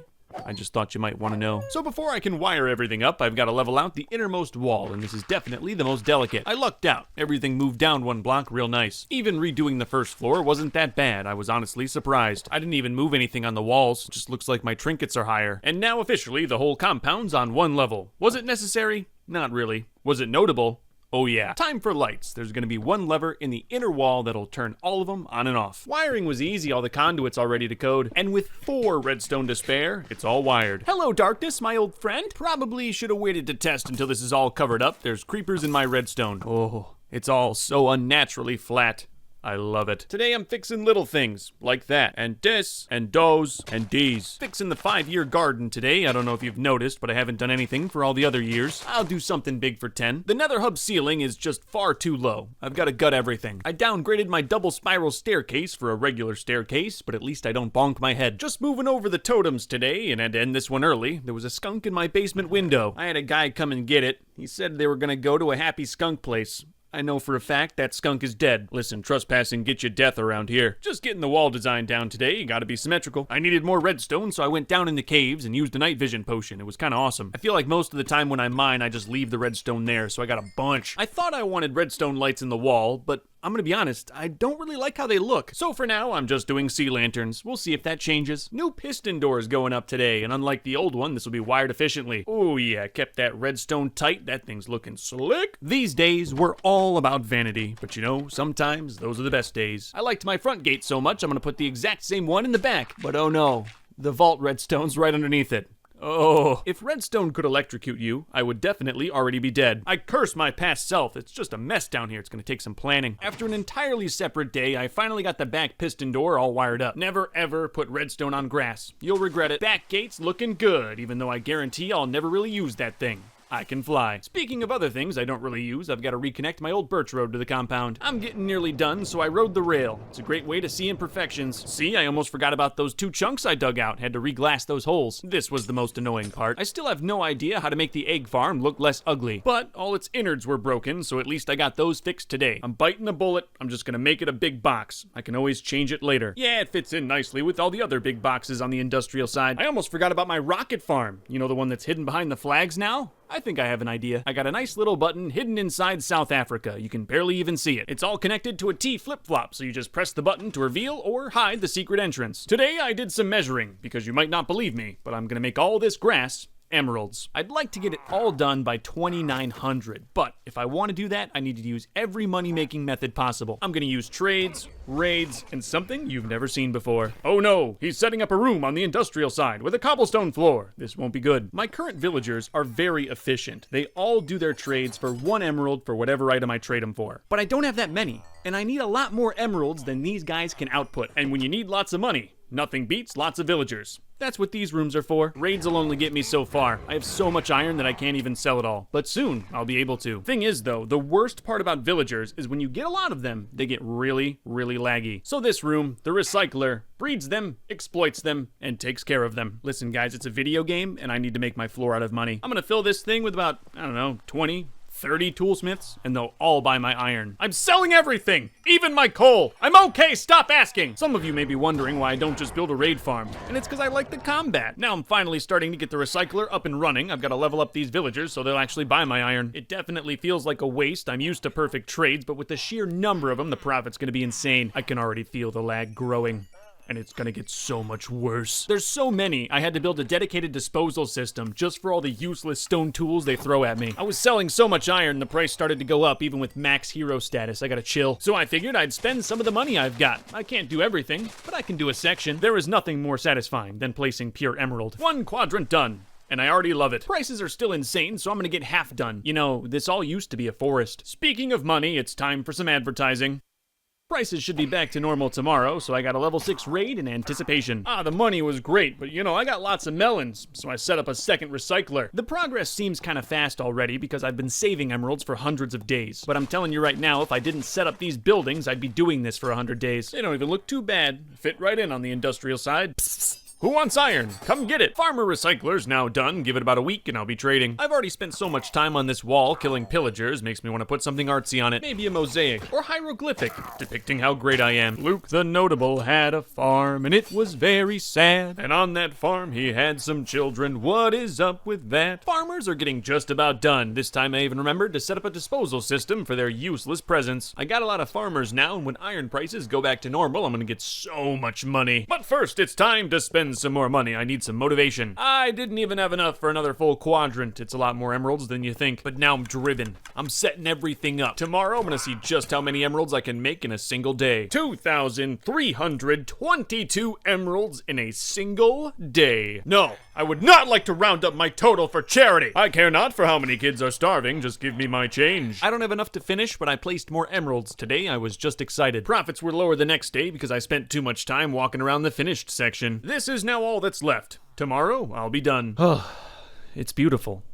It truly is beautiful. All right, villagers, I don't need you anymore. Time to get recycled. I left 2 in each recycler just in case I ever need them again. I probably will. One day, everything will be emerald. It's a little surreal walking around the emerald lawn. It definitely does not feel natural. I rebuilt the diorite road today, pretty much to its old specifications, and then just looked at my land some more. I'm in love. Day 2868, I updated my maps. Obviously, there's a lot of things that have changed. Oh, I love it even more now. Rode the rail just to see if anything else needed a quick change. It gives me some perspective. I got rid of my dolphin cage. It's just ugly and sad. And after all that labor, I gotta get away. It's time to go camping. I flew away from home with nothing until I broke my elytra. I'll keep it as a souvenir. Well, I shouldn't say nothing. I did bring my axe. And tonight I slept comfortably in this desert town. Camping can be a fun reset. Take myself away from the totems of Undying and Beacon powers and see what it's like to just play Minecraft. I was feeling the adventure and walked out into the desert without a plan. Of course, then night came. Maybe this wasn't the best idea. I felt much better once I got in a boat. It's one of the safest ways to travel even when you're naked. I'll sleep in this village. That still counts as camping. All I wanted today was just to get out of the desert and Badlands. It's just not great camping material. Hey, look at that. I found a diamond in this abandoned village. On the edge of the desert, I found this really nice sparse jungle. I could live here. I'd set up camp on the top of this hill, but it is getting dark. So I found a nearby cave and figured this was a good time to get some iron and coal. Then I set up a little cottage. Nothing fancy, just some shelter. I gotta say, it was nice having jungle wood. That gave me more to work with. No roof, but it's got a door. It's home. From the top of the hill, I could see some nearby acacia trees, and these will be perfect for a roof. I got all the roofing done by nightfall. I didn't take a look at it, just went straight inside. There's monsters out there. Well, obviously, I was rushed. I'll have to fix that. Oh yeah, it turned out great. I love my cute little camping cottage. So much so, I worked until sunset, making it look pretty. That was a good day. Now I've got food, I've got shelter, I've even got armor. What more do you want? Conquest, I guess. I cleared out the cave underneath my land today. And from the top of the hill, I could also see this massive cave. Might as well go through here too. It was a very large cave system, went all the way down to Deep Slate. What I always find I like best about camping, though, is exploring. I found a really nice savannah town nearby. Those are easily my favorite. What's nice is I didn't have to use coordinates to get home. You can see my hill from here. Back in the big cave, just looking for diamonds. I really don't know why, but why does anyone do anything? Didn't find a single diamond in the whole cave. I missed night vision potions already. Then there was more caving and more nothing. I almost missed it, but I found one underneath some water here. Just one. What a ripoff. It's not like I haven't been trying. Look at this cave. It's explored. I'm not sure what drives me to do what I do, but now I want some enchanted armor. And for that, I need leather, which is cow skin. So in the basement of my cottage, I set up a very simple enchanting room. Then I enchanted everything I have with, I'll be honest, some really bad enchantments. I got a horse. Pretty good one too. Too bad it can't come home with me. We had a lot of fun together, slaying everything we came across. Today I set up a sugarcane farm, like I'm even gonna be here for a few more days. I got a little compound set up. What's stopping me from starting fresh here? Nah, I really like being immortal. But this has been very fun. All right, I've got steak, golden apples, enchanted armor. I'm going back in the cave. I want some diamonds. I found a really small mine shaft at deep slate level, but no diamonds. Still though, this is all the stuff I've found while camping the last few days. I think I did pretty well. And after one more unsuccessful day in the caves, I thought it was a good time to go back home. Ah, would you look at that? My last sunset got stolen by the rain. I had a lot of fun living out here, building the cottage. It's not like it's going anywhere. I could always build a portal to it. But now it's time to go home. I've got huge plans and not too much time left. I'm about 20,000 blocks away from home, which sounds like a lot, but if you go in a straight line, it's really not that bad. A lot of my journey was over the ocean, which is always easy travel. I got a little loot here and there, nothing too notable. But by the nighttime of day 2890, I was back to my birch road, which means I'm home. I made a relic out of my broken elytra because I hardly found any diamonds while camping. It felt good to be home and put my armor back on. That's the whole point of camping. But then I got straight back to work. It's time for a huge project. If you remember, at the end of 2,000 days, I failed to get How Did We Get Here, the hardest achievement in the game. And on this little island, hopefully, I'll be doing it again. How Did We Get Here involves having every single effect in the game applied at the same time. And I've left myself over 100 days to complete it. And I'll definitely need all that time. It took me 3 days just to set up the location. Now that I've got the location, the next step is to dig a canal all the way from my main base there, about 8,000 blocks. I need to get a shulker out of the end and into the overworld and then transport it all this way. I'll mostly just use existing rivers and oceans to get one path of water all the way to my new How Did We Get Here island. I then just write down all the directions on a piece of paper so I don't get lost. Took a little break from canal construction to give my 2-year-old a tour. She loves my animals. She really likes my horses. I even asked her to name my prized horse. It doesn't have one. She named him Blue. Thanks. Now I'll be super sad when he dies. The canal's dug and I've got the directions, I just need water. And now that's all done. Step 1 of like 1,000. Day 2901, I made How Did We Get Here Island 2 slightly bigger. I also looked at my warden trapping infrastructure to see how easy a diversion would be. Then I went to my base warden and checked the numbers on just how far away I can be safely. Back at the island, digging out where the warden will go, hopefully this doesn't get me murdered. Of course I'll have safety features, that's what I set up today. And now I'm just digging a new warden tunnel to get a warden to How Did We Get Here Island. In theory, I could put a warden anywhere. More digging! I love it so much! We've already been over how this goes. I'm gonna have the warden chase me a few thousand blocks to How Did We Get Here Island. Then it's just a very simple trap using this bubble elevator to get it right where I want it. There we go! Got the warden. I hope you didn't doubt me. I did the warden first because it's obviously the most dangerous. I need to build everything around the warden. I dug a trench, which allows me to get darkness without the warden shooting me. But being on that island without a beacon is making me very nervous. The warden can kill me in 2 shots. However, thanks to my wither skeleton farm, in 2 days I got enough heads for a sextuple beacon, killed the wither 6 times, set up the beacon, and now I feel so much safer. The room is now marked. In here I'll get darkness, but the warden can't shoot me, and he shot me several times figuring that out. Somehow, I'm way more worried about the dolphin. They have a habit of dying. I think I should have made the cage before getting the dolphin over here. Him and the warden did not agree. I swear I did not do that on purpose. Cage 1 is looking fine. At least the dolphin is not being gunned down. A dead dolphin stopped me in 2,000 days from getting How Did We Get Here, so I gotta make sure this works. I was decently confident the dolphin would be fine, so now I'm in the end trying to get a shulker. It's likely my least favorite part of the achievement. It's just such a struggle. Took 3 days just to get one back to my main camp, and now I have to transport him thousands of blocks. Well, wish me luck. Everything was going fine until I got to a section where I apparently didn't fill with water all the way. The shulker is now lost somewhere in the ground, and this could all have been avoided. I was up all night searching, but I found him. Got to the island. What could go wrong? Got the shulker in just fine, but my conduit killed him. Oh, got another, let's go. I didn't even get out of camp and this one died. Ah! Alright, 3 times for 3,000 days, that just makes sense. And for once, something nice happened to me. If a shulker shoots itself, there's a chance it reproduces, so now I've got 2 on the island. Nice, I hate that part. And now it's done. And I got 2! Dolphin's now dead. I figured that would happen. Time for some experiments. Sometimes they drown themselves on the bottom. With this design, he can't be on the bottom. I guess that kinda looks like happiness. At least he's not dead. 2929, I brewed all the various potions for How Did We Get Here. I also set up a portal right near my pillager outpost to make sure Bad Omen won't be hard to get. Went back to the island to check everything, and now the dolphin's dead. I have no idea what happened, but I'll figure that out in time. Today I converted the structure from dirt to deep slate. This dolphin cage has soul sand in the corners and a glass top. So far, it seems to work. I just watched it all day to make sure it lived. And it did, but I really wanted to be sure, so I gave it an extra day. Still, no dolphin death. Now that the island's all set up, I set out for more achievements. Apparently, I have 2 more biomes to find. The only issue is I'm not sure which ones they are. I flew around for 3 days, found a lot of beautiful landscapes, but none gave me the achievement. While exploring, I found a pillager outpost, this one with allays. It's a new mob that I didn't think I'd find, but it's like 20,000 blocks away, so getting them home will be a challenge. So first step, I gotta go back home, and I flew up so high that my body turned black. You can save a lot of rockets this way. I was home by the end of the night. I'm coming, allays, hold on! It was a lot of digging, even for a 2-block tall tunnel. Then I hit some basalt, and that just slowed me down more. Got all the way there, and then realized I have no obsidian to make a portal. I really gotta put some obsidian in my ender purse. Alright, now after wasting all that time, I'm back where I tied up the allays. Getting them back home was slow, but they follow me. Now that I have them here, I'm not really sure what to do with them, though I will say it's kinda nice seeing them float around. I am afraid they'll run away, but I don't want to tie them up. They seem like such free creatures, so I made them a room in the house. I got 3 of them up here chilling now. That's enough to look at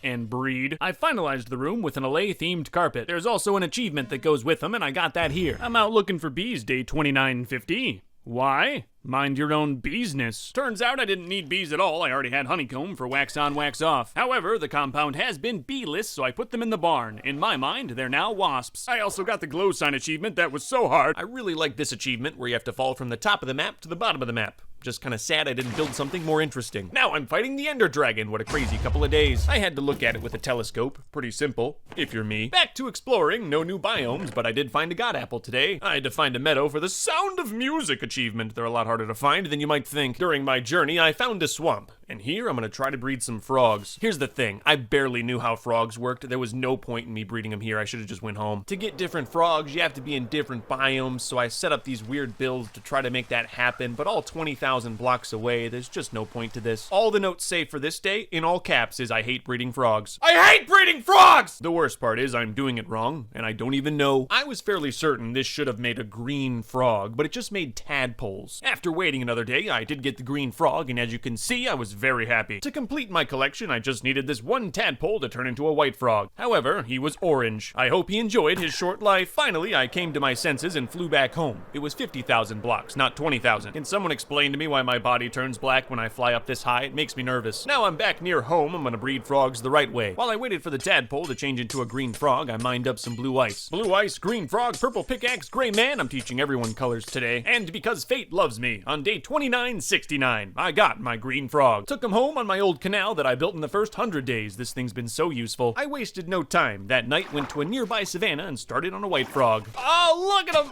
My baby! The whole reason I'm doing this is to get frog lights, and believe it or not, that involves the nether. So now I'm in the nether, constructing my very own custom frog light farm. Just know I did not consult Google for this, so please make fun of me, nerds. Today I made a tunnel to the frog light farm through way too much lava. Kinda like saying that. Frog light farm. Going to the frog light farm. It's simply just a big open platform in the basalt over a lava lake where magma cubes are likely to spawn. Gonna test it with the orange ones. I've got a bunch living in my creeper farm. Someone must have a concussion over at Minecraft because to get a frog light, you have to have a frog eat a baby magma cube. The farm works great, but we can't all deny that it's a little strange. I guess I kind of thought the frogs would be in some sort of danger in the nether, but really they're not. They love eating these things like it's their job. And there they are, all 3 frog lights. It's an achievement. It'll also be an achievement getting my allays back home. They followed me in here. It just took a lot of yanking and shoving, like a trip to the grocery store with Mom. So after all that, I took a look at all my remaining achievements, and none of them gave me a feeling of joy. I'll get them in 4,000 days. My last month in this world, I'm gonna do fun stuff. I want you all to know that I've had this idea for a very long time. I'm gonna renovate my zombie spawner. I never use it.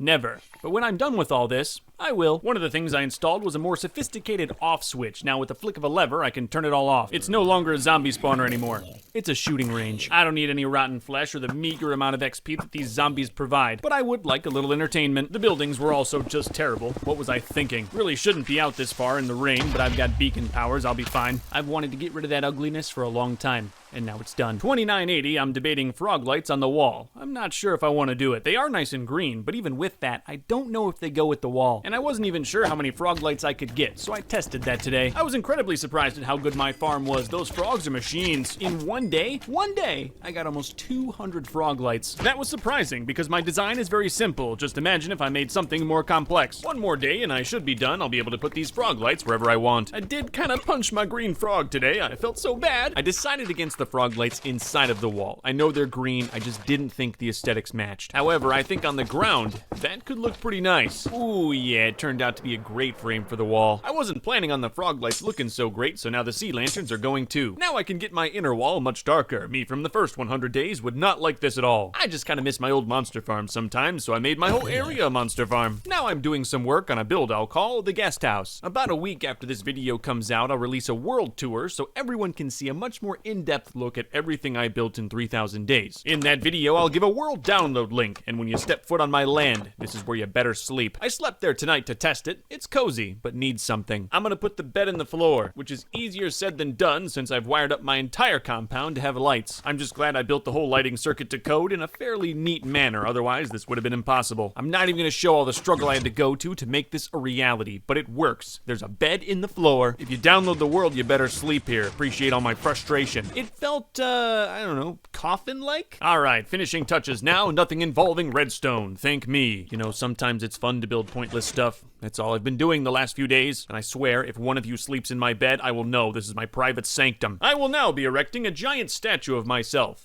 Again, really shouldn't be that hard. My skin's mostly gray except the face. Got the face done today and I already love it. I don't know how I always do this though. I'm gonna run out of concrete and I can't leave it like that. It looks a little sus. I did say I was erecting a statue, didn't I? I've got the gravel, I just need sand. Done. I always thought this side of the compound was missing something and I fit in just perfectly. I'd never get rid of the old statue of myself. That thing's historic. I really like how you can see the new statue from the old statue. I'd like to be able to go inside of myself, but I want the entrance to be secret. But of course, with all my underground lighting, this was not going to be an easy task. Oh man, I don't know what happened, but now half the lights are off. Luckily, using my elytra, I could jam myself in there and see what the problem was. Alright, now the lights work again. Let's see if I can get this secret door done. In theory, the redstone should not be that difficult. I've done tons of stuff like this before, but I don't know why. This piston, not connected to anything, is turned on. So I just gave up on the secret door. Maybe I'll revisit that when my redstone isn't cursed. $29.95, I put some finishing touches on the wall, just a little flare on the corners. It just breaks up the square a little bit, makes it look a little more refined. I don't have many more days. I wanted to make everything look as perfect as I could. Okay, the time is now. Final preparations for how did we get here. I brewed an entirely separate set of potions, double-checked everything. I wanted that achievement. Went over to the island. I was most worried about the dolphin dying, but he seems fine. Then I went back home and took one last look around the compound to make sure everything looked and worked perfectly. Tomorrow, the gauntlet begins. I slept in my sky bedroom to increase my power. The first step of how did we get here is to do a raid so you're the hero of the village. That was easy. I am me. Now, while I'm a hero, I have to go get Bad Omen, and this just means I can't go home again or I'll start a raid. I traveled through the nether running to get my hunger down. Of course, the night before day 3000, I made probably my 3000th check to make sure I had everything for this achievement. But there it is. The sunrise of day 3000. Alright, I should have enough stuff to do this twice, so if I mess this up, I can try again. Everything was looking good. I went into the pocket with my suspicious stew and didn't get the achievement. Alright, well I guess that's why I brought more items than I needed. Alright, this time for sure, I looked at my list. Nothing should be wrong and no achievement. How could I forget mining fatigue? My hope was not gone. There's still some time in day 3000. I just gotta beat this raid as fast as possible. Slayed those pillagers, brewed some potions. My heart was racing. But by the time I got everything together, the sun was already up.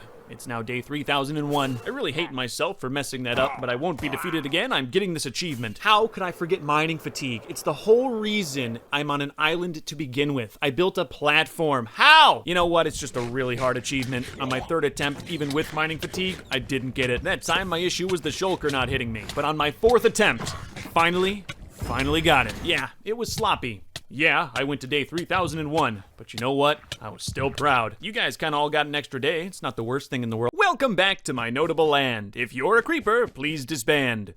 No, I mean it. Get out! First thing on my agenda for this new adventure, I'm gonna try to go inside myself. Unfortunately, it's not what you think. A while ago, I failed making a secret entrance to my statue, and I'm gonna try again here. I wanted the redstone to blend in. You barely even notice that wood button there. Of course, that does mean it's notably complicated. This kind of switch is called a T flip-flop. I don't know why nerds call it that. I don't talk to them. All I know is this piston is pushing without redstone. It's either magic or I'm bad. Local, villager, redstone repairman, and search. I think this would all be easier if there weren't a bunch of lights in my floor. Why do I have to be so complicated? Doors working, but lights are broken. And now it's raining. I'm not trying to get shocked. I'm gonna go to the next one.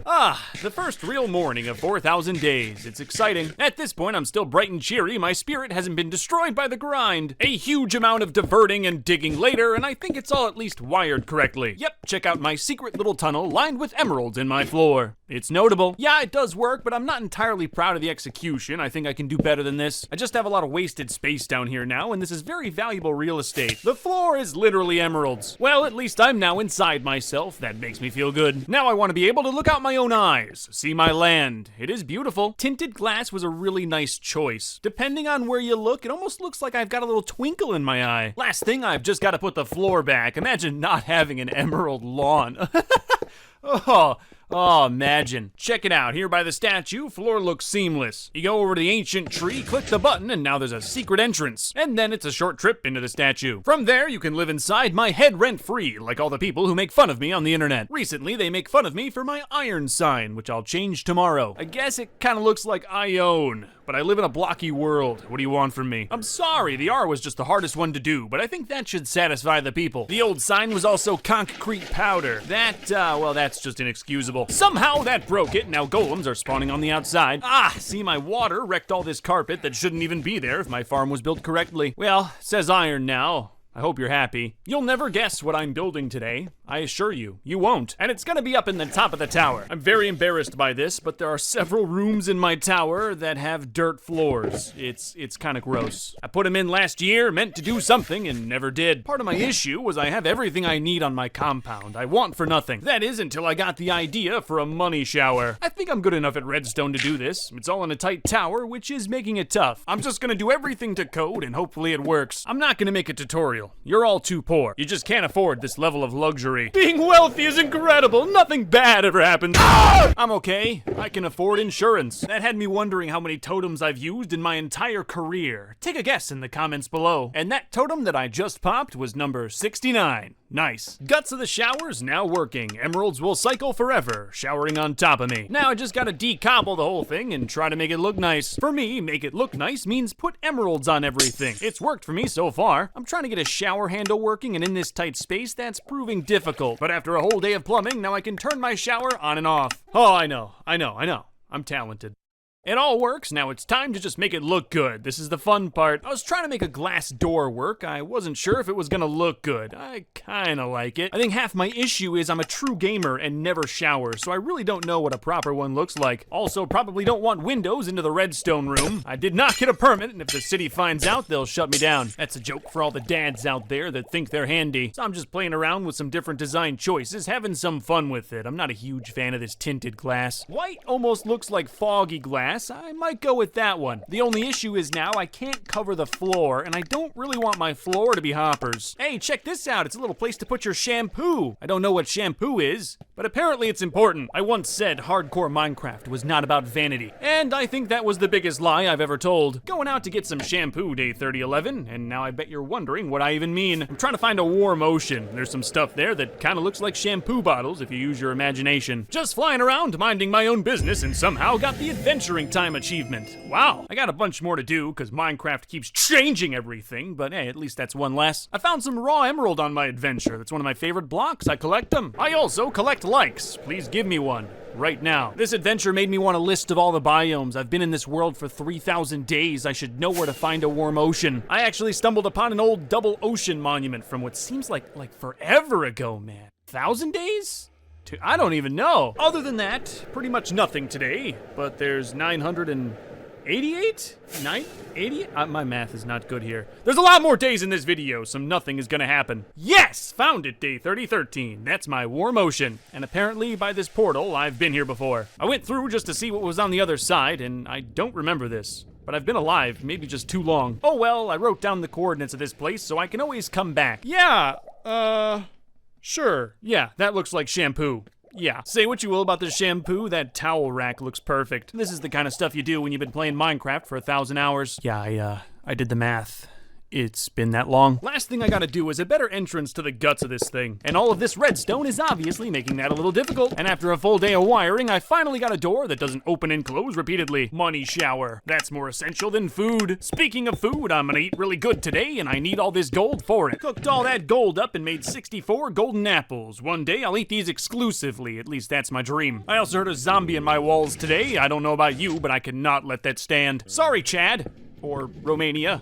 I'm not sure. Zombie spawned in my sugarcane. I'm not sure how, but I dealt with him. Well, I guess there's a couple of them in there. What's going on? Put some torches in. That should fix it. Day 37, I'm gonna try to do some work on the iron farm and the bamboo farm. I'm gonna see if I can connect them. So down here under the iron farm, I've got a little item sorter. It's one of the first ones I ever built. Right now, it takes all the poppy flowers from the slain golems and just burns them, and that's kind of a waste. So I'm gonna try to connect the poppies from the iron farm to the bamboo farm. That could be awesome. Poppies could make bone meal, which could make me more bamboo, but it's gonna be complicated. I made an emerald shower already. I think I can do this. My first plan did not work, so I'm not even gonna show it. Not giving up though, and plan number 2 should work just fine. I really just need one of the bamboo to get hit by bone meal, so that's what I'm doing. If I've learned anything about redstone, it's that if you use enough hoppers, your thing should work. And if after that your thing continues not to work, you should probably see a doctor. Bamboo side's done, I just gotta get all those flowers converted to bone meal and sent to this exact spot. Should be simple. He then learned that it was not simple. Alright, I'm filtering poppies now, that's a good sign. And now I'm successfully injecting that white stuff. Nice. Just need a nice hole for this white stuff to go into now. Dad, why doesn't he just say bone meal? You'll understand when you're older, son. After another day of work, the two farms are now connected. Bone meal now gets spit into the bamboo farm, at least it should. Yeah, that part worked fine, but now the bamboo detectors need a calibration. I've got new wire and old wire, and that's never a good idea. Redid everything, and now it works perfectly. I'm gonna make so much bamboo. But just to be sure, I gotta do an inspection. I got two farms intertwined now. A lot could go wrong. Bamboo's nice, but if something ever happened to my iron, I'd be losing out on a lot of money. It worked all day and nothing broke, so I closed it all up. Another great addition. Still staying busy. I was flying over by the library a lot, and this building's gotta get a touch up. Back when I leveled off the compound, I just made this thing taller and figured I'd deal with it later. Now is later. Yeah, these librarians are packed in pretty tight. That's kinda sad. As you can see, I've got massive plans for this new library. It's gonna be huge. And the villagers will be able to actually walk around. Isn't that something? Look at this.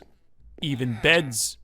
I never give them beds. I mean, I don't speak villager, but those scars sound happy. Some of them are just kind of standing there. I think they're paralyzed with the thought of their new freedom. I'm such a good supreme leader. Most of them are still just standing there, which is making me worried. I put a lot of money into these guys, so I'm gonna try treating them even nicer. I know it's weird for me.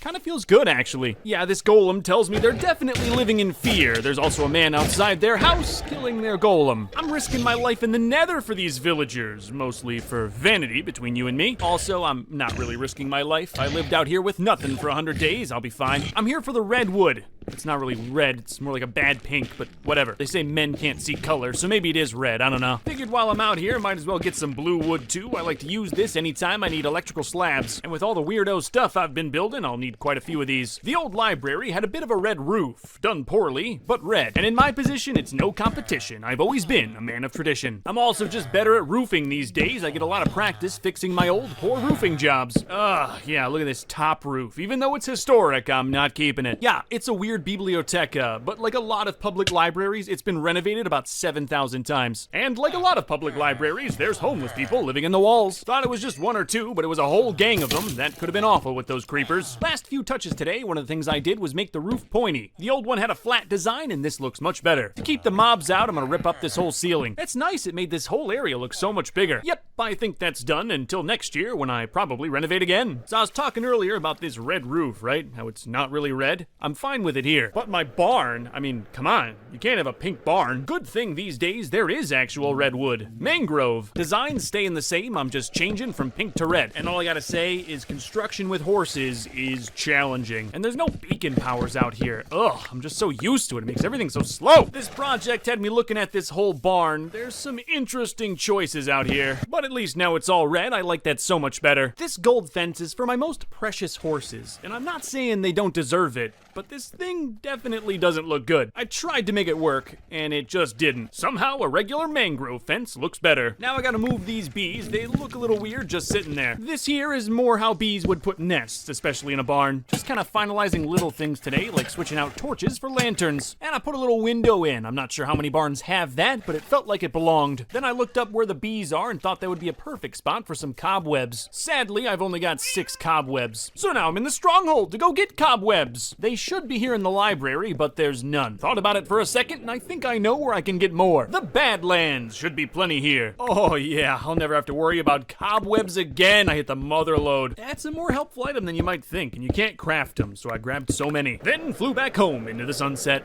Ooh, yeah, a few cobwebs up in these rafters. That barn's looking nice. Then I packed a bunch of redstone in a shulker box for what I'm doing tomorrow. This idea I'm real proud of, and it's gonna start with some carving, like all good ideas. But carving all day without a beacon does get old. Good thing I've got explosives. This was all just for fun! Despite being fun, TNT kinda sucks, so I'm just gonna fight the wither, get a beacon. He said, like it's just a normal Thursday. Beacons up, back to digging. Yeah, that was it today, sorry. Little bit more on 3040, but I think I'm done now. I'm really just clearing out for a horse track, so this should be good. However, this is not a simple horse track. No, this will be much more notable. I'm gonna try to build a horse grading system. Yes, I know you can download mods that do all that for you, but I don't do that. I already have these hedges that test a horse's jump height, and that's fine, but I also want to be able to test speed. And that's what this contraption will hopefully do. Just kind of got it wired today. Calibrating's gonna be the tough part. So I'm sure you all remember Blue, my best horse by far. I've bred what feels like 100 horses, with Blue even, and none have come close. And this track here is gonna try to measure his speed. As Blue goes down this path, a redstone signal will race him.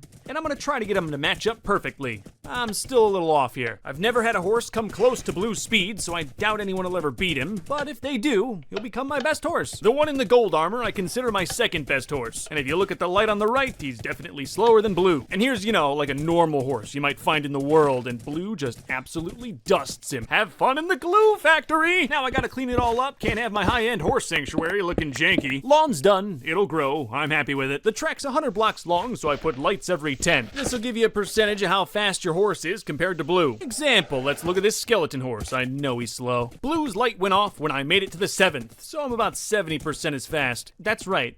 I hope. I'm trying to sound smart here. This idea came from the heart. It's been my favorite build in a while. I'm gonna make a farm by the barn, so I need water, but I'm way beyond buckets. I'm too powerful. So I silk touched ice, that makes sense. To make the crops, I also power farmed them. Nothing I do is normal. I guess I still sleep. For now. Day 3047 was filled with much hoeing. Do I have to say it? I will never eat any of this. It's all for show. Looks good though. Barn feels complete with a farm. Organic and fertilized with horse bones. Wasn't recording, but I grew it all. Beautiful. Now that everything's set up, might as well breed some more horses. All right, buddy, let's see if you get to live today. Can't jump 4 blocks, that's a bad sign. How's your speed? Oh, slow. Listen, buddy, by most standards, you're a good horse, but I'm basically a god, so I just can't let you live. Aw, you look just like your pa. Let's see how you stack up. He was slow. This is what Blue would want. Being by the barn so much had me looking at this old spruce road. Kind of thinking about something to do with it, I just never use it. I fly now. For now, I'm getting rid of this section that connected to the barn. It's just ugly. I'll think about the rest. For now, that's good. All this roofing's got me wanting to do more roofing, and this house has one of the worst ones. I mean, what do you expect? I never talk about this house, let alone go here. Fixed the roof and left quietly. No one needs to know what's inside. And on the underside of this cloud, I put end rods. Do you want to know why they're there? I thought monsters would spawn because it got so dark. This is just evidence of me being a noob. And today, I destroyed it. Picking up all the fallen stuff and I heard a skeleton in the floor. That or I didn't take my meds. I'm not crazy, you're crazy! Sweet silence. Then I did nothing next day. Over on the other side of my property on day 3052, digging out a space for a new mural. Or should I say 11 new murals. This area used to be a hill and it's since been carved, so I'm gonna put something really pretty here. But today I just measured, and now I'm grabbing gravel. A gravel grabber. Gravel grabber, grabber, gravel. Each of these 11 murals will represent one of my 100 Days adventures. I learned a lot from each of them, and today I commemorate them. Well, not exactly today, but you get the point. Super Flat was first, and it's still one of my favorites. I did creative today too, though it doesn't look that creative. I might have to come back to this one. And I really like Nether. It's got the armor I was wearing by the end. I was kind of poor in that one. Then I got End and 69 Days done. They're both pretty simple. Pocket was tough. I had to make it look like I was in a phone, but I think I did a decent job. I think I had the most fun with the Caves mural. This one turned out nice. Cheats is good too. I'm shooting lightning bolts. That's cute. Thought of a way to spruce up creative. I put an Alex head like in the video. See, I am creative. All this art has me low on diamonds, and I can't think of the last time I mined them. So first step was going incredibly far away because my world is ancient. Then I dug straight down. I know you're not supposed to do this, but that advice is for normal people. Oh no, I fell directly into lava. Whatever. I mock your pathetic mortality. Night vision potions make this so much easier. You just fly around the cave and pick the diamonds. Kinda nice flying around too, just don't break your neck. Alright, I should have enough diamonds now. I hate mining,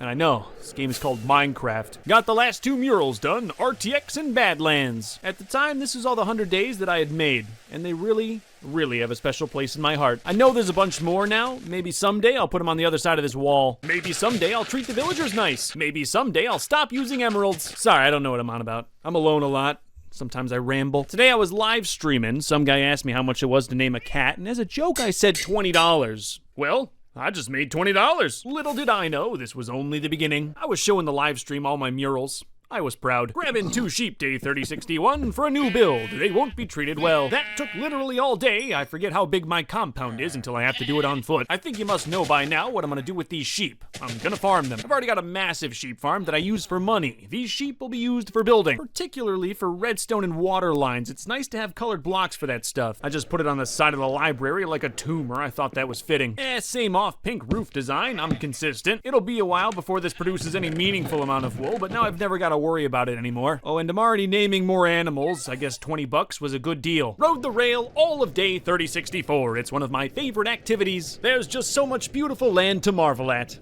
How notable. And now you're witnessing my fans go crazy over $20 animals. I get it, this series is iconic, and now you can put a mark on it for 20 bucks. Guess it's a good thing I got a bunch of orphaned dogs and cats over here. And apparently I forgot a few countries on the flag wall. Sorry, Somalia, didn't mean to leave you out. I was told to name a sheep Dinnerbone, and this is what happened. I'm honestly not even mad. My only concern is I didn't want my farm to break, but apparently they can eat upside down. Now it's almost day 3069, so it's time to make a monument. This torch right here, that's 69, 69, 69.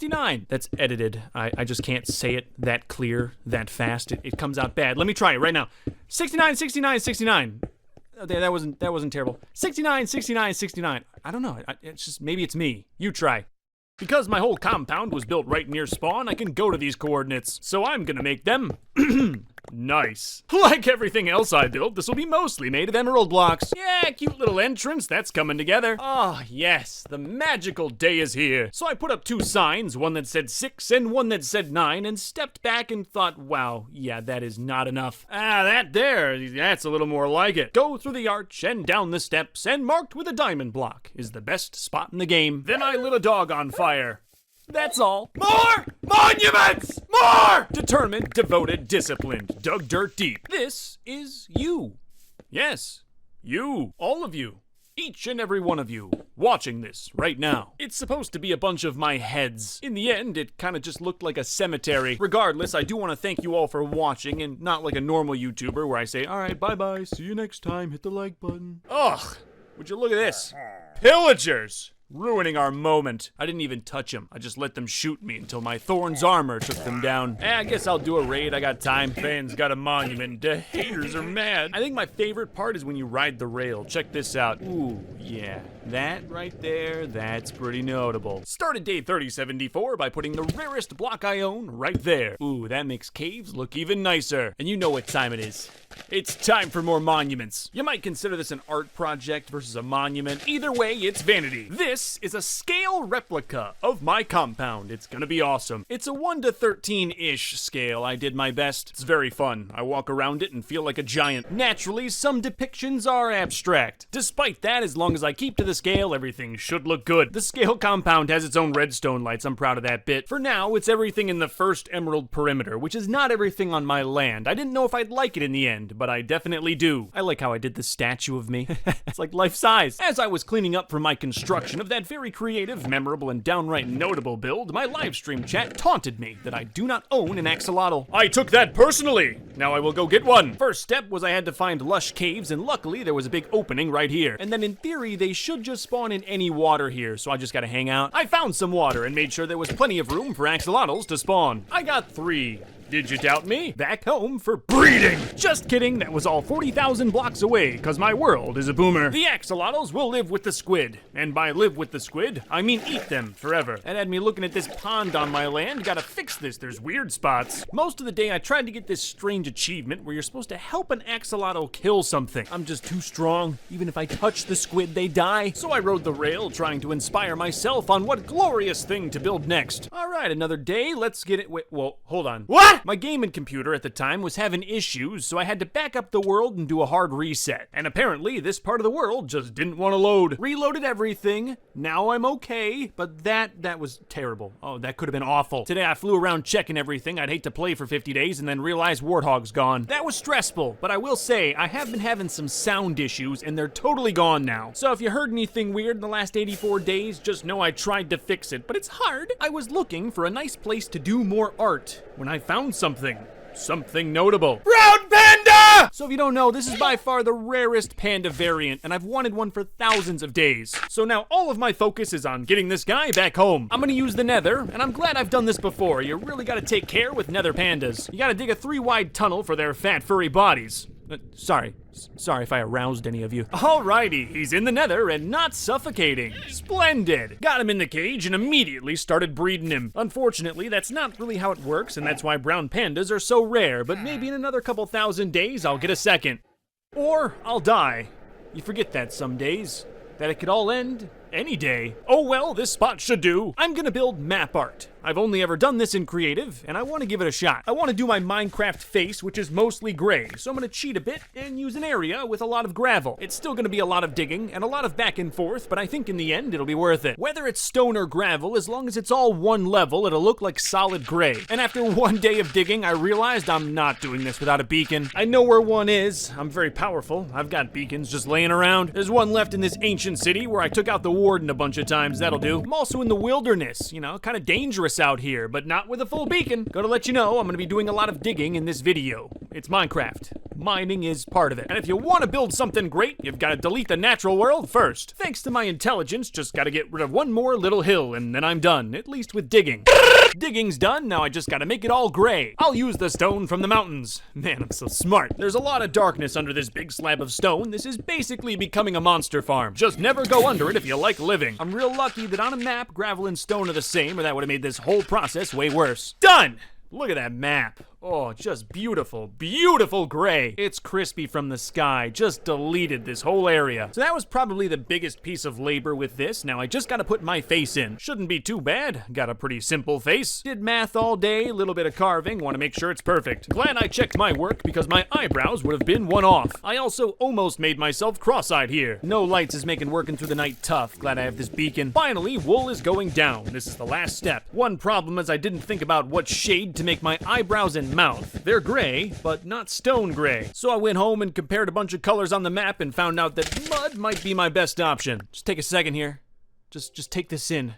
The sunrise of the first 100 days of this video.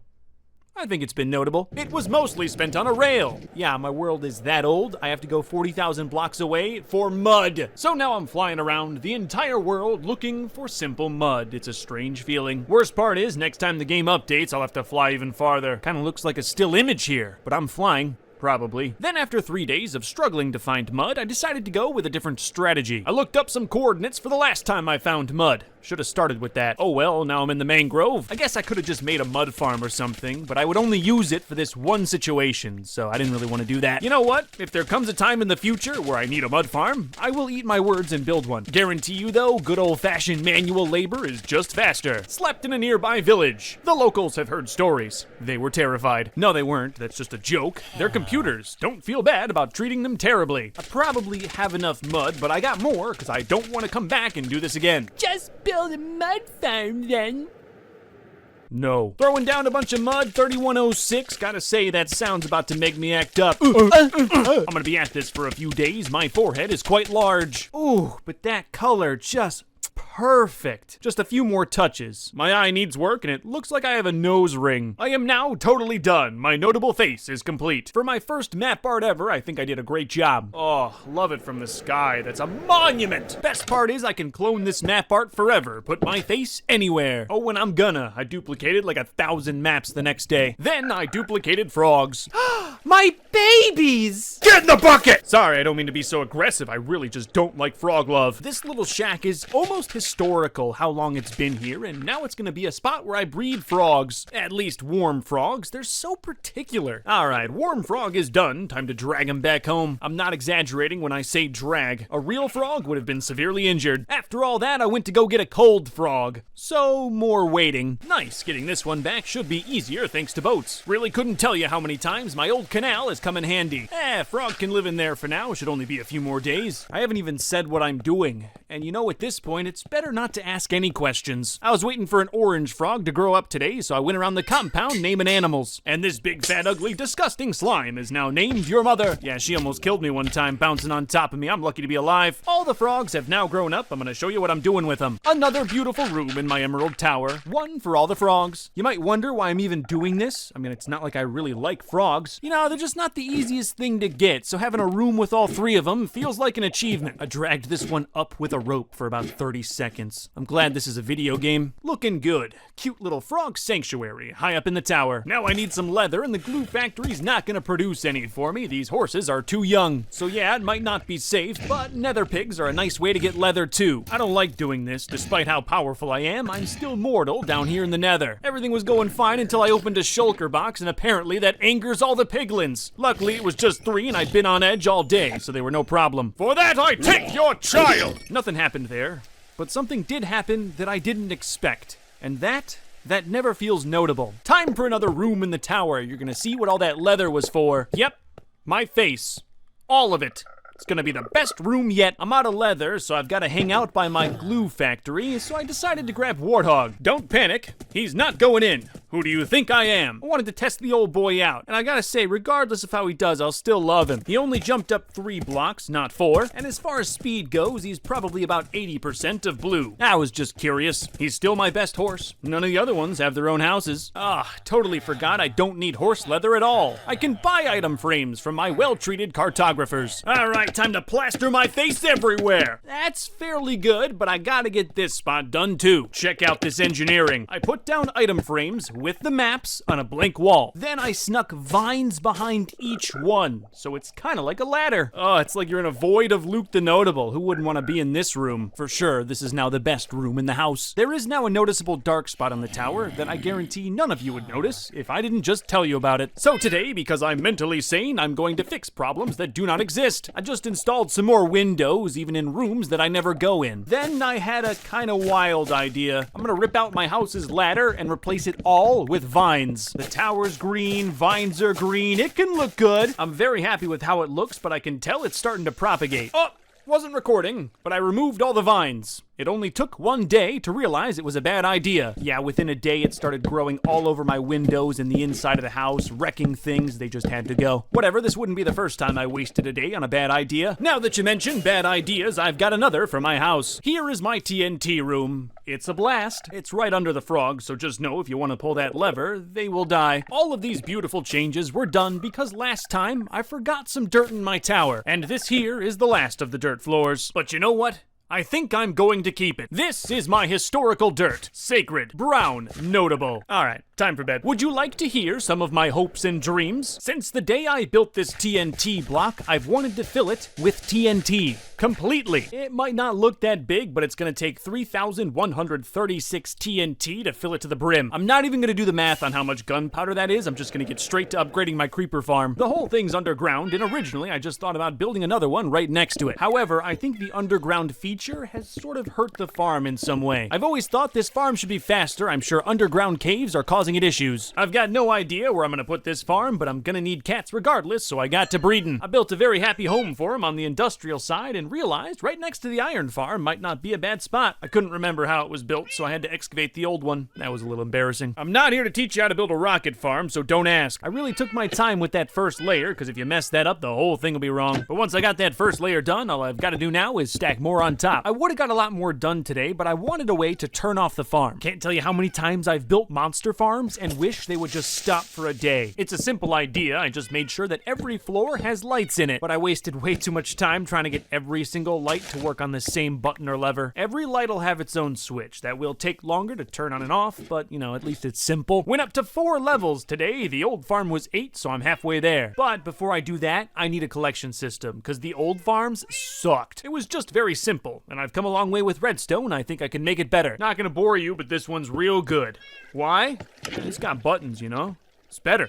So now that it's certified works, I've just got to put in those layers. I'm a layer slayer conveyor in the air, say your prayers. After some hard work, day 3137, it should now function. I hope. So far nothing, but I might just be standing too close. So I sat in my bedroom all day 3138. This should be far enough away for any creepers to spawn. It's working, just horribly. 12 gunpowder? Upon inspection, it's pitch black in here. There really should be creepers spawning. Just to be sure, I got rid of as many lights as I could. That's almost always the issue. The next day, I came to the conclusion I'm just gonna make this farm bigger. If it's bad, but big, it's good. America! It's also on the industrial side. It don't gotta look pretty. The only other thing that could be going on is I haven't checked for caves underneath this building. Oh yeah, that was definitely the issue. Found a spider spawner. This one's so close to home, it could actually be useful. I surfaced from my ancient mine. That brought me back. Again, testing my industry, but instead of just standing around, I decided to fish. Then I put in some glass, so I should be able to see any creepers spawning in the farm. Oh yeah, and I found the absolute sweet spot. If I stand on top of my iron building, creepers, they just flow. Naturally, I stood up there for an entire day. Let's see how good this farm is. Ow! I can't even count that high.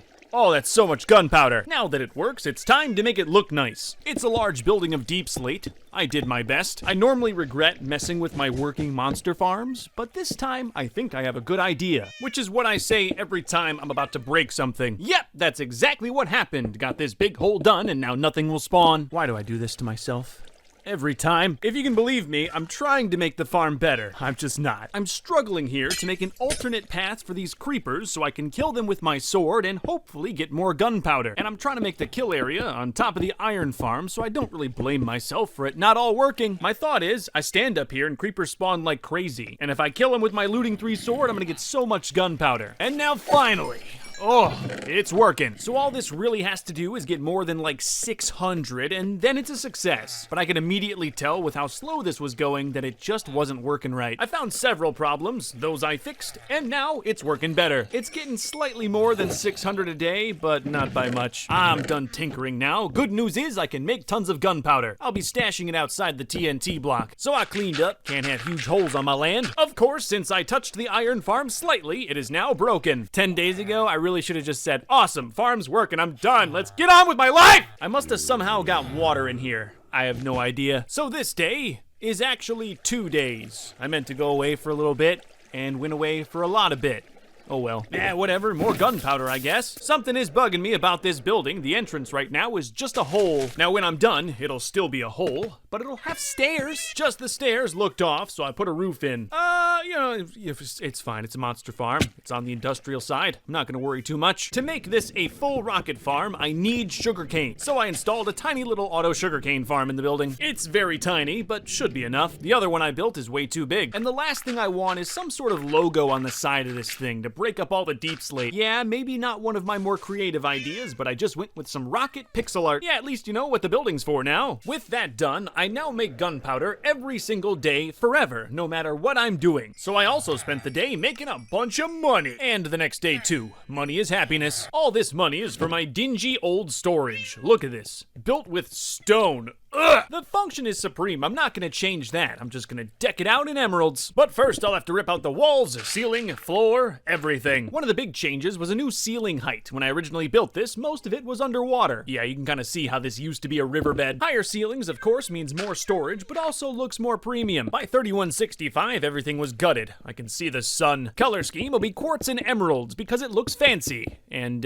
saves me emeralds. Maybe one day it'll all be emeralds. I'm rich enough. I just really don't want to make you watch me farm emeralds for like 30 days. I'm a nice guy. Getting rid of these glass walls covering the chests today. I kind of understand what I might have been thinking. They just don't look good. In my opinion, open like that looks better. It's all nowhere near done, but I can sort of start seeing it take shape. Got real dirty day 3169, but nothing's dirty about that entrance. That entrance is clean. The biggest reason I made the storage bigger was I needed more room for bulk. I got a couple of areas down there where I throw excess stone and dirt, but now I've got a dedicated zone, and it'll be kind of up and put away, so it won't look too bad. But I'm at the point where I'm doing a lot of the trimmy quartz, and this stuff takes some time. There's lots of edges and corners, and they've all got to look perfect. I'm nearly there. You can already tell it's so much brighter. Just don't think less of me if in the future I keep this all quartz. Walls are now done. I'll be the first to admit that the mine entrance looks a little weird now. I don't really mine at all, but for now, it stays. I put in 2 staircases so I can walk up to the upper level without flying. Gonna be honest though, I'm probably gonna fly every single time. Deep slate on the floor. I know. You're like, what are you doing? Deep slate? That's for poor people! I just can't tell you how many times I've broken my own floor trying to mine up a shulker box or something else. So at least with deep slate, that won't happen anymore. It all adds another color too. I like how it looks. New storage means new chests. And that means deforestation. There's only a few original trees left out here, and I just cut them down. And what I couldn't cut, I burned. On the top, I'm gonna do bulk storage, but only on one side. On the other side, I'm setting up a potion brewing area. I don't make potions all that often, but when I do, it gets messy. So now I've got a nice spot where I have everything, and organized. Well, not everything. I don't have a netherwort farm. I wanted a kind of nefarious feeling on this one, you know? It's from the nether, a little spicy. Oh yeah, that looks good. Like something the cops don't need to find out about. I also don't quite have every single potion ingredient. I need turtle scoots, and turtle scoots are annoying. Had to wait for those turtle eggs to hatch, so I just made profits all day. Ah, there they are. Now I just have to resist the voices telling me to step on them. Same thing the next day. Those turtles take forever. Just go step on them. No voices.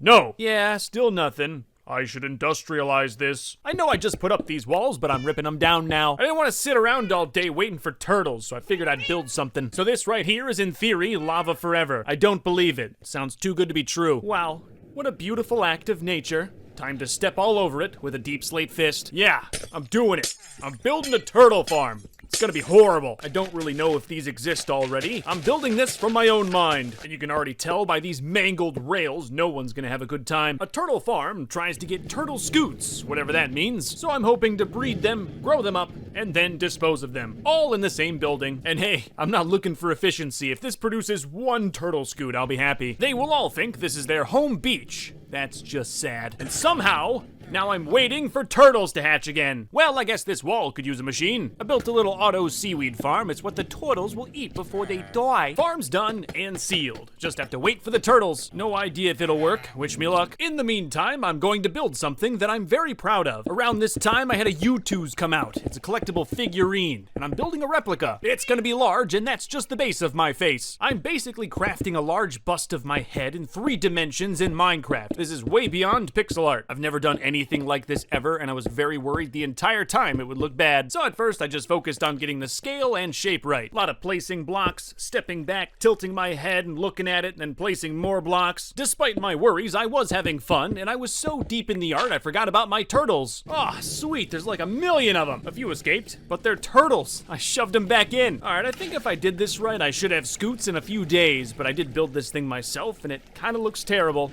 Anyway, back to sculpting. 3194 got some eyes on. That gave me a boost in confidence. The proportions are at least looking right. Smile too. Once I got that up, I knew this was going somewhere. Filling in the actual head part was tough. I'm playing a block game, and I need to make this look curved. No shortcuts though. This is my face. I care. And yeah, now it's looking like a face. That's a person! I am not a person. I am an AI. I think my biggest struggle of this whole structure was my iconic butt chin. I mean, if you've ever seen it, it's fairly cavernous. And hair? I have no idea how I'm gonna do that. I might as well just shave my head. Turtle update. Turtle update. The farm worked. Baby turtles were born up here and then pushed into the kill chamber. They grow up, they drop their scoot, and then, well, this happens. I'm so talented! To celebrate, I made myself a potion of the Turtle Master. I can't recall ever having one, and I'm slow but bulky, like a turtle.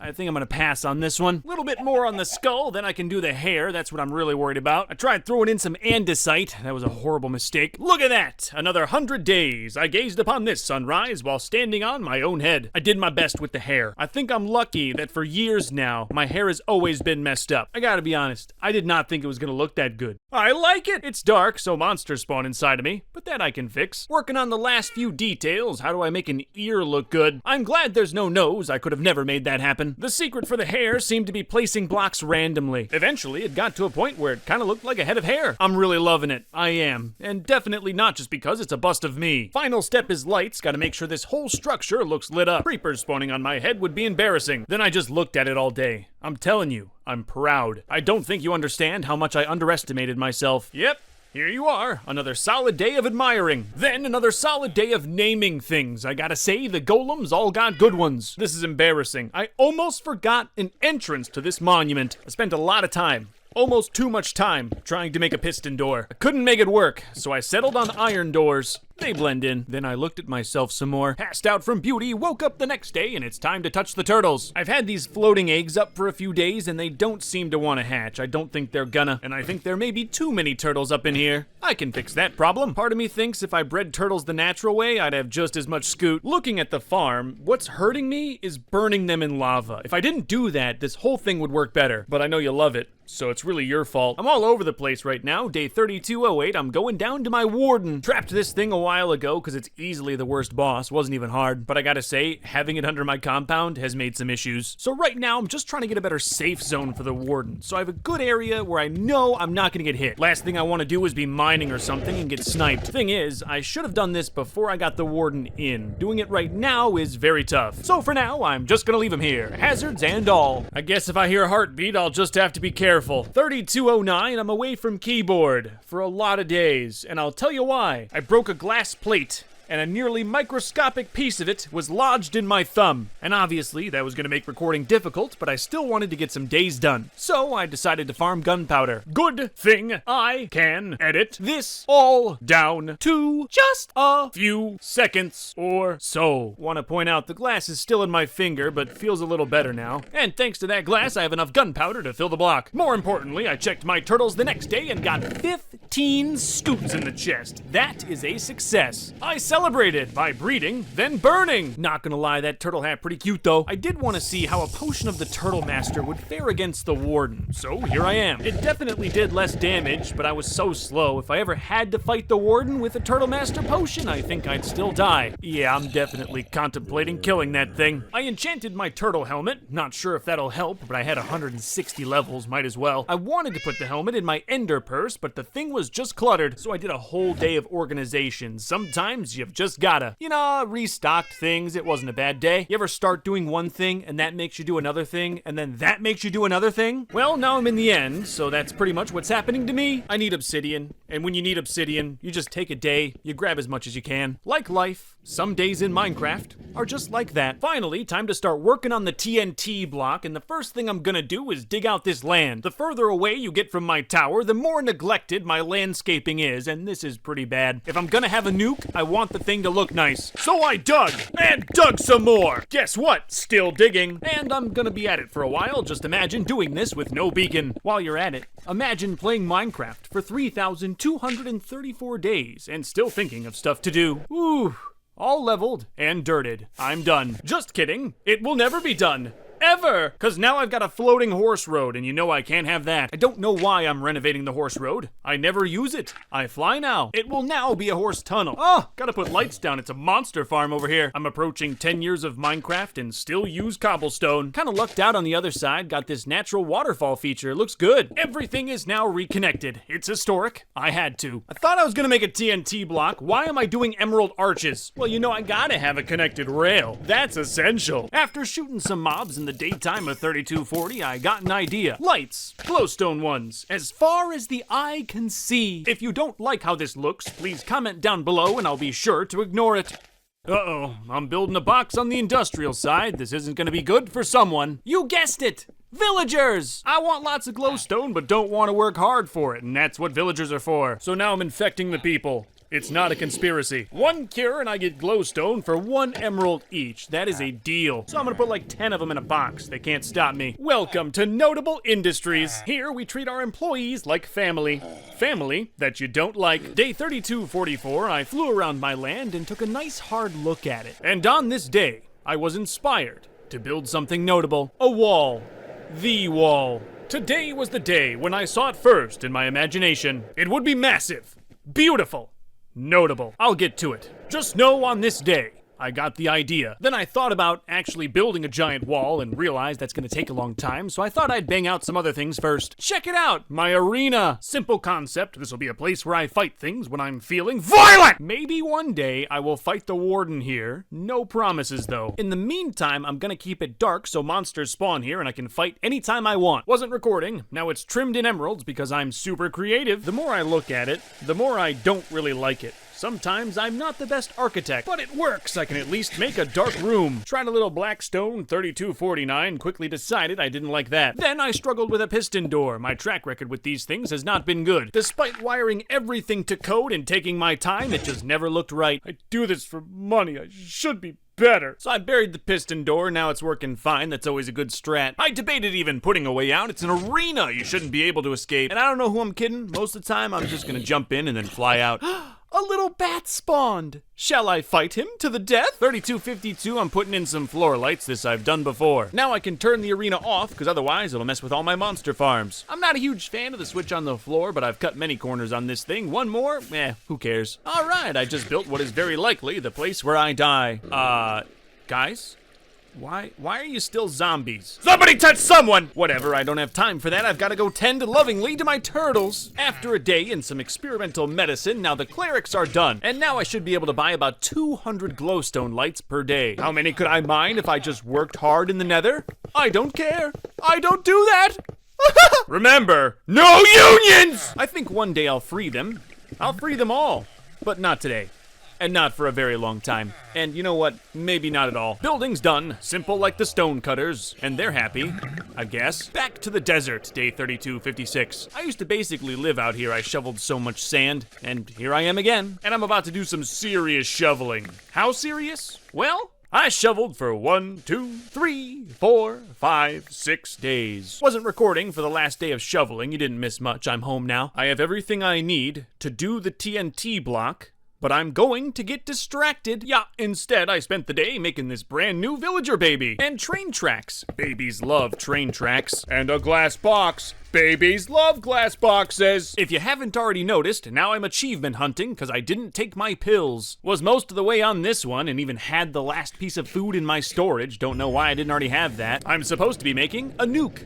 But instead, I'm going 40,000 blocks away to breed goats. I have mountains right by my home. Goats just don't spawn on them for some reason. Hey, Billy, it's your lucky day. Yeah, Aiden. Mommies and daddies, they kiss, and then a baby comes out. That's exactly how it happens. I also have to walk on snow with leather boots, but forgot leather boots. No problem. Not sure why this is an achievement, but hey, I got it. Went back home to get distracted more. Wasn't recording again. Now I have a new guy working for me in the Netherwart farm. Meet Walter. Then I fished a little bit and watched the sunset. That was nice. Then got nothing done, day 3268. Mostly just stood around. Not kidding. Here's some very good standing footage. Here's some more. Notice how I waste this whole day. I was scouting out a spot for a Strider achievement. I've got to make a Strider walk on a bunch of lava in the overworld. One of those achievements that sounds very easy, but once you start doing it, it's actually quite difficult. The only time I had done this achievement before was when I played 100 Days with cheats on, and it was very easy then, of course, but by hand, quite tough. It's a weird achievement, but it's hard like an achievement should be. I like this one. Very high chance of death here if you're not me and are totally prepared. Got a Strider from the Nether,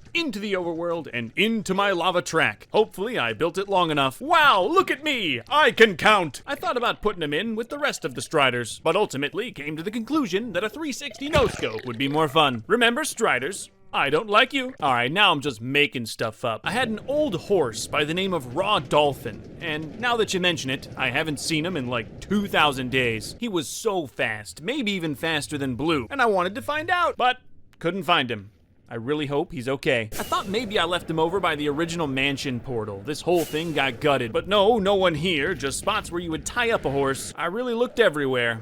Oh well, I guess he's just gone. For a brief moment, I thought I found him. But nah, just some nobody. Then I was reminded why I don't come out here all that often. TNT block.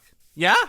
Really? No, I'm not gonna get distracted. We're gonna actually do this thing now? Cool. Step 1 is get the whole thing not floating. The original was made with wool, and the new one will be made with concrete. I figured if I want this thing to not go off randomly, I should probably build it strong. And with my sometimes chaotic nature, you might think I want this thing to go off randomly, but I don't. Gotta break a lot of wool today, so first I'm gonna make the best shears in the game. Okay, which one of you has unbreaking? Oh, there you are.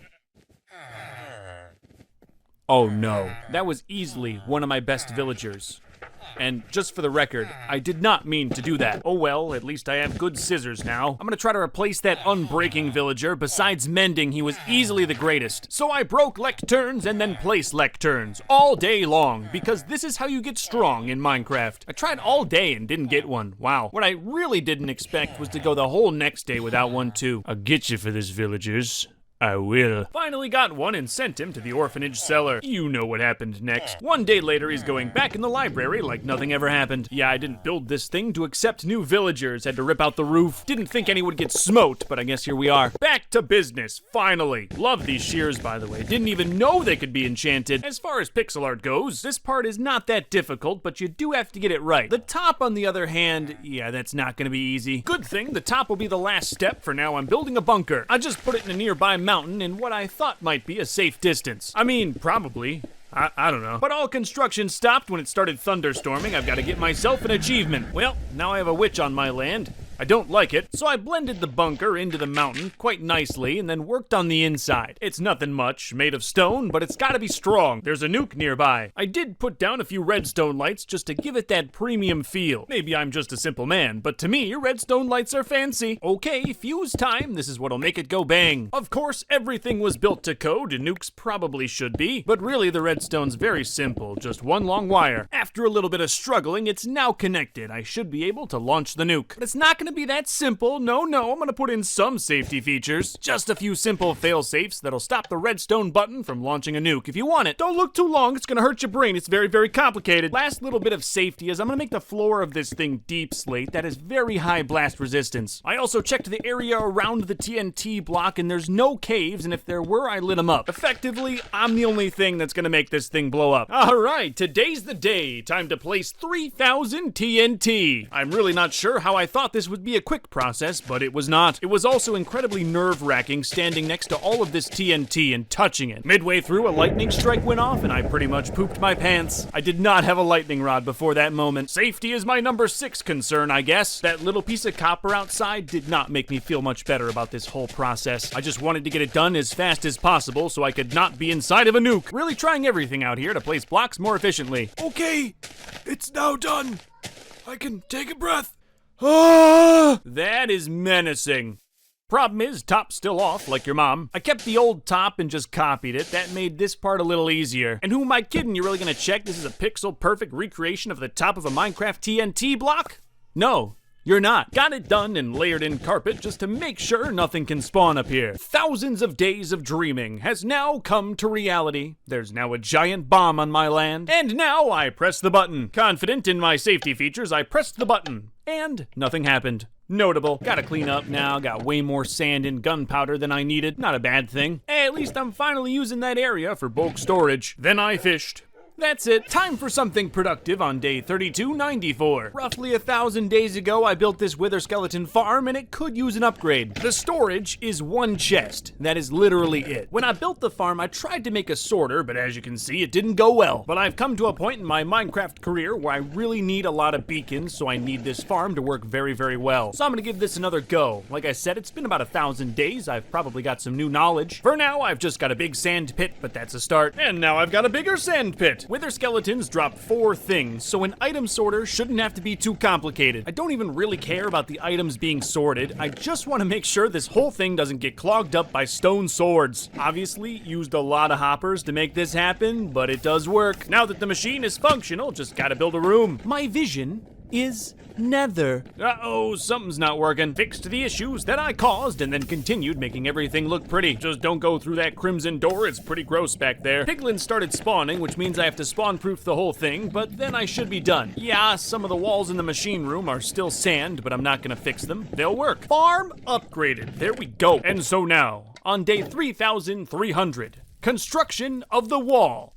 begins. It's gonna be simple. A wall. An absolutely massive wall. I'm gonna bring out my beacon perimeter one more and then wall the entirety of that area. Sounds simple, but there's gonna be so much to do. And step one is I need new beacons. 96 of them, and that makes 288 wither skeleton skulls. Wow. So I'm gonna get those. I have a farm. So that's it, at least for right now, just farming up withers. This part is not hard and shouldn't take too long. I made this farm well. And honestly, I think out of everything, this'll definitely go down as the easiest part. Yep, still at it. I gotta be. Thing is, now I'm farming so many wither skeletons, I'm getting clogged on coal too. There's no way I will ever need this much coal or bones. I really don't even use them. I guess I could just bring them all home every few days, but where's the efficiency? So while farming, I was brainstorming, and that's never good for the monsters in this game. Here I am actively testing a new design while inside of the monster farm farming monsters. I'm efficient. Got a new system working now where if I want, I can just burn the coal and bones, and I'm gonna be doing that. Then I named animals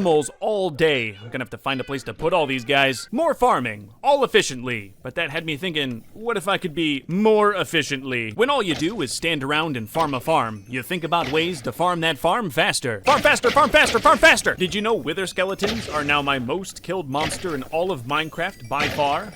Yep. I'm going as fast as I can, but every day, especially even the days where you're farming wither skeletons, so don't skip any! Made Jesse day 3316, but he wouldn't get out of this dirt box, and then couldn't handle the blue. I'm sorry, Walter.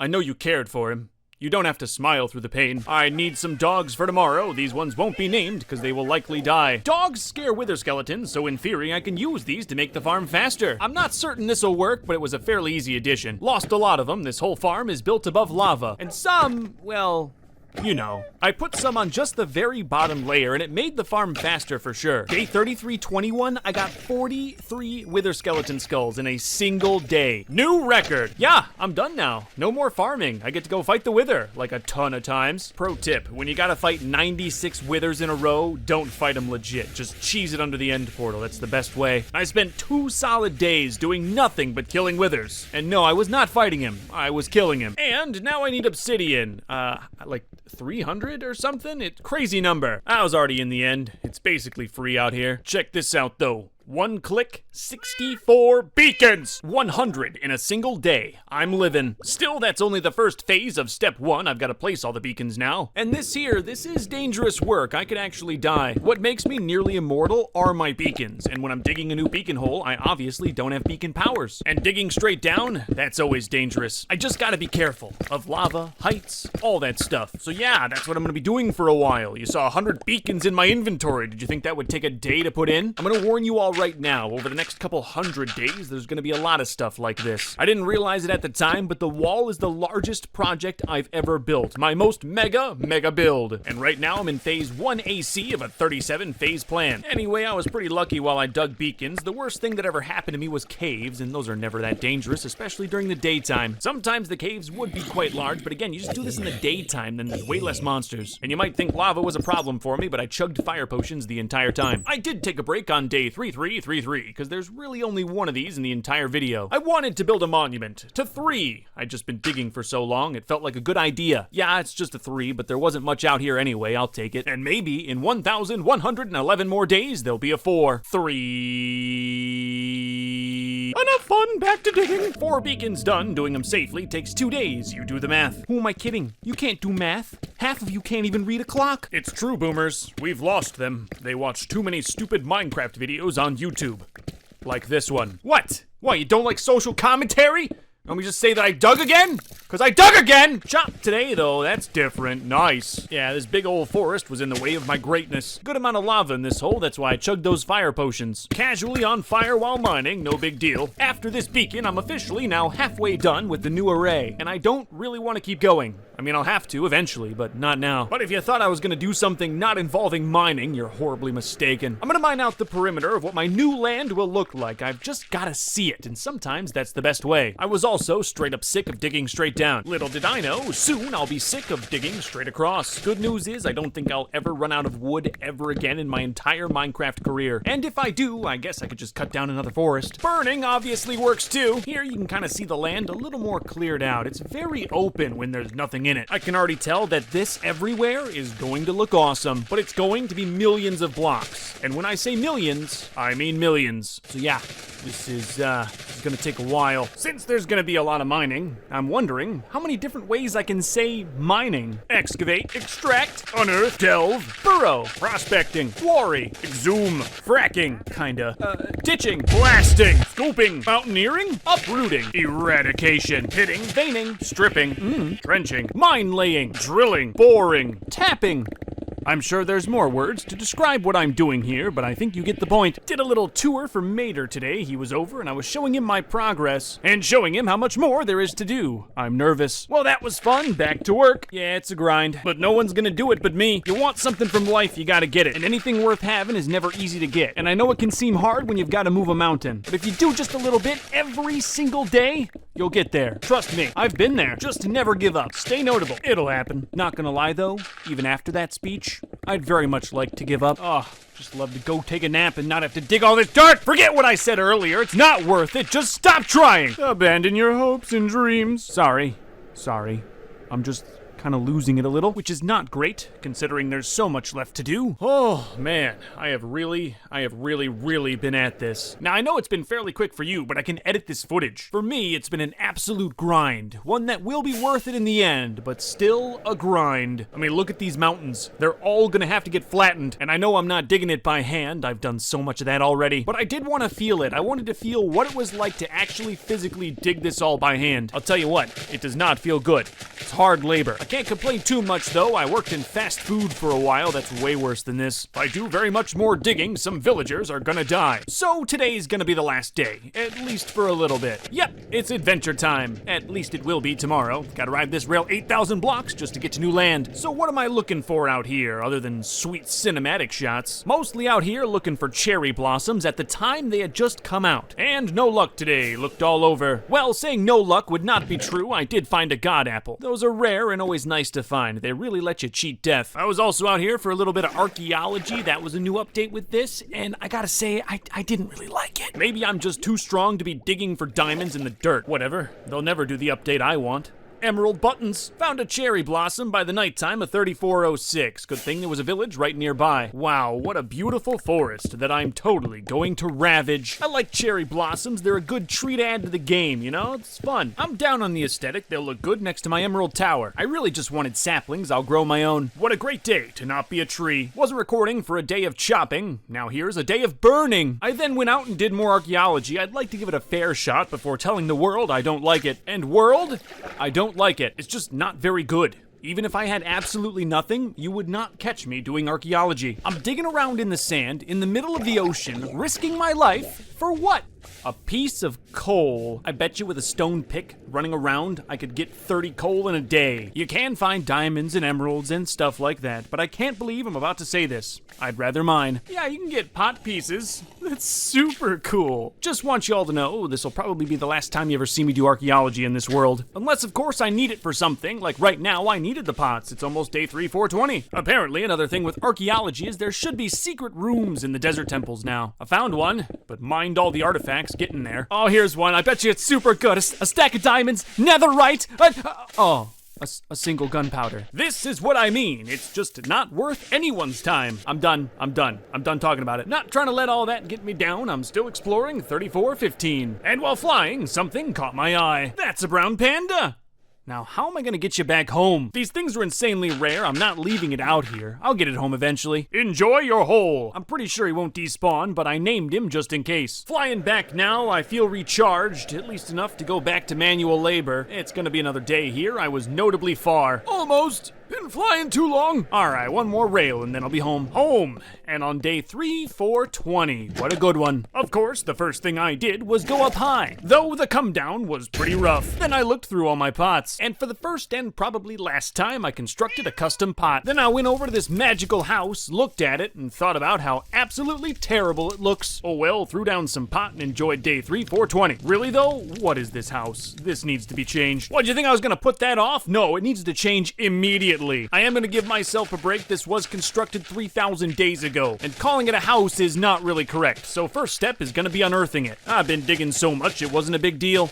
When it's all excavated, you can really see how many different blocks that I used on this thing. It's as if my storage vomited and a house was created. Started day 34, 23 with a behind-the-back creeper hug. Tee-hee! That tickled. I haven't feared creepers in a long time. I'm just too strong. Digging this out is a lot more work than I thought. Good thing I'm getting paid by the day. And then even once you dig, you gotta make the whole thing dirt. Otherwise it looks bad. This here is all just a taste of what I'm doing on my main compound. I'm still at it. Nearly there. I'm dirting now. You have to have a lawn. Last day, I promise. Tomorrow I get to do construction. You get off my job site. First thing I did was a bit of an inspection. I wanted to see what was here and what I was going to keep. I know these rooms are kind of weird, but I want to keep them. Weird was sort of the point. However, this whole house was buried, so it's going to need a new frame. That's what I did today. In emeralds, naturally. I'm also going to move the portal. I'm going to put it inside the house, not just jutting off the side of L-Town. Looking at the build, keeping most original should be fine as long as the outside looks decent. I think the biggest thing I want to stay true to is the quartz entryway. Obviously, my execution 3,000 days ago was not great, but that was 3,000 days ago. I've grown a ton as a player. Not sure why golems are burning in my house now, but I can figure that out later. It's all kind of starting to come together, and I am doing weird stuff like this quartz and dark oak tile that just doesn't make sense. This house never had a view, but now I notice that view is kinda bad. On the original day 420, I burned trees, and many of them are still half burned. It was a very hilarious joke that I'm sure you all are still laughing about. Anyway, I fixed the trees that I see from my house. When I started this, I kinda thought I was gonna rip out a lot more of this house, but almost all of it is original. One thing I did notice though is it has no bedroom, and that's gotta change. Hot tub bed. Yeah, that's pretty dope. Made everything that was stone emerald, and now I'm done. Well, not done. My home doesn't have a roof. I'm using quartz because emeralds are too expensive, and I've done way too much embezzlement. It's gonna be a tough roof because the house is very funky, but I'm going to do my best. It came out slightly barny, but you know, most of my roofs do. I've always been more about safety anyway. I'm slabbing this top, no creepers getting in.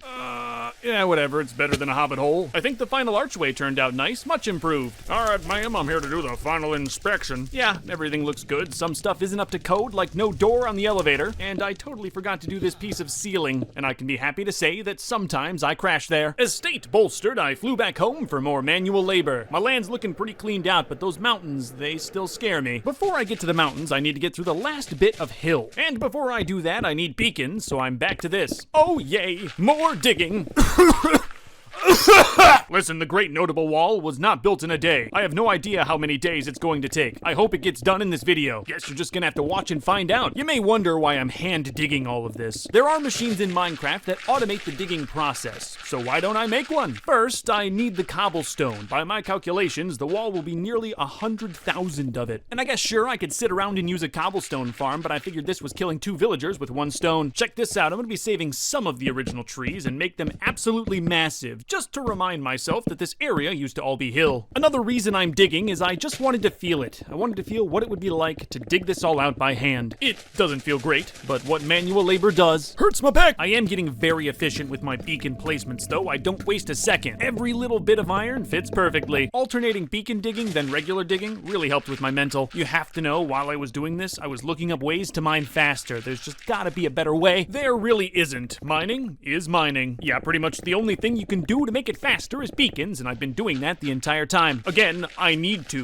all of this dirt and the cobblestone. Doesn't mean I'm not getting a little sick of it, but I'm not gonna skip these days. I want you to appreciate all of the labor that went into the wall. But nothing's stopping me from going through them quickly. Yeah, this is way better. I can just cut fast. Now I'm in creative. Yes, this is gonna count as a day. And nerds will know I'm building a TNT duping machine. It did not work on the first attempt. I didn't think it would. I'm just not going to dig out an entire mountain range. No, I'm gonna blow it out. So here I I am, in survival, trying to build infinite explosives for the first time. I live streamed this, sometimes there's nerds in the chat that can help me, and if I died, hey, it would be live. I have no idea how this machine works, I have no idea how they figured it out, but someone did. Somehow, redstone and dead coral duplicates TNT. I was able to get the machine working just fine, but not moving like it's supposed to. But even just this hole digging would take several days. Back to creative, I can do this. After about an hour, I figured it out. I can now make a TNT duping flying machine. Obviously, doing this in survival is always more difficult. I'm also tragically low on slime. I never really needed the stuff until today. But on day 3472, I got it going. It might not look like much, but this could potentially save me hundreds of days of digging. And my back! Now that I'm confident I can get rid of this whole mountain range, I do sadly have to get rid of the volcano. I don't like it either, but it's in the way of my wall. It's gotta go. And the whole time I did that, I was blowing up area. This is working out well. Until it wasn't, because sometimes it didn't. That's alright, I knew there was gonna be a bit of a learning curve here.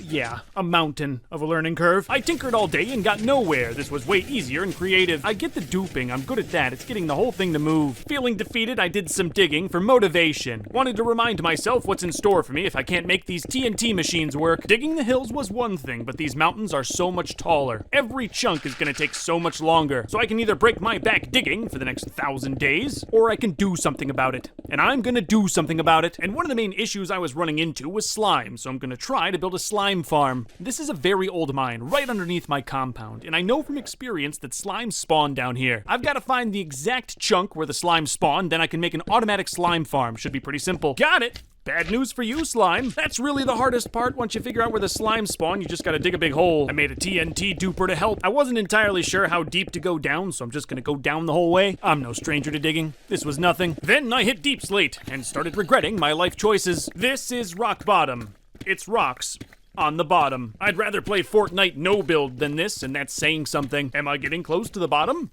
I don't know. I'm starting to forget my own name. Bum, bum, bum, bum, bum, bum, bum, bum. Worst part is, I don't even have to dig this far down. Oh look, diamonds! Not like I need them. Running out of things to say. Pudding! Peeing a big old P, BRB. Yeah, I was live streaming at the time. Imagine watching this, not edited. Oh, sweet bedrock, yes! Alright, now I got a big hole. The rest should be fairly simple. First step is build a platform where I should have stopped digging like 10 days ago. And yeah, that's pretty much it. There's not much else to this thing. Tested today and it works. Look at that, I can spawn slimes. I was happy, so I'll just build a bunch of platforms. Easy money. Halfway done with the video here. I hope you're enjoying it. If you are, hit that like button and a subscribe. That'd be really notable. Back to subjugation. Really just putting in the platforms here, nothing too complicated. I think I'm just about ready for making where they'll die. Slimes are kinda dumb, so taking them out in mass shouldn't be too difficult. Oh man, this thing spawns pretty dang good. Look at them! Give me your balls. Magma will kill them all, a simple trap. The slimes see the golem and jump in. It's easy, except that I had to redo it all. But initial testing looks great. The slimes are jumping right in. Yeah, working so well, they're all clogging me up as I'm trying to work. It's a good sign though. Soon I'll never have to worry about slimes again. 2 weeks ago, I never worried about slimes. The collection is very simple. I'm sure one day I'll upgrade it, but for now, 2 double chests of slime balls would be awesome. Last step is make sure I don't have a massive gaping hole on my land. That's important. Why do I always say last step? And then it's not the last step. I just forget what happened sometimes. I play way too much Minecraft.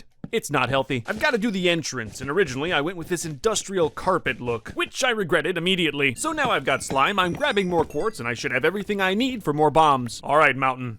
You're going down! I spent most of the day measuring. I want to make sure I get this right. I did not get this right. See, that's looking better. Now I need the whole thing to go back and forth over this whole mountain range, destroying the entire time. Now it's moving, but not destroying. I'm pretty sure I just made the whole thing go too far. I don't think I can take out the entire mountain range in one go. But half the mountain range, that's definitely doable. Things are finally going for me. I got 2 machines working at the same time. And they ran all day, no issues. That's success. The hole they cut is clean enough. Not perfect, but I can work with it. Can't even imagine how long it would take to dig this by hand. I'm very on edge though. I feel at any moment this is all going to break. But luckily, so far it hasn't. So now I just gotta copy everything. Easier said than done. Every single one I made did make me better. I got the hang of it. I learned! Look at me! And that mountain range is just getting smaller and smaller. 5 of them working for me now, I'm proud. Good job, boys, give it up! Beautiful, beautiful destruction. Yeah, man, I mean, look at that. Oh, a lot of floaties though. I'm gonna have to clean those up. Yeah, like a lot of them, maybe I should figure this out. Not much figuring out to do. I think the obvious solution is just put these things closer. Oh well, I really figured this first section would be a little messy. But now, putting them closer seems to have fixed the issue. You can kind of see the difference there. Chilling in the pit, getting a better look, day 35-28. I was checking the cut and the floaties, and they're much better now. There were still a few floaties, like you see here, but I probably shouldn't get those when TNT's around me. Okay.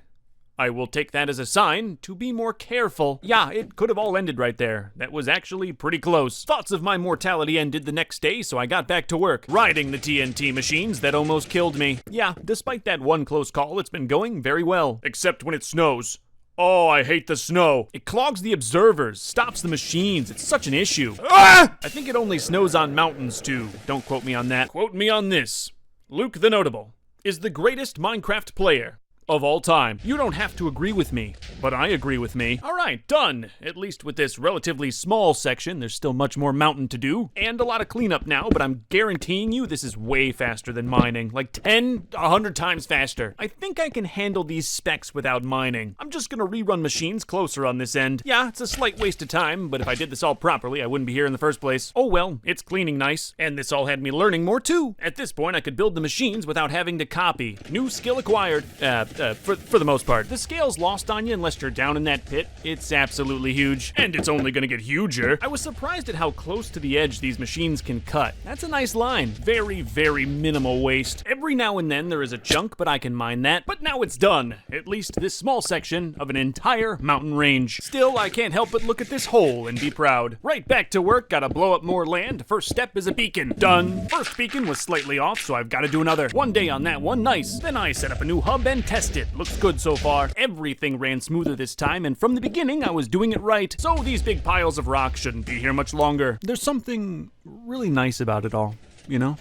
Watching it. And if you do it right, a lot of this is watching it. Man, I love not mining. Gonna start calling this game Craft. Craft is fun. Sometimes I feel a little bit bad about using these TNT dupers, but then I remember how much mining I'm not doing. Oh no, I'm mining! This has been fun, but I'm gonna try to up the style. I'm gonna try to build a giant line of dupers and see if I can make them all go off at the same time. Got it working here with 4, but I think I can do better. I think I can do 10. At least I'm going to try. These few days of prep will equal millions of blocks not mined. It was all going well till the Phantom showed up. More math and measuring and worrying about blowing up my nuke. But now finally I'm getting the machines lined up. All right. Tomorrow's the day. I spent a long time inspecting just to make sure I didn't see anything weird. Whatever, let's do it. All 10. Notable. Totally worked. Not a single issue. It is an absolute curtain of devastation. In one day, this cut nearly 250,000 blocks, I think. Math be hard. And it was just cool to look at. I marveled in it all day. That entire strip in one day just got cleaned. But I gotta say, I'm a little tired of TNT duping. I've been doing it about 100 days. And I've been talking about this wall for nearly 300 days. Let's see it. Not the whole thing, just a bit. I want to see what it looks like and feel how long it's gonna take. I put cobble down all day and only got this section. I can already tell though, it's gonna be beautiful. Another solid day of placing, day 35-69. Oh yeah. You know what though, if I keep just placing cobblestone like this, I'm never gonna get it done. I tried lava and water, but somehow that was slower. Going sideways felt faster. I'm not sure if it is. Sideways 3 at a time? Maybe? Really don't know if it's faster, but it's easier on my fingers for sure. But then, this happened.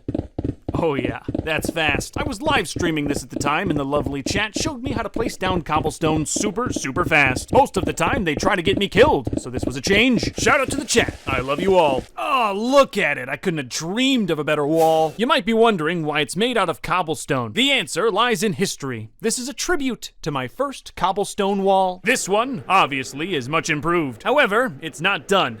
And there's a lot more to do, so I better get back to it.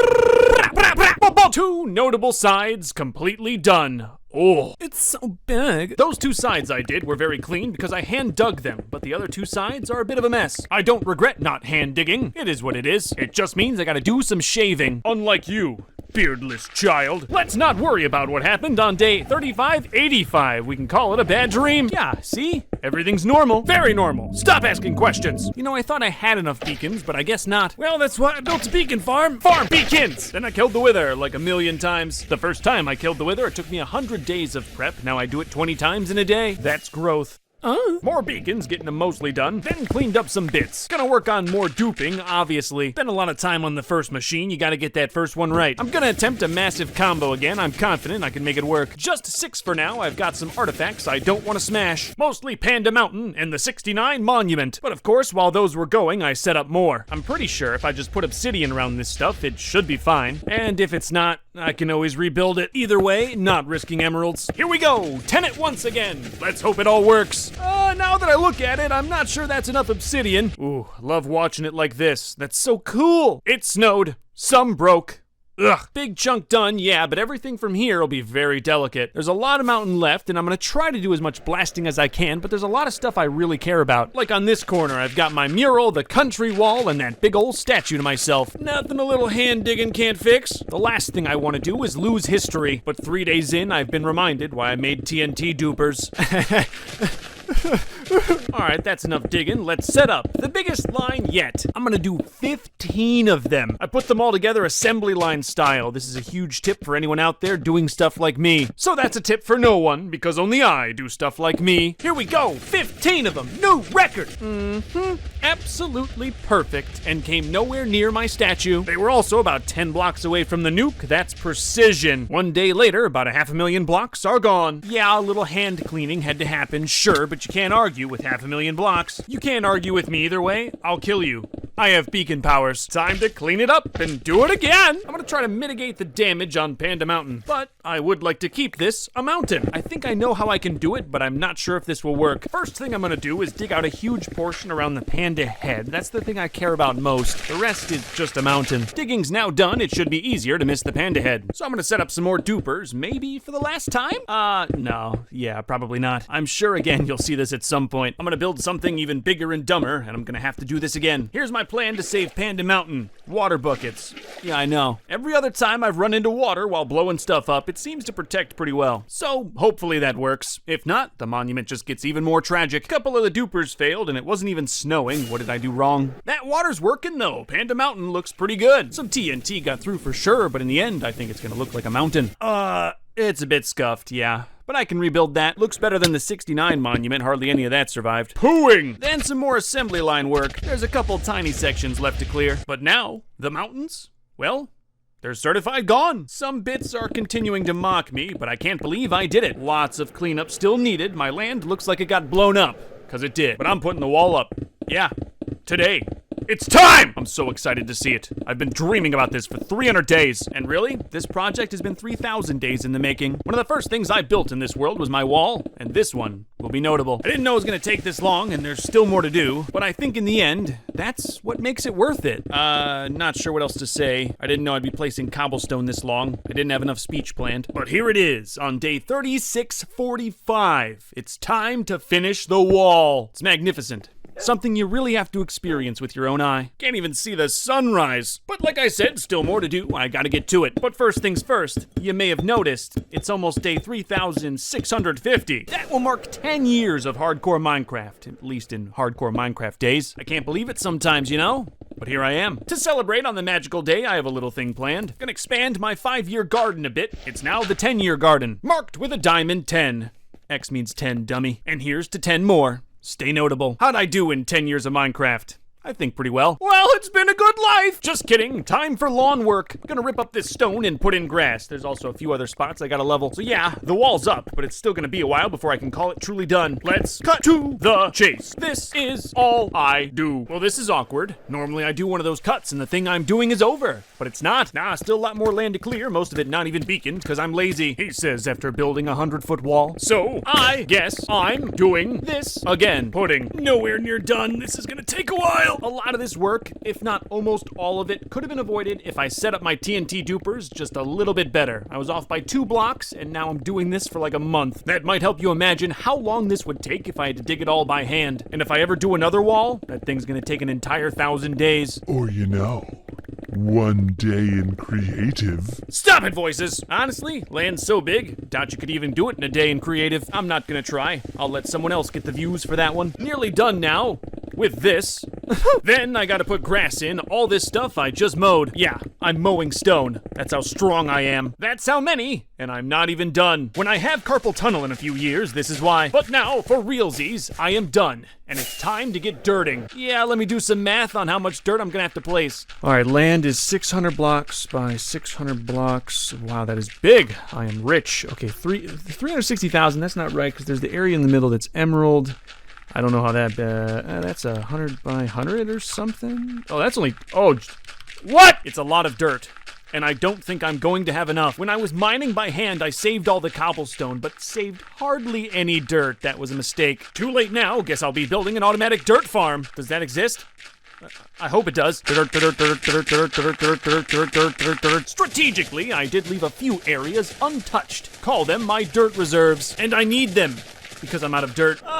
This is how much I've done. Hardly any, but you can already see how smooth it's gonna look in the end. My vision is coming to life. I just hope I have the dirt to make it come true. For now, I do. Dirt reserves are holding. How long they'll hold, I don't know. I also don't know how many zombies are gonna spawn underneath this lawn. After placing dirt all day, every day, for what seems like forever, admittedly, I've gotten a little lazy about lighting up the undersections. I will likely not even use most of this land for a very long time, so it won't be an issue. Until then it'll be an issue. Whatever, problems for another day. I've said that about this world more times than I can count, and it's never come back to bite me. I'm just kind of sick of dirting. Though I'll say, it is not worse than slabbing. Slabbing was terrible. Progress update.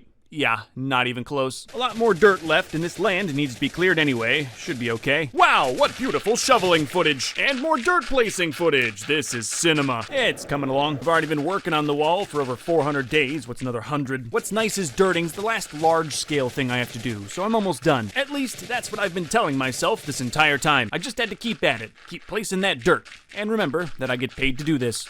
AFK'd on top of my nuke, day 3717. I thought I'd be right back. I was not right back. Luckily, I built this thing sound. Yeah, that there definitely could have ended in tragedy. Dirt! I need to make an auto dirt placing machine. Does that exist? Can it exist? Minecraft must not be a very fun game. Most of the time, I find myself building stuff to avoid playing more Minecraft. Oh, I'm placing too much dirt. Getting existential. Do not think. Just be the dirt. I will say some of these days were not mindless dirting. There were a few water features I had to expertly craft and make look more natural. I mean, this whole place used to be a swamp until I blew it up. I'm running very low on compound dirt. I've got to go to the nearby mountains. They will be shaved anyway. What you see is about all I got left. What used to be the mountains do definitely require the most dirt by far. I just didn't think it'd be this much. Look at that contrast though. Ooh! Some of you might be wondering why I'm even doing this. Why flatten the whole world? Maybe I'm just a bit old school and like how this looks. A flat Minecraft compound taken to the absolute extreme. That's what I want. You don't have to understand me. I made an emerald tower. I can also make you smile right now. You're notable. Millions will watch this. I'll get at least one of you. I bet you can tell I'm running out of things to say. And the worst part is, there's so much more of this. I never said building this wall would be easy, but it will be worth it. I'm destroying the grotto today. I kinda hoped I wouldn't have to. One villager lives here. It's not the end of the world. Plus, it's my land anyway. There's no laws for tenants here. If there was, I would have been shut down years ago. Swamp section's almost done, by the way. Then I gotta do the Panda Mountain side, which is almost as big. I guess if you think about it, I don't really have to do anything. But if I didn't make these videos, what would you watch while eating cereal at 2 in the morning? I'm sorry if that was a little too accurate for you. It's okay. I do that too. No shame here, man. I've known for years a good percentage of my audience is sleeping right now. Wake up! Hello. I'm hoping you had a good night's rest that I just kind of ruined. Either way, you're notable.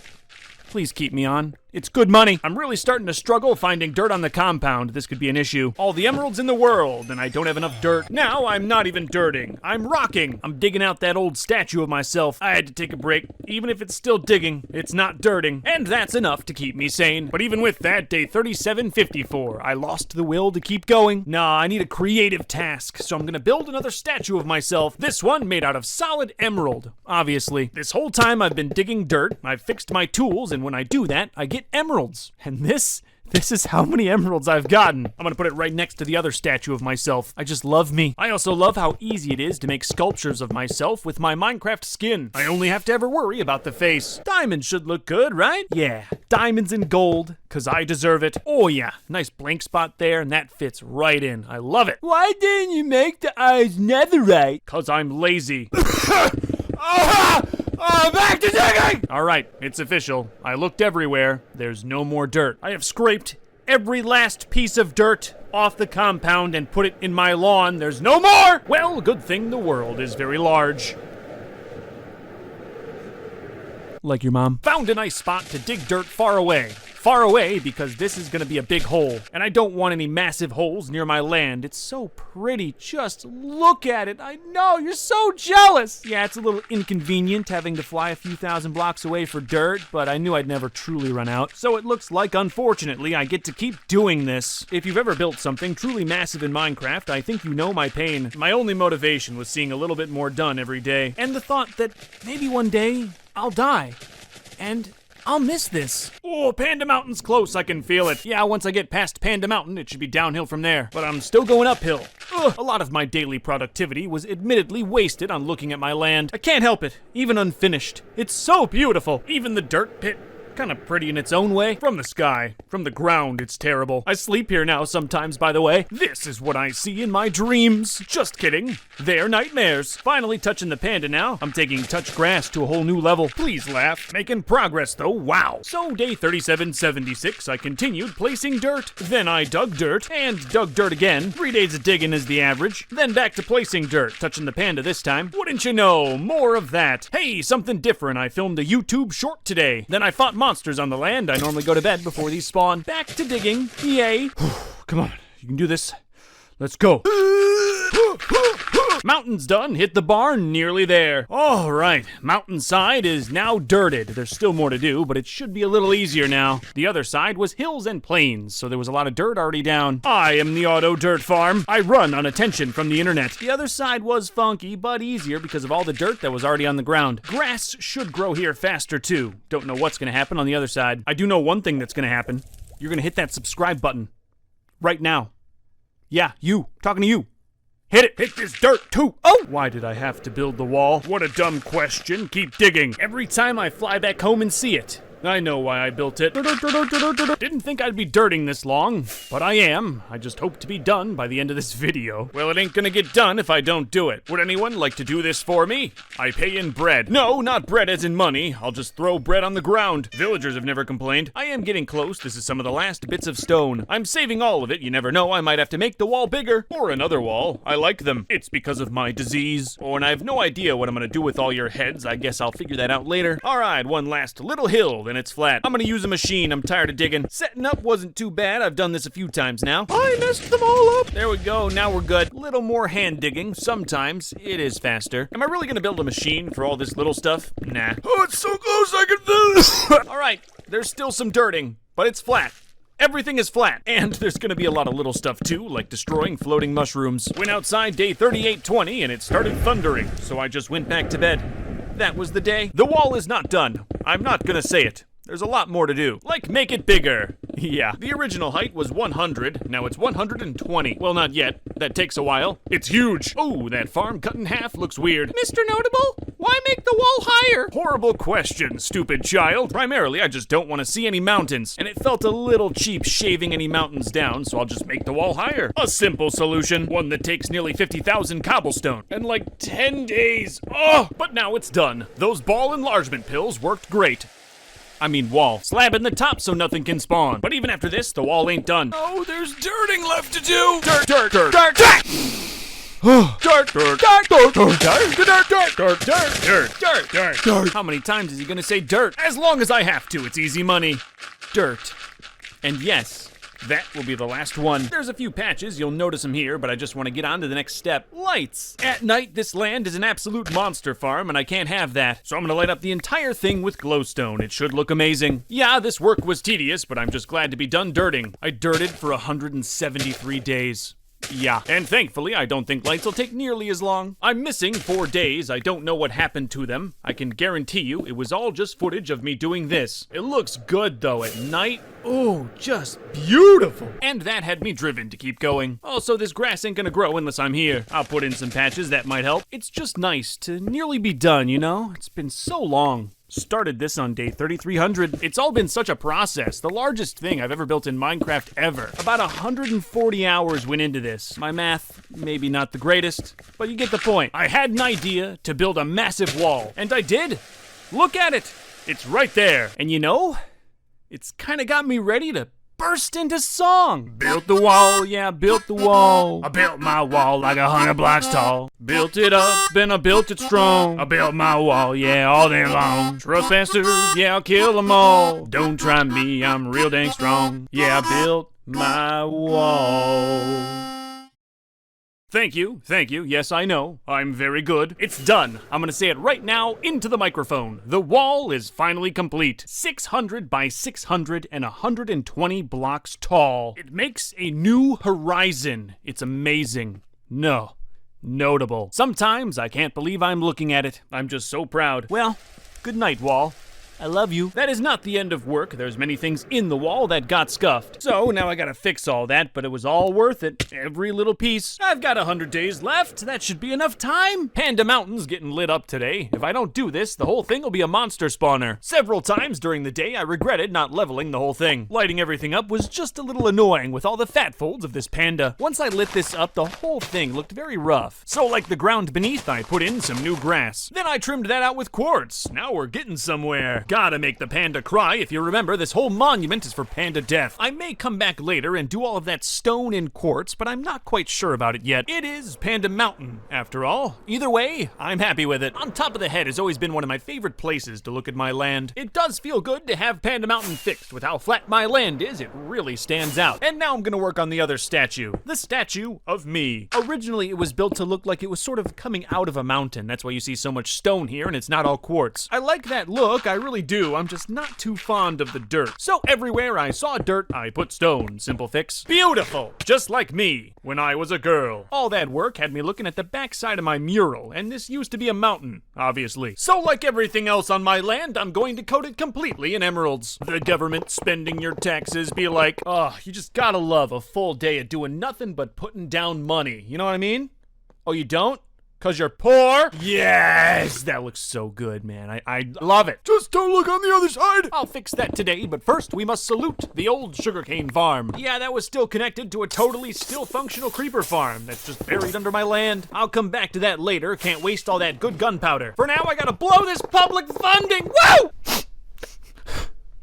I ran out of money. So I made some money off the backs of the weak. I know this is Minecraft, but I haven't mined in years. Oh boy, time to mine. Obsidian, no less. Really wish I could have saved the original 69 monument, you know? I loved that thing, it was awesome. I guess my obsidian shield just wasn't enough. That's just what I thought about all day, because I had to mine obsidian all day. Yeah, and I'm not even done. Early the next morning, I finished with my mistake. So now it's time to make a new 69 monument. This whole place used to be buried in the earth. I kind of prefer it that way in this case. Before I built down, now I'm building up. Yeah, this one's a little more subtle. It's kind of just a pyramid out in the open. A pyramid of fancy blocks, but still a pyramid. I guess it kind of beckons you up there. And if you don't know why, maybe you check your coordinates. It's a little weird just sitting there, but I'm not getting rid of it. 3908 is a bit of a sad day for me. It sees the deletion of one of my favorite things. I always loved riding this rail. It's just kind of broken these days. I do have a plan for another rail, but it's a big one, and I can't do it in this video. Eventually, I'll put one on the wall. Just, can't do that yet. I'll need like 100,000 more cobblestone. One day, though.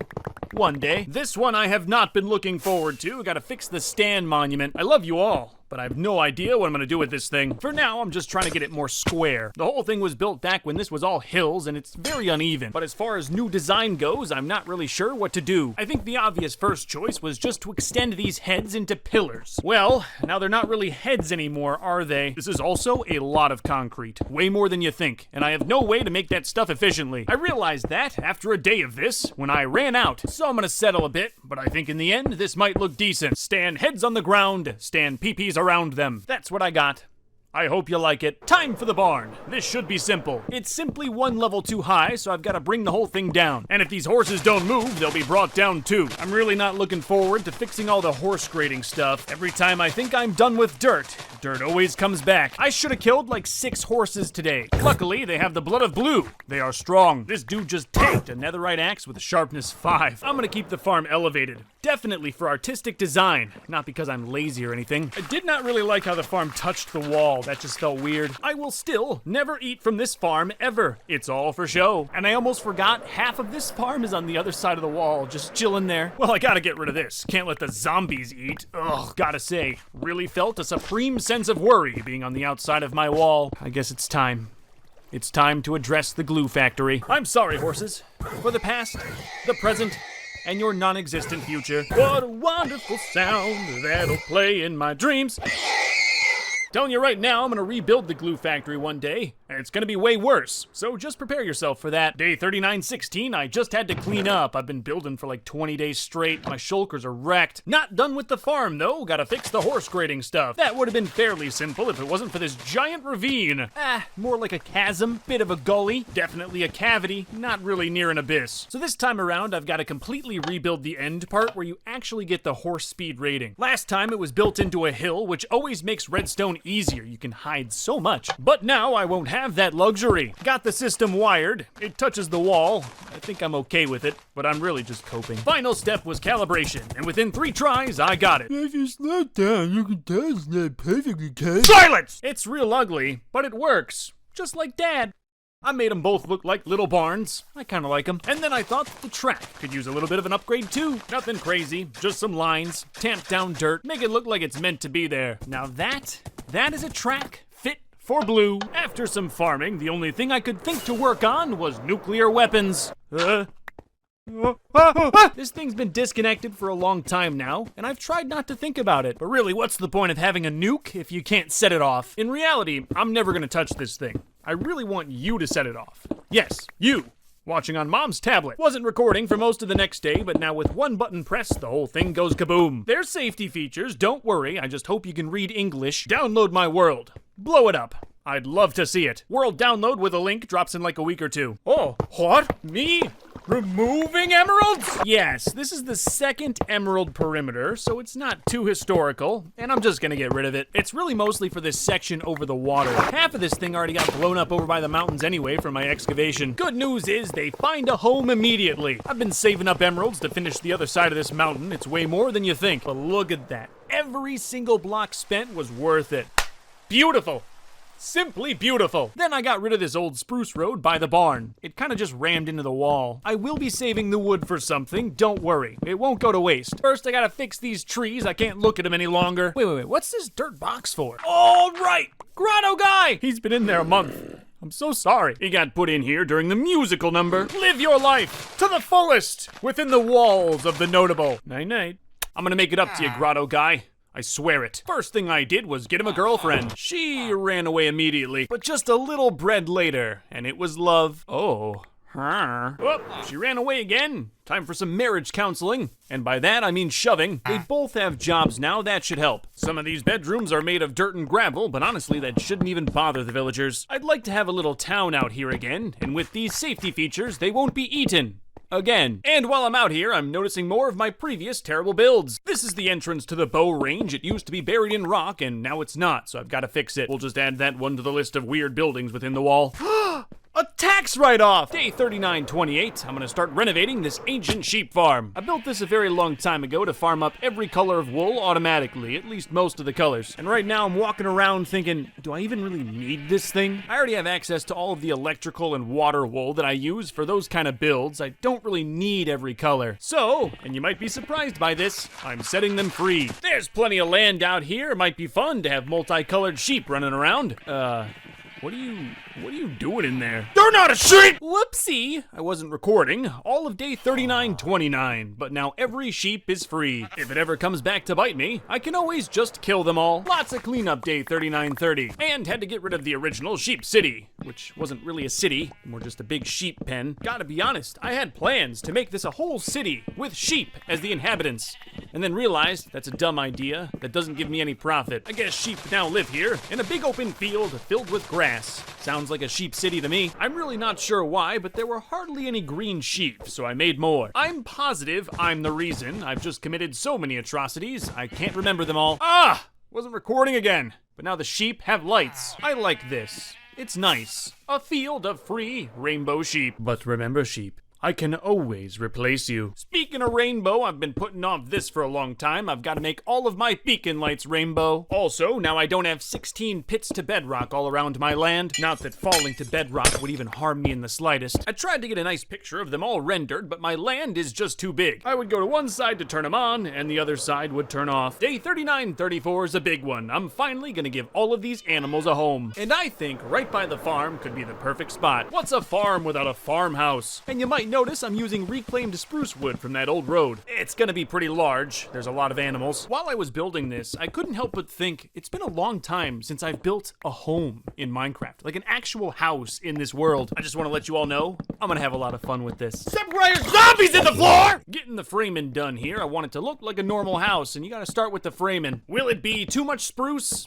Yeah, probably. Despite that, it's taking shape and should have a very nice view. Just don't look out the back windows. Coming along good. A happy home. Yes, for sure, it's definitely too much spruce because I just ran out of spruce. I'll reclaim more tomorrow. I want a whole second floor. And the floor easily takes up the most wood of all. Oak will just look better. Two colors, you know? And I've got lots of oak from all those trees I assassinated. 3939, I started framing out the next layer of the house. I think after today, it should look like a house. Oh yeah, it's looking good. I mean, it's no giant emerald tower with an emerald lawn, but it'll do for some animals. Framing the upstairs now. I've got to be careful. I'm nearly out of spruce again. And I'm trying to do some individual bedrooms, which of course means more framing. But I'm out of spruce. Luckily, I know where to get some more. I planned on getting rid of this portion of Spruce Road at some point, but it's not like you could even see it over the 120 block wall. I will say, sometimes I can see this pillar of lava. This pillar is here from an incredibly long time ago. I used it to not get lost. Could have just used coordinates, but I was a noob. It looks terrible, and I've flown into it a couple of times. It's a hazard, and it needs to go. If only the guy that put that pillar up could see my wall now. With all that new spruce, I should be finished with at least the walls by today. It's not quite a mansion, but it does have 4 bedrooms. And with the top all sealed up, now it just needs a roof. Since deep slates come on the scene, I've always liked it for roofing. Yeah, it just kind of looks like asphalt shingles. Yeah, so far it looks okay. I did not plan on an attic for this house, but with the size of this roof, I now have an attic. I don't think I'm gonna put any animals up in there. That just sounds sad. After 3 days of roofing, it's done. I'm kind of scared to look at it. Yeah, it do be kind of forehead though. You know, when you're up close, you can't tell. Massive attic though, look at that thing. Structure's done, I'm gonna work on the interior. Lights mostly, I just hate them on the floor. Yeah, the lights make the house look nice, but landscaping might make it look beautiful. Now, I don't even think the roof's an issue. I think the house was just alone in a void of grass. Finally, it has a door. All right, dogs and cats, it's time to upgrade your life. No running, no biting, no pushing, no peeing, no pooping, no licking, no... Man, one big happy family. No, really. They're all brothers and sisters. They're very inbred. I just put them around randomly. If they went into rooms, that's where they stayed. Like balls. Oh man, I almost forgot Mia. Yeah, sorry, I left you out there in the rain. That was a good build.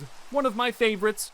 All right, what to do next? Hey, Binks, from the sky, that farm looks great. I think the landscaping really did me a solid. I wonder how the sheep are doing. Oh my grassness! Those sheep are eating. Breakfast, lunch, and dinner. Midnight snack. Feeling full. Whatever, grass grows back. I did imprison them all for like 3,000 days. But there were a few other areas not by the sheep that needed a little help with growing grass. Can't help it, I'm a dad. We're crazy about our lawns. Woke up and chose violence, 3950. I don't think I've done a raid since I've built this wall. Well, now it's time. Wave 1 glitched. Ugh, sorry Nick Pangburn, gotta kill your witch. I guess you get a shout out in return. This raid was easy. All the pillagers were in a big open field. I'm also, you know, incredibly powerful. Hate when they spawn in my inner wall. It's easy to shoot them. I just don't like it. I did bring this all upon myself. I can't really complain. Went to bed poisoned. Day 3951, I've gotta go fishing, so I made a special fishing sword. I shouldn't have to leave my walls to fish. There's several rivers on my estate, but no fish were spawning.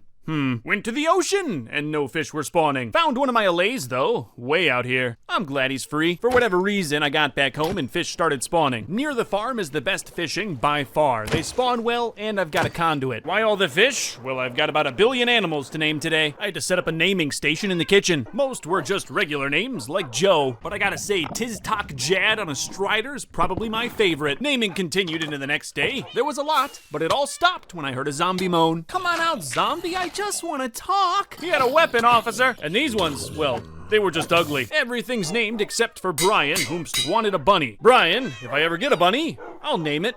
But for now, you get this cute little kitty. Today's kind of sad. I'm gonna get rid of this black stone bridge. Back when a lot of this world was natural, this crossed over a nice river. Now it just crosses over grass and doesn't really need to exist anymore. A little history's gone today, but every great leader deletes a little history. Nice. That bridge has been an eyesore for me. Now it's time for something quite special. Last 1,000 days, I made a monument to everyone who's ever made 100 days. And if you made 100 days and wanted, you could get your name in this forest. I made the post today and was waiting for people to respond. Well, TM Cyclops, all of day 3955, you were the only one. Enjoy your shout out. After a few more minutes, names started to roll in. You had to get on my post to put your name in here. If you missed your chance and you're sad, don't worry. When 5,000 days comes around, you'll be able to get in then. Just make a 100 days video on YouTube. Any game? I don't care. It makes me proud to see everyone's take on this series. And my hope of this forest is to show my appreciation. Thank you for creating. I appreciate you all. I'm not sure when 5,000 days will be out, but you've probably got at least a year to make 100 days, which is very doable. Believe in yourself. I just hope I don't die so I can put more of you in here. Time to work on the wall. I forgot one very important thing. There's quite a few spots where it doesn't go all the way down. Monsters don't really swim, but I still want it sealed. Doesn't feel right to have a 120 block tall wall and have big old holes in it. I'm not sure how many times I've said the wall is done, and it wasn't done, but we can add this to the list. All right,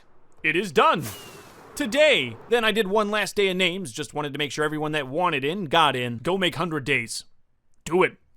Right now. These days may seem a bit random, and that's because they kind of are. I'm gonna go camping soon. I deserve a break, but I want to get all this business handled. I haven't checked my slime farm in forever, and it's bussin'. So I'm gonna make the storage a little bigger. I only recently found out how important slime can be. Now, if I ever have to erase more of the natural world, I should have plenty. Then I did some measurements for my original creeper farm. I just want some better access to it. I know it's old, but it still makes good gunpowder. Originally, I thought about doing a giant underground pipeline. I've done them before, but after looking at everything in this situation, I think a tunnel will do. Yeah, sure, it's not as impressive, but I'll tell you the truth, I just want to go camping. Also, there's big open caves down here. A pipeline would have been tricky. Tunnel to the creepers is now done. All right, for real this time. Last thing, I'm gonna map out my land. It's massive, you know, and very blank. Should look cool on a big map. I did the area of just my wall, and I'm nearly the size of the Vatican. Maybe bigger, I don't know. Math is hard. Made me go look at my old map in the basement. So many things on there.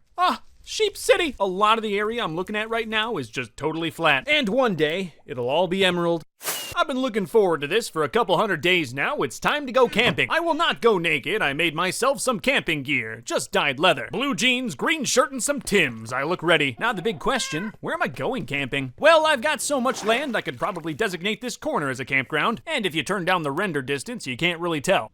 Except for the giant wall. Out here, there's a single tree. This is what I'll live off of. With that tree, I'll make more trees. I could stay here forever. I put up a little wood hut and then got an idea. I'm gonna grow my house. Yeah, you heard me. Grow. It should only take a few days, and right here, a house will grow. See, look at that. Some of the walls already started to come up. I'm eating good out here. Organic salmon spawned plentifully. Cooked them on a campfire that night. This was an absolute vibe. Made a little sitting area. I'm living. My house still has to grow a bit, which is a weird sentence. At this point, survival's not an issue. I've got plenty of food and shelter. And in Minecraft, that's when you start making things look nice. Who knows, maybe one day I'll come back to this campground, or destroy it for industry. Day 3969 was wet, and I went on an adventure. Yeah, an adventure in my own walls, because my land is massive. Hey yo, Astolfo, just wanted to check on the sheep, you know, see how they're doing, check the grass, get rid of the white ones. I don't know, I just felt like eating mutton. A little sheep steak in celebration for my house finally being grown. Immediately, I started chopping out some windows. Half the footage of all these days is me just looking at my house because I just love it. I'm also working on growing trees around the house. They don't have to be magnificent, but I'm not a fan of the bush-like ones. At this point, I'm mostly waiting for my organic swamp bread. I hear it's very fresh, with mud-like undertones. Looks like a day got deleted from history. We're going right to 3972. Yesterday, when I wasn't recording, I heard cows and sheep in this underground pit. I rescued them. It was very heroic. Then today, I heard villagers under my lawn. That won't do. Not really sure how he got down there, but he's out now. I explored the cave and found out how he got under. Big hole in the wall down here. I know I'm camping, but I've still got to fix this. Normally, I'd kill you on sight, but I do appreciate the wall consultation. Finally got my swamp bread,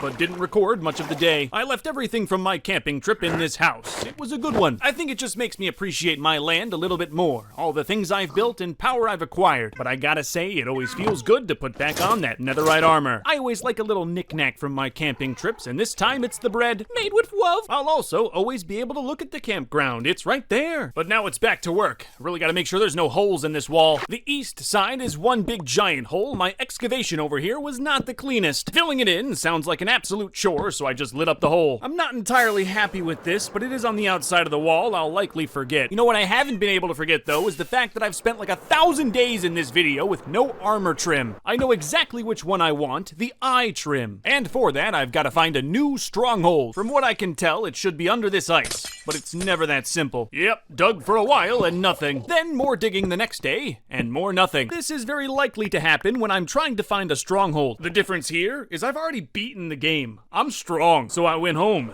grabbed some supplies. What supplies, you might ask? Oh, you'll find out tomorrow. If TNT does not help me find the stronghold, I don't know what will. My only worry is I don't blow up the trim I'm looking for. I don't know about you, but I don't really want to die in a hole far away from home, so I'm gonna take my time with the fuse. Okay, looks like it's working! I've never used this method for finding the stronghold before. At least it did find me a single diamond. Even with all that blasting, I still had to dig. Oh well, I'm here. Time to find that trim. The hard part was finding the stronghold. The trim should be here, though my first chest was not lucky. I found the library, then found the trim. Notable. But I'm not going home just yet. I'd like to find a few more. Should only take a little exploring. These strongholds are pretty big for the most part. Ah! Baby zombie dude! Oh, my life. Oh, it flashed before my eyes right there. I got 3 total eye trims on my trip to the stronghold. That's a success. And getting home was simple. I just opened up the portal. When I got home, I trimmed up my netherite armor in emeralds. I like it, especially the chest plate. I wanted a full set of eye before I started mixing and matching. I go back and forth on the helmet. Makes me look like I have emerald eyebrows. And there's probably better boot trims. These look a little uninspired. Either way, you can't untrim armor, and I'm not gonna grind netherite again. So I'll always look something like this. Most of the time, you're not gonna see it because I hardly ever go into third person. Anyway, what am I up to today on the compound? I'm putting down some sniffer eggs. They came out recently and I totally forgot about them. And I guess all I have to do is sit here for a day and they should hatch. We'll see. There he is. Isn't he ugly? Hey, I didn't vote for him. That had me thinking about something else that came out recently. Camels. So I'll be searching some deserts looking for camels. I don't even need them. And adventure's almost always good. You find stuff like this close cherry blossom. That would have been nice. 1 camel spawns in every new desert village, but because my world is ancient, I've been to a lot of these villages before. That just means I've got to go super far away. It's something I'm used to. Not much today. I'm used to that too. Beautiful land out here though. Just imagine the Emerald Tower on that thing. The Minecraft by my base is so much flatter than this new stuff. I'll never move. I spent 600 days building a wall. I'm dying on that land. Oh, wasn't recording, but I found the camel. Very far away. Luckily, there was another village right nearby, and this one had a camel too. So yeah, I've got to bring these guys home 30,000 blocks, but I'll have 2 of them. I can breed them. But for now, I'm just gonna take the coordinates and go back home. I'm not entirely sure I can get it done by day 4,000. Yeah, just gonna have to put that on a growing list of things to do in 5,000 days. It's the eternal cycle. Coming home looks so good. That's never gonna get old. Anyway, that was a big adventure. Gotta take a day here and clean up my inventory. I also took the time and did the math on how long it would take to get those camels, and yeah, it's not gonna happen in this video. But you know what is gonna happen today? Something I can't take back. Before you witness this, I want you all to know that I've been thinking about this for a long time, and I want to do it. It was not a rash decision. The warden, well, he's gonna die. I kinda have an area underneath my base that I just can't go to anymore, and that makes me upset. So today, the warden's sentence is complete. It was always a life sentence. I can't let this guy go. It's no longer a prison down here. It's a memorial. Testing some things out for your mom the next morning, and after that, I did some landscaping. This whole world used to be forest, and this is one of the only surviving trees, and as you can tell, it's been struck by lightning several times. I've always meant to fix the thing up, and today I'm doing it. I just kinda filled in leaves a bit more. Nothing fancy. Yeah, looks much better now. Way less scraggly. The next day, I noticed my totems were low. Just by a few, but low. Can't have that. Time for a raid. I love doing raids on this flat ground. It's easy. I can always find these pillagers. Shooting bow shots is easy. This wall ain't just pretty. I may have spoke too soon, because there's one left, and I can't find him. Then while looking for him, villagers got out, and in their panic state, they wouldn't go back in their safe melon. Whatever, it's late. I'll find him tomorrow. Ooh, wasn't recording. Raid is done, and every single melon man is dead. A few orphans lived, but that's really it. I guess some Vex got into this whole area, and with how I treat the villagers generally, you might not think it, but I do feel bad. The Melon Men especially. A lot of my early money was them. So of course, I'm going to pay my respects with a melon for each one of the 10 Melon Men that are no longer with us. Please observe this moment of silence. To make myself feel better, I'd like to save a life today. Aiden Jamonski. He's been up here for I don't know how long, and I've kind of just ignored him, but today he comes down. He came down a little faster than I expected, but he lived. He'll live in the grotto with the other free-ish villagers. It's a hard world out there. I'd rather live in the wall. Spruced up the grotto too while I was here. The villagers definitely appreciated it. I've only got a few days left, so I'm gonna do some projects that should only take about a day. And I definitely thought this would only take a day, but I was wrong. It's a green screen room for YouTube shorts. In the tower, of course. Making it in the tower was ambitious. I couldn't get the light super even, and it's kind of small. And my beacon powers make these little effects that I can't get rid of. I'm gonna build a way better one, but I do have to clean up my mess first. Yeah, Ghost Town's a good spot, not like I haven't experimented here before. It's also close to home, so if I ever want to film something, I can come on over. I'm just gonna convert a villager house, that way the whole build blends in. But even here, with more space, I just can't get that lighting right. Now it looks fine. My guess is it's all the sunlight, so I'm just gonna design the roof to let that in. Why'd I have to pick a tough one? So I can only really film here in the daytime, but it should work perfectly. Little test here in the morning, let's see how this works. Yeah, not bad, and I did that quick. That's a good green screen. Can't wear my armor, but whatever. 39.97, I was flying around trying to get a good perspective for the thumbnail. Photography is not difficult, I simply have a nice camera. It rained and snowed in the same frame here, that was strange. I wrote this down so long ago, I can't believe I forgot it.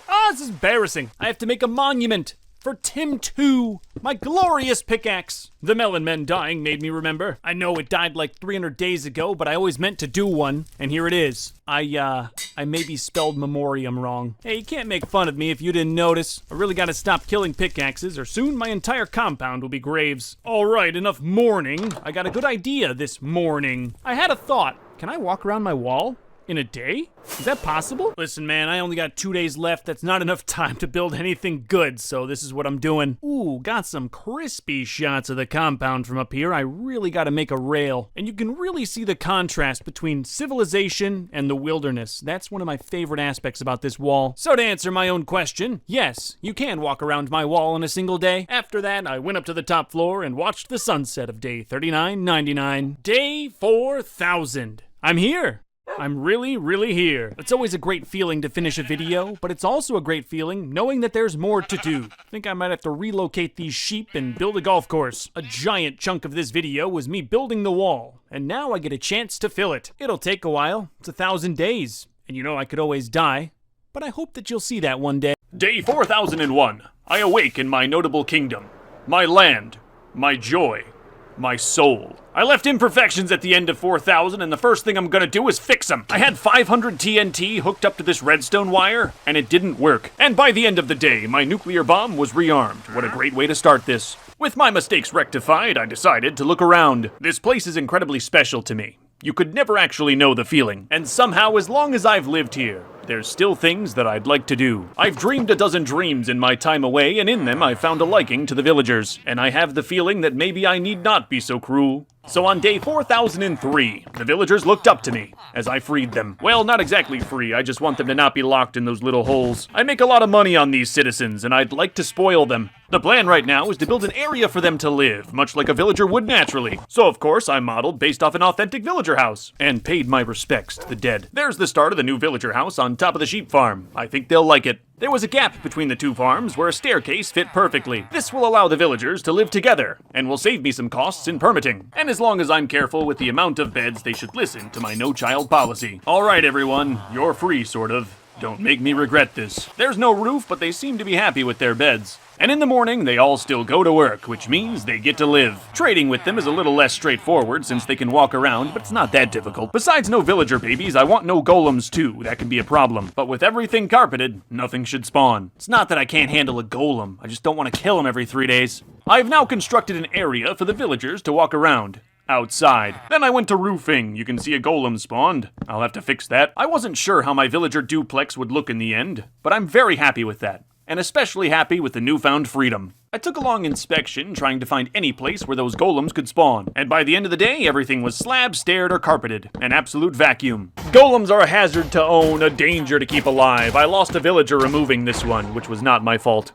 He will be remembered, with a grave in the backyard. There are many creatures on my land named by the Peanut Gallery, and I owe a few more names, like this turtle Jeb. Arnett 2 is admittedly a less cool turtle name. Hermiday A. the Golem, that just makes sense. Canadian Explorers, the Sniffer. I also have a note that I owe some guy a bat named Barry. I have no idea if that will actually happen, but I'll look out for one. Day 4010, back to villager rights. That's not a joke. Check the librarians, and yeah, they're probably doing fine enough. The clerics are definitely living in squalor. And being right next to the stonecutters, I can do another duplex. There's many gross trees on the outside of the wall from when I burned down the forest. I'll use that wood. But in general, you need to know that I don't really care what the outside of the wall looks like. That's why I built the wall. So yes, same basic design to give these villagers a little more room to walk around. It does nothing for the trades, no. This enchants the heart. No, you stay in there now, you're not gonna be too free. Well, bye villagers, I'm gonna go sleep in my nice warm bed. The two villager structures I'm working on are oblong, which is making construction a bit difficult. My first duplex was symmetrical. This one is obviously not. Villagers, I don't really care too much because, well, you're villagers. I did have a little fun building this staircase for the stonecutters. I had to be careful they didn't bonk their heads on the ceiling or my pickaxe. Oh no, I'm sorry. There's much less room for the clerics. I simply think less of them. Their use to me is limited. Installed a staircase and now everyone can mingle. Just remember, if you make any children, I will kill them. They're a little close together, and I'm walking on their faces, but at least they're free. Well, there you are, golem trouble. It's gonna happen if you give them beds. I would like to point out that when this golem hit me, it only did half a heart. Now I will try to install a roof as best I can. Chopped more wood day 4015. When I run out of deformed trees, maybe I'll build a wood farm. But there's lots of deformed trees. I also found some lava from some achievement I did who knows how long ago. And there's no need to be sentimental about a random pool of lava that I'll probably step in. Housing 14 villagers comfortably is no small task, but I think the duplex design works well. They've taken the beds, so I guess it's good enough for them. And these golems better stop soon, or I'll be renovating with fire. Little detail time. I don't know if the villagers deserve it, but I'm going to try. Okay, there really should not be a golem in the turtle farm. I have an idea, and like all great ideas, it involves yanking. I'm hoping that if I keep one golem by the duplex, no more will spawn, and it won't break the iron farm. Because if even a single golem gets anywhere near that giant gray structure, the whole thing's gonna break. With that done, I turn to the librarians. Their fix should be simple. Yeah, that looks okay, but I'm sure there's gonna be golems to deal with. Sorry I left that window open. I'm trying to be a good slumlord. Alright, make more babies so I can treat them in a mandated minimum way. Hello, and welcome to my property. You are a part of it. He is resisting, but I'll get him. Day 4019, I need a zombie, and I've already extincted them. This maneuver may maim me. If I wasn't a professional, this ancient tunnel when mountains still ranged once delivered zombies right to me. This is where it goes now. How useful. New stuff in the infector, made of wood. Very low tech, I'm not explaining it. I happen to have an infinite zombie farm. You didn't know about it? It's called the Outside. Don't ask how I got through the wall. There's a zombie. I walked with them. It's a really long way, 600 blocks. Easy, straight up, followed me right in the trap. Neeby, that's his name, and we love him. I'd like to give him medicine, some of that spicy stuff. Tried to put armor on him, almost let him out. I'd like to replace the shepherd I killed. They're just worth so much money. Oh no. The orphanage is haunted. Day 4022, I started infecting villagers. Then I ran out of hard drives. Everyone's in a panic. Let's make it worse. There's a secret tunnel back to Neeby's cell where I can let him out. Would've worked if I didn't forget to close the secret tunnel. Got the villagers in the boat and the zombie back in. Yeah, some caveman level villager trapping, but it worked. My whole land is at the same level. It makes moving villagers so easy. I introduce you now to the first new Free Melon Man. I open your melon into a new age. Behold, the twin melons. Whoopsie, wasn't recording. I've been dealing with this problem of finding golems everywhere. Villager freedom. It seems to be ringing. I have ordered that my melon men commute to work from one melon to the other. My goal is to build a real town here. Something special. A place a villager might not mind walking home to every night. For inspiration and a better view, I climbed the nearby monument to myself. Villagers stuck up in the trapdoor. This place provides clarity and makes me realize what I must do. You villagers are nothing but a tool to me. Your blood an endless resource I will consume forever. It's a video game. They can't be free. Sorry, was not recording. 4028, I have to dig a separate villager grave for someone else entirely. There's some bread. There's your mom. You know what to do. New Melon Town will be the last place villagers can live in relative freedom. At least on my land. Because elsewhere, there's golems in the water. I cannot have this. Iron industry completely aside, I just don't want golems everywhere. Perfect. 4032, some of the villagers started growing up. I'm gonna try to get one of each profession. Every now and then you need the weird trades. And leveling up villagers is very easy when you have every item in the game. Should I be worried about the bomb? I don't know, I built it. A few, if not all eventually, of the villagers will be infected. Hold on, you're not that farmer. How long have you been in there? Oh, you'd like to be an orphan. Notable. To avoid more confusion, I'll fix the pipes of the villager infector. Incredibly professional job. Got the water line within 1 block of the redstone. Day 4037, everything randomly broke. I'm not sure why, but I must just be too powerful. I was pretty worried. Sometimes this is what ends a hardcore Minecraft world. Reloaded, everything's good. Whew. Day 4038, I'm constructing a table where all the ancillary villagers will work. Smoker's gonna be hanging with the guy that makes papers. And sorry, Weaponsmith, you gotta hang out with Leather Worker. What a lovely place to work. Well, happy Feast Eve, everyone. Yes, I'll be doing that. Owning as much food as I do, you know I'm gonna go all out. All night, I laid out a bounty of virtually every single food in the game. And by dawn the next morning, I was ready. Happy Feast Day, everyone. It was canon before. Now it's super canon. I fished a fresh puppy to mark the occasion, but I have no leather for an item frame, so I need a cow. Or horse. In adherence to ancient tradition, I blessed this cow before the slaughter. A perfect feast day in New Melon Town. One I've dreamed about for an age.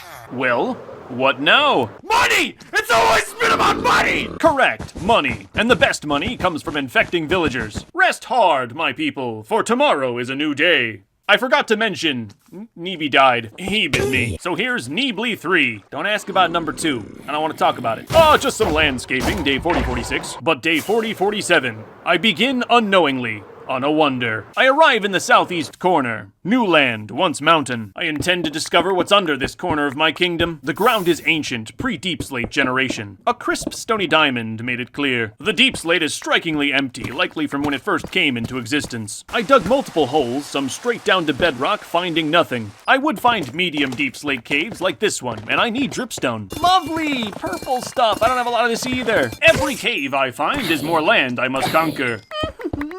Anna, put the stony diamonds up alone. Oh, sweet, I found Barry the Bat. Watch out, Barry, I'll get those creepers. I never put the name tag on him, it's not canon. I made notes of my journey in a Minecraft book. The nerdiest thing I've ever done. Day 4056, Canadian explorers gave me a side quest. One of those new seeds, I'm sure it's beneath me. One of the boreholes connected me right back to the main compound, a milestone I was looking for. I have underground caves connecting the corner of my compound, snaking all the way back to the center. My science is proven, but I will still continue digging. I set out to dig 16. Another gift from the Canadian. What a nice one. The closer I get to the compound, the deader the Deep Slate. It must be that proto stuff. Though every now and then I would find a gem like this ancient mine shaft. It's been here since day 1. Alright, I'm done digging, and now I have a semi-cleared out area underneath the east wall. You may ask the question why. Why do I do anything? Glass over a lava pool is a dumb idea too. Do you see my lights? They're glowstone.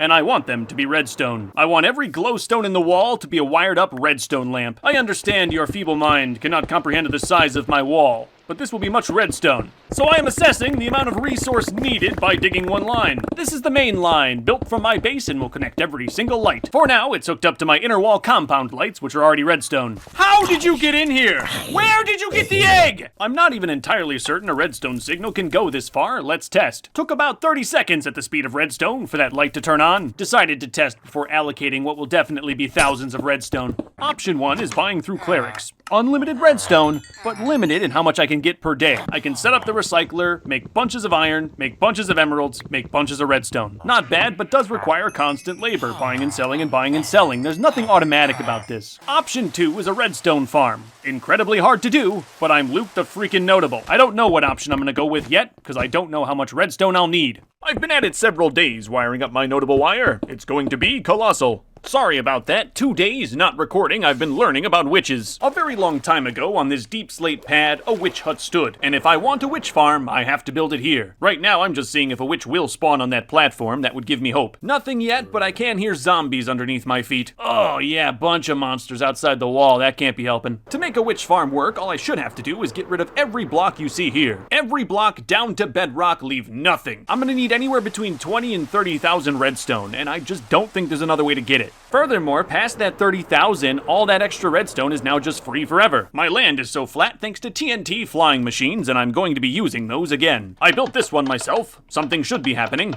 Nothing is. Hey, there we go. Now it's working, just not blowing. Ooh, I might want to put these a little bit higher. That seems a bit close. Finally, my machine of devastation is working, until it blew itself up. Recalibrated, and I'm back in business. So I gave this machine time to cut as deep as it could. We carved down pretty good until a lake of lava was revealed. And day 4088, I'm gonna see how hard it is to get rid of a lake of lava. Very hard, incredibly difficult, not for the faint of heart. Also, don't be a dummy and use water like me, because now I can't blast through all of this obsidian. I ran the machine and I've effectively gummed up the entirety of this system. So I decided to send another carving machine. That should solve my problems. This solved no problems, but I did learn something. So because my land is very ancient, the transition between stone and deep slate is going to be covered with lava. It's not a situation where in this spot I'm unlucky and there's lava here. No, it's all like this. And I did not know that. You're just telling me that for the first time. I wasn't sure what I was going to find under the compound, and Lake of Lava is easily one of the worst things. It just means machines are not going to be able to do all the work for me. I've got to get off my butt and get rid of that lava. And that is a dangerous, tedious process that I wish upon no one. Day 4094, I went to the Nether. Oh wait, no. That's just my home. I hate myself so much for putting down water. That was such a dumb idea. And I'm kind of at the point where I can't go back. The hole is too big. Silverfish are spawning. My only hope is that I have 900 days of this video left. Surely it won't take more than that. No, dude, underground waterfall is gonna make so much obsidian! It may take longer than that. Throughout the construction of this great pit, I want you to remember that this does not house me or feed me.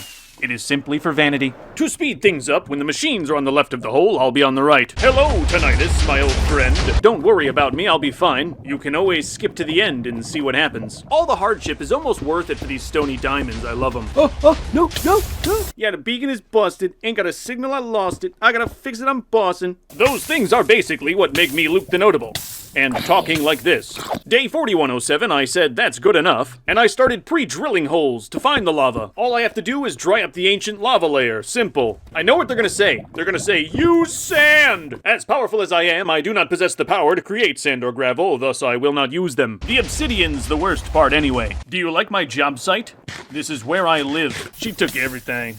She got the kids, though. Dodge that bullet. Gaze upon the test hole. 210,000 blocks. Pillagers immediately spawned inside, so I christened the earth with their souls. All right, wall, good luck. I'm sending it. Yes, I'm aiming not to mutilate my beloved wall. Can you see the hole? And the outline of what I have to do. So again, I drilled down trying to get this lava before it became a problem. And I got an idea about the gravel. I can just dig it up when I'm done. Currently, I'm working on a large crevasse. I have several large crevasses on my property. And in this one, I found more gravel. My wealth continues. Day 4122, I conquered the cut. Anyway, I'm dismantling the machines from the first cut and making new machines. I'd like to hit that crevasse, see what it looks like pre-delava'd. But a few specks of lava sparkle. A worthy strategy indeed. Alright, little man, I'm going out for milk. Take care of your mom. I detest leaving my home, but there are a few items I cannot get within the wall. Coral fans come from the ocean, and I do not own an ocean. I brought a potion of water breathing, made this so easy. That adventure was 80,000 blocks away.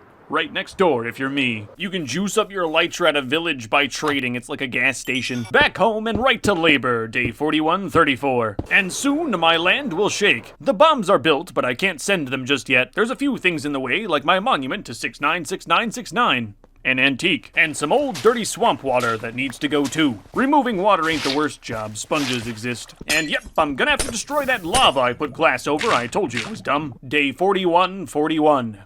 it began. As sloppy and tedious and difficult and annoying as this method is, you cannot mine this fast. There's no way to do it. I spent most of my time maintaining the machines. They broke constantly. Wall got bit up pretty bad too, I'm sorry. Wasn't recording for a day, I'm now flying in and spot cleaning. Gotta keep everything moving. These sound like meaningless chores, but I assure you a lesser man would be killed. I will say it is difficult to do meaningful work while death creeps ever closer. One of my tricks is never forgetting that I'm in hardcore Minecraft. You definitely want to pre-drill for lava. This kind of stuff is annoying. It's also much easier to deal with when you're not working in a crater. Every single block of lava needs to be replaced manually, and there are thousands of them. Pockets deep and they bustin'. Skip the day, I need sand. I own a desert. There's no wall here, but I own it, it's mine. The sand helps a bunch. Some of the puddles are deep. It is huge, isn't it? And so forth, I lived with my choice to rip a giant hole in my land. All that I have to remember is that in the end, it will be beautiful. Okay, it wasn't recording, but almost just died. Lucky TNT shot, you know. Near it like this, sorta close, and one just lucky bounced. I'm fine. Just gonna stay out of the hole for a little bit. I'll just have AI do it. Can't be afraid of the hole. It was a lucky bounce, I'm telling you. You know, there kinda used to be a volcano there. Day later of trying to make it smaller, and it looks the same.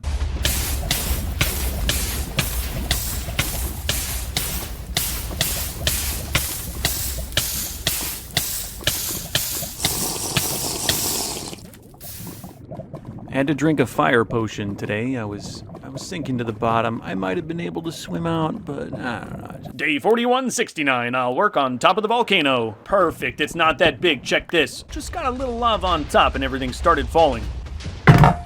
My beacon's been buried. They buried my beacon. My beacon, they buried it. Every day I saw more deep slate was a good day. It was mostly dry. Day 4173, I found a skeleton spawner. An awesome find that will be destroyed. I'm not building this for the skeletons. I'm building it for the witches. Groomed but rough. A man of hard labor. I've dug 2 million blocks right now, by the way. Gaze upon my upgraded mobile home. Don't tell corporate, sometimes I sleep in the hole. Wasn't recording for a day. It looked a lot like this. Beautiful hills of lava that I created and must destroy. Why am I building this witch farm? I should build a parking garage. The north side is clean, I'd say, just chipping away on that southern volcano. I looked and there's really no fancy way to de-lava. You gotta just get in there. Keep at it, man, for the family, keep at it. If the original day 1 of this world was a Monday, then 4,188 would fall on a Tuesday. Nah, days of the week don't apply when you out here grinding. I hope someone hears that and changes their life. Day 4,191, I inched ever closer to the magnificence of what lie ahead in the future, which is a fancy way of saying I kept working. Had a bunch of pillagers show up 4193 and took them all down with a hoe. Very spicy fact, did you know beacons work through lava? If I recycle the sand, I get a tax write-off. And if I say I recycle the sand, I get a tax write-off. Business tips aside, if you ever want to dig a hole like this, all I gotta tell you is get rid of that lava beforehand. You also probably want to build your own sextuple beacon array. It's not that hard. You just need a wither farm and an emerald farm and an iron farm. I think the worst part about this hole is that normal people will never understand the true cost of it. No, I can't work. No, not with what tomorrow is. I was racing to get this hole done by day 420. As you can see, there's still some work to do. And I'm just down to deep slate. I gotta go all the way down to bedrock. But no hole will stop tradition. I was looking down at what I can upgrade in my sweet berry bush room, and there's nothing. It's just perfect. Then I remembered the countless diamonds I've been getting from all this labor. I don't want to touch too many blocks in this place. It's historic, but extra diamonds never hurt. I haven't been here since I got the green armor trim. That's not bad. Does a foul from this high kill me? I don't think it does. Oh, it did. Nothing a little sweet berry bush won't handle. Okay, I could totally die right here. I am totemless, clad in netherite armor. But you know, I'm on them sweet berries. I'm allergic to hitting the ground too hard without a totem, so I'm just gonna not do that. Brought back some memories with me. I don't know what day of the week this would be, but it definitely feels like a Monday. Not even diamonds helped, I've found so many. We need an item that's a sponge for lava. Please, Minecraft, please. I catch myself saying that sometimes. I need this, I need that. I need none of this. Can you even remember why I'm digging this hole in the first place? Your mom asked me for a bathtub. And you know I can't say no to that, girl. Day 4207, while shoveling sand, I found a cactus and transplanted it on the compound. I've also noticed some new cows have spawned in my fields. The updated ones that I do not like. Lava suction got me a bit, 4208, but you gotta know I've always got that fire potion handy. I think my legendary run of hardcore Minecraft can be boiled down to being prepared. Ah, my lovely dividend. Got a few checks in the mail. Fans put it all in the dirt, buried deep. That's the plan. Yeah, it ain't really hard when you all this, man. Get my girl a necklace all the way from Japan. Was that better or worse than me just saying I got rid of more lava? Surprise! Day 4216, it's sort of done. Sort of. I now own a giant rough hole with no lava in it. A total eyesore that I still must fix. You cannot fathom the amount of hope seeing it clean like that gave me. I wanna make sure this hole's really clean before I keep going! I'm pretty sure there shouldn't be as much lava underneath the deep slate, at least not for me. But before I check the deep slate, I'd like to try one thing. Smoothing the walls. Smooth walls would definitely look nicer, and stuff spawns in all the pits. And with beacon powers, it shouldn't take that long to dig this all down. Right? No, everything about this hole takes a long time. Good news is I can sell these rocks, and I am doing a good job of keeping them for that. Found a mineshaft 4225. I may make this visible from the outside. Oh, sorry, Barry. I would bet you 1,000,000 emeralds the guy who I owe Barry the Bat would just love an inside joke where I kill bats and name him Barry. I'm sorry, every time, I forget how big it is, and I'm like, it's huge. She was not talking about the pit. This digging is worth 10 emeralds per second. Starting to hit deep slate 4230. It's just making it so slow. 4231 sounds right until you think about it. Okay, rechecked the notes. It's actually Buster the Bat. This whole time. I found a good one off camera, then he disappeared. Very close to the bottom, and saving that deep slate, I'll need it to fill up the holes. Shaved, day 4234. Look at that, nice and smooth. There's a few open areas, and I'd like to fill those in, as well as many skeletons that cannot be left living. I lost about 10 days after this. It's day 4246 now, but I didn't. This is just the next day, simply labeled 4246. I hereby declare that I am dumb, and this is day 4246. I just got the walls about as clean as I'd like them. And now I'm going to start digging deeper. Recycle takes a while, there's a lot of obsidian. The Obsidian X is where the witch farm will potentially go, and everything around it still needs to be nothing but air. So yeah, more machine. Amazing to fly around in, feels just like the sky. Skip today, whoopsie, got my first test cut going. Please no lava, please no lava, please no lava. So far, holes are pretty clean, I'm gonna keep blasting. And the more machines you got going at once, the better the hole every time. 1, 2, 3, boop. 1, 2, 3, boop. Assembly line is the most efficient method. I do one piece at a time correctly so I don't mess it up. With this round, I'm aiming for absolute perfection. The act of searching for perfection never leads to it. Wasn't recording. I got sand day 4263, but I thought it'd be much better to show you my beautiful flight back. Alright, looking good, looking good. Few floaters in the way that could stop the bombs. And the beacons are in the blast zone, I'm gonna see what I can do. I'd like to keep the powers during construction, so I'm just gonna use water. Here we go, here we go, here we go. So far, very dry. Few pockets of lava, nothing too bad. One of the north beacons did get shredded. Another lava volcano is forming right where the old one was. Day 4268 was almost done, when suddenly, a situation. My elytra broke mid-flight. I'm stuck in the pit. I can't just build a tower, I don't have enough blocks. So I killed a few zombies and took their XP. And I just really hope that would be enough to get me out. I slept in my own bed that night. I've clearly been working too hard. I normally do have an ender chest filled to the brim with emergency items, but I left it at my second job site.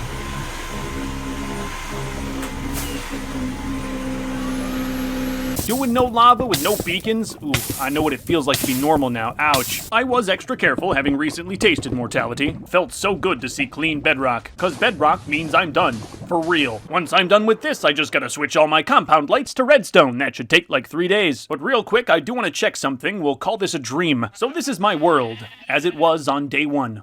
Look familiar? I want to check that original witch hut location. None have spawned at all, and I should have got at least one in 200 days. Yep, ye old witch hut right by Ghost Town. I double-checked my coordinates. It was just a question I had burning in the back of my head. Turns out I was off by 1 block. That shouldn't have mattered too much. I still have not gotten a single witch out of this thing. All I got so far are some busted beacons and a place to throw villager babies. So keeping the bombs booming is my priority. All I would need is like a pipe from the orphanage. You could have an automatic villager baby dropping machine. I'm sorry, I can see so much bedrock. My dreams are racing. Good luck, vegan! The deep slate lava's really not bad. Very shallow pools. There was one large pool, probably from some beautiful cave. Day 4284, it rained slimes. Normal weather down in the pit. This beacon, covered in water, was right by lava. Bad mix, so much obsidian. Strange how the one thing you must avoid when working with lava is water. There's a beautiful silence in the hole. I can hear it. And there's a lot of lava hidden underneath the bedrock. It's tedious to clear. Did some more carving, 4289. Casually, I'd like the sides smooth still. And with how bumpy the sides are, I expect a challenge. Because most of this is a vacuum now, anywhere monsters can spawn, they spawn. 3 creepers right here when I'm working. Bedrock is kind of fun to jump around. Is this dangerous? Totally just fell into lava. I mean, I'm prepared, but it happened. Just a bad jump. Day 4294. I'm not sure how much of this you can perceive, but it's laggy outside. Upon inspection of my castle, I found several golems, much more than normal. 20 or 30 of them? Shouldn't be lagging me that bad, right? The culprit is probably this, my plan B for redstone. About 50 clerics in the recycler, and they are now getting recycled. Lag feels better outside, but just to be sure, I'm going to strip away a few more of those villager freedoms. They shouldn't miss them. I came back to camp for a fire potion, and left with a massacre. Oh, dude, my armor was literally about to break. My antique netherite armor, almost gone.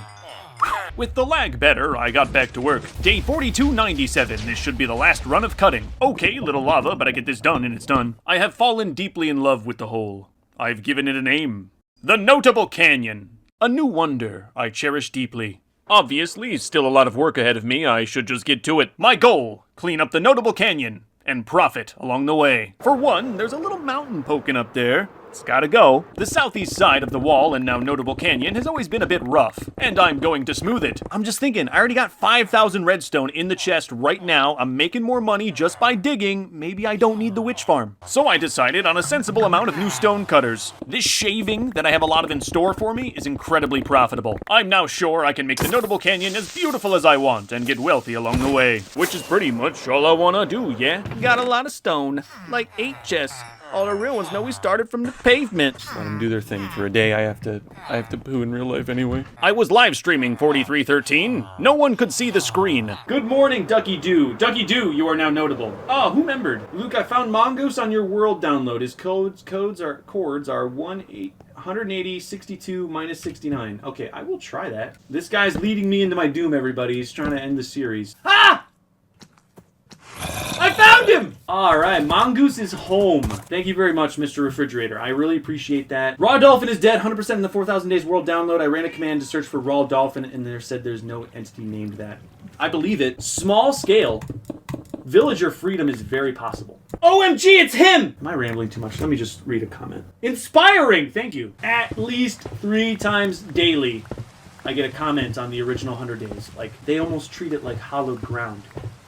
And it makes me so happy. So that, oh boy. Yeah, I don't think you've seen that. That's what I wanted to see. Yeah. Oh, you guys are in for a treat. Yeah, it's an ancillary project to the original project. Reason for not streaming 5,000 days? Dude, it's 5,000 days right here. Here, I'll kill a villager. Did you hear that? Gyrating rhombus, can I be notable? I, Luke the Notable, on this day, July 22nd, 2025, in the year of our Lord, have declared you notable forever and all time, gyrating. On the toilet, James, push, but not too hard. 100 days with my feet. Okay, that's not a bad idea. I've never thought of that before. Do I look sweaty? I feel sweaty. I'm too sweaty to be being asked these questions. I'm also hungry. I'm just building, what I'm building is so complex. What day am I on? I don't really know. I'm trying to hit my Minecraft quota. With some good boots, I'm 6 feet, okay? Let's just say that. I'm not short enough where I'm, like, gonna get that surgery. I've tried banana peel, because I saw a video of a gorilla eating the whole banana, and I thought, oh, I'm good enough for that. 821,000 cobblestone? Here's an elbow. I'll do an elbow reveal. Thank you all for coming to the live stream. If you missed it, make sure to quit your job so you can sit at home and refresh my channel so you don't miss the next one.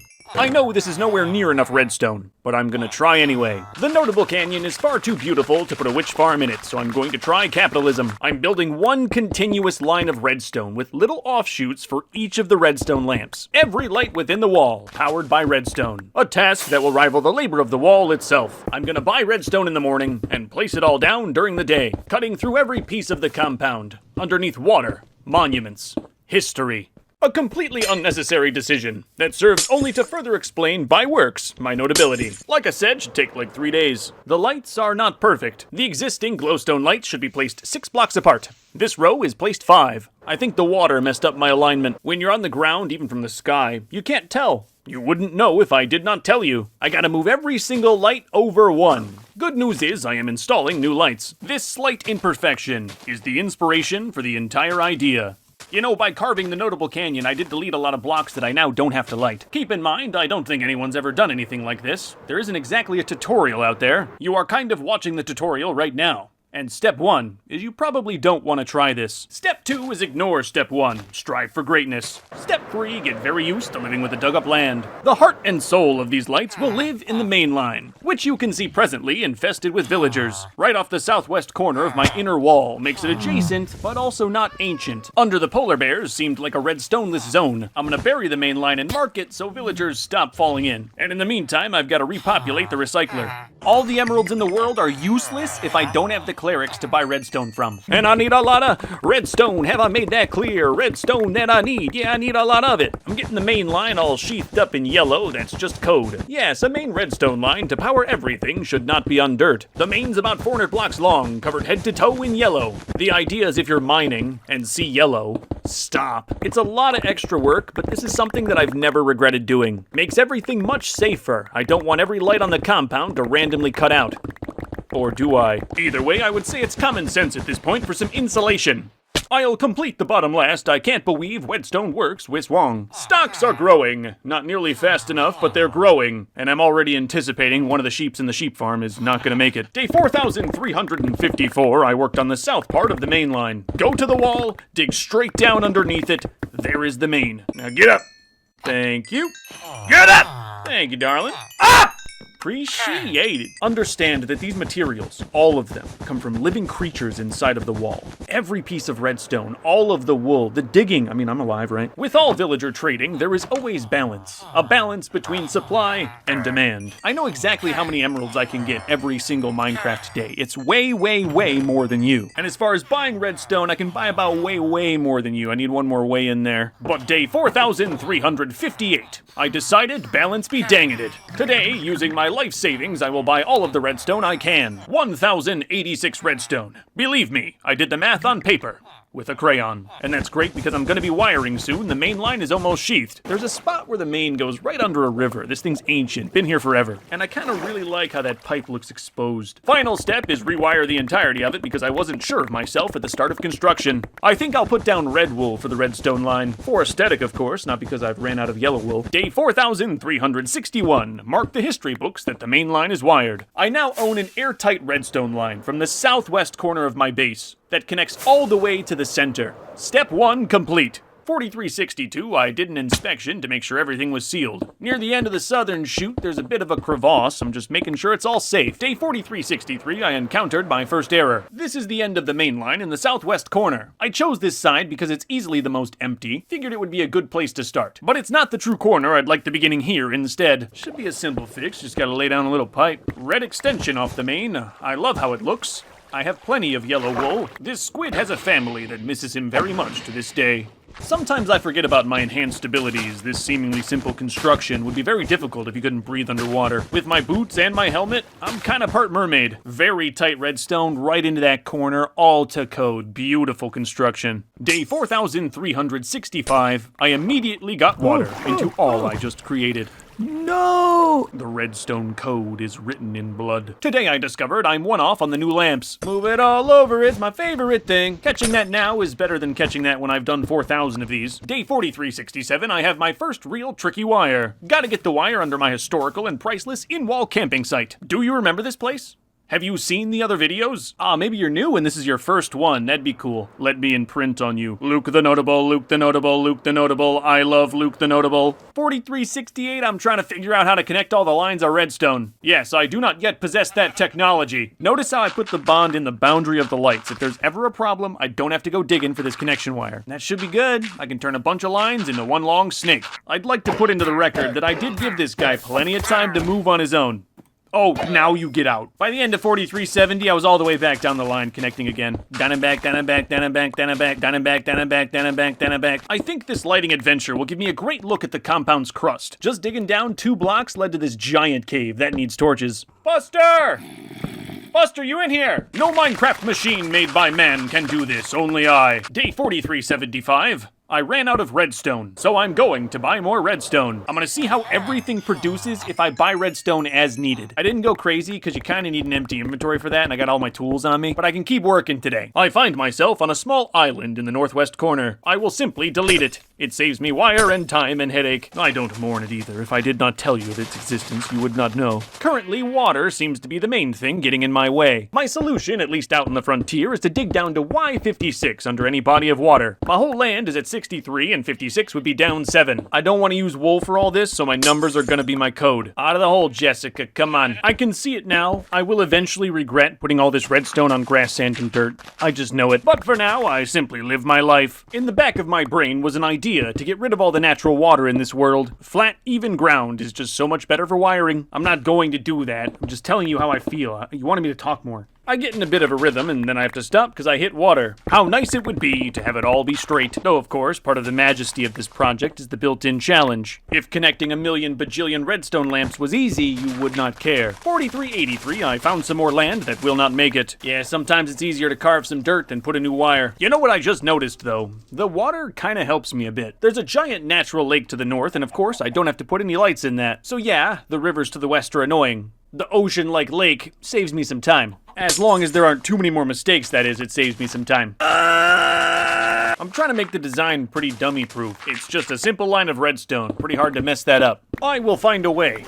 I always find a way. 4388, another sandbar got executed. Like, yeah, I could wire this dinky thing, but I gotta go down and up and down and up. Didn't really feel like it. Must have been off that day. I whacked a villager pretty good. The golems did not seem to mind. I guess they understand. I'm getting into a familiar rhythm with this wiring. It's feeling a bit like a job. It is a job. My life's work is to prove my notability. But yeah, buying redstone as I need it is turning out to be a pretty good strategy. 4391 found a massive cave. I'm in no danger. I could conquer this with my bare hands. My lawn looks like it just got out of the emergency room. This all used to be beautiful dark oak forest. You can tell by the grass. There were hills, too. Skipped a day, sorry about that. We arrive at my first crossing of the notable canal. I have not been down the canal seriously in a very long time. Boat travel just isn't good for me anymore. But this is a very historic thing. It was very useful to me, and I've always had this idea that one day I'll take this all the way in a straight line straight to the ocean. So while it would be much simpler to fill the whole thing with dirt, I'm not going to. I know there's less water later on, I just gotta get through it. For many reasons, I'm glad I did not build the witch farm, but it would be nice right now to have unlimited redstone. Unlimited redstone and a group of workers to do this for me. No one is saving me but myself, and at this point, there's no going back. Skipped a day, and my lights are ever so slightly off.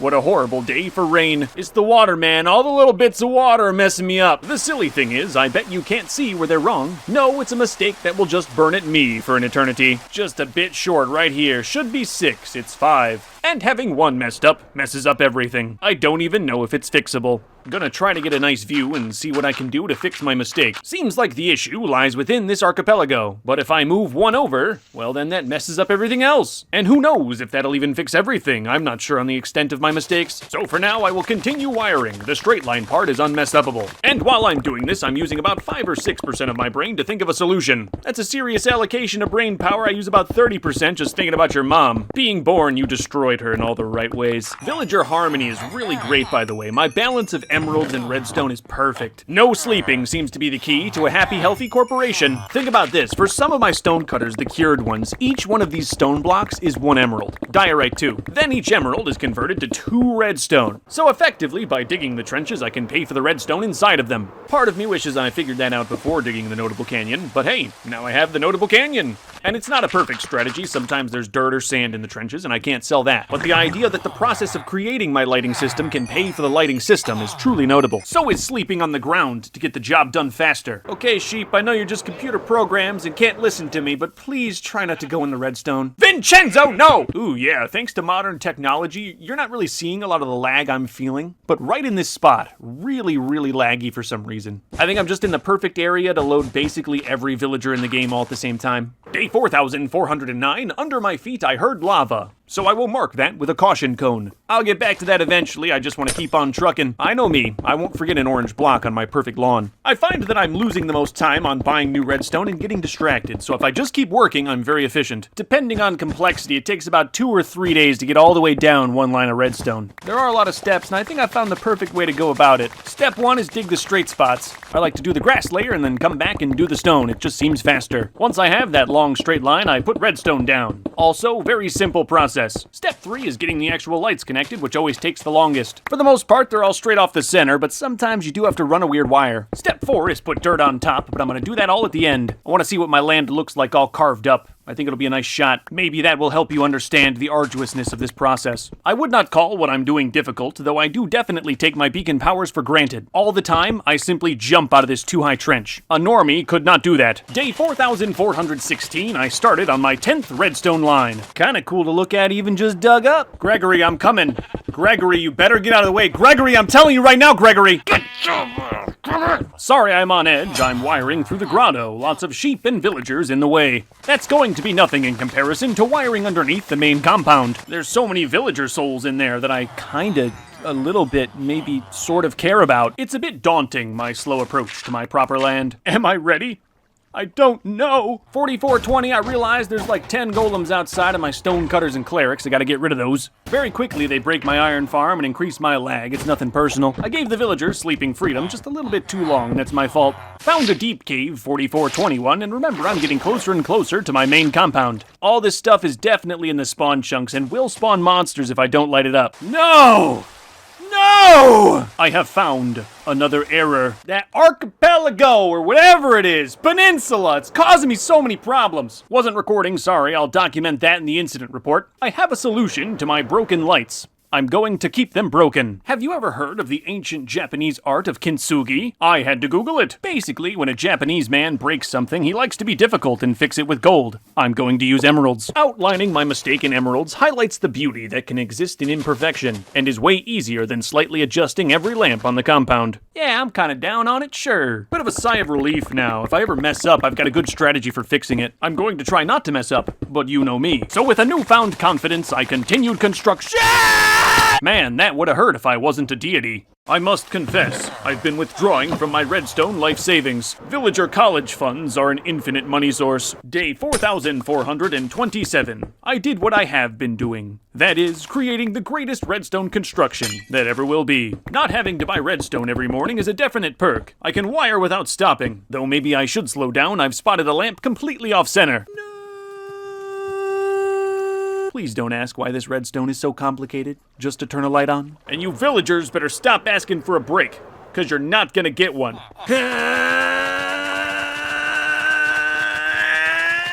You know what's funny is with all my power, I still cannot make dirt. I'm trying not to think about all the redstone I'm burning right now. I will simply wake up one day and be out of redstone. And then I will deal with that. Day 4432, I crafted a new bow. Why?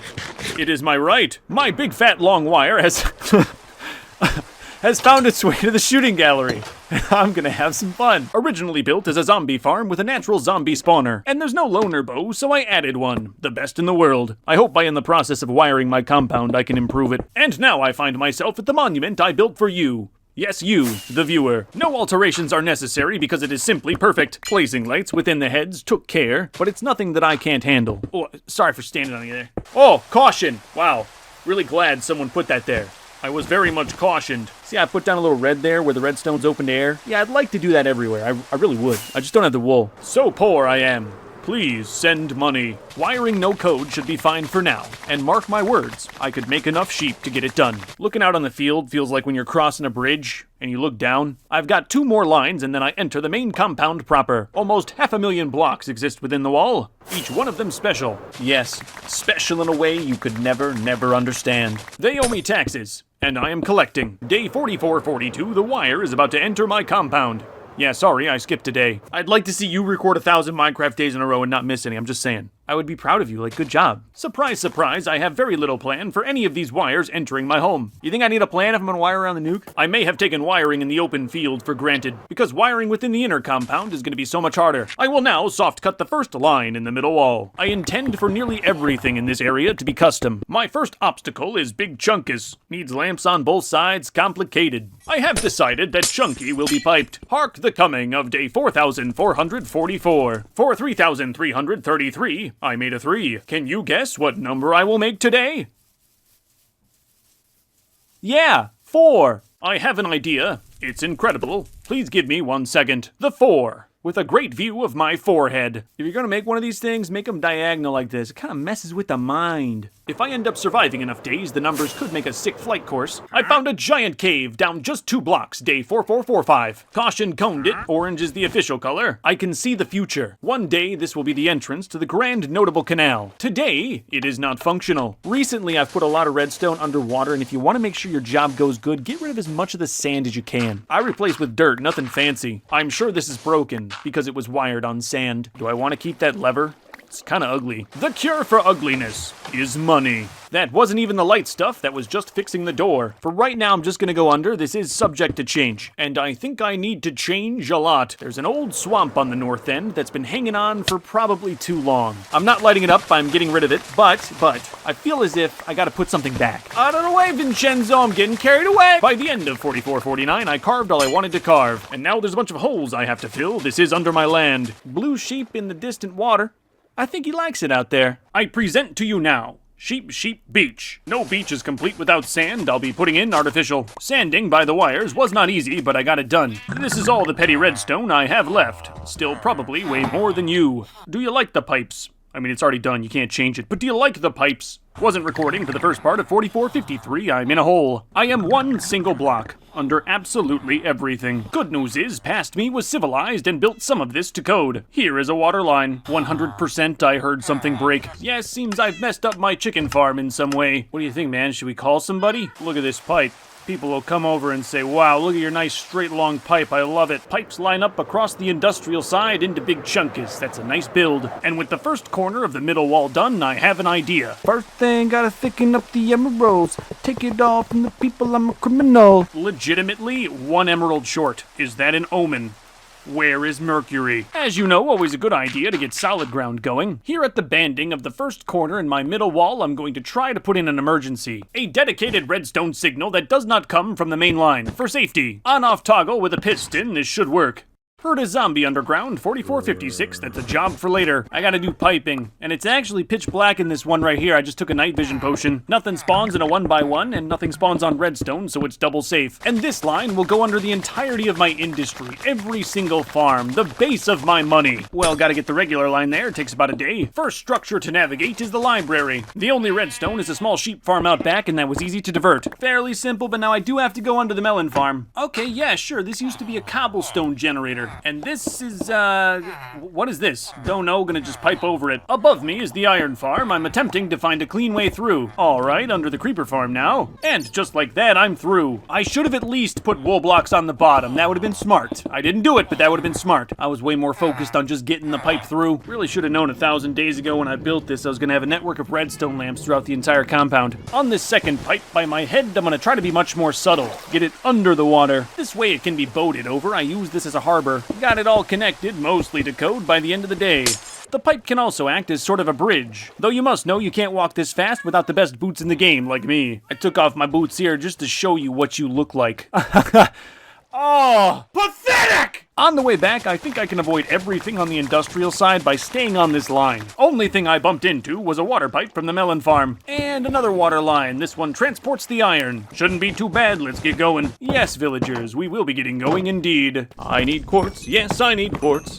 I'm in the nether cause I need quartz. Wow, almost just left a shulker on the ground with a few thousand redstone in it. The quartz was for comparators, a redstone technology I seldom use. But here in the inner wall, I want that line as clean as possible, and comparators are useful for that. Found a zombie under the pipes, this is not a hotel. For sure, this wire through the industrial park was the one I was worried about most, but it seems like I did just fine. 4469, I'm debating more pipe. I like what I've done already, but at least for this one, I'm kinda close to the main, likely not a good idea. I will continue continue with my conservative process of only piping and using regulated blocks where necessary. Hey, I've officially touched my 3rd beacon with wire. And being that my land is 6 beacons wide, I'm now halfway done. Alright, I'm doing it. I'm piping by the main. Hindsight, I should not have used yellow. The river I gotta cross is just pretty deep, and the compound lights line up where I just need this 2nd pipe. I used yellow because I only have a few colors that I can get reliably. And I guess I can always come back and repipe this. It's not that hard. For me, anyway, it's not that hard. I bet most of you can't even read a clock. Wow, I really have to stop not recording when doing important things. I'm getting closer and closer to the center of my compound. A sacred space, and likely a rat's nest of wire. I'm sure piping straight through is possible. I just really don't want to do that for many reasons. No, it actually may not be possible. Rat's nest was being nice about the wires. Before I get started, I think I have to work on the main line a bit because water just turned off every light in the world. A fantastic planner I am. Right next to the yellow main is a big blue watermelon line. So I decided to dig out everything I can around the main. And I'd like to connect that new space to my actual mansion. It's incredibly rough, but now I do have a little tunnel that connects my house to the main line. The control room. I'm going to be very careful in construction. I've already found an ancient mine entrance that I'd like to keep. And it's my beautiful, cherished house, so I want it not to look terrible. Besides the one water pipe, it's polar bear land I can dig. Not touching anything in the inner emerald square. No, I can blast right through that chiseled stone. It's my inner lights. It was dumb to use that. Did you forget this is all worth money, by the way? I've done it as much as I'm gonna. I think I'm down on the exposed wire, at least in the control room. What even is this? Whatever, I'll follow the trail. Used to be something I built and it's nothing. Love this new Minecraft archaeology stuff. One more pipe down and you can see I'm out of room. 5 redstone lines are gonna have to go down and back. Yeah, baby, you know I won't let them anywhere near you. Conduit will pass through everything. This line over the slime pit. A cat used to live in this building. Oh wow, it still does. I had no idea there was a live ocelot on my land still. Glad I put the wire around the house now. Time to thread the needle. I'll be attempting to stack all the redstone lines on top of each other, then run them along just outside of the inner wall. Start here, down here, around the meat. First problem, my entire storage lays right under the grass. My storage sits deep, my wealth incredible. This tunnel should get under, it's a long way down. But I assure you, I really don't know what I'm doing. This is the completed tunnel underneath my storage. And on the south side, I just gotta cut down. By the end of 4485, I had a nice big trench. Well, let's get this going then. Got the redstone through, that's all the way from the main line. Sandstone, why is there sandstone down here? Oh, sorry, my bad. I've been finding a lot of skeletons in my closet. When is the last time you looked at the sky? Day 4488, I connected the polar bears to Wi-Fi. So far, so good, but I do have to fit 4 more lines in the stack. I just gotta find a way to stack them, it's that simple. Yes, rudimentary. Elementary. Is that really all I got for simple? New pro piping tip if you're building one underwater. Fill the inside with gravel as you build it, then squeeze on in and shovel it out. It's better than dealing with water. Day 4495, I was laying wires near my 2744 TNT. All that sitting on dirt. There's also villagers living like right there. Iron wall is a good start, but I immediately got a better idea. Obsidian, from the Notable Canyon no less. I dug out the bottom of my bomb and lined it with the strongest block in the game. But I could not believe my eyes when not 3 blocks away, I found a redstone torch. It's amazing I have not had a disaster. Better wall installed, I've never regretted it. Okay, time to wrap the redstone. No, oh no, oh. No, please. Let me at least see the sunrise of halfway before I have to go down there. I do feel about halfway. Everything I'm doing is about halfway. Even the Notable Canyon. All I gotta do is shave those sides. It's gonna look great. Oh, sheesh. So now I have to get this signal around to the other side. And I can already tell it's going to be uncanny. Halt! How did you escape? I've been around long enough to know that villagers cannot be free. Perfect. He's now once again trapped. I mean employed. My bad, was not recording. I'm trying to fix up my old fireworks show. I had to move the whole machine down one and the old wires were pretty funky. I'll admit my design is a very dumb way to make a redstone pulse machine, but I wired this up like, I don't know, maybe 3,000 days ago, so shut up! I also should not have used blue wool. You really gotta save that for water. I buttoned everything up day 4505 and have now broke it again. But hey, I'm working with some really old wire, cobblestone, wood, and grass for code. It's just like random tunnels down here. With that leg now done, it's back to normal wiring. The secret is none of the wires are normal. Working with such an antique land, I can only dig about 10 blocks before running into something. There are less treasures on the north side of the stack, so this one can be a bit wider. I envisioned them all stacked on top of each other, you know, a stack. But side by side works too. The south side would be perfect if it weren't for the villagers. Corner of the stacks, bump bumping into some subjugation material. It's a mess. And I'm about to run wire underneath my nuke, which I'm not excited for. Wow, 2 villagers, too dumb to know not to be down here. Exit the hole, you vermin! Alright, fine. It's hard for me to get out of the hole. I just gotta do this side quick. As much as I can help it, I don't want any redstone going anywhere near the nuke. And for sure, everything here needs to be to code. So I'm gonna rip out a lot of the bunker stuff, make sure this is all good too. Sure enough, the yellow's the nuke line and it needs to be moved. Gonna put down lime green wool, it felt a little nuclear. This structure actually didn't work at the end of 4,000 days, so I'm a bit worried about it. I guess not too worried. I took a nap in the nuke wires.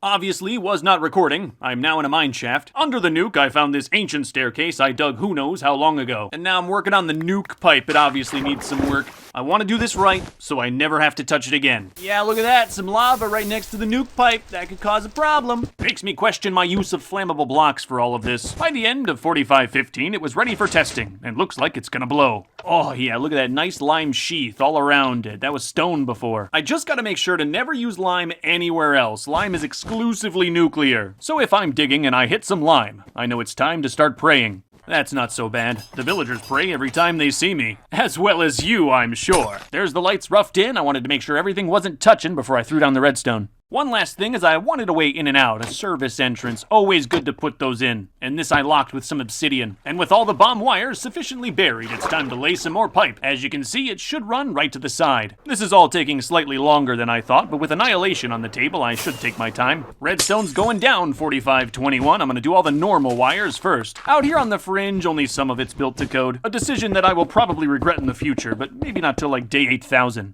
And I may not even live till then. Trying to get the wires by the nuke done and blasted this dude with a shovel. I will not be digging a grave. He had that coming. Hey, come on, man. That was hardly my fault. 4524, everything by the villagers was covered up. And now I'm back in the stack, just struggling. Testing the lights, 4525, and at nighttime, it's absolute calamity, which is just what I wanted. I wasn't going to intervene until a creeper blew up and wrecked everything. I've wired these up like old Christmas lights, so now everything downstream is busted. A lot of things are busted.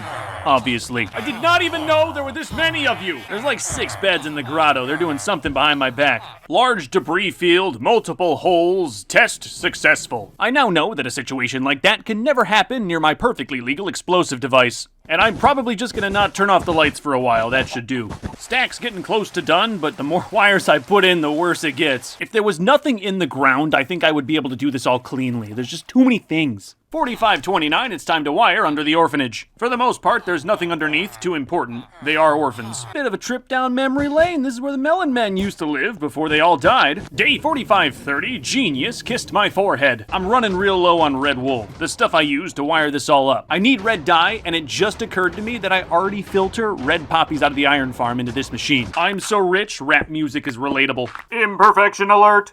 Imperfection alert! Over by the bunker, this gap should be 6 blocks wide. It's 5. An isolated mistake that would be fairly easy to fix if it wasn't by nuke stuff, so I'm just gonna do my little, my little Japanese thing. I assure you, I did not plan to put ancient Japanese craftsmanship next to the nuclear button. 4533, I've got a pipe through this body of water. Used to be a river before my industrialization changed this world for the better. And for the first time, I'm going to pipe with emerald. The only consideration underneath is the villager infector. And if I have to mess that up with a pipe, I really don't care. I infect orphans down there. Gonna have some crisscross and orphan and redstone pipes down here. That wasn't too difficult, and now the emerald pipe is done. I like that a lot. Day 4536, I found running water underneath my main wall. How long has that been there? I guess everything I'm walking on was water at one point, and everything else was once covered by a forest. I'll get too sentimental if I think about how much I've destroyed the natural landscape. Kinda thought this area would be easy, but no, of course it is not. My storage is right underneath, literally 1 block. There's no amount of piping that's gonna make that work. I'm gonna have to get creative. My incredibly creative and proprietary idea is to make a pipe over the ground. Took all day to get the redstone up in there.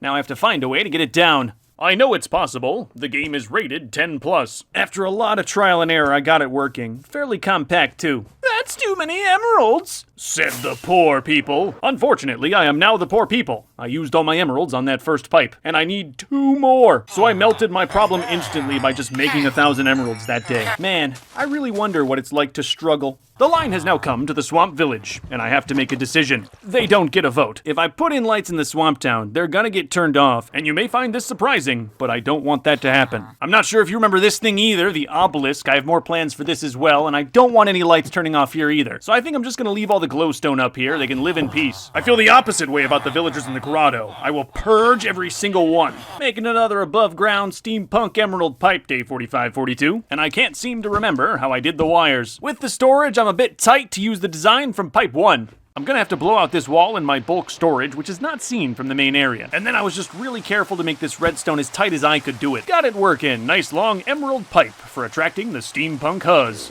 I continued the line down until I reached that same body of water, and I think it's time for another emerald pipe. Yes, sorry, I have no extra money for charity. None at all. It was a short little thing, I'm getting so good at it. Day 4546. I ran out of emeralds. And by some divine intervention, it started to rain. Wasn't recording 4547, I put a new pipe in and it was off by 1! I mean, it wasn't that hard to move everything over, it was just embarrassing. I like the above ground pipes, I really do. It adds more emeralds, which I'm always open for. A structure that would never exist in the first place if I didn't have to overcome the hardships of my own poor planning. A good amount of the decisions I make in this world, I make because I built something dumbly 2,000 or 3,000 days ago. Got that little shorty emerald pipe wired, trying to get it all connected, and villagers have already started living in the holes. You got like half a day to get out and then I'm gonna bash you. I will feel nothing. I gotta be better about putting the sod in. When I leave these holes open, they get in there. Day 4551, I heard a zombie underneath my land. Plenty of light in the crevice he was in, he must have came from the bottom. I'll caution cone that and get it later. But you, ugly swine, you I get right now. Wasn't recording for a day, just doing basic stuff, you know. Creating a network of redstone lamps larger than likely anyone's ever done in hardcore Minecraft. Basic stuff. I'd like to send a consent notification to your Apple devices. Do I have your permission to do that? Righty-ho, you do. Okay, I've sent the message. Well, I haven't said anything, but I'm out of redstone. Every single day I need to buy more. It's slowing down construction a bit. I try to go in the wee early hours or at night. Bunch of villagers in the sheep farm, 4556. I'm just gonna leave them down here until it's all done. They yearn to annoy me. So there's one last line of redstone near the edge of the storage roof, and it's gonna be a pain. There's just no way to do it without knocking holes in the ceiling, and you'll definitely see those. Unlike the stuff in the bulk storage, which is kinda hidden. Redstone needs to go right here, and there's just no room. Thankfully, because my lights are so close, yeah, every now and then, I can have a bald spot. There's a bit of a shadow where that light should be, but nothing will spawn there. No townies falling in this time, no. Nah, babe, sorry, I gotta go back to work. I'm in the trenches. Oh, yeah, look at that beautiful, unlicensed, unpermitted electrical work, yeah. The south side has so many issues with that layer of frost. When I cleared this land, I used bombs, and a lot of them blew up too low. Filling the holes apprehends the zombies. It's a labor I'm willing to do. Wasn't recording, I'm piping by the flags in Sugarcane Farm, and I don't want to pipe these lights, I'm just not gonna do it. The lights were close and harsh, and now they're much softer. It makes the pipe easier too, I don't have to go under that giant wall. And so I continue, day 4564. That's a great line to say when nothing out of the ordinary happens. Gaze upon this land. Premium with nothing. Happy day 4567. There's only ever one of these. Would you like to see all of the manual labor that I did? Lines on the east are gonna go down quick, there's hardly any— As I was saying, construction is fast when nothing's in the way. Level 200, by the way, I don't know when that happened. I declare Panda Mountain a sanctuary. I'm gonna pipe under it and leave the lights, at least for now. It'd be a fine fortress on the east side if the lights ever go down. And I gotta say, there's something about poking a bunch of holes in Panda Mountain that doesn't feel right. A special sacred land this is. Decorated, every inch of it soon will be. 10 lines left, and the speed of these eastern ones felt like going downhill. I listened to music, put my head down, and worked like a real job. So the live commentary for this is just me singing. Unfortunately, because of copyright, you cannot hear these embarrassing audio files. Fire alarm went off, 4579, that's not copyright. I don't think anyway. Luckily, my whole family was killed in that fire, so now I can play more Minecraft. I'm running out of my normal wool colors. Check out this black pipe. Nearly there, just getting some lines under the horses. Adjacent to the farm, there was a small island with nothing on it but a white sheep. I don't really want to wire this, I've done so much of that, so I'm just gonna destroy it. Black pipes look great, by the way. They blend in and also kind of stand out. Oh man, my original job site. How long has this been here? How long have I been doing this? I know more than any of you, I'm gonna be doing this for a lot longer than you think. Alarm set for 3 hours and 20 minutes from now. I work for myself, and I work myself hard. Morning, lazy villagers who do nothing. Right at the end of my wiring job, I lost all hope and motivation. So now I'm putting down the grass and already thinking about killing all the sheep. Luckily for them, I found if you just give them a little tiny staircase, eventually they'll make their way out. But a chicken will hide right in those wires, and that I cannot have. I did some math, and this chicken takes up about 1/10,000,000th of my computer's RAM, and I can't have that drain on my performance. Gotta say, Sheep Beach is looking a bit better with all the grass in. For the first time, I'm feeling satisfaction that some of this project is actually getting completed. And I love that feeling so much, I'm going to keep dirting. Best method seemed to be doing the straight part of the line first. That left the connection lines, which I finished separately. The labor is quite nice, just please don't get in my way. Nah, I've been doing this far too long. A special sacred cow that I saved on my 4,000 days camping trip got, cause it got in my way. I did not even realize in the moment what I had done. I'm gonna do this one more day and then consider my break over. On my break, I do work. Back to it, day 4600. I just gotta get a few more lines right by that wall. Day 4601. You looked in the top left corner of this film. You know they only tease you if they like you. I like you very much. Yes, you, Carter. Day 4604, I installed Redstone Lamp 22,847, and there was only a limited amount of my past issues causing me problems. Electrical work into the sunset. That's beautiful. I found a rogue pipe at the farm, day 4607. Gutted the old junk, I need the wire. For speed, I slept on the front lawn. Hey, down and back again one more time, that's it. Hello, small pond that I could easily fill in. By my grace, you will live.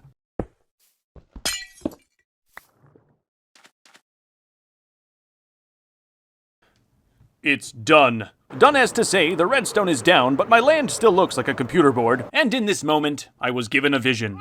A vision of myself, creating the light of this world from the top of the tower. Took roughly 250 days to wire it all up, about a quarter of this video. And as you well know, I am nowhere near done. And I can't even begin to imagine how many problems I'm going to find. It warmed my heart to know I'm filling with Notable Canyon dirt. Yo, what are you guys doing out here? You kissing? Eastern Plain is done. Absolutely beautiful. South side is next, maybe 24 lines in this parcel. Hey, is it day or night right now? Yeah, you can't tell, my wall's too big.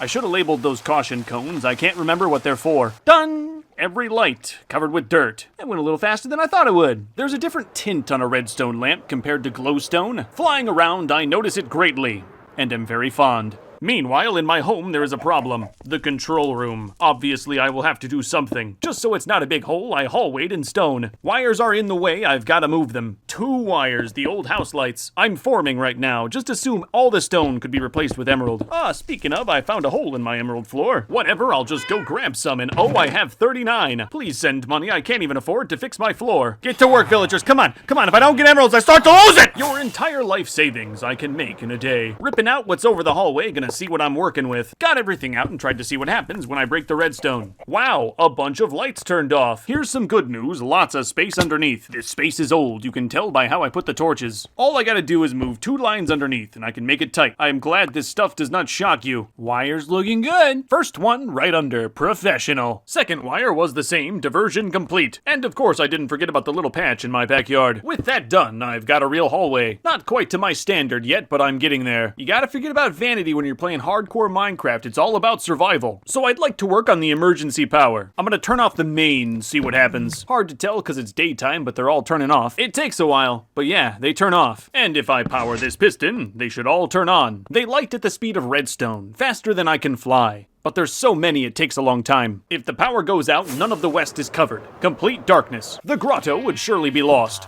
Not a horrible thing. Virtually everything you see now would be covered by emergency lighting. I think in an emergency, I'd like if all of my lights turned on. Point is, concept works. This will be a very long redstone line, but it should be deep enough where it doesn't bother anything. I'd like to make the emergency orange, I just don't have a way to make that wool. I did no math, I'm hoping I'm close on this line. Missing just a few pieces of wool, so I went down to Sheep Beach. Thanks, Vincenzo. Or you, Vincenzo. Beautiful orange line for the emergency. I went to go wire it up and already started regretting putting redstone on dirt. Bad things happen when these lights turn off. And with this lever, I can turn off my emergency protections. I reserve the right to make bad things happen. Okay, testing time. As you know, I'd like a switch on the top of the tower for all the lights. Unfortunately again, there were no YouTube tutorials on how to wire up a giant emerald tower. Yet. As big as my emerald mansion is, there isn't that much space. Every room is special. Yes, even the one with just dirt. I think the southwest corner is my best bet. Just gotta figure out how to make the redstone work. A centipede of observers should do the trick. This is 3. I need to go 300. I'm doing it, I'm ripping out the house. Really should have checked out what's under the block I'm about to wire through. It's a bit of a mess down here, but there's nothing too sensitive. Into the nether for quartz for vanity. How'd you get in there? I'm not even mad, I'd like to know. Come on, man, you messing up the herringbone. In addition to quartz, I need cobblestone for observers, and I know of some under the floorboards. Bunch of old blocks in this chest, you can tell by the iron ore. There's a bunch of old blocks everywhere. I am old. The observers are going to have to lead to a wire, and I'm having trouble finding a spot. Who built this place? What is this room? Maybe I'm getting a little far ahead. If I want to turn off the main line, I should have a better main line. I'm gonna dig it out a bit and really make sure to pipe that water line in blue. Made the main bigger and detached it slightly from that water line should make construction a bit easier. Got the main upgraded, labeled, and a visual indicator. I'm happy with that. Same thing on the emergency. With everything cleaner, I can work on the tower on-off switch. Still a lot of things I can bump into, gotta be careful. Okay, perfect, a clean way through, wow. Now I gotta build a T flip-flop switch and I have no idea what that is, I have a life. The green line from the top of the tower now turns off the emergency power. Simple piston cuts the orange. Green line will also need to cut off the main. Gotta get it through that staircase. Only tricky part is I would love to keep this ladder. Found a little tiny hole of water. Hope I don't regret going down in it. I can't remember what this is. It led to a cleared out cave, which I know I did a long time ago because there's torches straight up on the ground. Oh boy, another random ladder. This was something at some point to someone. Under the floor of the control room, I now have the green line set up to turn off the main. So with one button press, I turn off the main power and the emergency power. Spent all of 4638 just testing. There's a lot of villager souls on the property that if I lost, I would be slightly inconvenienced by. Day 4639. I started on my massive caterpillar of observers. I now have a light switch for every light in the compound. At the top of my tower. A goal. A dream. My reality. I have never seen my magnificent lights turn on and off, and I don't want to see them until they're perfect. I'll need 8,000 emeralds just to cover the observers. So I've got my emeralds on overdrive, even chopping bookshelves for books. One day of money making, and I'm already thinking about ways to exploit the villagers better. Goodbye, everyone. We are switching to iron production. Getting a little burnt myself, I deserve it. I was supposed to leave 2 alive. Unfortunately, all were lost. Oh, yeah. That actually gave me like 10 or 20 more FPS. I feel great. Hello, orphans, I need new workers. It's a great company. Very robust retirement plan. Get to it now, those beds ain't gonna fill themselves. I can spend an entire day just making money. I have so many different methods. Iron price is already 6 times more expensive over here, but I gotta do it, I need the money. Hey, you get one 15-minute break when I tell you. Yeah, get on up here, come on. Remember to smile. A bit of a shimmer on those redstone lamps. A superior, wealthier shimmer. Okay, emeralds are close enough. I'm gonna get going. Maybe the iron price will get better. It's always a good day when all I do is place emerald blocks. And now the entire redstone line is covered in emerald. I got a little bit of excess, so I'm gonna try to design a balcony up here. Maybe more like a veranda. Should give good views. You can't even really tell it's way thicker. Very subtle construction. And there's plenty of space to walk around. Everything still needs a little trim work, of course all emerald. Not the easiest thing to inspect my work, I have to do it mid-air, but so far I like how it looks. And from the ground, the tower's so tall you can't even see the veranda. Switch does feel a little budget just having it sit there. I'm working on it, gotta balance all the thickness. I'm getting a bit distracted, but emeralds are on the mind. This is important. I'm gonna try to grab a raid, maybe fix those iron prices in the recycler. Give me a better iron price and I can actually be swimming in money. Started my raid here, the obelisk. There's a villager inside. It's very sad. Sorry, swamp people, seems I've started a conflict in your area. In theory, the obelisk could be awesome, but it's never really worked right. The building is supposed to isolate the raiders so I can take them out safely. It kinda does. It's very inconsistent. Sometimes they spawn in the swamp town, sometimes they spawn out in the open. I am in no danger. I haven't been for several thousand days. It's my industry I must protect. Got the raid done in a day. I am legally a hero. The raid slightly improved the iron price, though I sell so much it gets wrecked. 2,366 emeralds in a single day. Side quest complete, I've got some business with the villagers. If I'm going to turn off every light, I need some safety built into these huts. A 2-block high cobblestone wall should keep out everything. Throw a few torches on there, and even in the pitch black, they should be fine. Can't really do the same thing in New Melon Town. Being a town, it's much larger. Also 1 creeper, and they're all gonna vaporize. The wall on the TNT block is probably fine, but I'm going to reinforce it. I made the obsidian wall much higher and threw the iron bars on top. I liked those. Okay, that looks much better. But just to be absolutely certain, in the gap I put some water. Alrighty, time for a night terror. I'm in a random creative world trying to replicate my TNT block. Bit smaller scale, but the concept is there. Had a creeper hug it, and no damage. Even if one got on top of the obsidian and somehow was able to explode, I should be fine too. Seems like the only thing I can't do is have a creeper explode on the very top.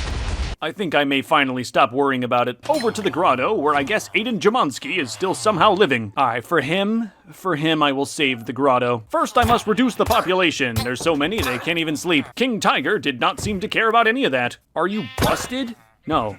Oh wait, okay, now he cares, Guys, it was obviously too many villagers, leave me alone. Got everyone walled in while being attacked. I am notable. And for extra safety, some of these lights are just always gonna be powered. Somebody paid 20 bucks for King Tiger, I just gotta run away. Day 4659. I was satisfied with the safety. First real test in the daytime because I don't trust myself. There it goes. It went. It took a while. Wow. Okay, I gotta time that. Did it again, and it took a whole 2 minutes to turn on every single light. I've been trying to estimate the amount of redstone used. I did not count the numbers too high. Here is the 4,000 Days World Tour world. You can tell by the ugly glowstone. Going into the stats page, we're trying to see how many redstone I had crafted in my career up to this point, and the number is 5,426. Today, it's 77,768. So in 5,000 days so far, I've bought 72,000 redstone. And it's all in the lights because I've built 2 things. My notable land now hums with a number of redstone, akin to a working Minecraft computer. I'd like to work on the lever. Seems a bit low budget for this level of magnificence. Okay, I may be doing too much. Anyway, I have an idea. It's kind of funny that it takes 2 minutes to turn on, but that's probably not a good thing. There may come a time where I'm fighting for my life in the fields and I need the lights on quickly. There were a couple safety concerns I found. New Melontown's wall needed 1 more block. Grotto as well, just to be safe. I'm gonna stand on this mushroom until Tiger's not mad. Beautiful shot of the sun and my wall. Sorry, I wasn't recording. Check this out. You see that thing? Yeah, well, you don't know why. No idea where that came from. Looks But like a bug or something. yeah, it makes me want to build. Like snake. Yeah. Now I'm working on an optional system to turn on every single light much faster. The Quick On. Wasn't recording for a day, and I lost my shulker box. And there's no footage to see where it is. Oh well, I'm trying to pipe the Quick On line into the control room. And working without a shulker box is kind of annoying, so I'm going to grab some more. Since I can already fly, the end is easy. Fly right to the loot, grab it, move on. I acquired 64 shulkers. I shouldn't need them ever again. 5 days later, my red shulker is replaced. Back to working on the Quick On 4672. I want to explain it to you. I just don't think you'll get it. This is a custom and proprietary redstone circuit that connects to another custom and proprietary redstone circuit. There is no manual. I have connected all of my normal redstone compound lights, and this circuit disconnects them. Oh, dude, I totally just lost my shulker again. The cartographer of New Melontown does not sell item frames, and I need one, so I made him an example. They tariffed me pretty hard in response, 32 emeralds for a blue tunic. Bro, I made 2K the other day, this is nothing.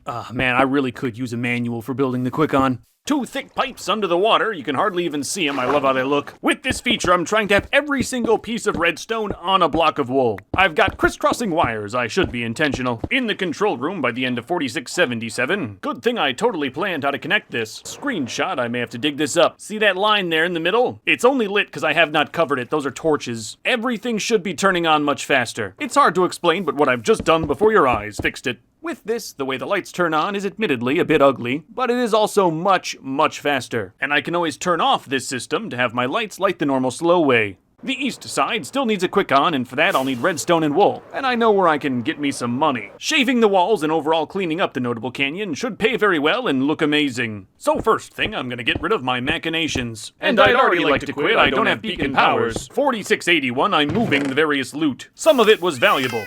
Some of it I burned while watching memes. Alright, next thing I gotta do is I gotta get rid of all the obsidian. A bunch of slimes and golems died for this stuff. I should not just leave it on the ground. Strikingly deep and beautiful it is, unlike this cow. One thing is for sure, I want it shaved, and I'm not gonna mine without a beacon. I've got 1 beacon in a hole made for 12. Whatever shall I do? I am short 11 beacons. Right, Wither Skeleton Farm, cause sometimes I go through with my plans. 2 days got me 33 skulls, now I just gotta kill the Wither 11 times. Another surprisingly simple task, that today, on day 4688, I'd measure up to a chore. Wait a minute. Oh no. 22 beacons already in my chest. I forget how rich I am. Hardest part now is getting the color code right. 2 of them in, 4690, the air is rank with my power. Skip today, sorry, all I've been doing is shaving. I'm trying to look good, you know? The top layer's all worth money. A fortune. I'll throw that on top of my pile of fortunes. And you gotta know the lava came back to say hello one more time. Many spots cannot be shaved, but must be filled. Hurts profit, but looks so much better. If I don't do this right, I will regret it. So I'm going to do it right. The work was not work. I am simply an instrument of progress for the Notable Canyon. Top is smooth, there's a few holes, but I'll get them eventually. Realized I missed some machines, they were just little specks. And I'm already building more machines. Nah, I'm not cutting all that deep slate by hand. I think I'll have a better time fixing deep slate than mining deep slate, so I'm just gonna let this thing tickle it. Using explosions is cutting okay, but I still have to go in there manually. Gonna try moving it over 1 on a hunch. Ah! Man, come on! I'm just standing here. Lovely, another mine shaft. That's where they're coming from. So I'm gonna fly far away, and that should despawn everything. Wow, 2 rockets to get out, and that's not even the bottom. My robot vacuum cleaner is doing such a great job. I hope it does not kill me. With deep slate, you gotta put it back in the correct direction, or it doesn't look right. And like, sure, yeah, maybe with the scale you wouldn't notice, but I would know it was there. I do not mind this challenging labor. It is a joy. There is a question about what to do with the exposed caves. I can clear them. They could be safe. The largest of them makes a very nice half pipe with more down the way. I think covering up or destroying this would be a mistake.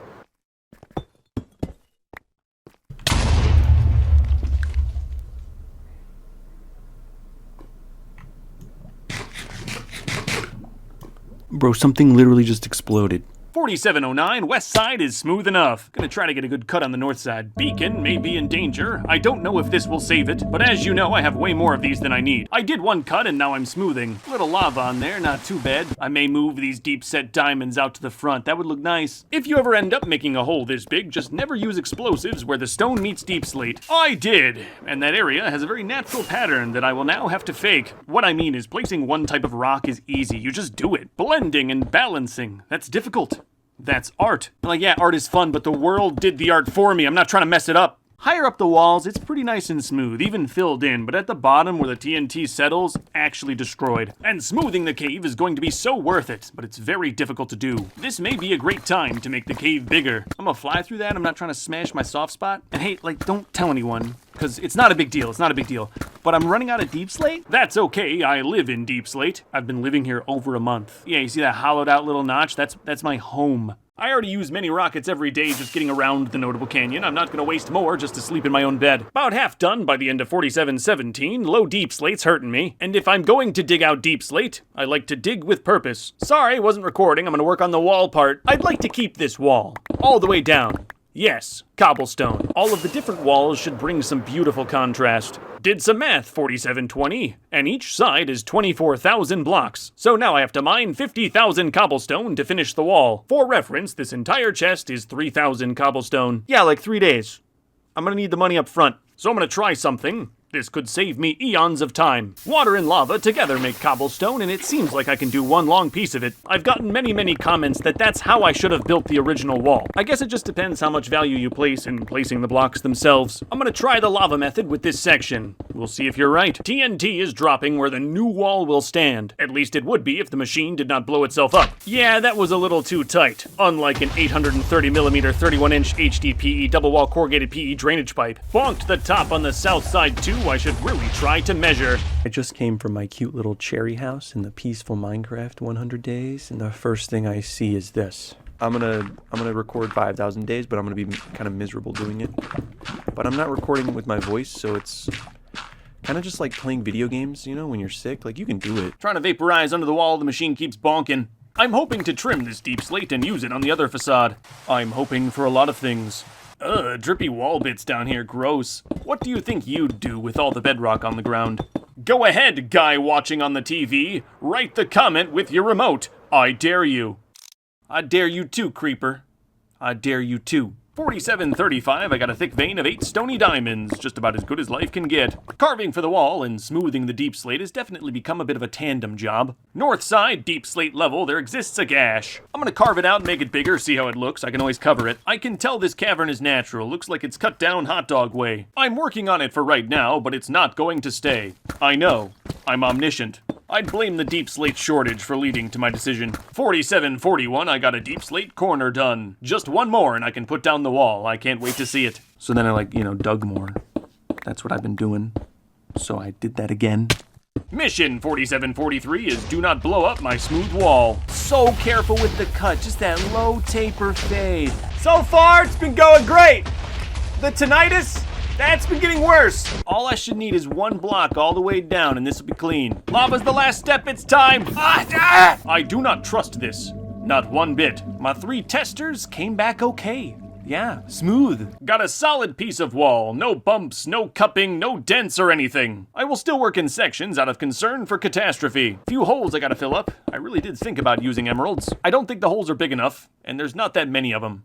I don't think it would look right. No, that emerald hole would be a speck on that cobblestone wall. Corner could have got real jacked up if I did not check this beforehand. All in all, for building a big cobblestone wall, lava method's not bad. Wow, that other side suddenly disgusts me. Hey, you alright down there? You need some water? That's a lot of arrows in my body. Good corner seems to make all the difference. I'm going to put my time there. I'm gonna try my best to light up the darkness that will exist behind the wall. If I don't, I'll get zombies, and I don't want zombies. The pyroclastic flow takes a long time to reach the bottom, so in the meantime, I like to keep myself busy. Okay, I'm not sure what I did wrong, but there's a big old bump on the side of this one. Just gotta smooth her out, I guess. I did everything the same. This is not difficult. Put cold stuff on hot stuff. Knew not to trust this method, when it's probably my fault. Nothing's bumping or touching the lava. It's going down through open air. I'm not trying to worry about it too much because even with this extra work, it's way faster than mining the cobblestone. I kinda got it on camera here. For some reason, the edge of the wall just completely freaks out. A bump in the road I doubt I will remember 5,000 days from now. When the lava gets messed up, I have to let it dry, so in the meantime, I'm gonna do something. Hello, sir. I'd like to purchase a baby ghast. I hear you sell those in your business. He doesn't need his mama. I'll be enough for the little guy. Enjoy your 1 day of freedom. Your job starts tomorrow. 4763, I saw 2 villagers stuck. I guess I can help. Hey man, watch out! Running water! No! No! Well, I guess now you are just a witness. Ghast grew up, he looks just like his paw. Time for work. There's so many floaties, I've almost broken my neck on these things several times. And this new Happy Ghast is a great way to get rid of them. He does not fly very fast, but it's a bit like creative flight. This is way better than flying around with rockets trying to whack these things midair. The Ghast is fairly poor transportation, but for crafting, A+. Look at that, I found a new way to mess up the wall. You can tell some light is shining through in areas, but for the most part, the wall is done. The scale, even for me, is sometimes hard to fathom. I should have picked up a ghast a long time ago. It's super helpful for all the smoothing. Who would have thought a living flying ladder would be so awesome? Oh, did you ever write a comment about what you would do with the bedrock? I'm interested. I know that guy on the TV is still trying to write his. I've been going back and forth. On one hand, it'd be nice to have all that bedrock visible. On the other hand, it might look cool if it was all grass. Got the openings for those 2 natural caves smoothed out today. That was a great decision. And then immediately I decided I'm not keeping that little cut. The feeling of being almost done burned inside of me. But I think I would be done with the Notable Canyon like a long time ago if I didn't spend about 10% of every day aura farming. I destroyed every single floater, 4775, not one was standing. Oh wait, no, right here, sorry. Now I'm in a cave on the west side, a good one opposite the donut. The opening is smaller than I'd like, but I can make that bigger. And I've been smoothing out the bottom where the TNT did all that damage. Safer this way. So crispy, yes!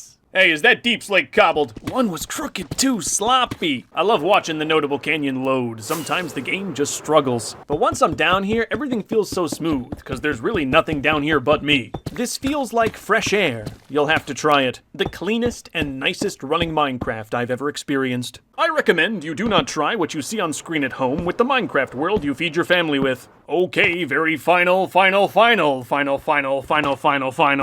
really torn on the mineshaft opening. This is legitimate. Unlike this grass, I'm a fake phony having grass haver. Day 4787. I finished the Notable Canyon. Dang it, dude, I did not finish it. There's so much still to do. Presently, an area to view the canyon, I've chosen 669. Yes, viewing area / diving board. Thanks, Ghast. Would have done it way worse without you. You're not supposed to look at this. You're supposed to stand on it and look at the canyon. And I saw a problem. Every day, when I allow the sun to set, it gets dark and then monsters spawn. To stop that from happening, I'll hide glowstone. I don't want them visible from the sky or the map, and I've only done a little, but they look good so far. I was surprised at just how many crevices all over fit my exact specs. It also gave me a real good opportunity to inspect the entirety of the bedrock, and I gotta work in the daytime nighttime. At night, baby zombies come out. Then, day 4794, I find myself in another situation. I am now firmly stuck in indestructible bedrock.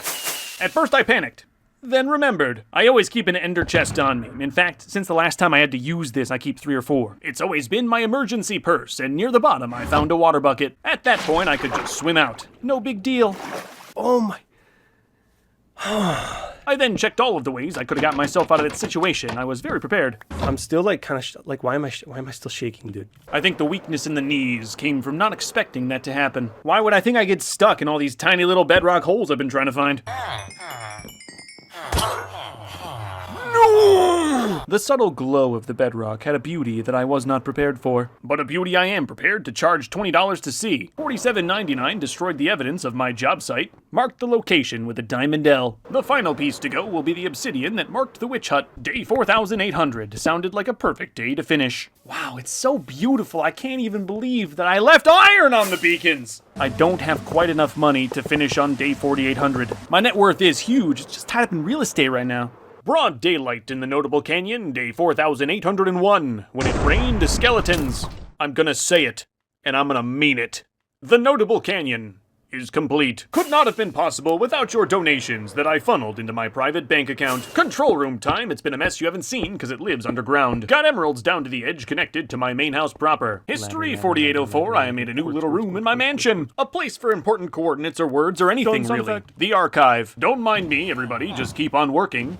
I said keep on working. Wow, did you think that villager was for emeralds? It wasn't. Trying to put a villager family in the bedrock. Okay, get in there, bud. On this obsidian is a villager with enough room for him to grow up. Tried to do a raid 4807, but I think I need 2. I now have 0, and a big problem. I've got bad omens, so if I go anywhere near 2 villagers, a raid will start. Threaded the needle, went right to the cake factory, and slammed a big bucket of that white stuff. Fighting raids in the Notable Canyon was more of a novelty. The real plan was this, the obelisk, which will now be erased. Most of this was wired on dirt. Did a lot of math for a new location, 4809. And then 4810. Found a few wires from an old gen. People in that thing, gonna move them back about 20. The sound for the next week is messed up, I'll go quick. Villagers got a new home, I'm gonna install a new obelisk. Obviously, Emerald Tower.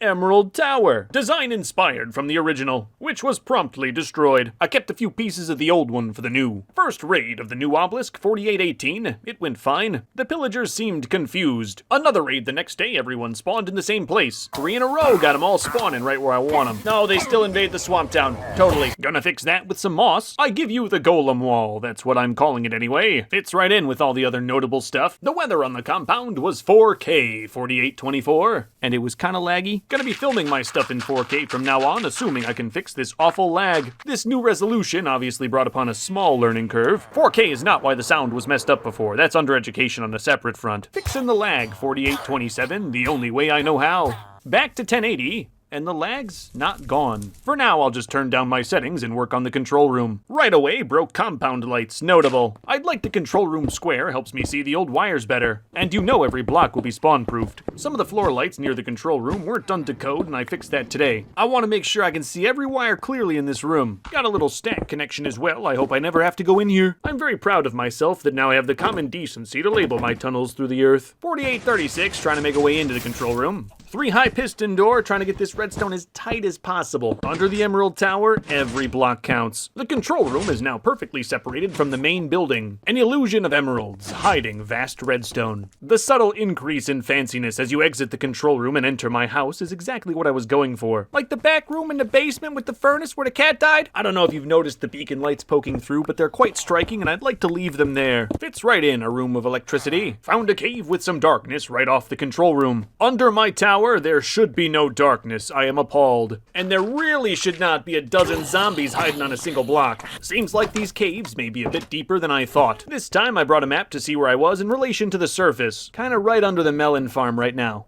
Oh my goodness, look at that. Like a million zombies and endermen. I'm gonna leave those there and get the other caves. There's dark ones. Now if I have to run away, I'm not running into darkness. For the zombies, I made a hole and axed them one at a time. More than appeared from a tunnel, I'll have to check that. As far as the endermen go, I think slashing them all was a bad idea. Got myself an enderman safe spot and let them all free. Just 1 block over my head, I'm invincible. Culprit seems to be a zombie spawner, doesn't explain the enderman. Oh wow, actually, yeah, check this out, double zombie spawner. There's 2 of them. This is 4,000 days. I just want to see, has this stuff been here the whole time? All this lag? Okay, there's zombie spawner 1, zombie spawner 2 down the hall. No way, no way! I've been loading these zombies and Endermen for 1,000 days. This is day 4,000. Just living with this curse in my soul. After that, I kept looking for darkness. There was more, but nothing so egregious. I've told myself I'm gonna go until I run out of torches, which should be soon. Ooh.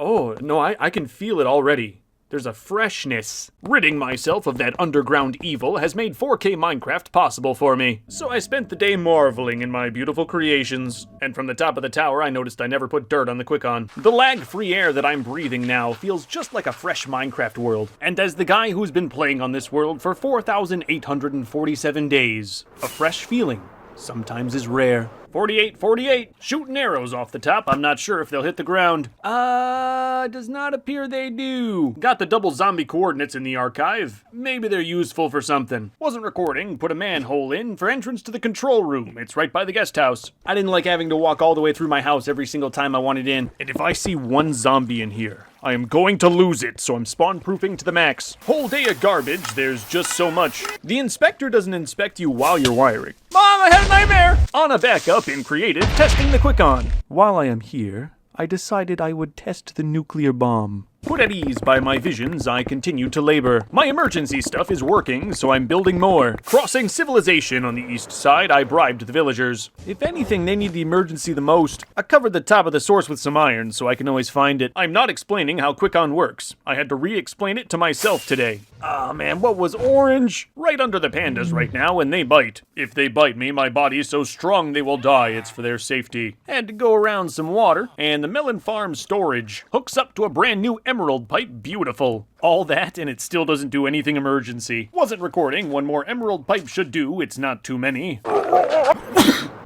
East side Quick-On wired up. I'd now like to make emergency and Quick-On kiss. Safer this way, just trust me. Lord of Electricity is still this lever. What I mean is it's always on and off. Happy birthday, mangrove tree. I didn't know I didn't own one of you. I can almost get everything in one camera shot. Hey, you clean this right now! With the cutting of this very thin ribbon, the control room is now officially complete. It's done for now. You know I'm gonna put more stuff in here. Gonna bring this bad boy all the way up for some cinematic beauty. Wow, this whole shot is ruined. With that fully done and pictures taken, I'd like to declare something. I, Luke the Notable, will spend the next 100 days not flying. No Elytra! I'm not gonna use it. I normally fly around my world, so I'd like to try just walking around like a normal being. I've always wanted some walking paths, and I think walking is the best way to figure out where they need to go. Try to guess what material I'm going to use. I need many emeralds for some reason. Time to start a war. This is necromancy. I got the iron from the iron farm, which is just dead golems. With the iron farm and pumpkin farm together, I have an infinite army farm. Few pillagers spawned outside of the wall of golems, so I turned the wall of golems into golems. Unintended feature, I can get the toes with my bow. That raid felt like the smoothest one yet. Yay for wizardry. Hello, villagers. It is me, your overlord and employer. Gonna add melons to my money diet. Putting them on the floor gets expensive. Throw some bread in the orphanage. I should have all the dudes I need. And in the meantime, I'll work on a trap. Golems are cool and all, they just kinda accumulate, and every single one just craves the swamp town. Sorry guys, you can't live. There's enough of you that cost 20 bucks and I can't kill. I'd put down more land by the entrance to the obelisk. I think this is the best spot for a trap. Excellent, some babies have started to form. Time to sell pumpkins and melons. Immediately, I discovered why I don't sell melons anymore. Melons have an extra step. You gotta craft each individual one. I crafted every melon that's been backed up in my farm. 3 double chests full, and I couldn't even fill a shulker box. There's a new thing in this game called the crafter. I've never used it before, but in theory it can automatically craft. Tell you the truth, I thought this was some sort of April Fool's update, but no, it's real. Using my own intelligence, I was not able to make the crafter work. I can't stop it making seeds. I could look up a tutorial. I just don't want to. Found my first problem of not being able to fly. So far it's been good, but I designed the melon farm to be flown out of. You know, I always got that wood on me, so I put a ladder in real quick. Okay, I'm either gonna make this thing myself, or I'm not gonna make it at all. Day 4,889, I'm no longer a hero, so that means it's time for another war. In my travels, I have found that pillagers will willingly fall into a trench like this, so I dug one. Look at that, works well, just not very sophisticated. But at the end of the raid, a golem fell in, and that gave me a notable idea. But first, I have hero status with a bunch of new employees. I'm gonna make some money. Iron, wool, stone, and now melons. My emeralds are singing. I almost have my first emerald path complete. From my home straight to the orphanage. Ooh, yeah, path right here. That's an essential one. Then I can have another connecting to the orphanage. That'll look good. To connect to the industrial side, I found a nice area for a gate. A long time ago, there was a gate around this spot. That was my only inspiration. Trying not to get too ahead of myself, I'm just gonna keep working on the roads around the orphanage. This is a very slow process, takes a lot of money. Most people have like 3 or 4 emerald blocks to their name. I'm using it for pavement. Out of money, time to work on the trap. Wall of Golems was super creative, but it did have its own problems. And each one contributes more to lag. I just can't have them. I am gonna give them one more chance. There's just too many of them. I can't slash them all. I gotta put their lives to good use. Now I've set up a few golem pits. If anything falls in here, it should be killed. Okay, level 5 raid time. Round 1, everything spawned behind the wall I just put in to stop everything spawning behind me. The golem pits kinda work. A lot of the guys don't even want to walk in, and then sometimes when the guys do walk in, they don't get shredded. All in all, C-. Hey, then I made money. Fly to PJ where it's sunny. All the fans scream like they love me. I'm working on the Emerald Road to the first duplex, and the shape is giving me trouble. No. When I woke up, I misclicked and slashed a few. At the end of the day, I got a view of my roads from the sky, and I absolutely love them. I have found another problem of not being able to fly. There is no way down the tower. I guess there is a ladder, I could always use that, but my time is very valuable. I gotta go down quick. Good thing I know the tower like the back of my hand, knew exactly where to jump, got down easy. Another raid on the agenda, 4896, and it seems like the golem pits are working at their C- level. Okay, economy's in trouble, 4897, I ran completely out of iron. I still got other stuff I can sell, rocks are a staple, it's just iron's automatic. Also, instead of 1 gate to the industrial side, I've decided on 2. 1 next to each statue of myself should give me incredible flow. And you would have never noticed this if I did not tell you, but they're both perfectly centered on the lights. Getting the paths carved out, 4899, I'd like to see them. Okay, yeah, that's nice, but it does seem a bit thin for the industrial side. Thickening simply requires more villager suffering, and I got the redstone lights underneath to code, at least this section. 100 days left. I'm very sorry that soon you'll have to watch an inferior Minecraft video. Looks like the raiders just spawned in a cylinder in front of me. That was easy. Emma, homie, hit him with a... Then a dog appeared. I was kind of careful not to slay him. Together we bested countless enemies. With each one, new vigor burned within our souls. You may live here now. You've earned it. But I'll tell you, except me, nothing ever lives here long. Hero status from that free and fair election has emboldened my profits, day 4901. Hum-dee-dum, la-dee-da, I'm so notable. Wait, is that grass? Grass on my land! I've been ignoring this caution cone note for a long time now. I should probably get that done. There's a few little things that I've been meaning to do, like putting an actual gate on my gate. Yeah, then someone very special walked in the office, so I had to give her a tour. I have no coal for torches, and I've been meaning to cut this stuff up for forever now. I guess I could make an automatic charcoal farm, but not everything needs to be automatic, man. Come on. My wither skeleton farm already makes coal infinitely. I again have forgotten my wealth. Going out to fix the caution cones 4904 and found a light that was not wired. Yeah, I totally wired it all to code. Yeah, and I have a license for sure. Okay, what was this one even for? There's nothing underneath. Okay, that cone marked a pool of lava like 15 blocks beneath the surface. Seems like this one also marked a pool of lava that somehow got filled up. Next one, let's see. Ooh, that's a staircase. Found another one nearby and there's just nothing. Yeah, nothing. Whatever, seems like a good place to sleep for the night. This caution cone was underwater, and I'm not sure what possessed me to destroy the whole thing, because now I will have to rewire. This caution cone marks the same cave that I've already cleared out. Then I found a few lights out nearby. This was a tricky spot. These cones for sure mark a ravine. It's right underneath. I'll just throw torches everywhere and call it a day. Day 4906, I found a zombie with copper armor. And this is literally how I found out it was in the game now. I've been through these caves before, just really double checking there's no dark spots. Because if you were a smart zombie and you knew your way around, if you were in these caves, you could get all the way back to my control room, which is connected to my house. I'm not afraid of zombies or anything, really. I just don't want them desecrating my property. I will very likely never ever clear every cave on my land, but it's a goal I can always work towards. I can tell I'm getting closer, because anywhere there's darkness, stuff spawns with a vengeance. Found a skeleton spawner. Checking the map, it's incredibly usable. Oh no, I may have developed a liking to sleeping in weird spaces. Kinda forgot this cone was here, and like the others, I have no idea what's underneath. It led to a chest full of old enchanting books that I can buy at any moment now. They're garbage. Yeah, let's go down that random staircase. I never did. I didn't forget. Okay, polished granite. That's probably firing range? Wow, AFK fish farm. This thing is old. I can also hear an allay. Those little fairy-type creatures that grab things for you. I dug around a little, did not find him, whatever. One last cone in the water by the obelisk. Hey, a caution cone that had actual caution. This is a huge cave. The rib cages in the ground is new stuff, right? Every new torch that lights up a cave is a win for me. In the east field, I also marked this shulker sounds. Can you hear them?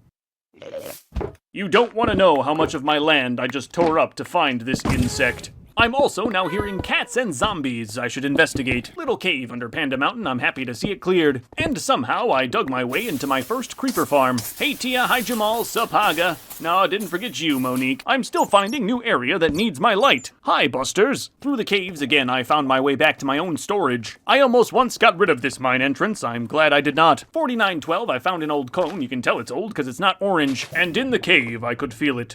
Quite instantly, too. If I stand right here, I am slightly less powerful. This will not stand. One of the beacons is off. It's not giving me speed, too. Here's the thing. How do you get out of there if you can't fly? Problems are simply victories you have not yet achieved. Easy fix, flipped a switch, charged 800. In the corner, conveniently, I found a bit of a recess. Dug straight up and did not wreck my lights. Perfect. Every piece of this ladder came out of my bamboo farm. I did not cut down a single tree. There's a surprising amount of room. Remember, this is the Notable Canyon. The opening is but a speck that I'd like to cover. Moss did not work, I couldn't walk through it. The bamboo looked so good, I threw my sword in the hole. What a nice, convenient ladder to visit my almost grave. There is a man, he's been in my home for several days. I was cleaning out the garage when I heard it. I jumped outside, I seen it. Was not recording. My cactus farm is now a green dye farm. And if I wanted to get cute with it, I could use that bamboo for fuel. The reason I'd like green dye is I want to shore up some of the spawn proofing around the industrial side. Few areas could use a few more pieces and maybe golems will stop spawning around here. By the way, I started and conquered a level 5 raid, no big deal. The golems are very obviously not going to live forever, but that's fine. I love making traps. I'll think of something. 1,623 emeralds, day 4,919. There isn't enough time in the day to make all the money I could make. Been trading all day, sun is setting, villagers are going to sleep. I made good money still, but probably more if I could fly. Oh man, these rats are huge. Working on some of the paths on the north side. I'll say for the most part, these are just here to look good from the air. This road to the cake factory may see use every couple hundred days. It is still worth it. Now I'm trying to upgrade my iron storage, I have none left. Over the life of this farm, I've likely wasted thousands of iron because the storage system was not that big. So right there, hold an extra 55,000 iron ingots. I don't even know if I could make that in 1,000 days. Now I just gotta make it not look so terrible. Functional too, this light will tell me if it's ever backed up. As far as decoration goes, I'm just gonna cover with the same stuff. Little stone smithing is all I need now. My favorite part is every time an iron goes through the pipe, there's a little flash. The golems did not appreciate my great work. I would like to give the auto crafter another shot. I used a comparator. That's for like smart people redstone. I can't seem to get the timing right. Auto crafting melons. Even if I could get the timing right, the storage is very light at 3 double chests. And a lot of this is not exactly built perfectly to code, which in the economy stuff is always a good idea. And I don't want to build like an auto crafting thing below with janky pipes up top. 69,120 melons could now be held in what I'll have to start calling the melon bank. The pumpkin side has some redstone in the way, just compound lights, nothing nuclear. Got everything in very tight. The top boxes can't open, but they shouldn't have to. Did you know pumpkins work well as construction scaffolding? I've upgraded these melons greatly, but I have destroyed my way out. An antique staircase then presented itself. It's messy and old under the melon, but I should still be able to make an exit. Please stay out, villagers. I do not want to axe you. Ripped it all out 4932. It kinda hurt a little. Found a nice spot where I could put some melon farm access inside the actual melon bank. Hey, scooch over guys, I've been working hard. Crafting the staircase out of actual melons was a necessity. On the way down, I'll use the original staircase from the first Melon Men. On top, there's a broken super farmer. I'd like to fix that. The redstone footprint used to be huge. It would go down in the basement. I've come a long way with redstone. I can certainly improve this. Had to add a little more thickness on the right side of the auto farm, but it's all on one level now. I left room for an auto crafter. Maybe one day I'll install one. Hello, tenants. I have come for your rent! I know for a fact the sheep and the villagers who sell them need an upgrade. They just smell so bad, I don't want to do it. Since the renovation, iron has been slow. The issue could be all the villagers in the pipe. To the shop! Get out before I declare you a pollutant. I'm gonna find whoever did this. And subscribe to him on YouTube. Map looks good. Ooh, yeah. Every green, perfect little emerald can be seen from space. It's quite notable. When people come over, they know. They look around, they know. This dude's got some cheddar. And I need more. Always. The land around the obelisk is very bumpy, so with some quick digging I made a long rectangle. I'd like to replace golems with magma. I could stand in here for a day, totally safe for me. I love the wall. Oh, baby, I love the wall. But I don't love the wall, I just don't know where everything spawns. So for now I'm putting down totally real grass, just don't walk on it or touch it. Raid time. Raid time. The first wave walked right around my trench. Quick fix was a few walls, all I had was magma. Ravagers will go right over. I can handle them, I just don't want to. More trench the next day. I did not trade emeralds to make sure pillager lives were lost in vain. Then I sold everything I had. I've become accustomed to walking on emeralds. Oh, my feet! My feet, they're touching bare grass! By the end of day 4,944, I had a complete circle, or square, of emeralds around my property. This diorite road is the horse road, but you probably knew that because you love me. I'm keeping it original. Not a hard decision. I love the little grass between emerald path and wall. My garden beds. An area of pure vanity. Back to making my land an emerald farm, 4946. Right now I'm waiting for the golems to pass naturally. I do want to mention, one of the best parts about not flying is actually using the gates that I built. Oh, thank you so much for those stone tools. No, I won't just leave them on the ground. No, the only thing I leave on the ground are emeralds. After some investing, 4949, I went over to the Melon Men to trim my portfolio. Yes, my assets could use a slight rebalance. There are a bunch of Melon Men who don't buy melons and pumpkins, and they are no longer allowed to live. Emerald walkways are just about done. I've got them everywhere. I pitter-patter around. What I'm installing right now is very frivolous stuff. But if I've learned anything, it's that hardcore Minecraft is all about vanity. My trench works well. I just wish I could cover it better. I still need this tiny wall. I don't love how it looks, but I used blackstone. It's much more rare. Then all of the golems grew old and died in their beds peacefully, surrounded by family. Then I looked at the trench and wondered why I did not just make it the whole way. Carving took but a moment. I'm incredibly powerful. And magma's easy to get, you just can't be afraid of fire. Big fat trench filled with spikes, day 4952. Incredibly low profile trap, does not affect the skyline at all. It sounds horrible, but works so well. That was a very nice raid. No hiccups at all. Yeah, at this point I can focus on making it look nice. Profits were fine, I am still vilified in New Melontown. I'm now putting down roads that I'll never use ever, I'm sure. This road goes under the Emerald Conduit out to Panda Mountain. Got it done the next day. I had enough emeralds. I just wanted a good night's sleep, that's all. Back to trenching. I'm gonna add a spot where I can stand and slash the pillagers. As good as these traps will get. I'll always be more dangerous. One thing I do not love about the obelisk is it's not perfectly centered on the Emerald Tower. The untrained eye could not really tell, and I'm not going to fix it. There's only a tower here because when I first built this place, I thought I'd be defending from the top of it. The magic, how the pillagers actually spawn, that's all underneath. Oh, better give them some privacy. Through much trial and error, I do now finally have a trench design I like. Grass on top with black concrete on the bottom. It looks notable to me. It was too harsh going straight from grass to magma. That little line of black just blends it all together so nice. I imagine that's what the pillagers will think before they are incinerated. I'd like to change the glowstone lights. They're just not proper for me anymore. Redstone lamp, centered, always powered, unbelievably safe. On the compound side, I'll do a wire. The hardest wire was by my fireworks show, and I love my fireworks show. So I'm walking through the forest, building a road. It's the best I know how. I'm wondering if you've noticed my diamond shovel. At some point, the Grand Overlords changed how you could get netherite, and I haven't gotten any since. And I'm not getting any netherite today. I just have an old netherite shovel that I'm gonna re-enchant with Silk Touch. I don't know why I'm bothering you with this simple clerical work. Because I have an idea to make more money. Now play an ad right there. Check out my auto crafter. I'm having it do bamboo into sticks. I've sold sticks before a long time ago to a bunch of Fletchers who've all died. I believe it was a house fire. Maybe I shouldn't make the new home out of wood. The new Fletchers will live in a fletching table. Fletchers buy sticks, which are normally not that good because of all of the crafting, but I have an auto crafter. And if I can get these trades down to 1 emerald for 1 stick, that's vegan profits forever. Yes, very ethical, all of the things that I do for money.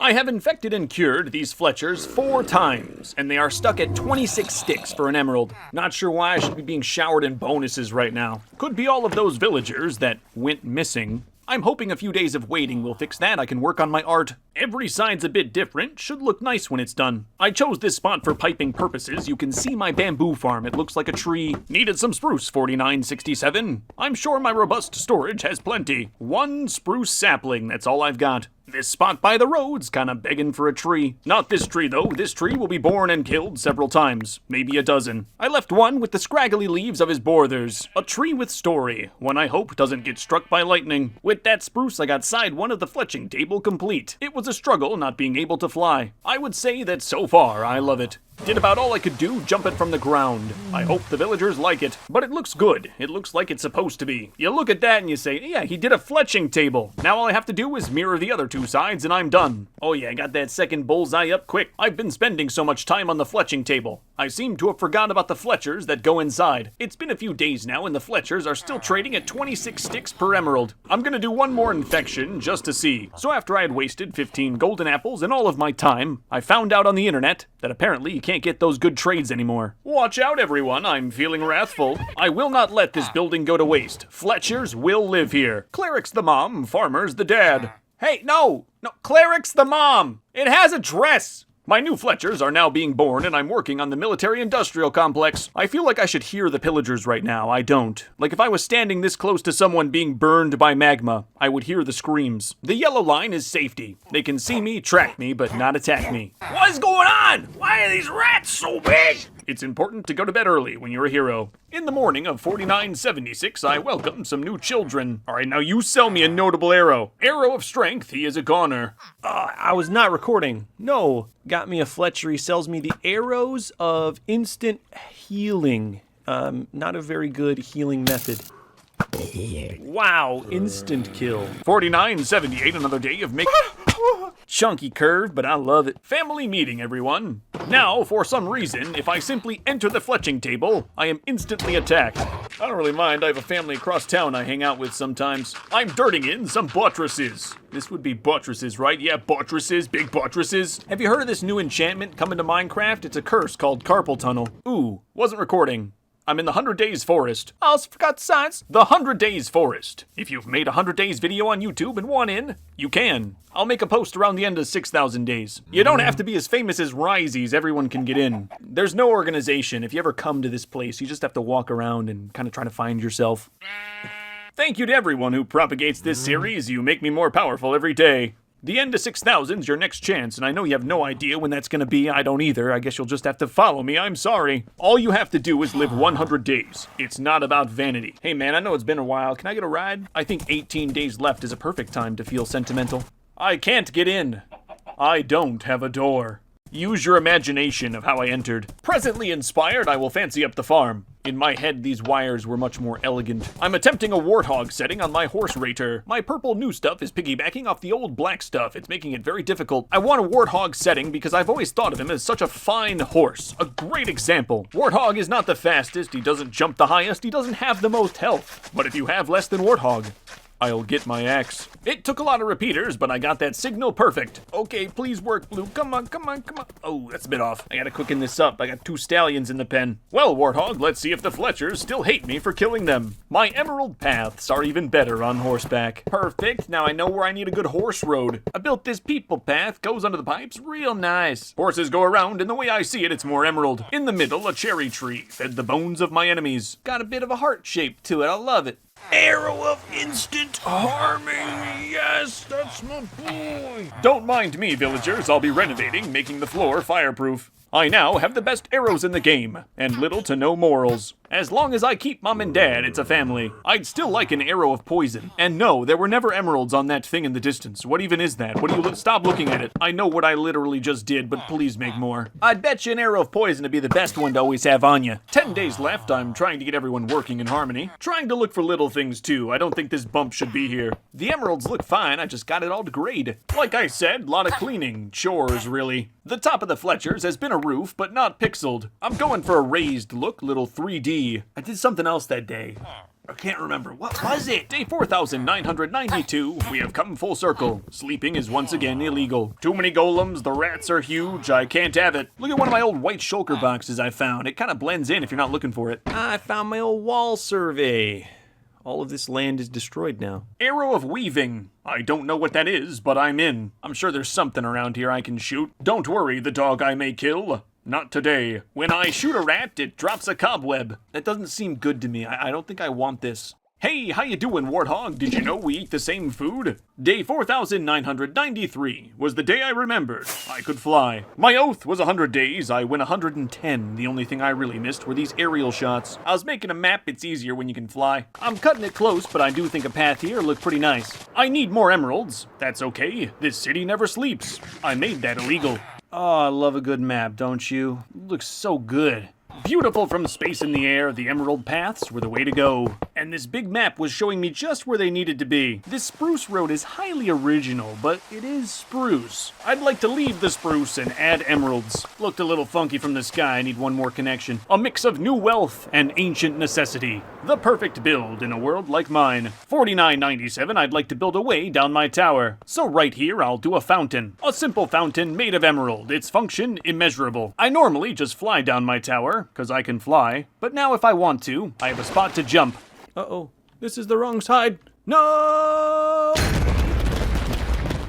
Okay, just be careful about that. $49.98, it's time for a final inspection. Can't have any rats on the land, no! Found a deep slate caution cone marked zombie spawner. I'm sure it's fine, I'm just getting rid of it. Lights all look good too, no glaring issues anyway. Perfection achieved, time to take pictures, $4,999. This stretch of road on the south side is one of my favorite. So many great views of notable objects. But of course, as you know, the best views come from sitting on the wall. Really shows the most of the wall. The tower. Built so much. Oh no, it's gonna rain on my picture day? A sunny day 5000 with my good friend.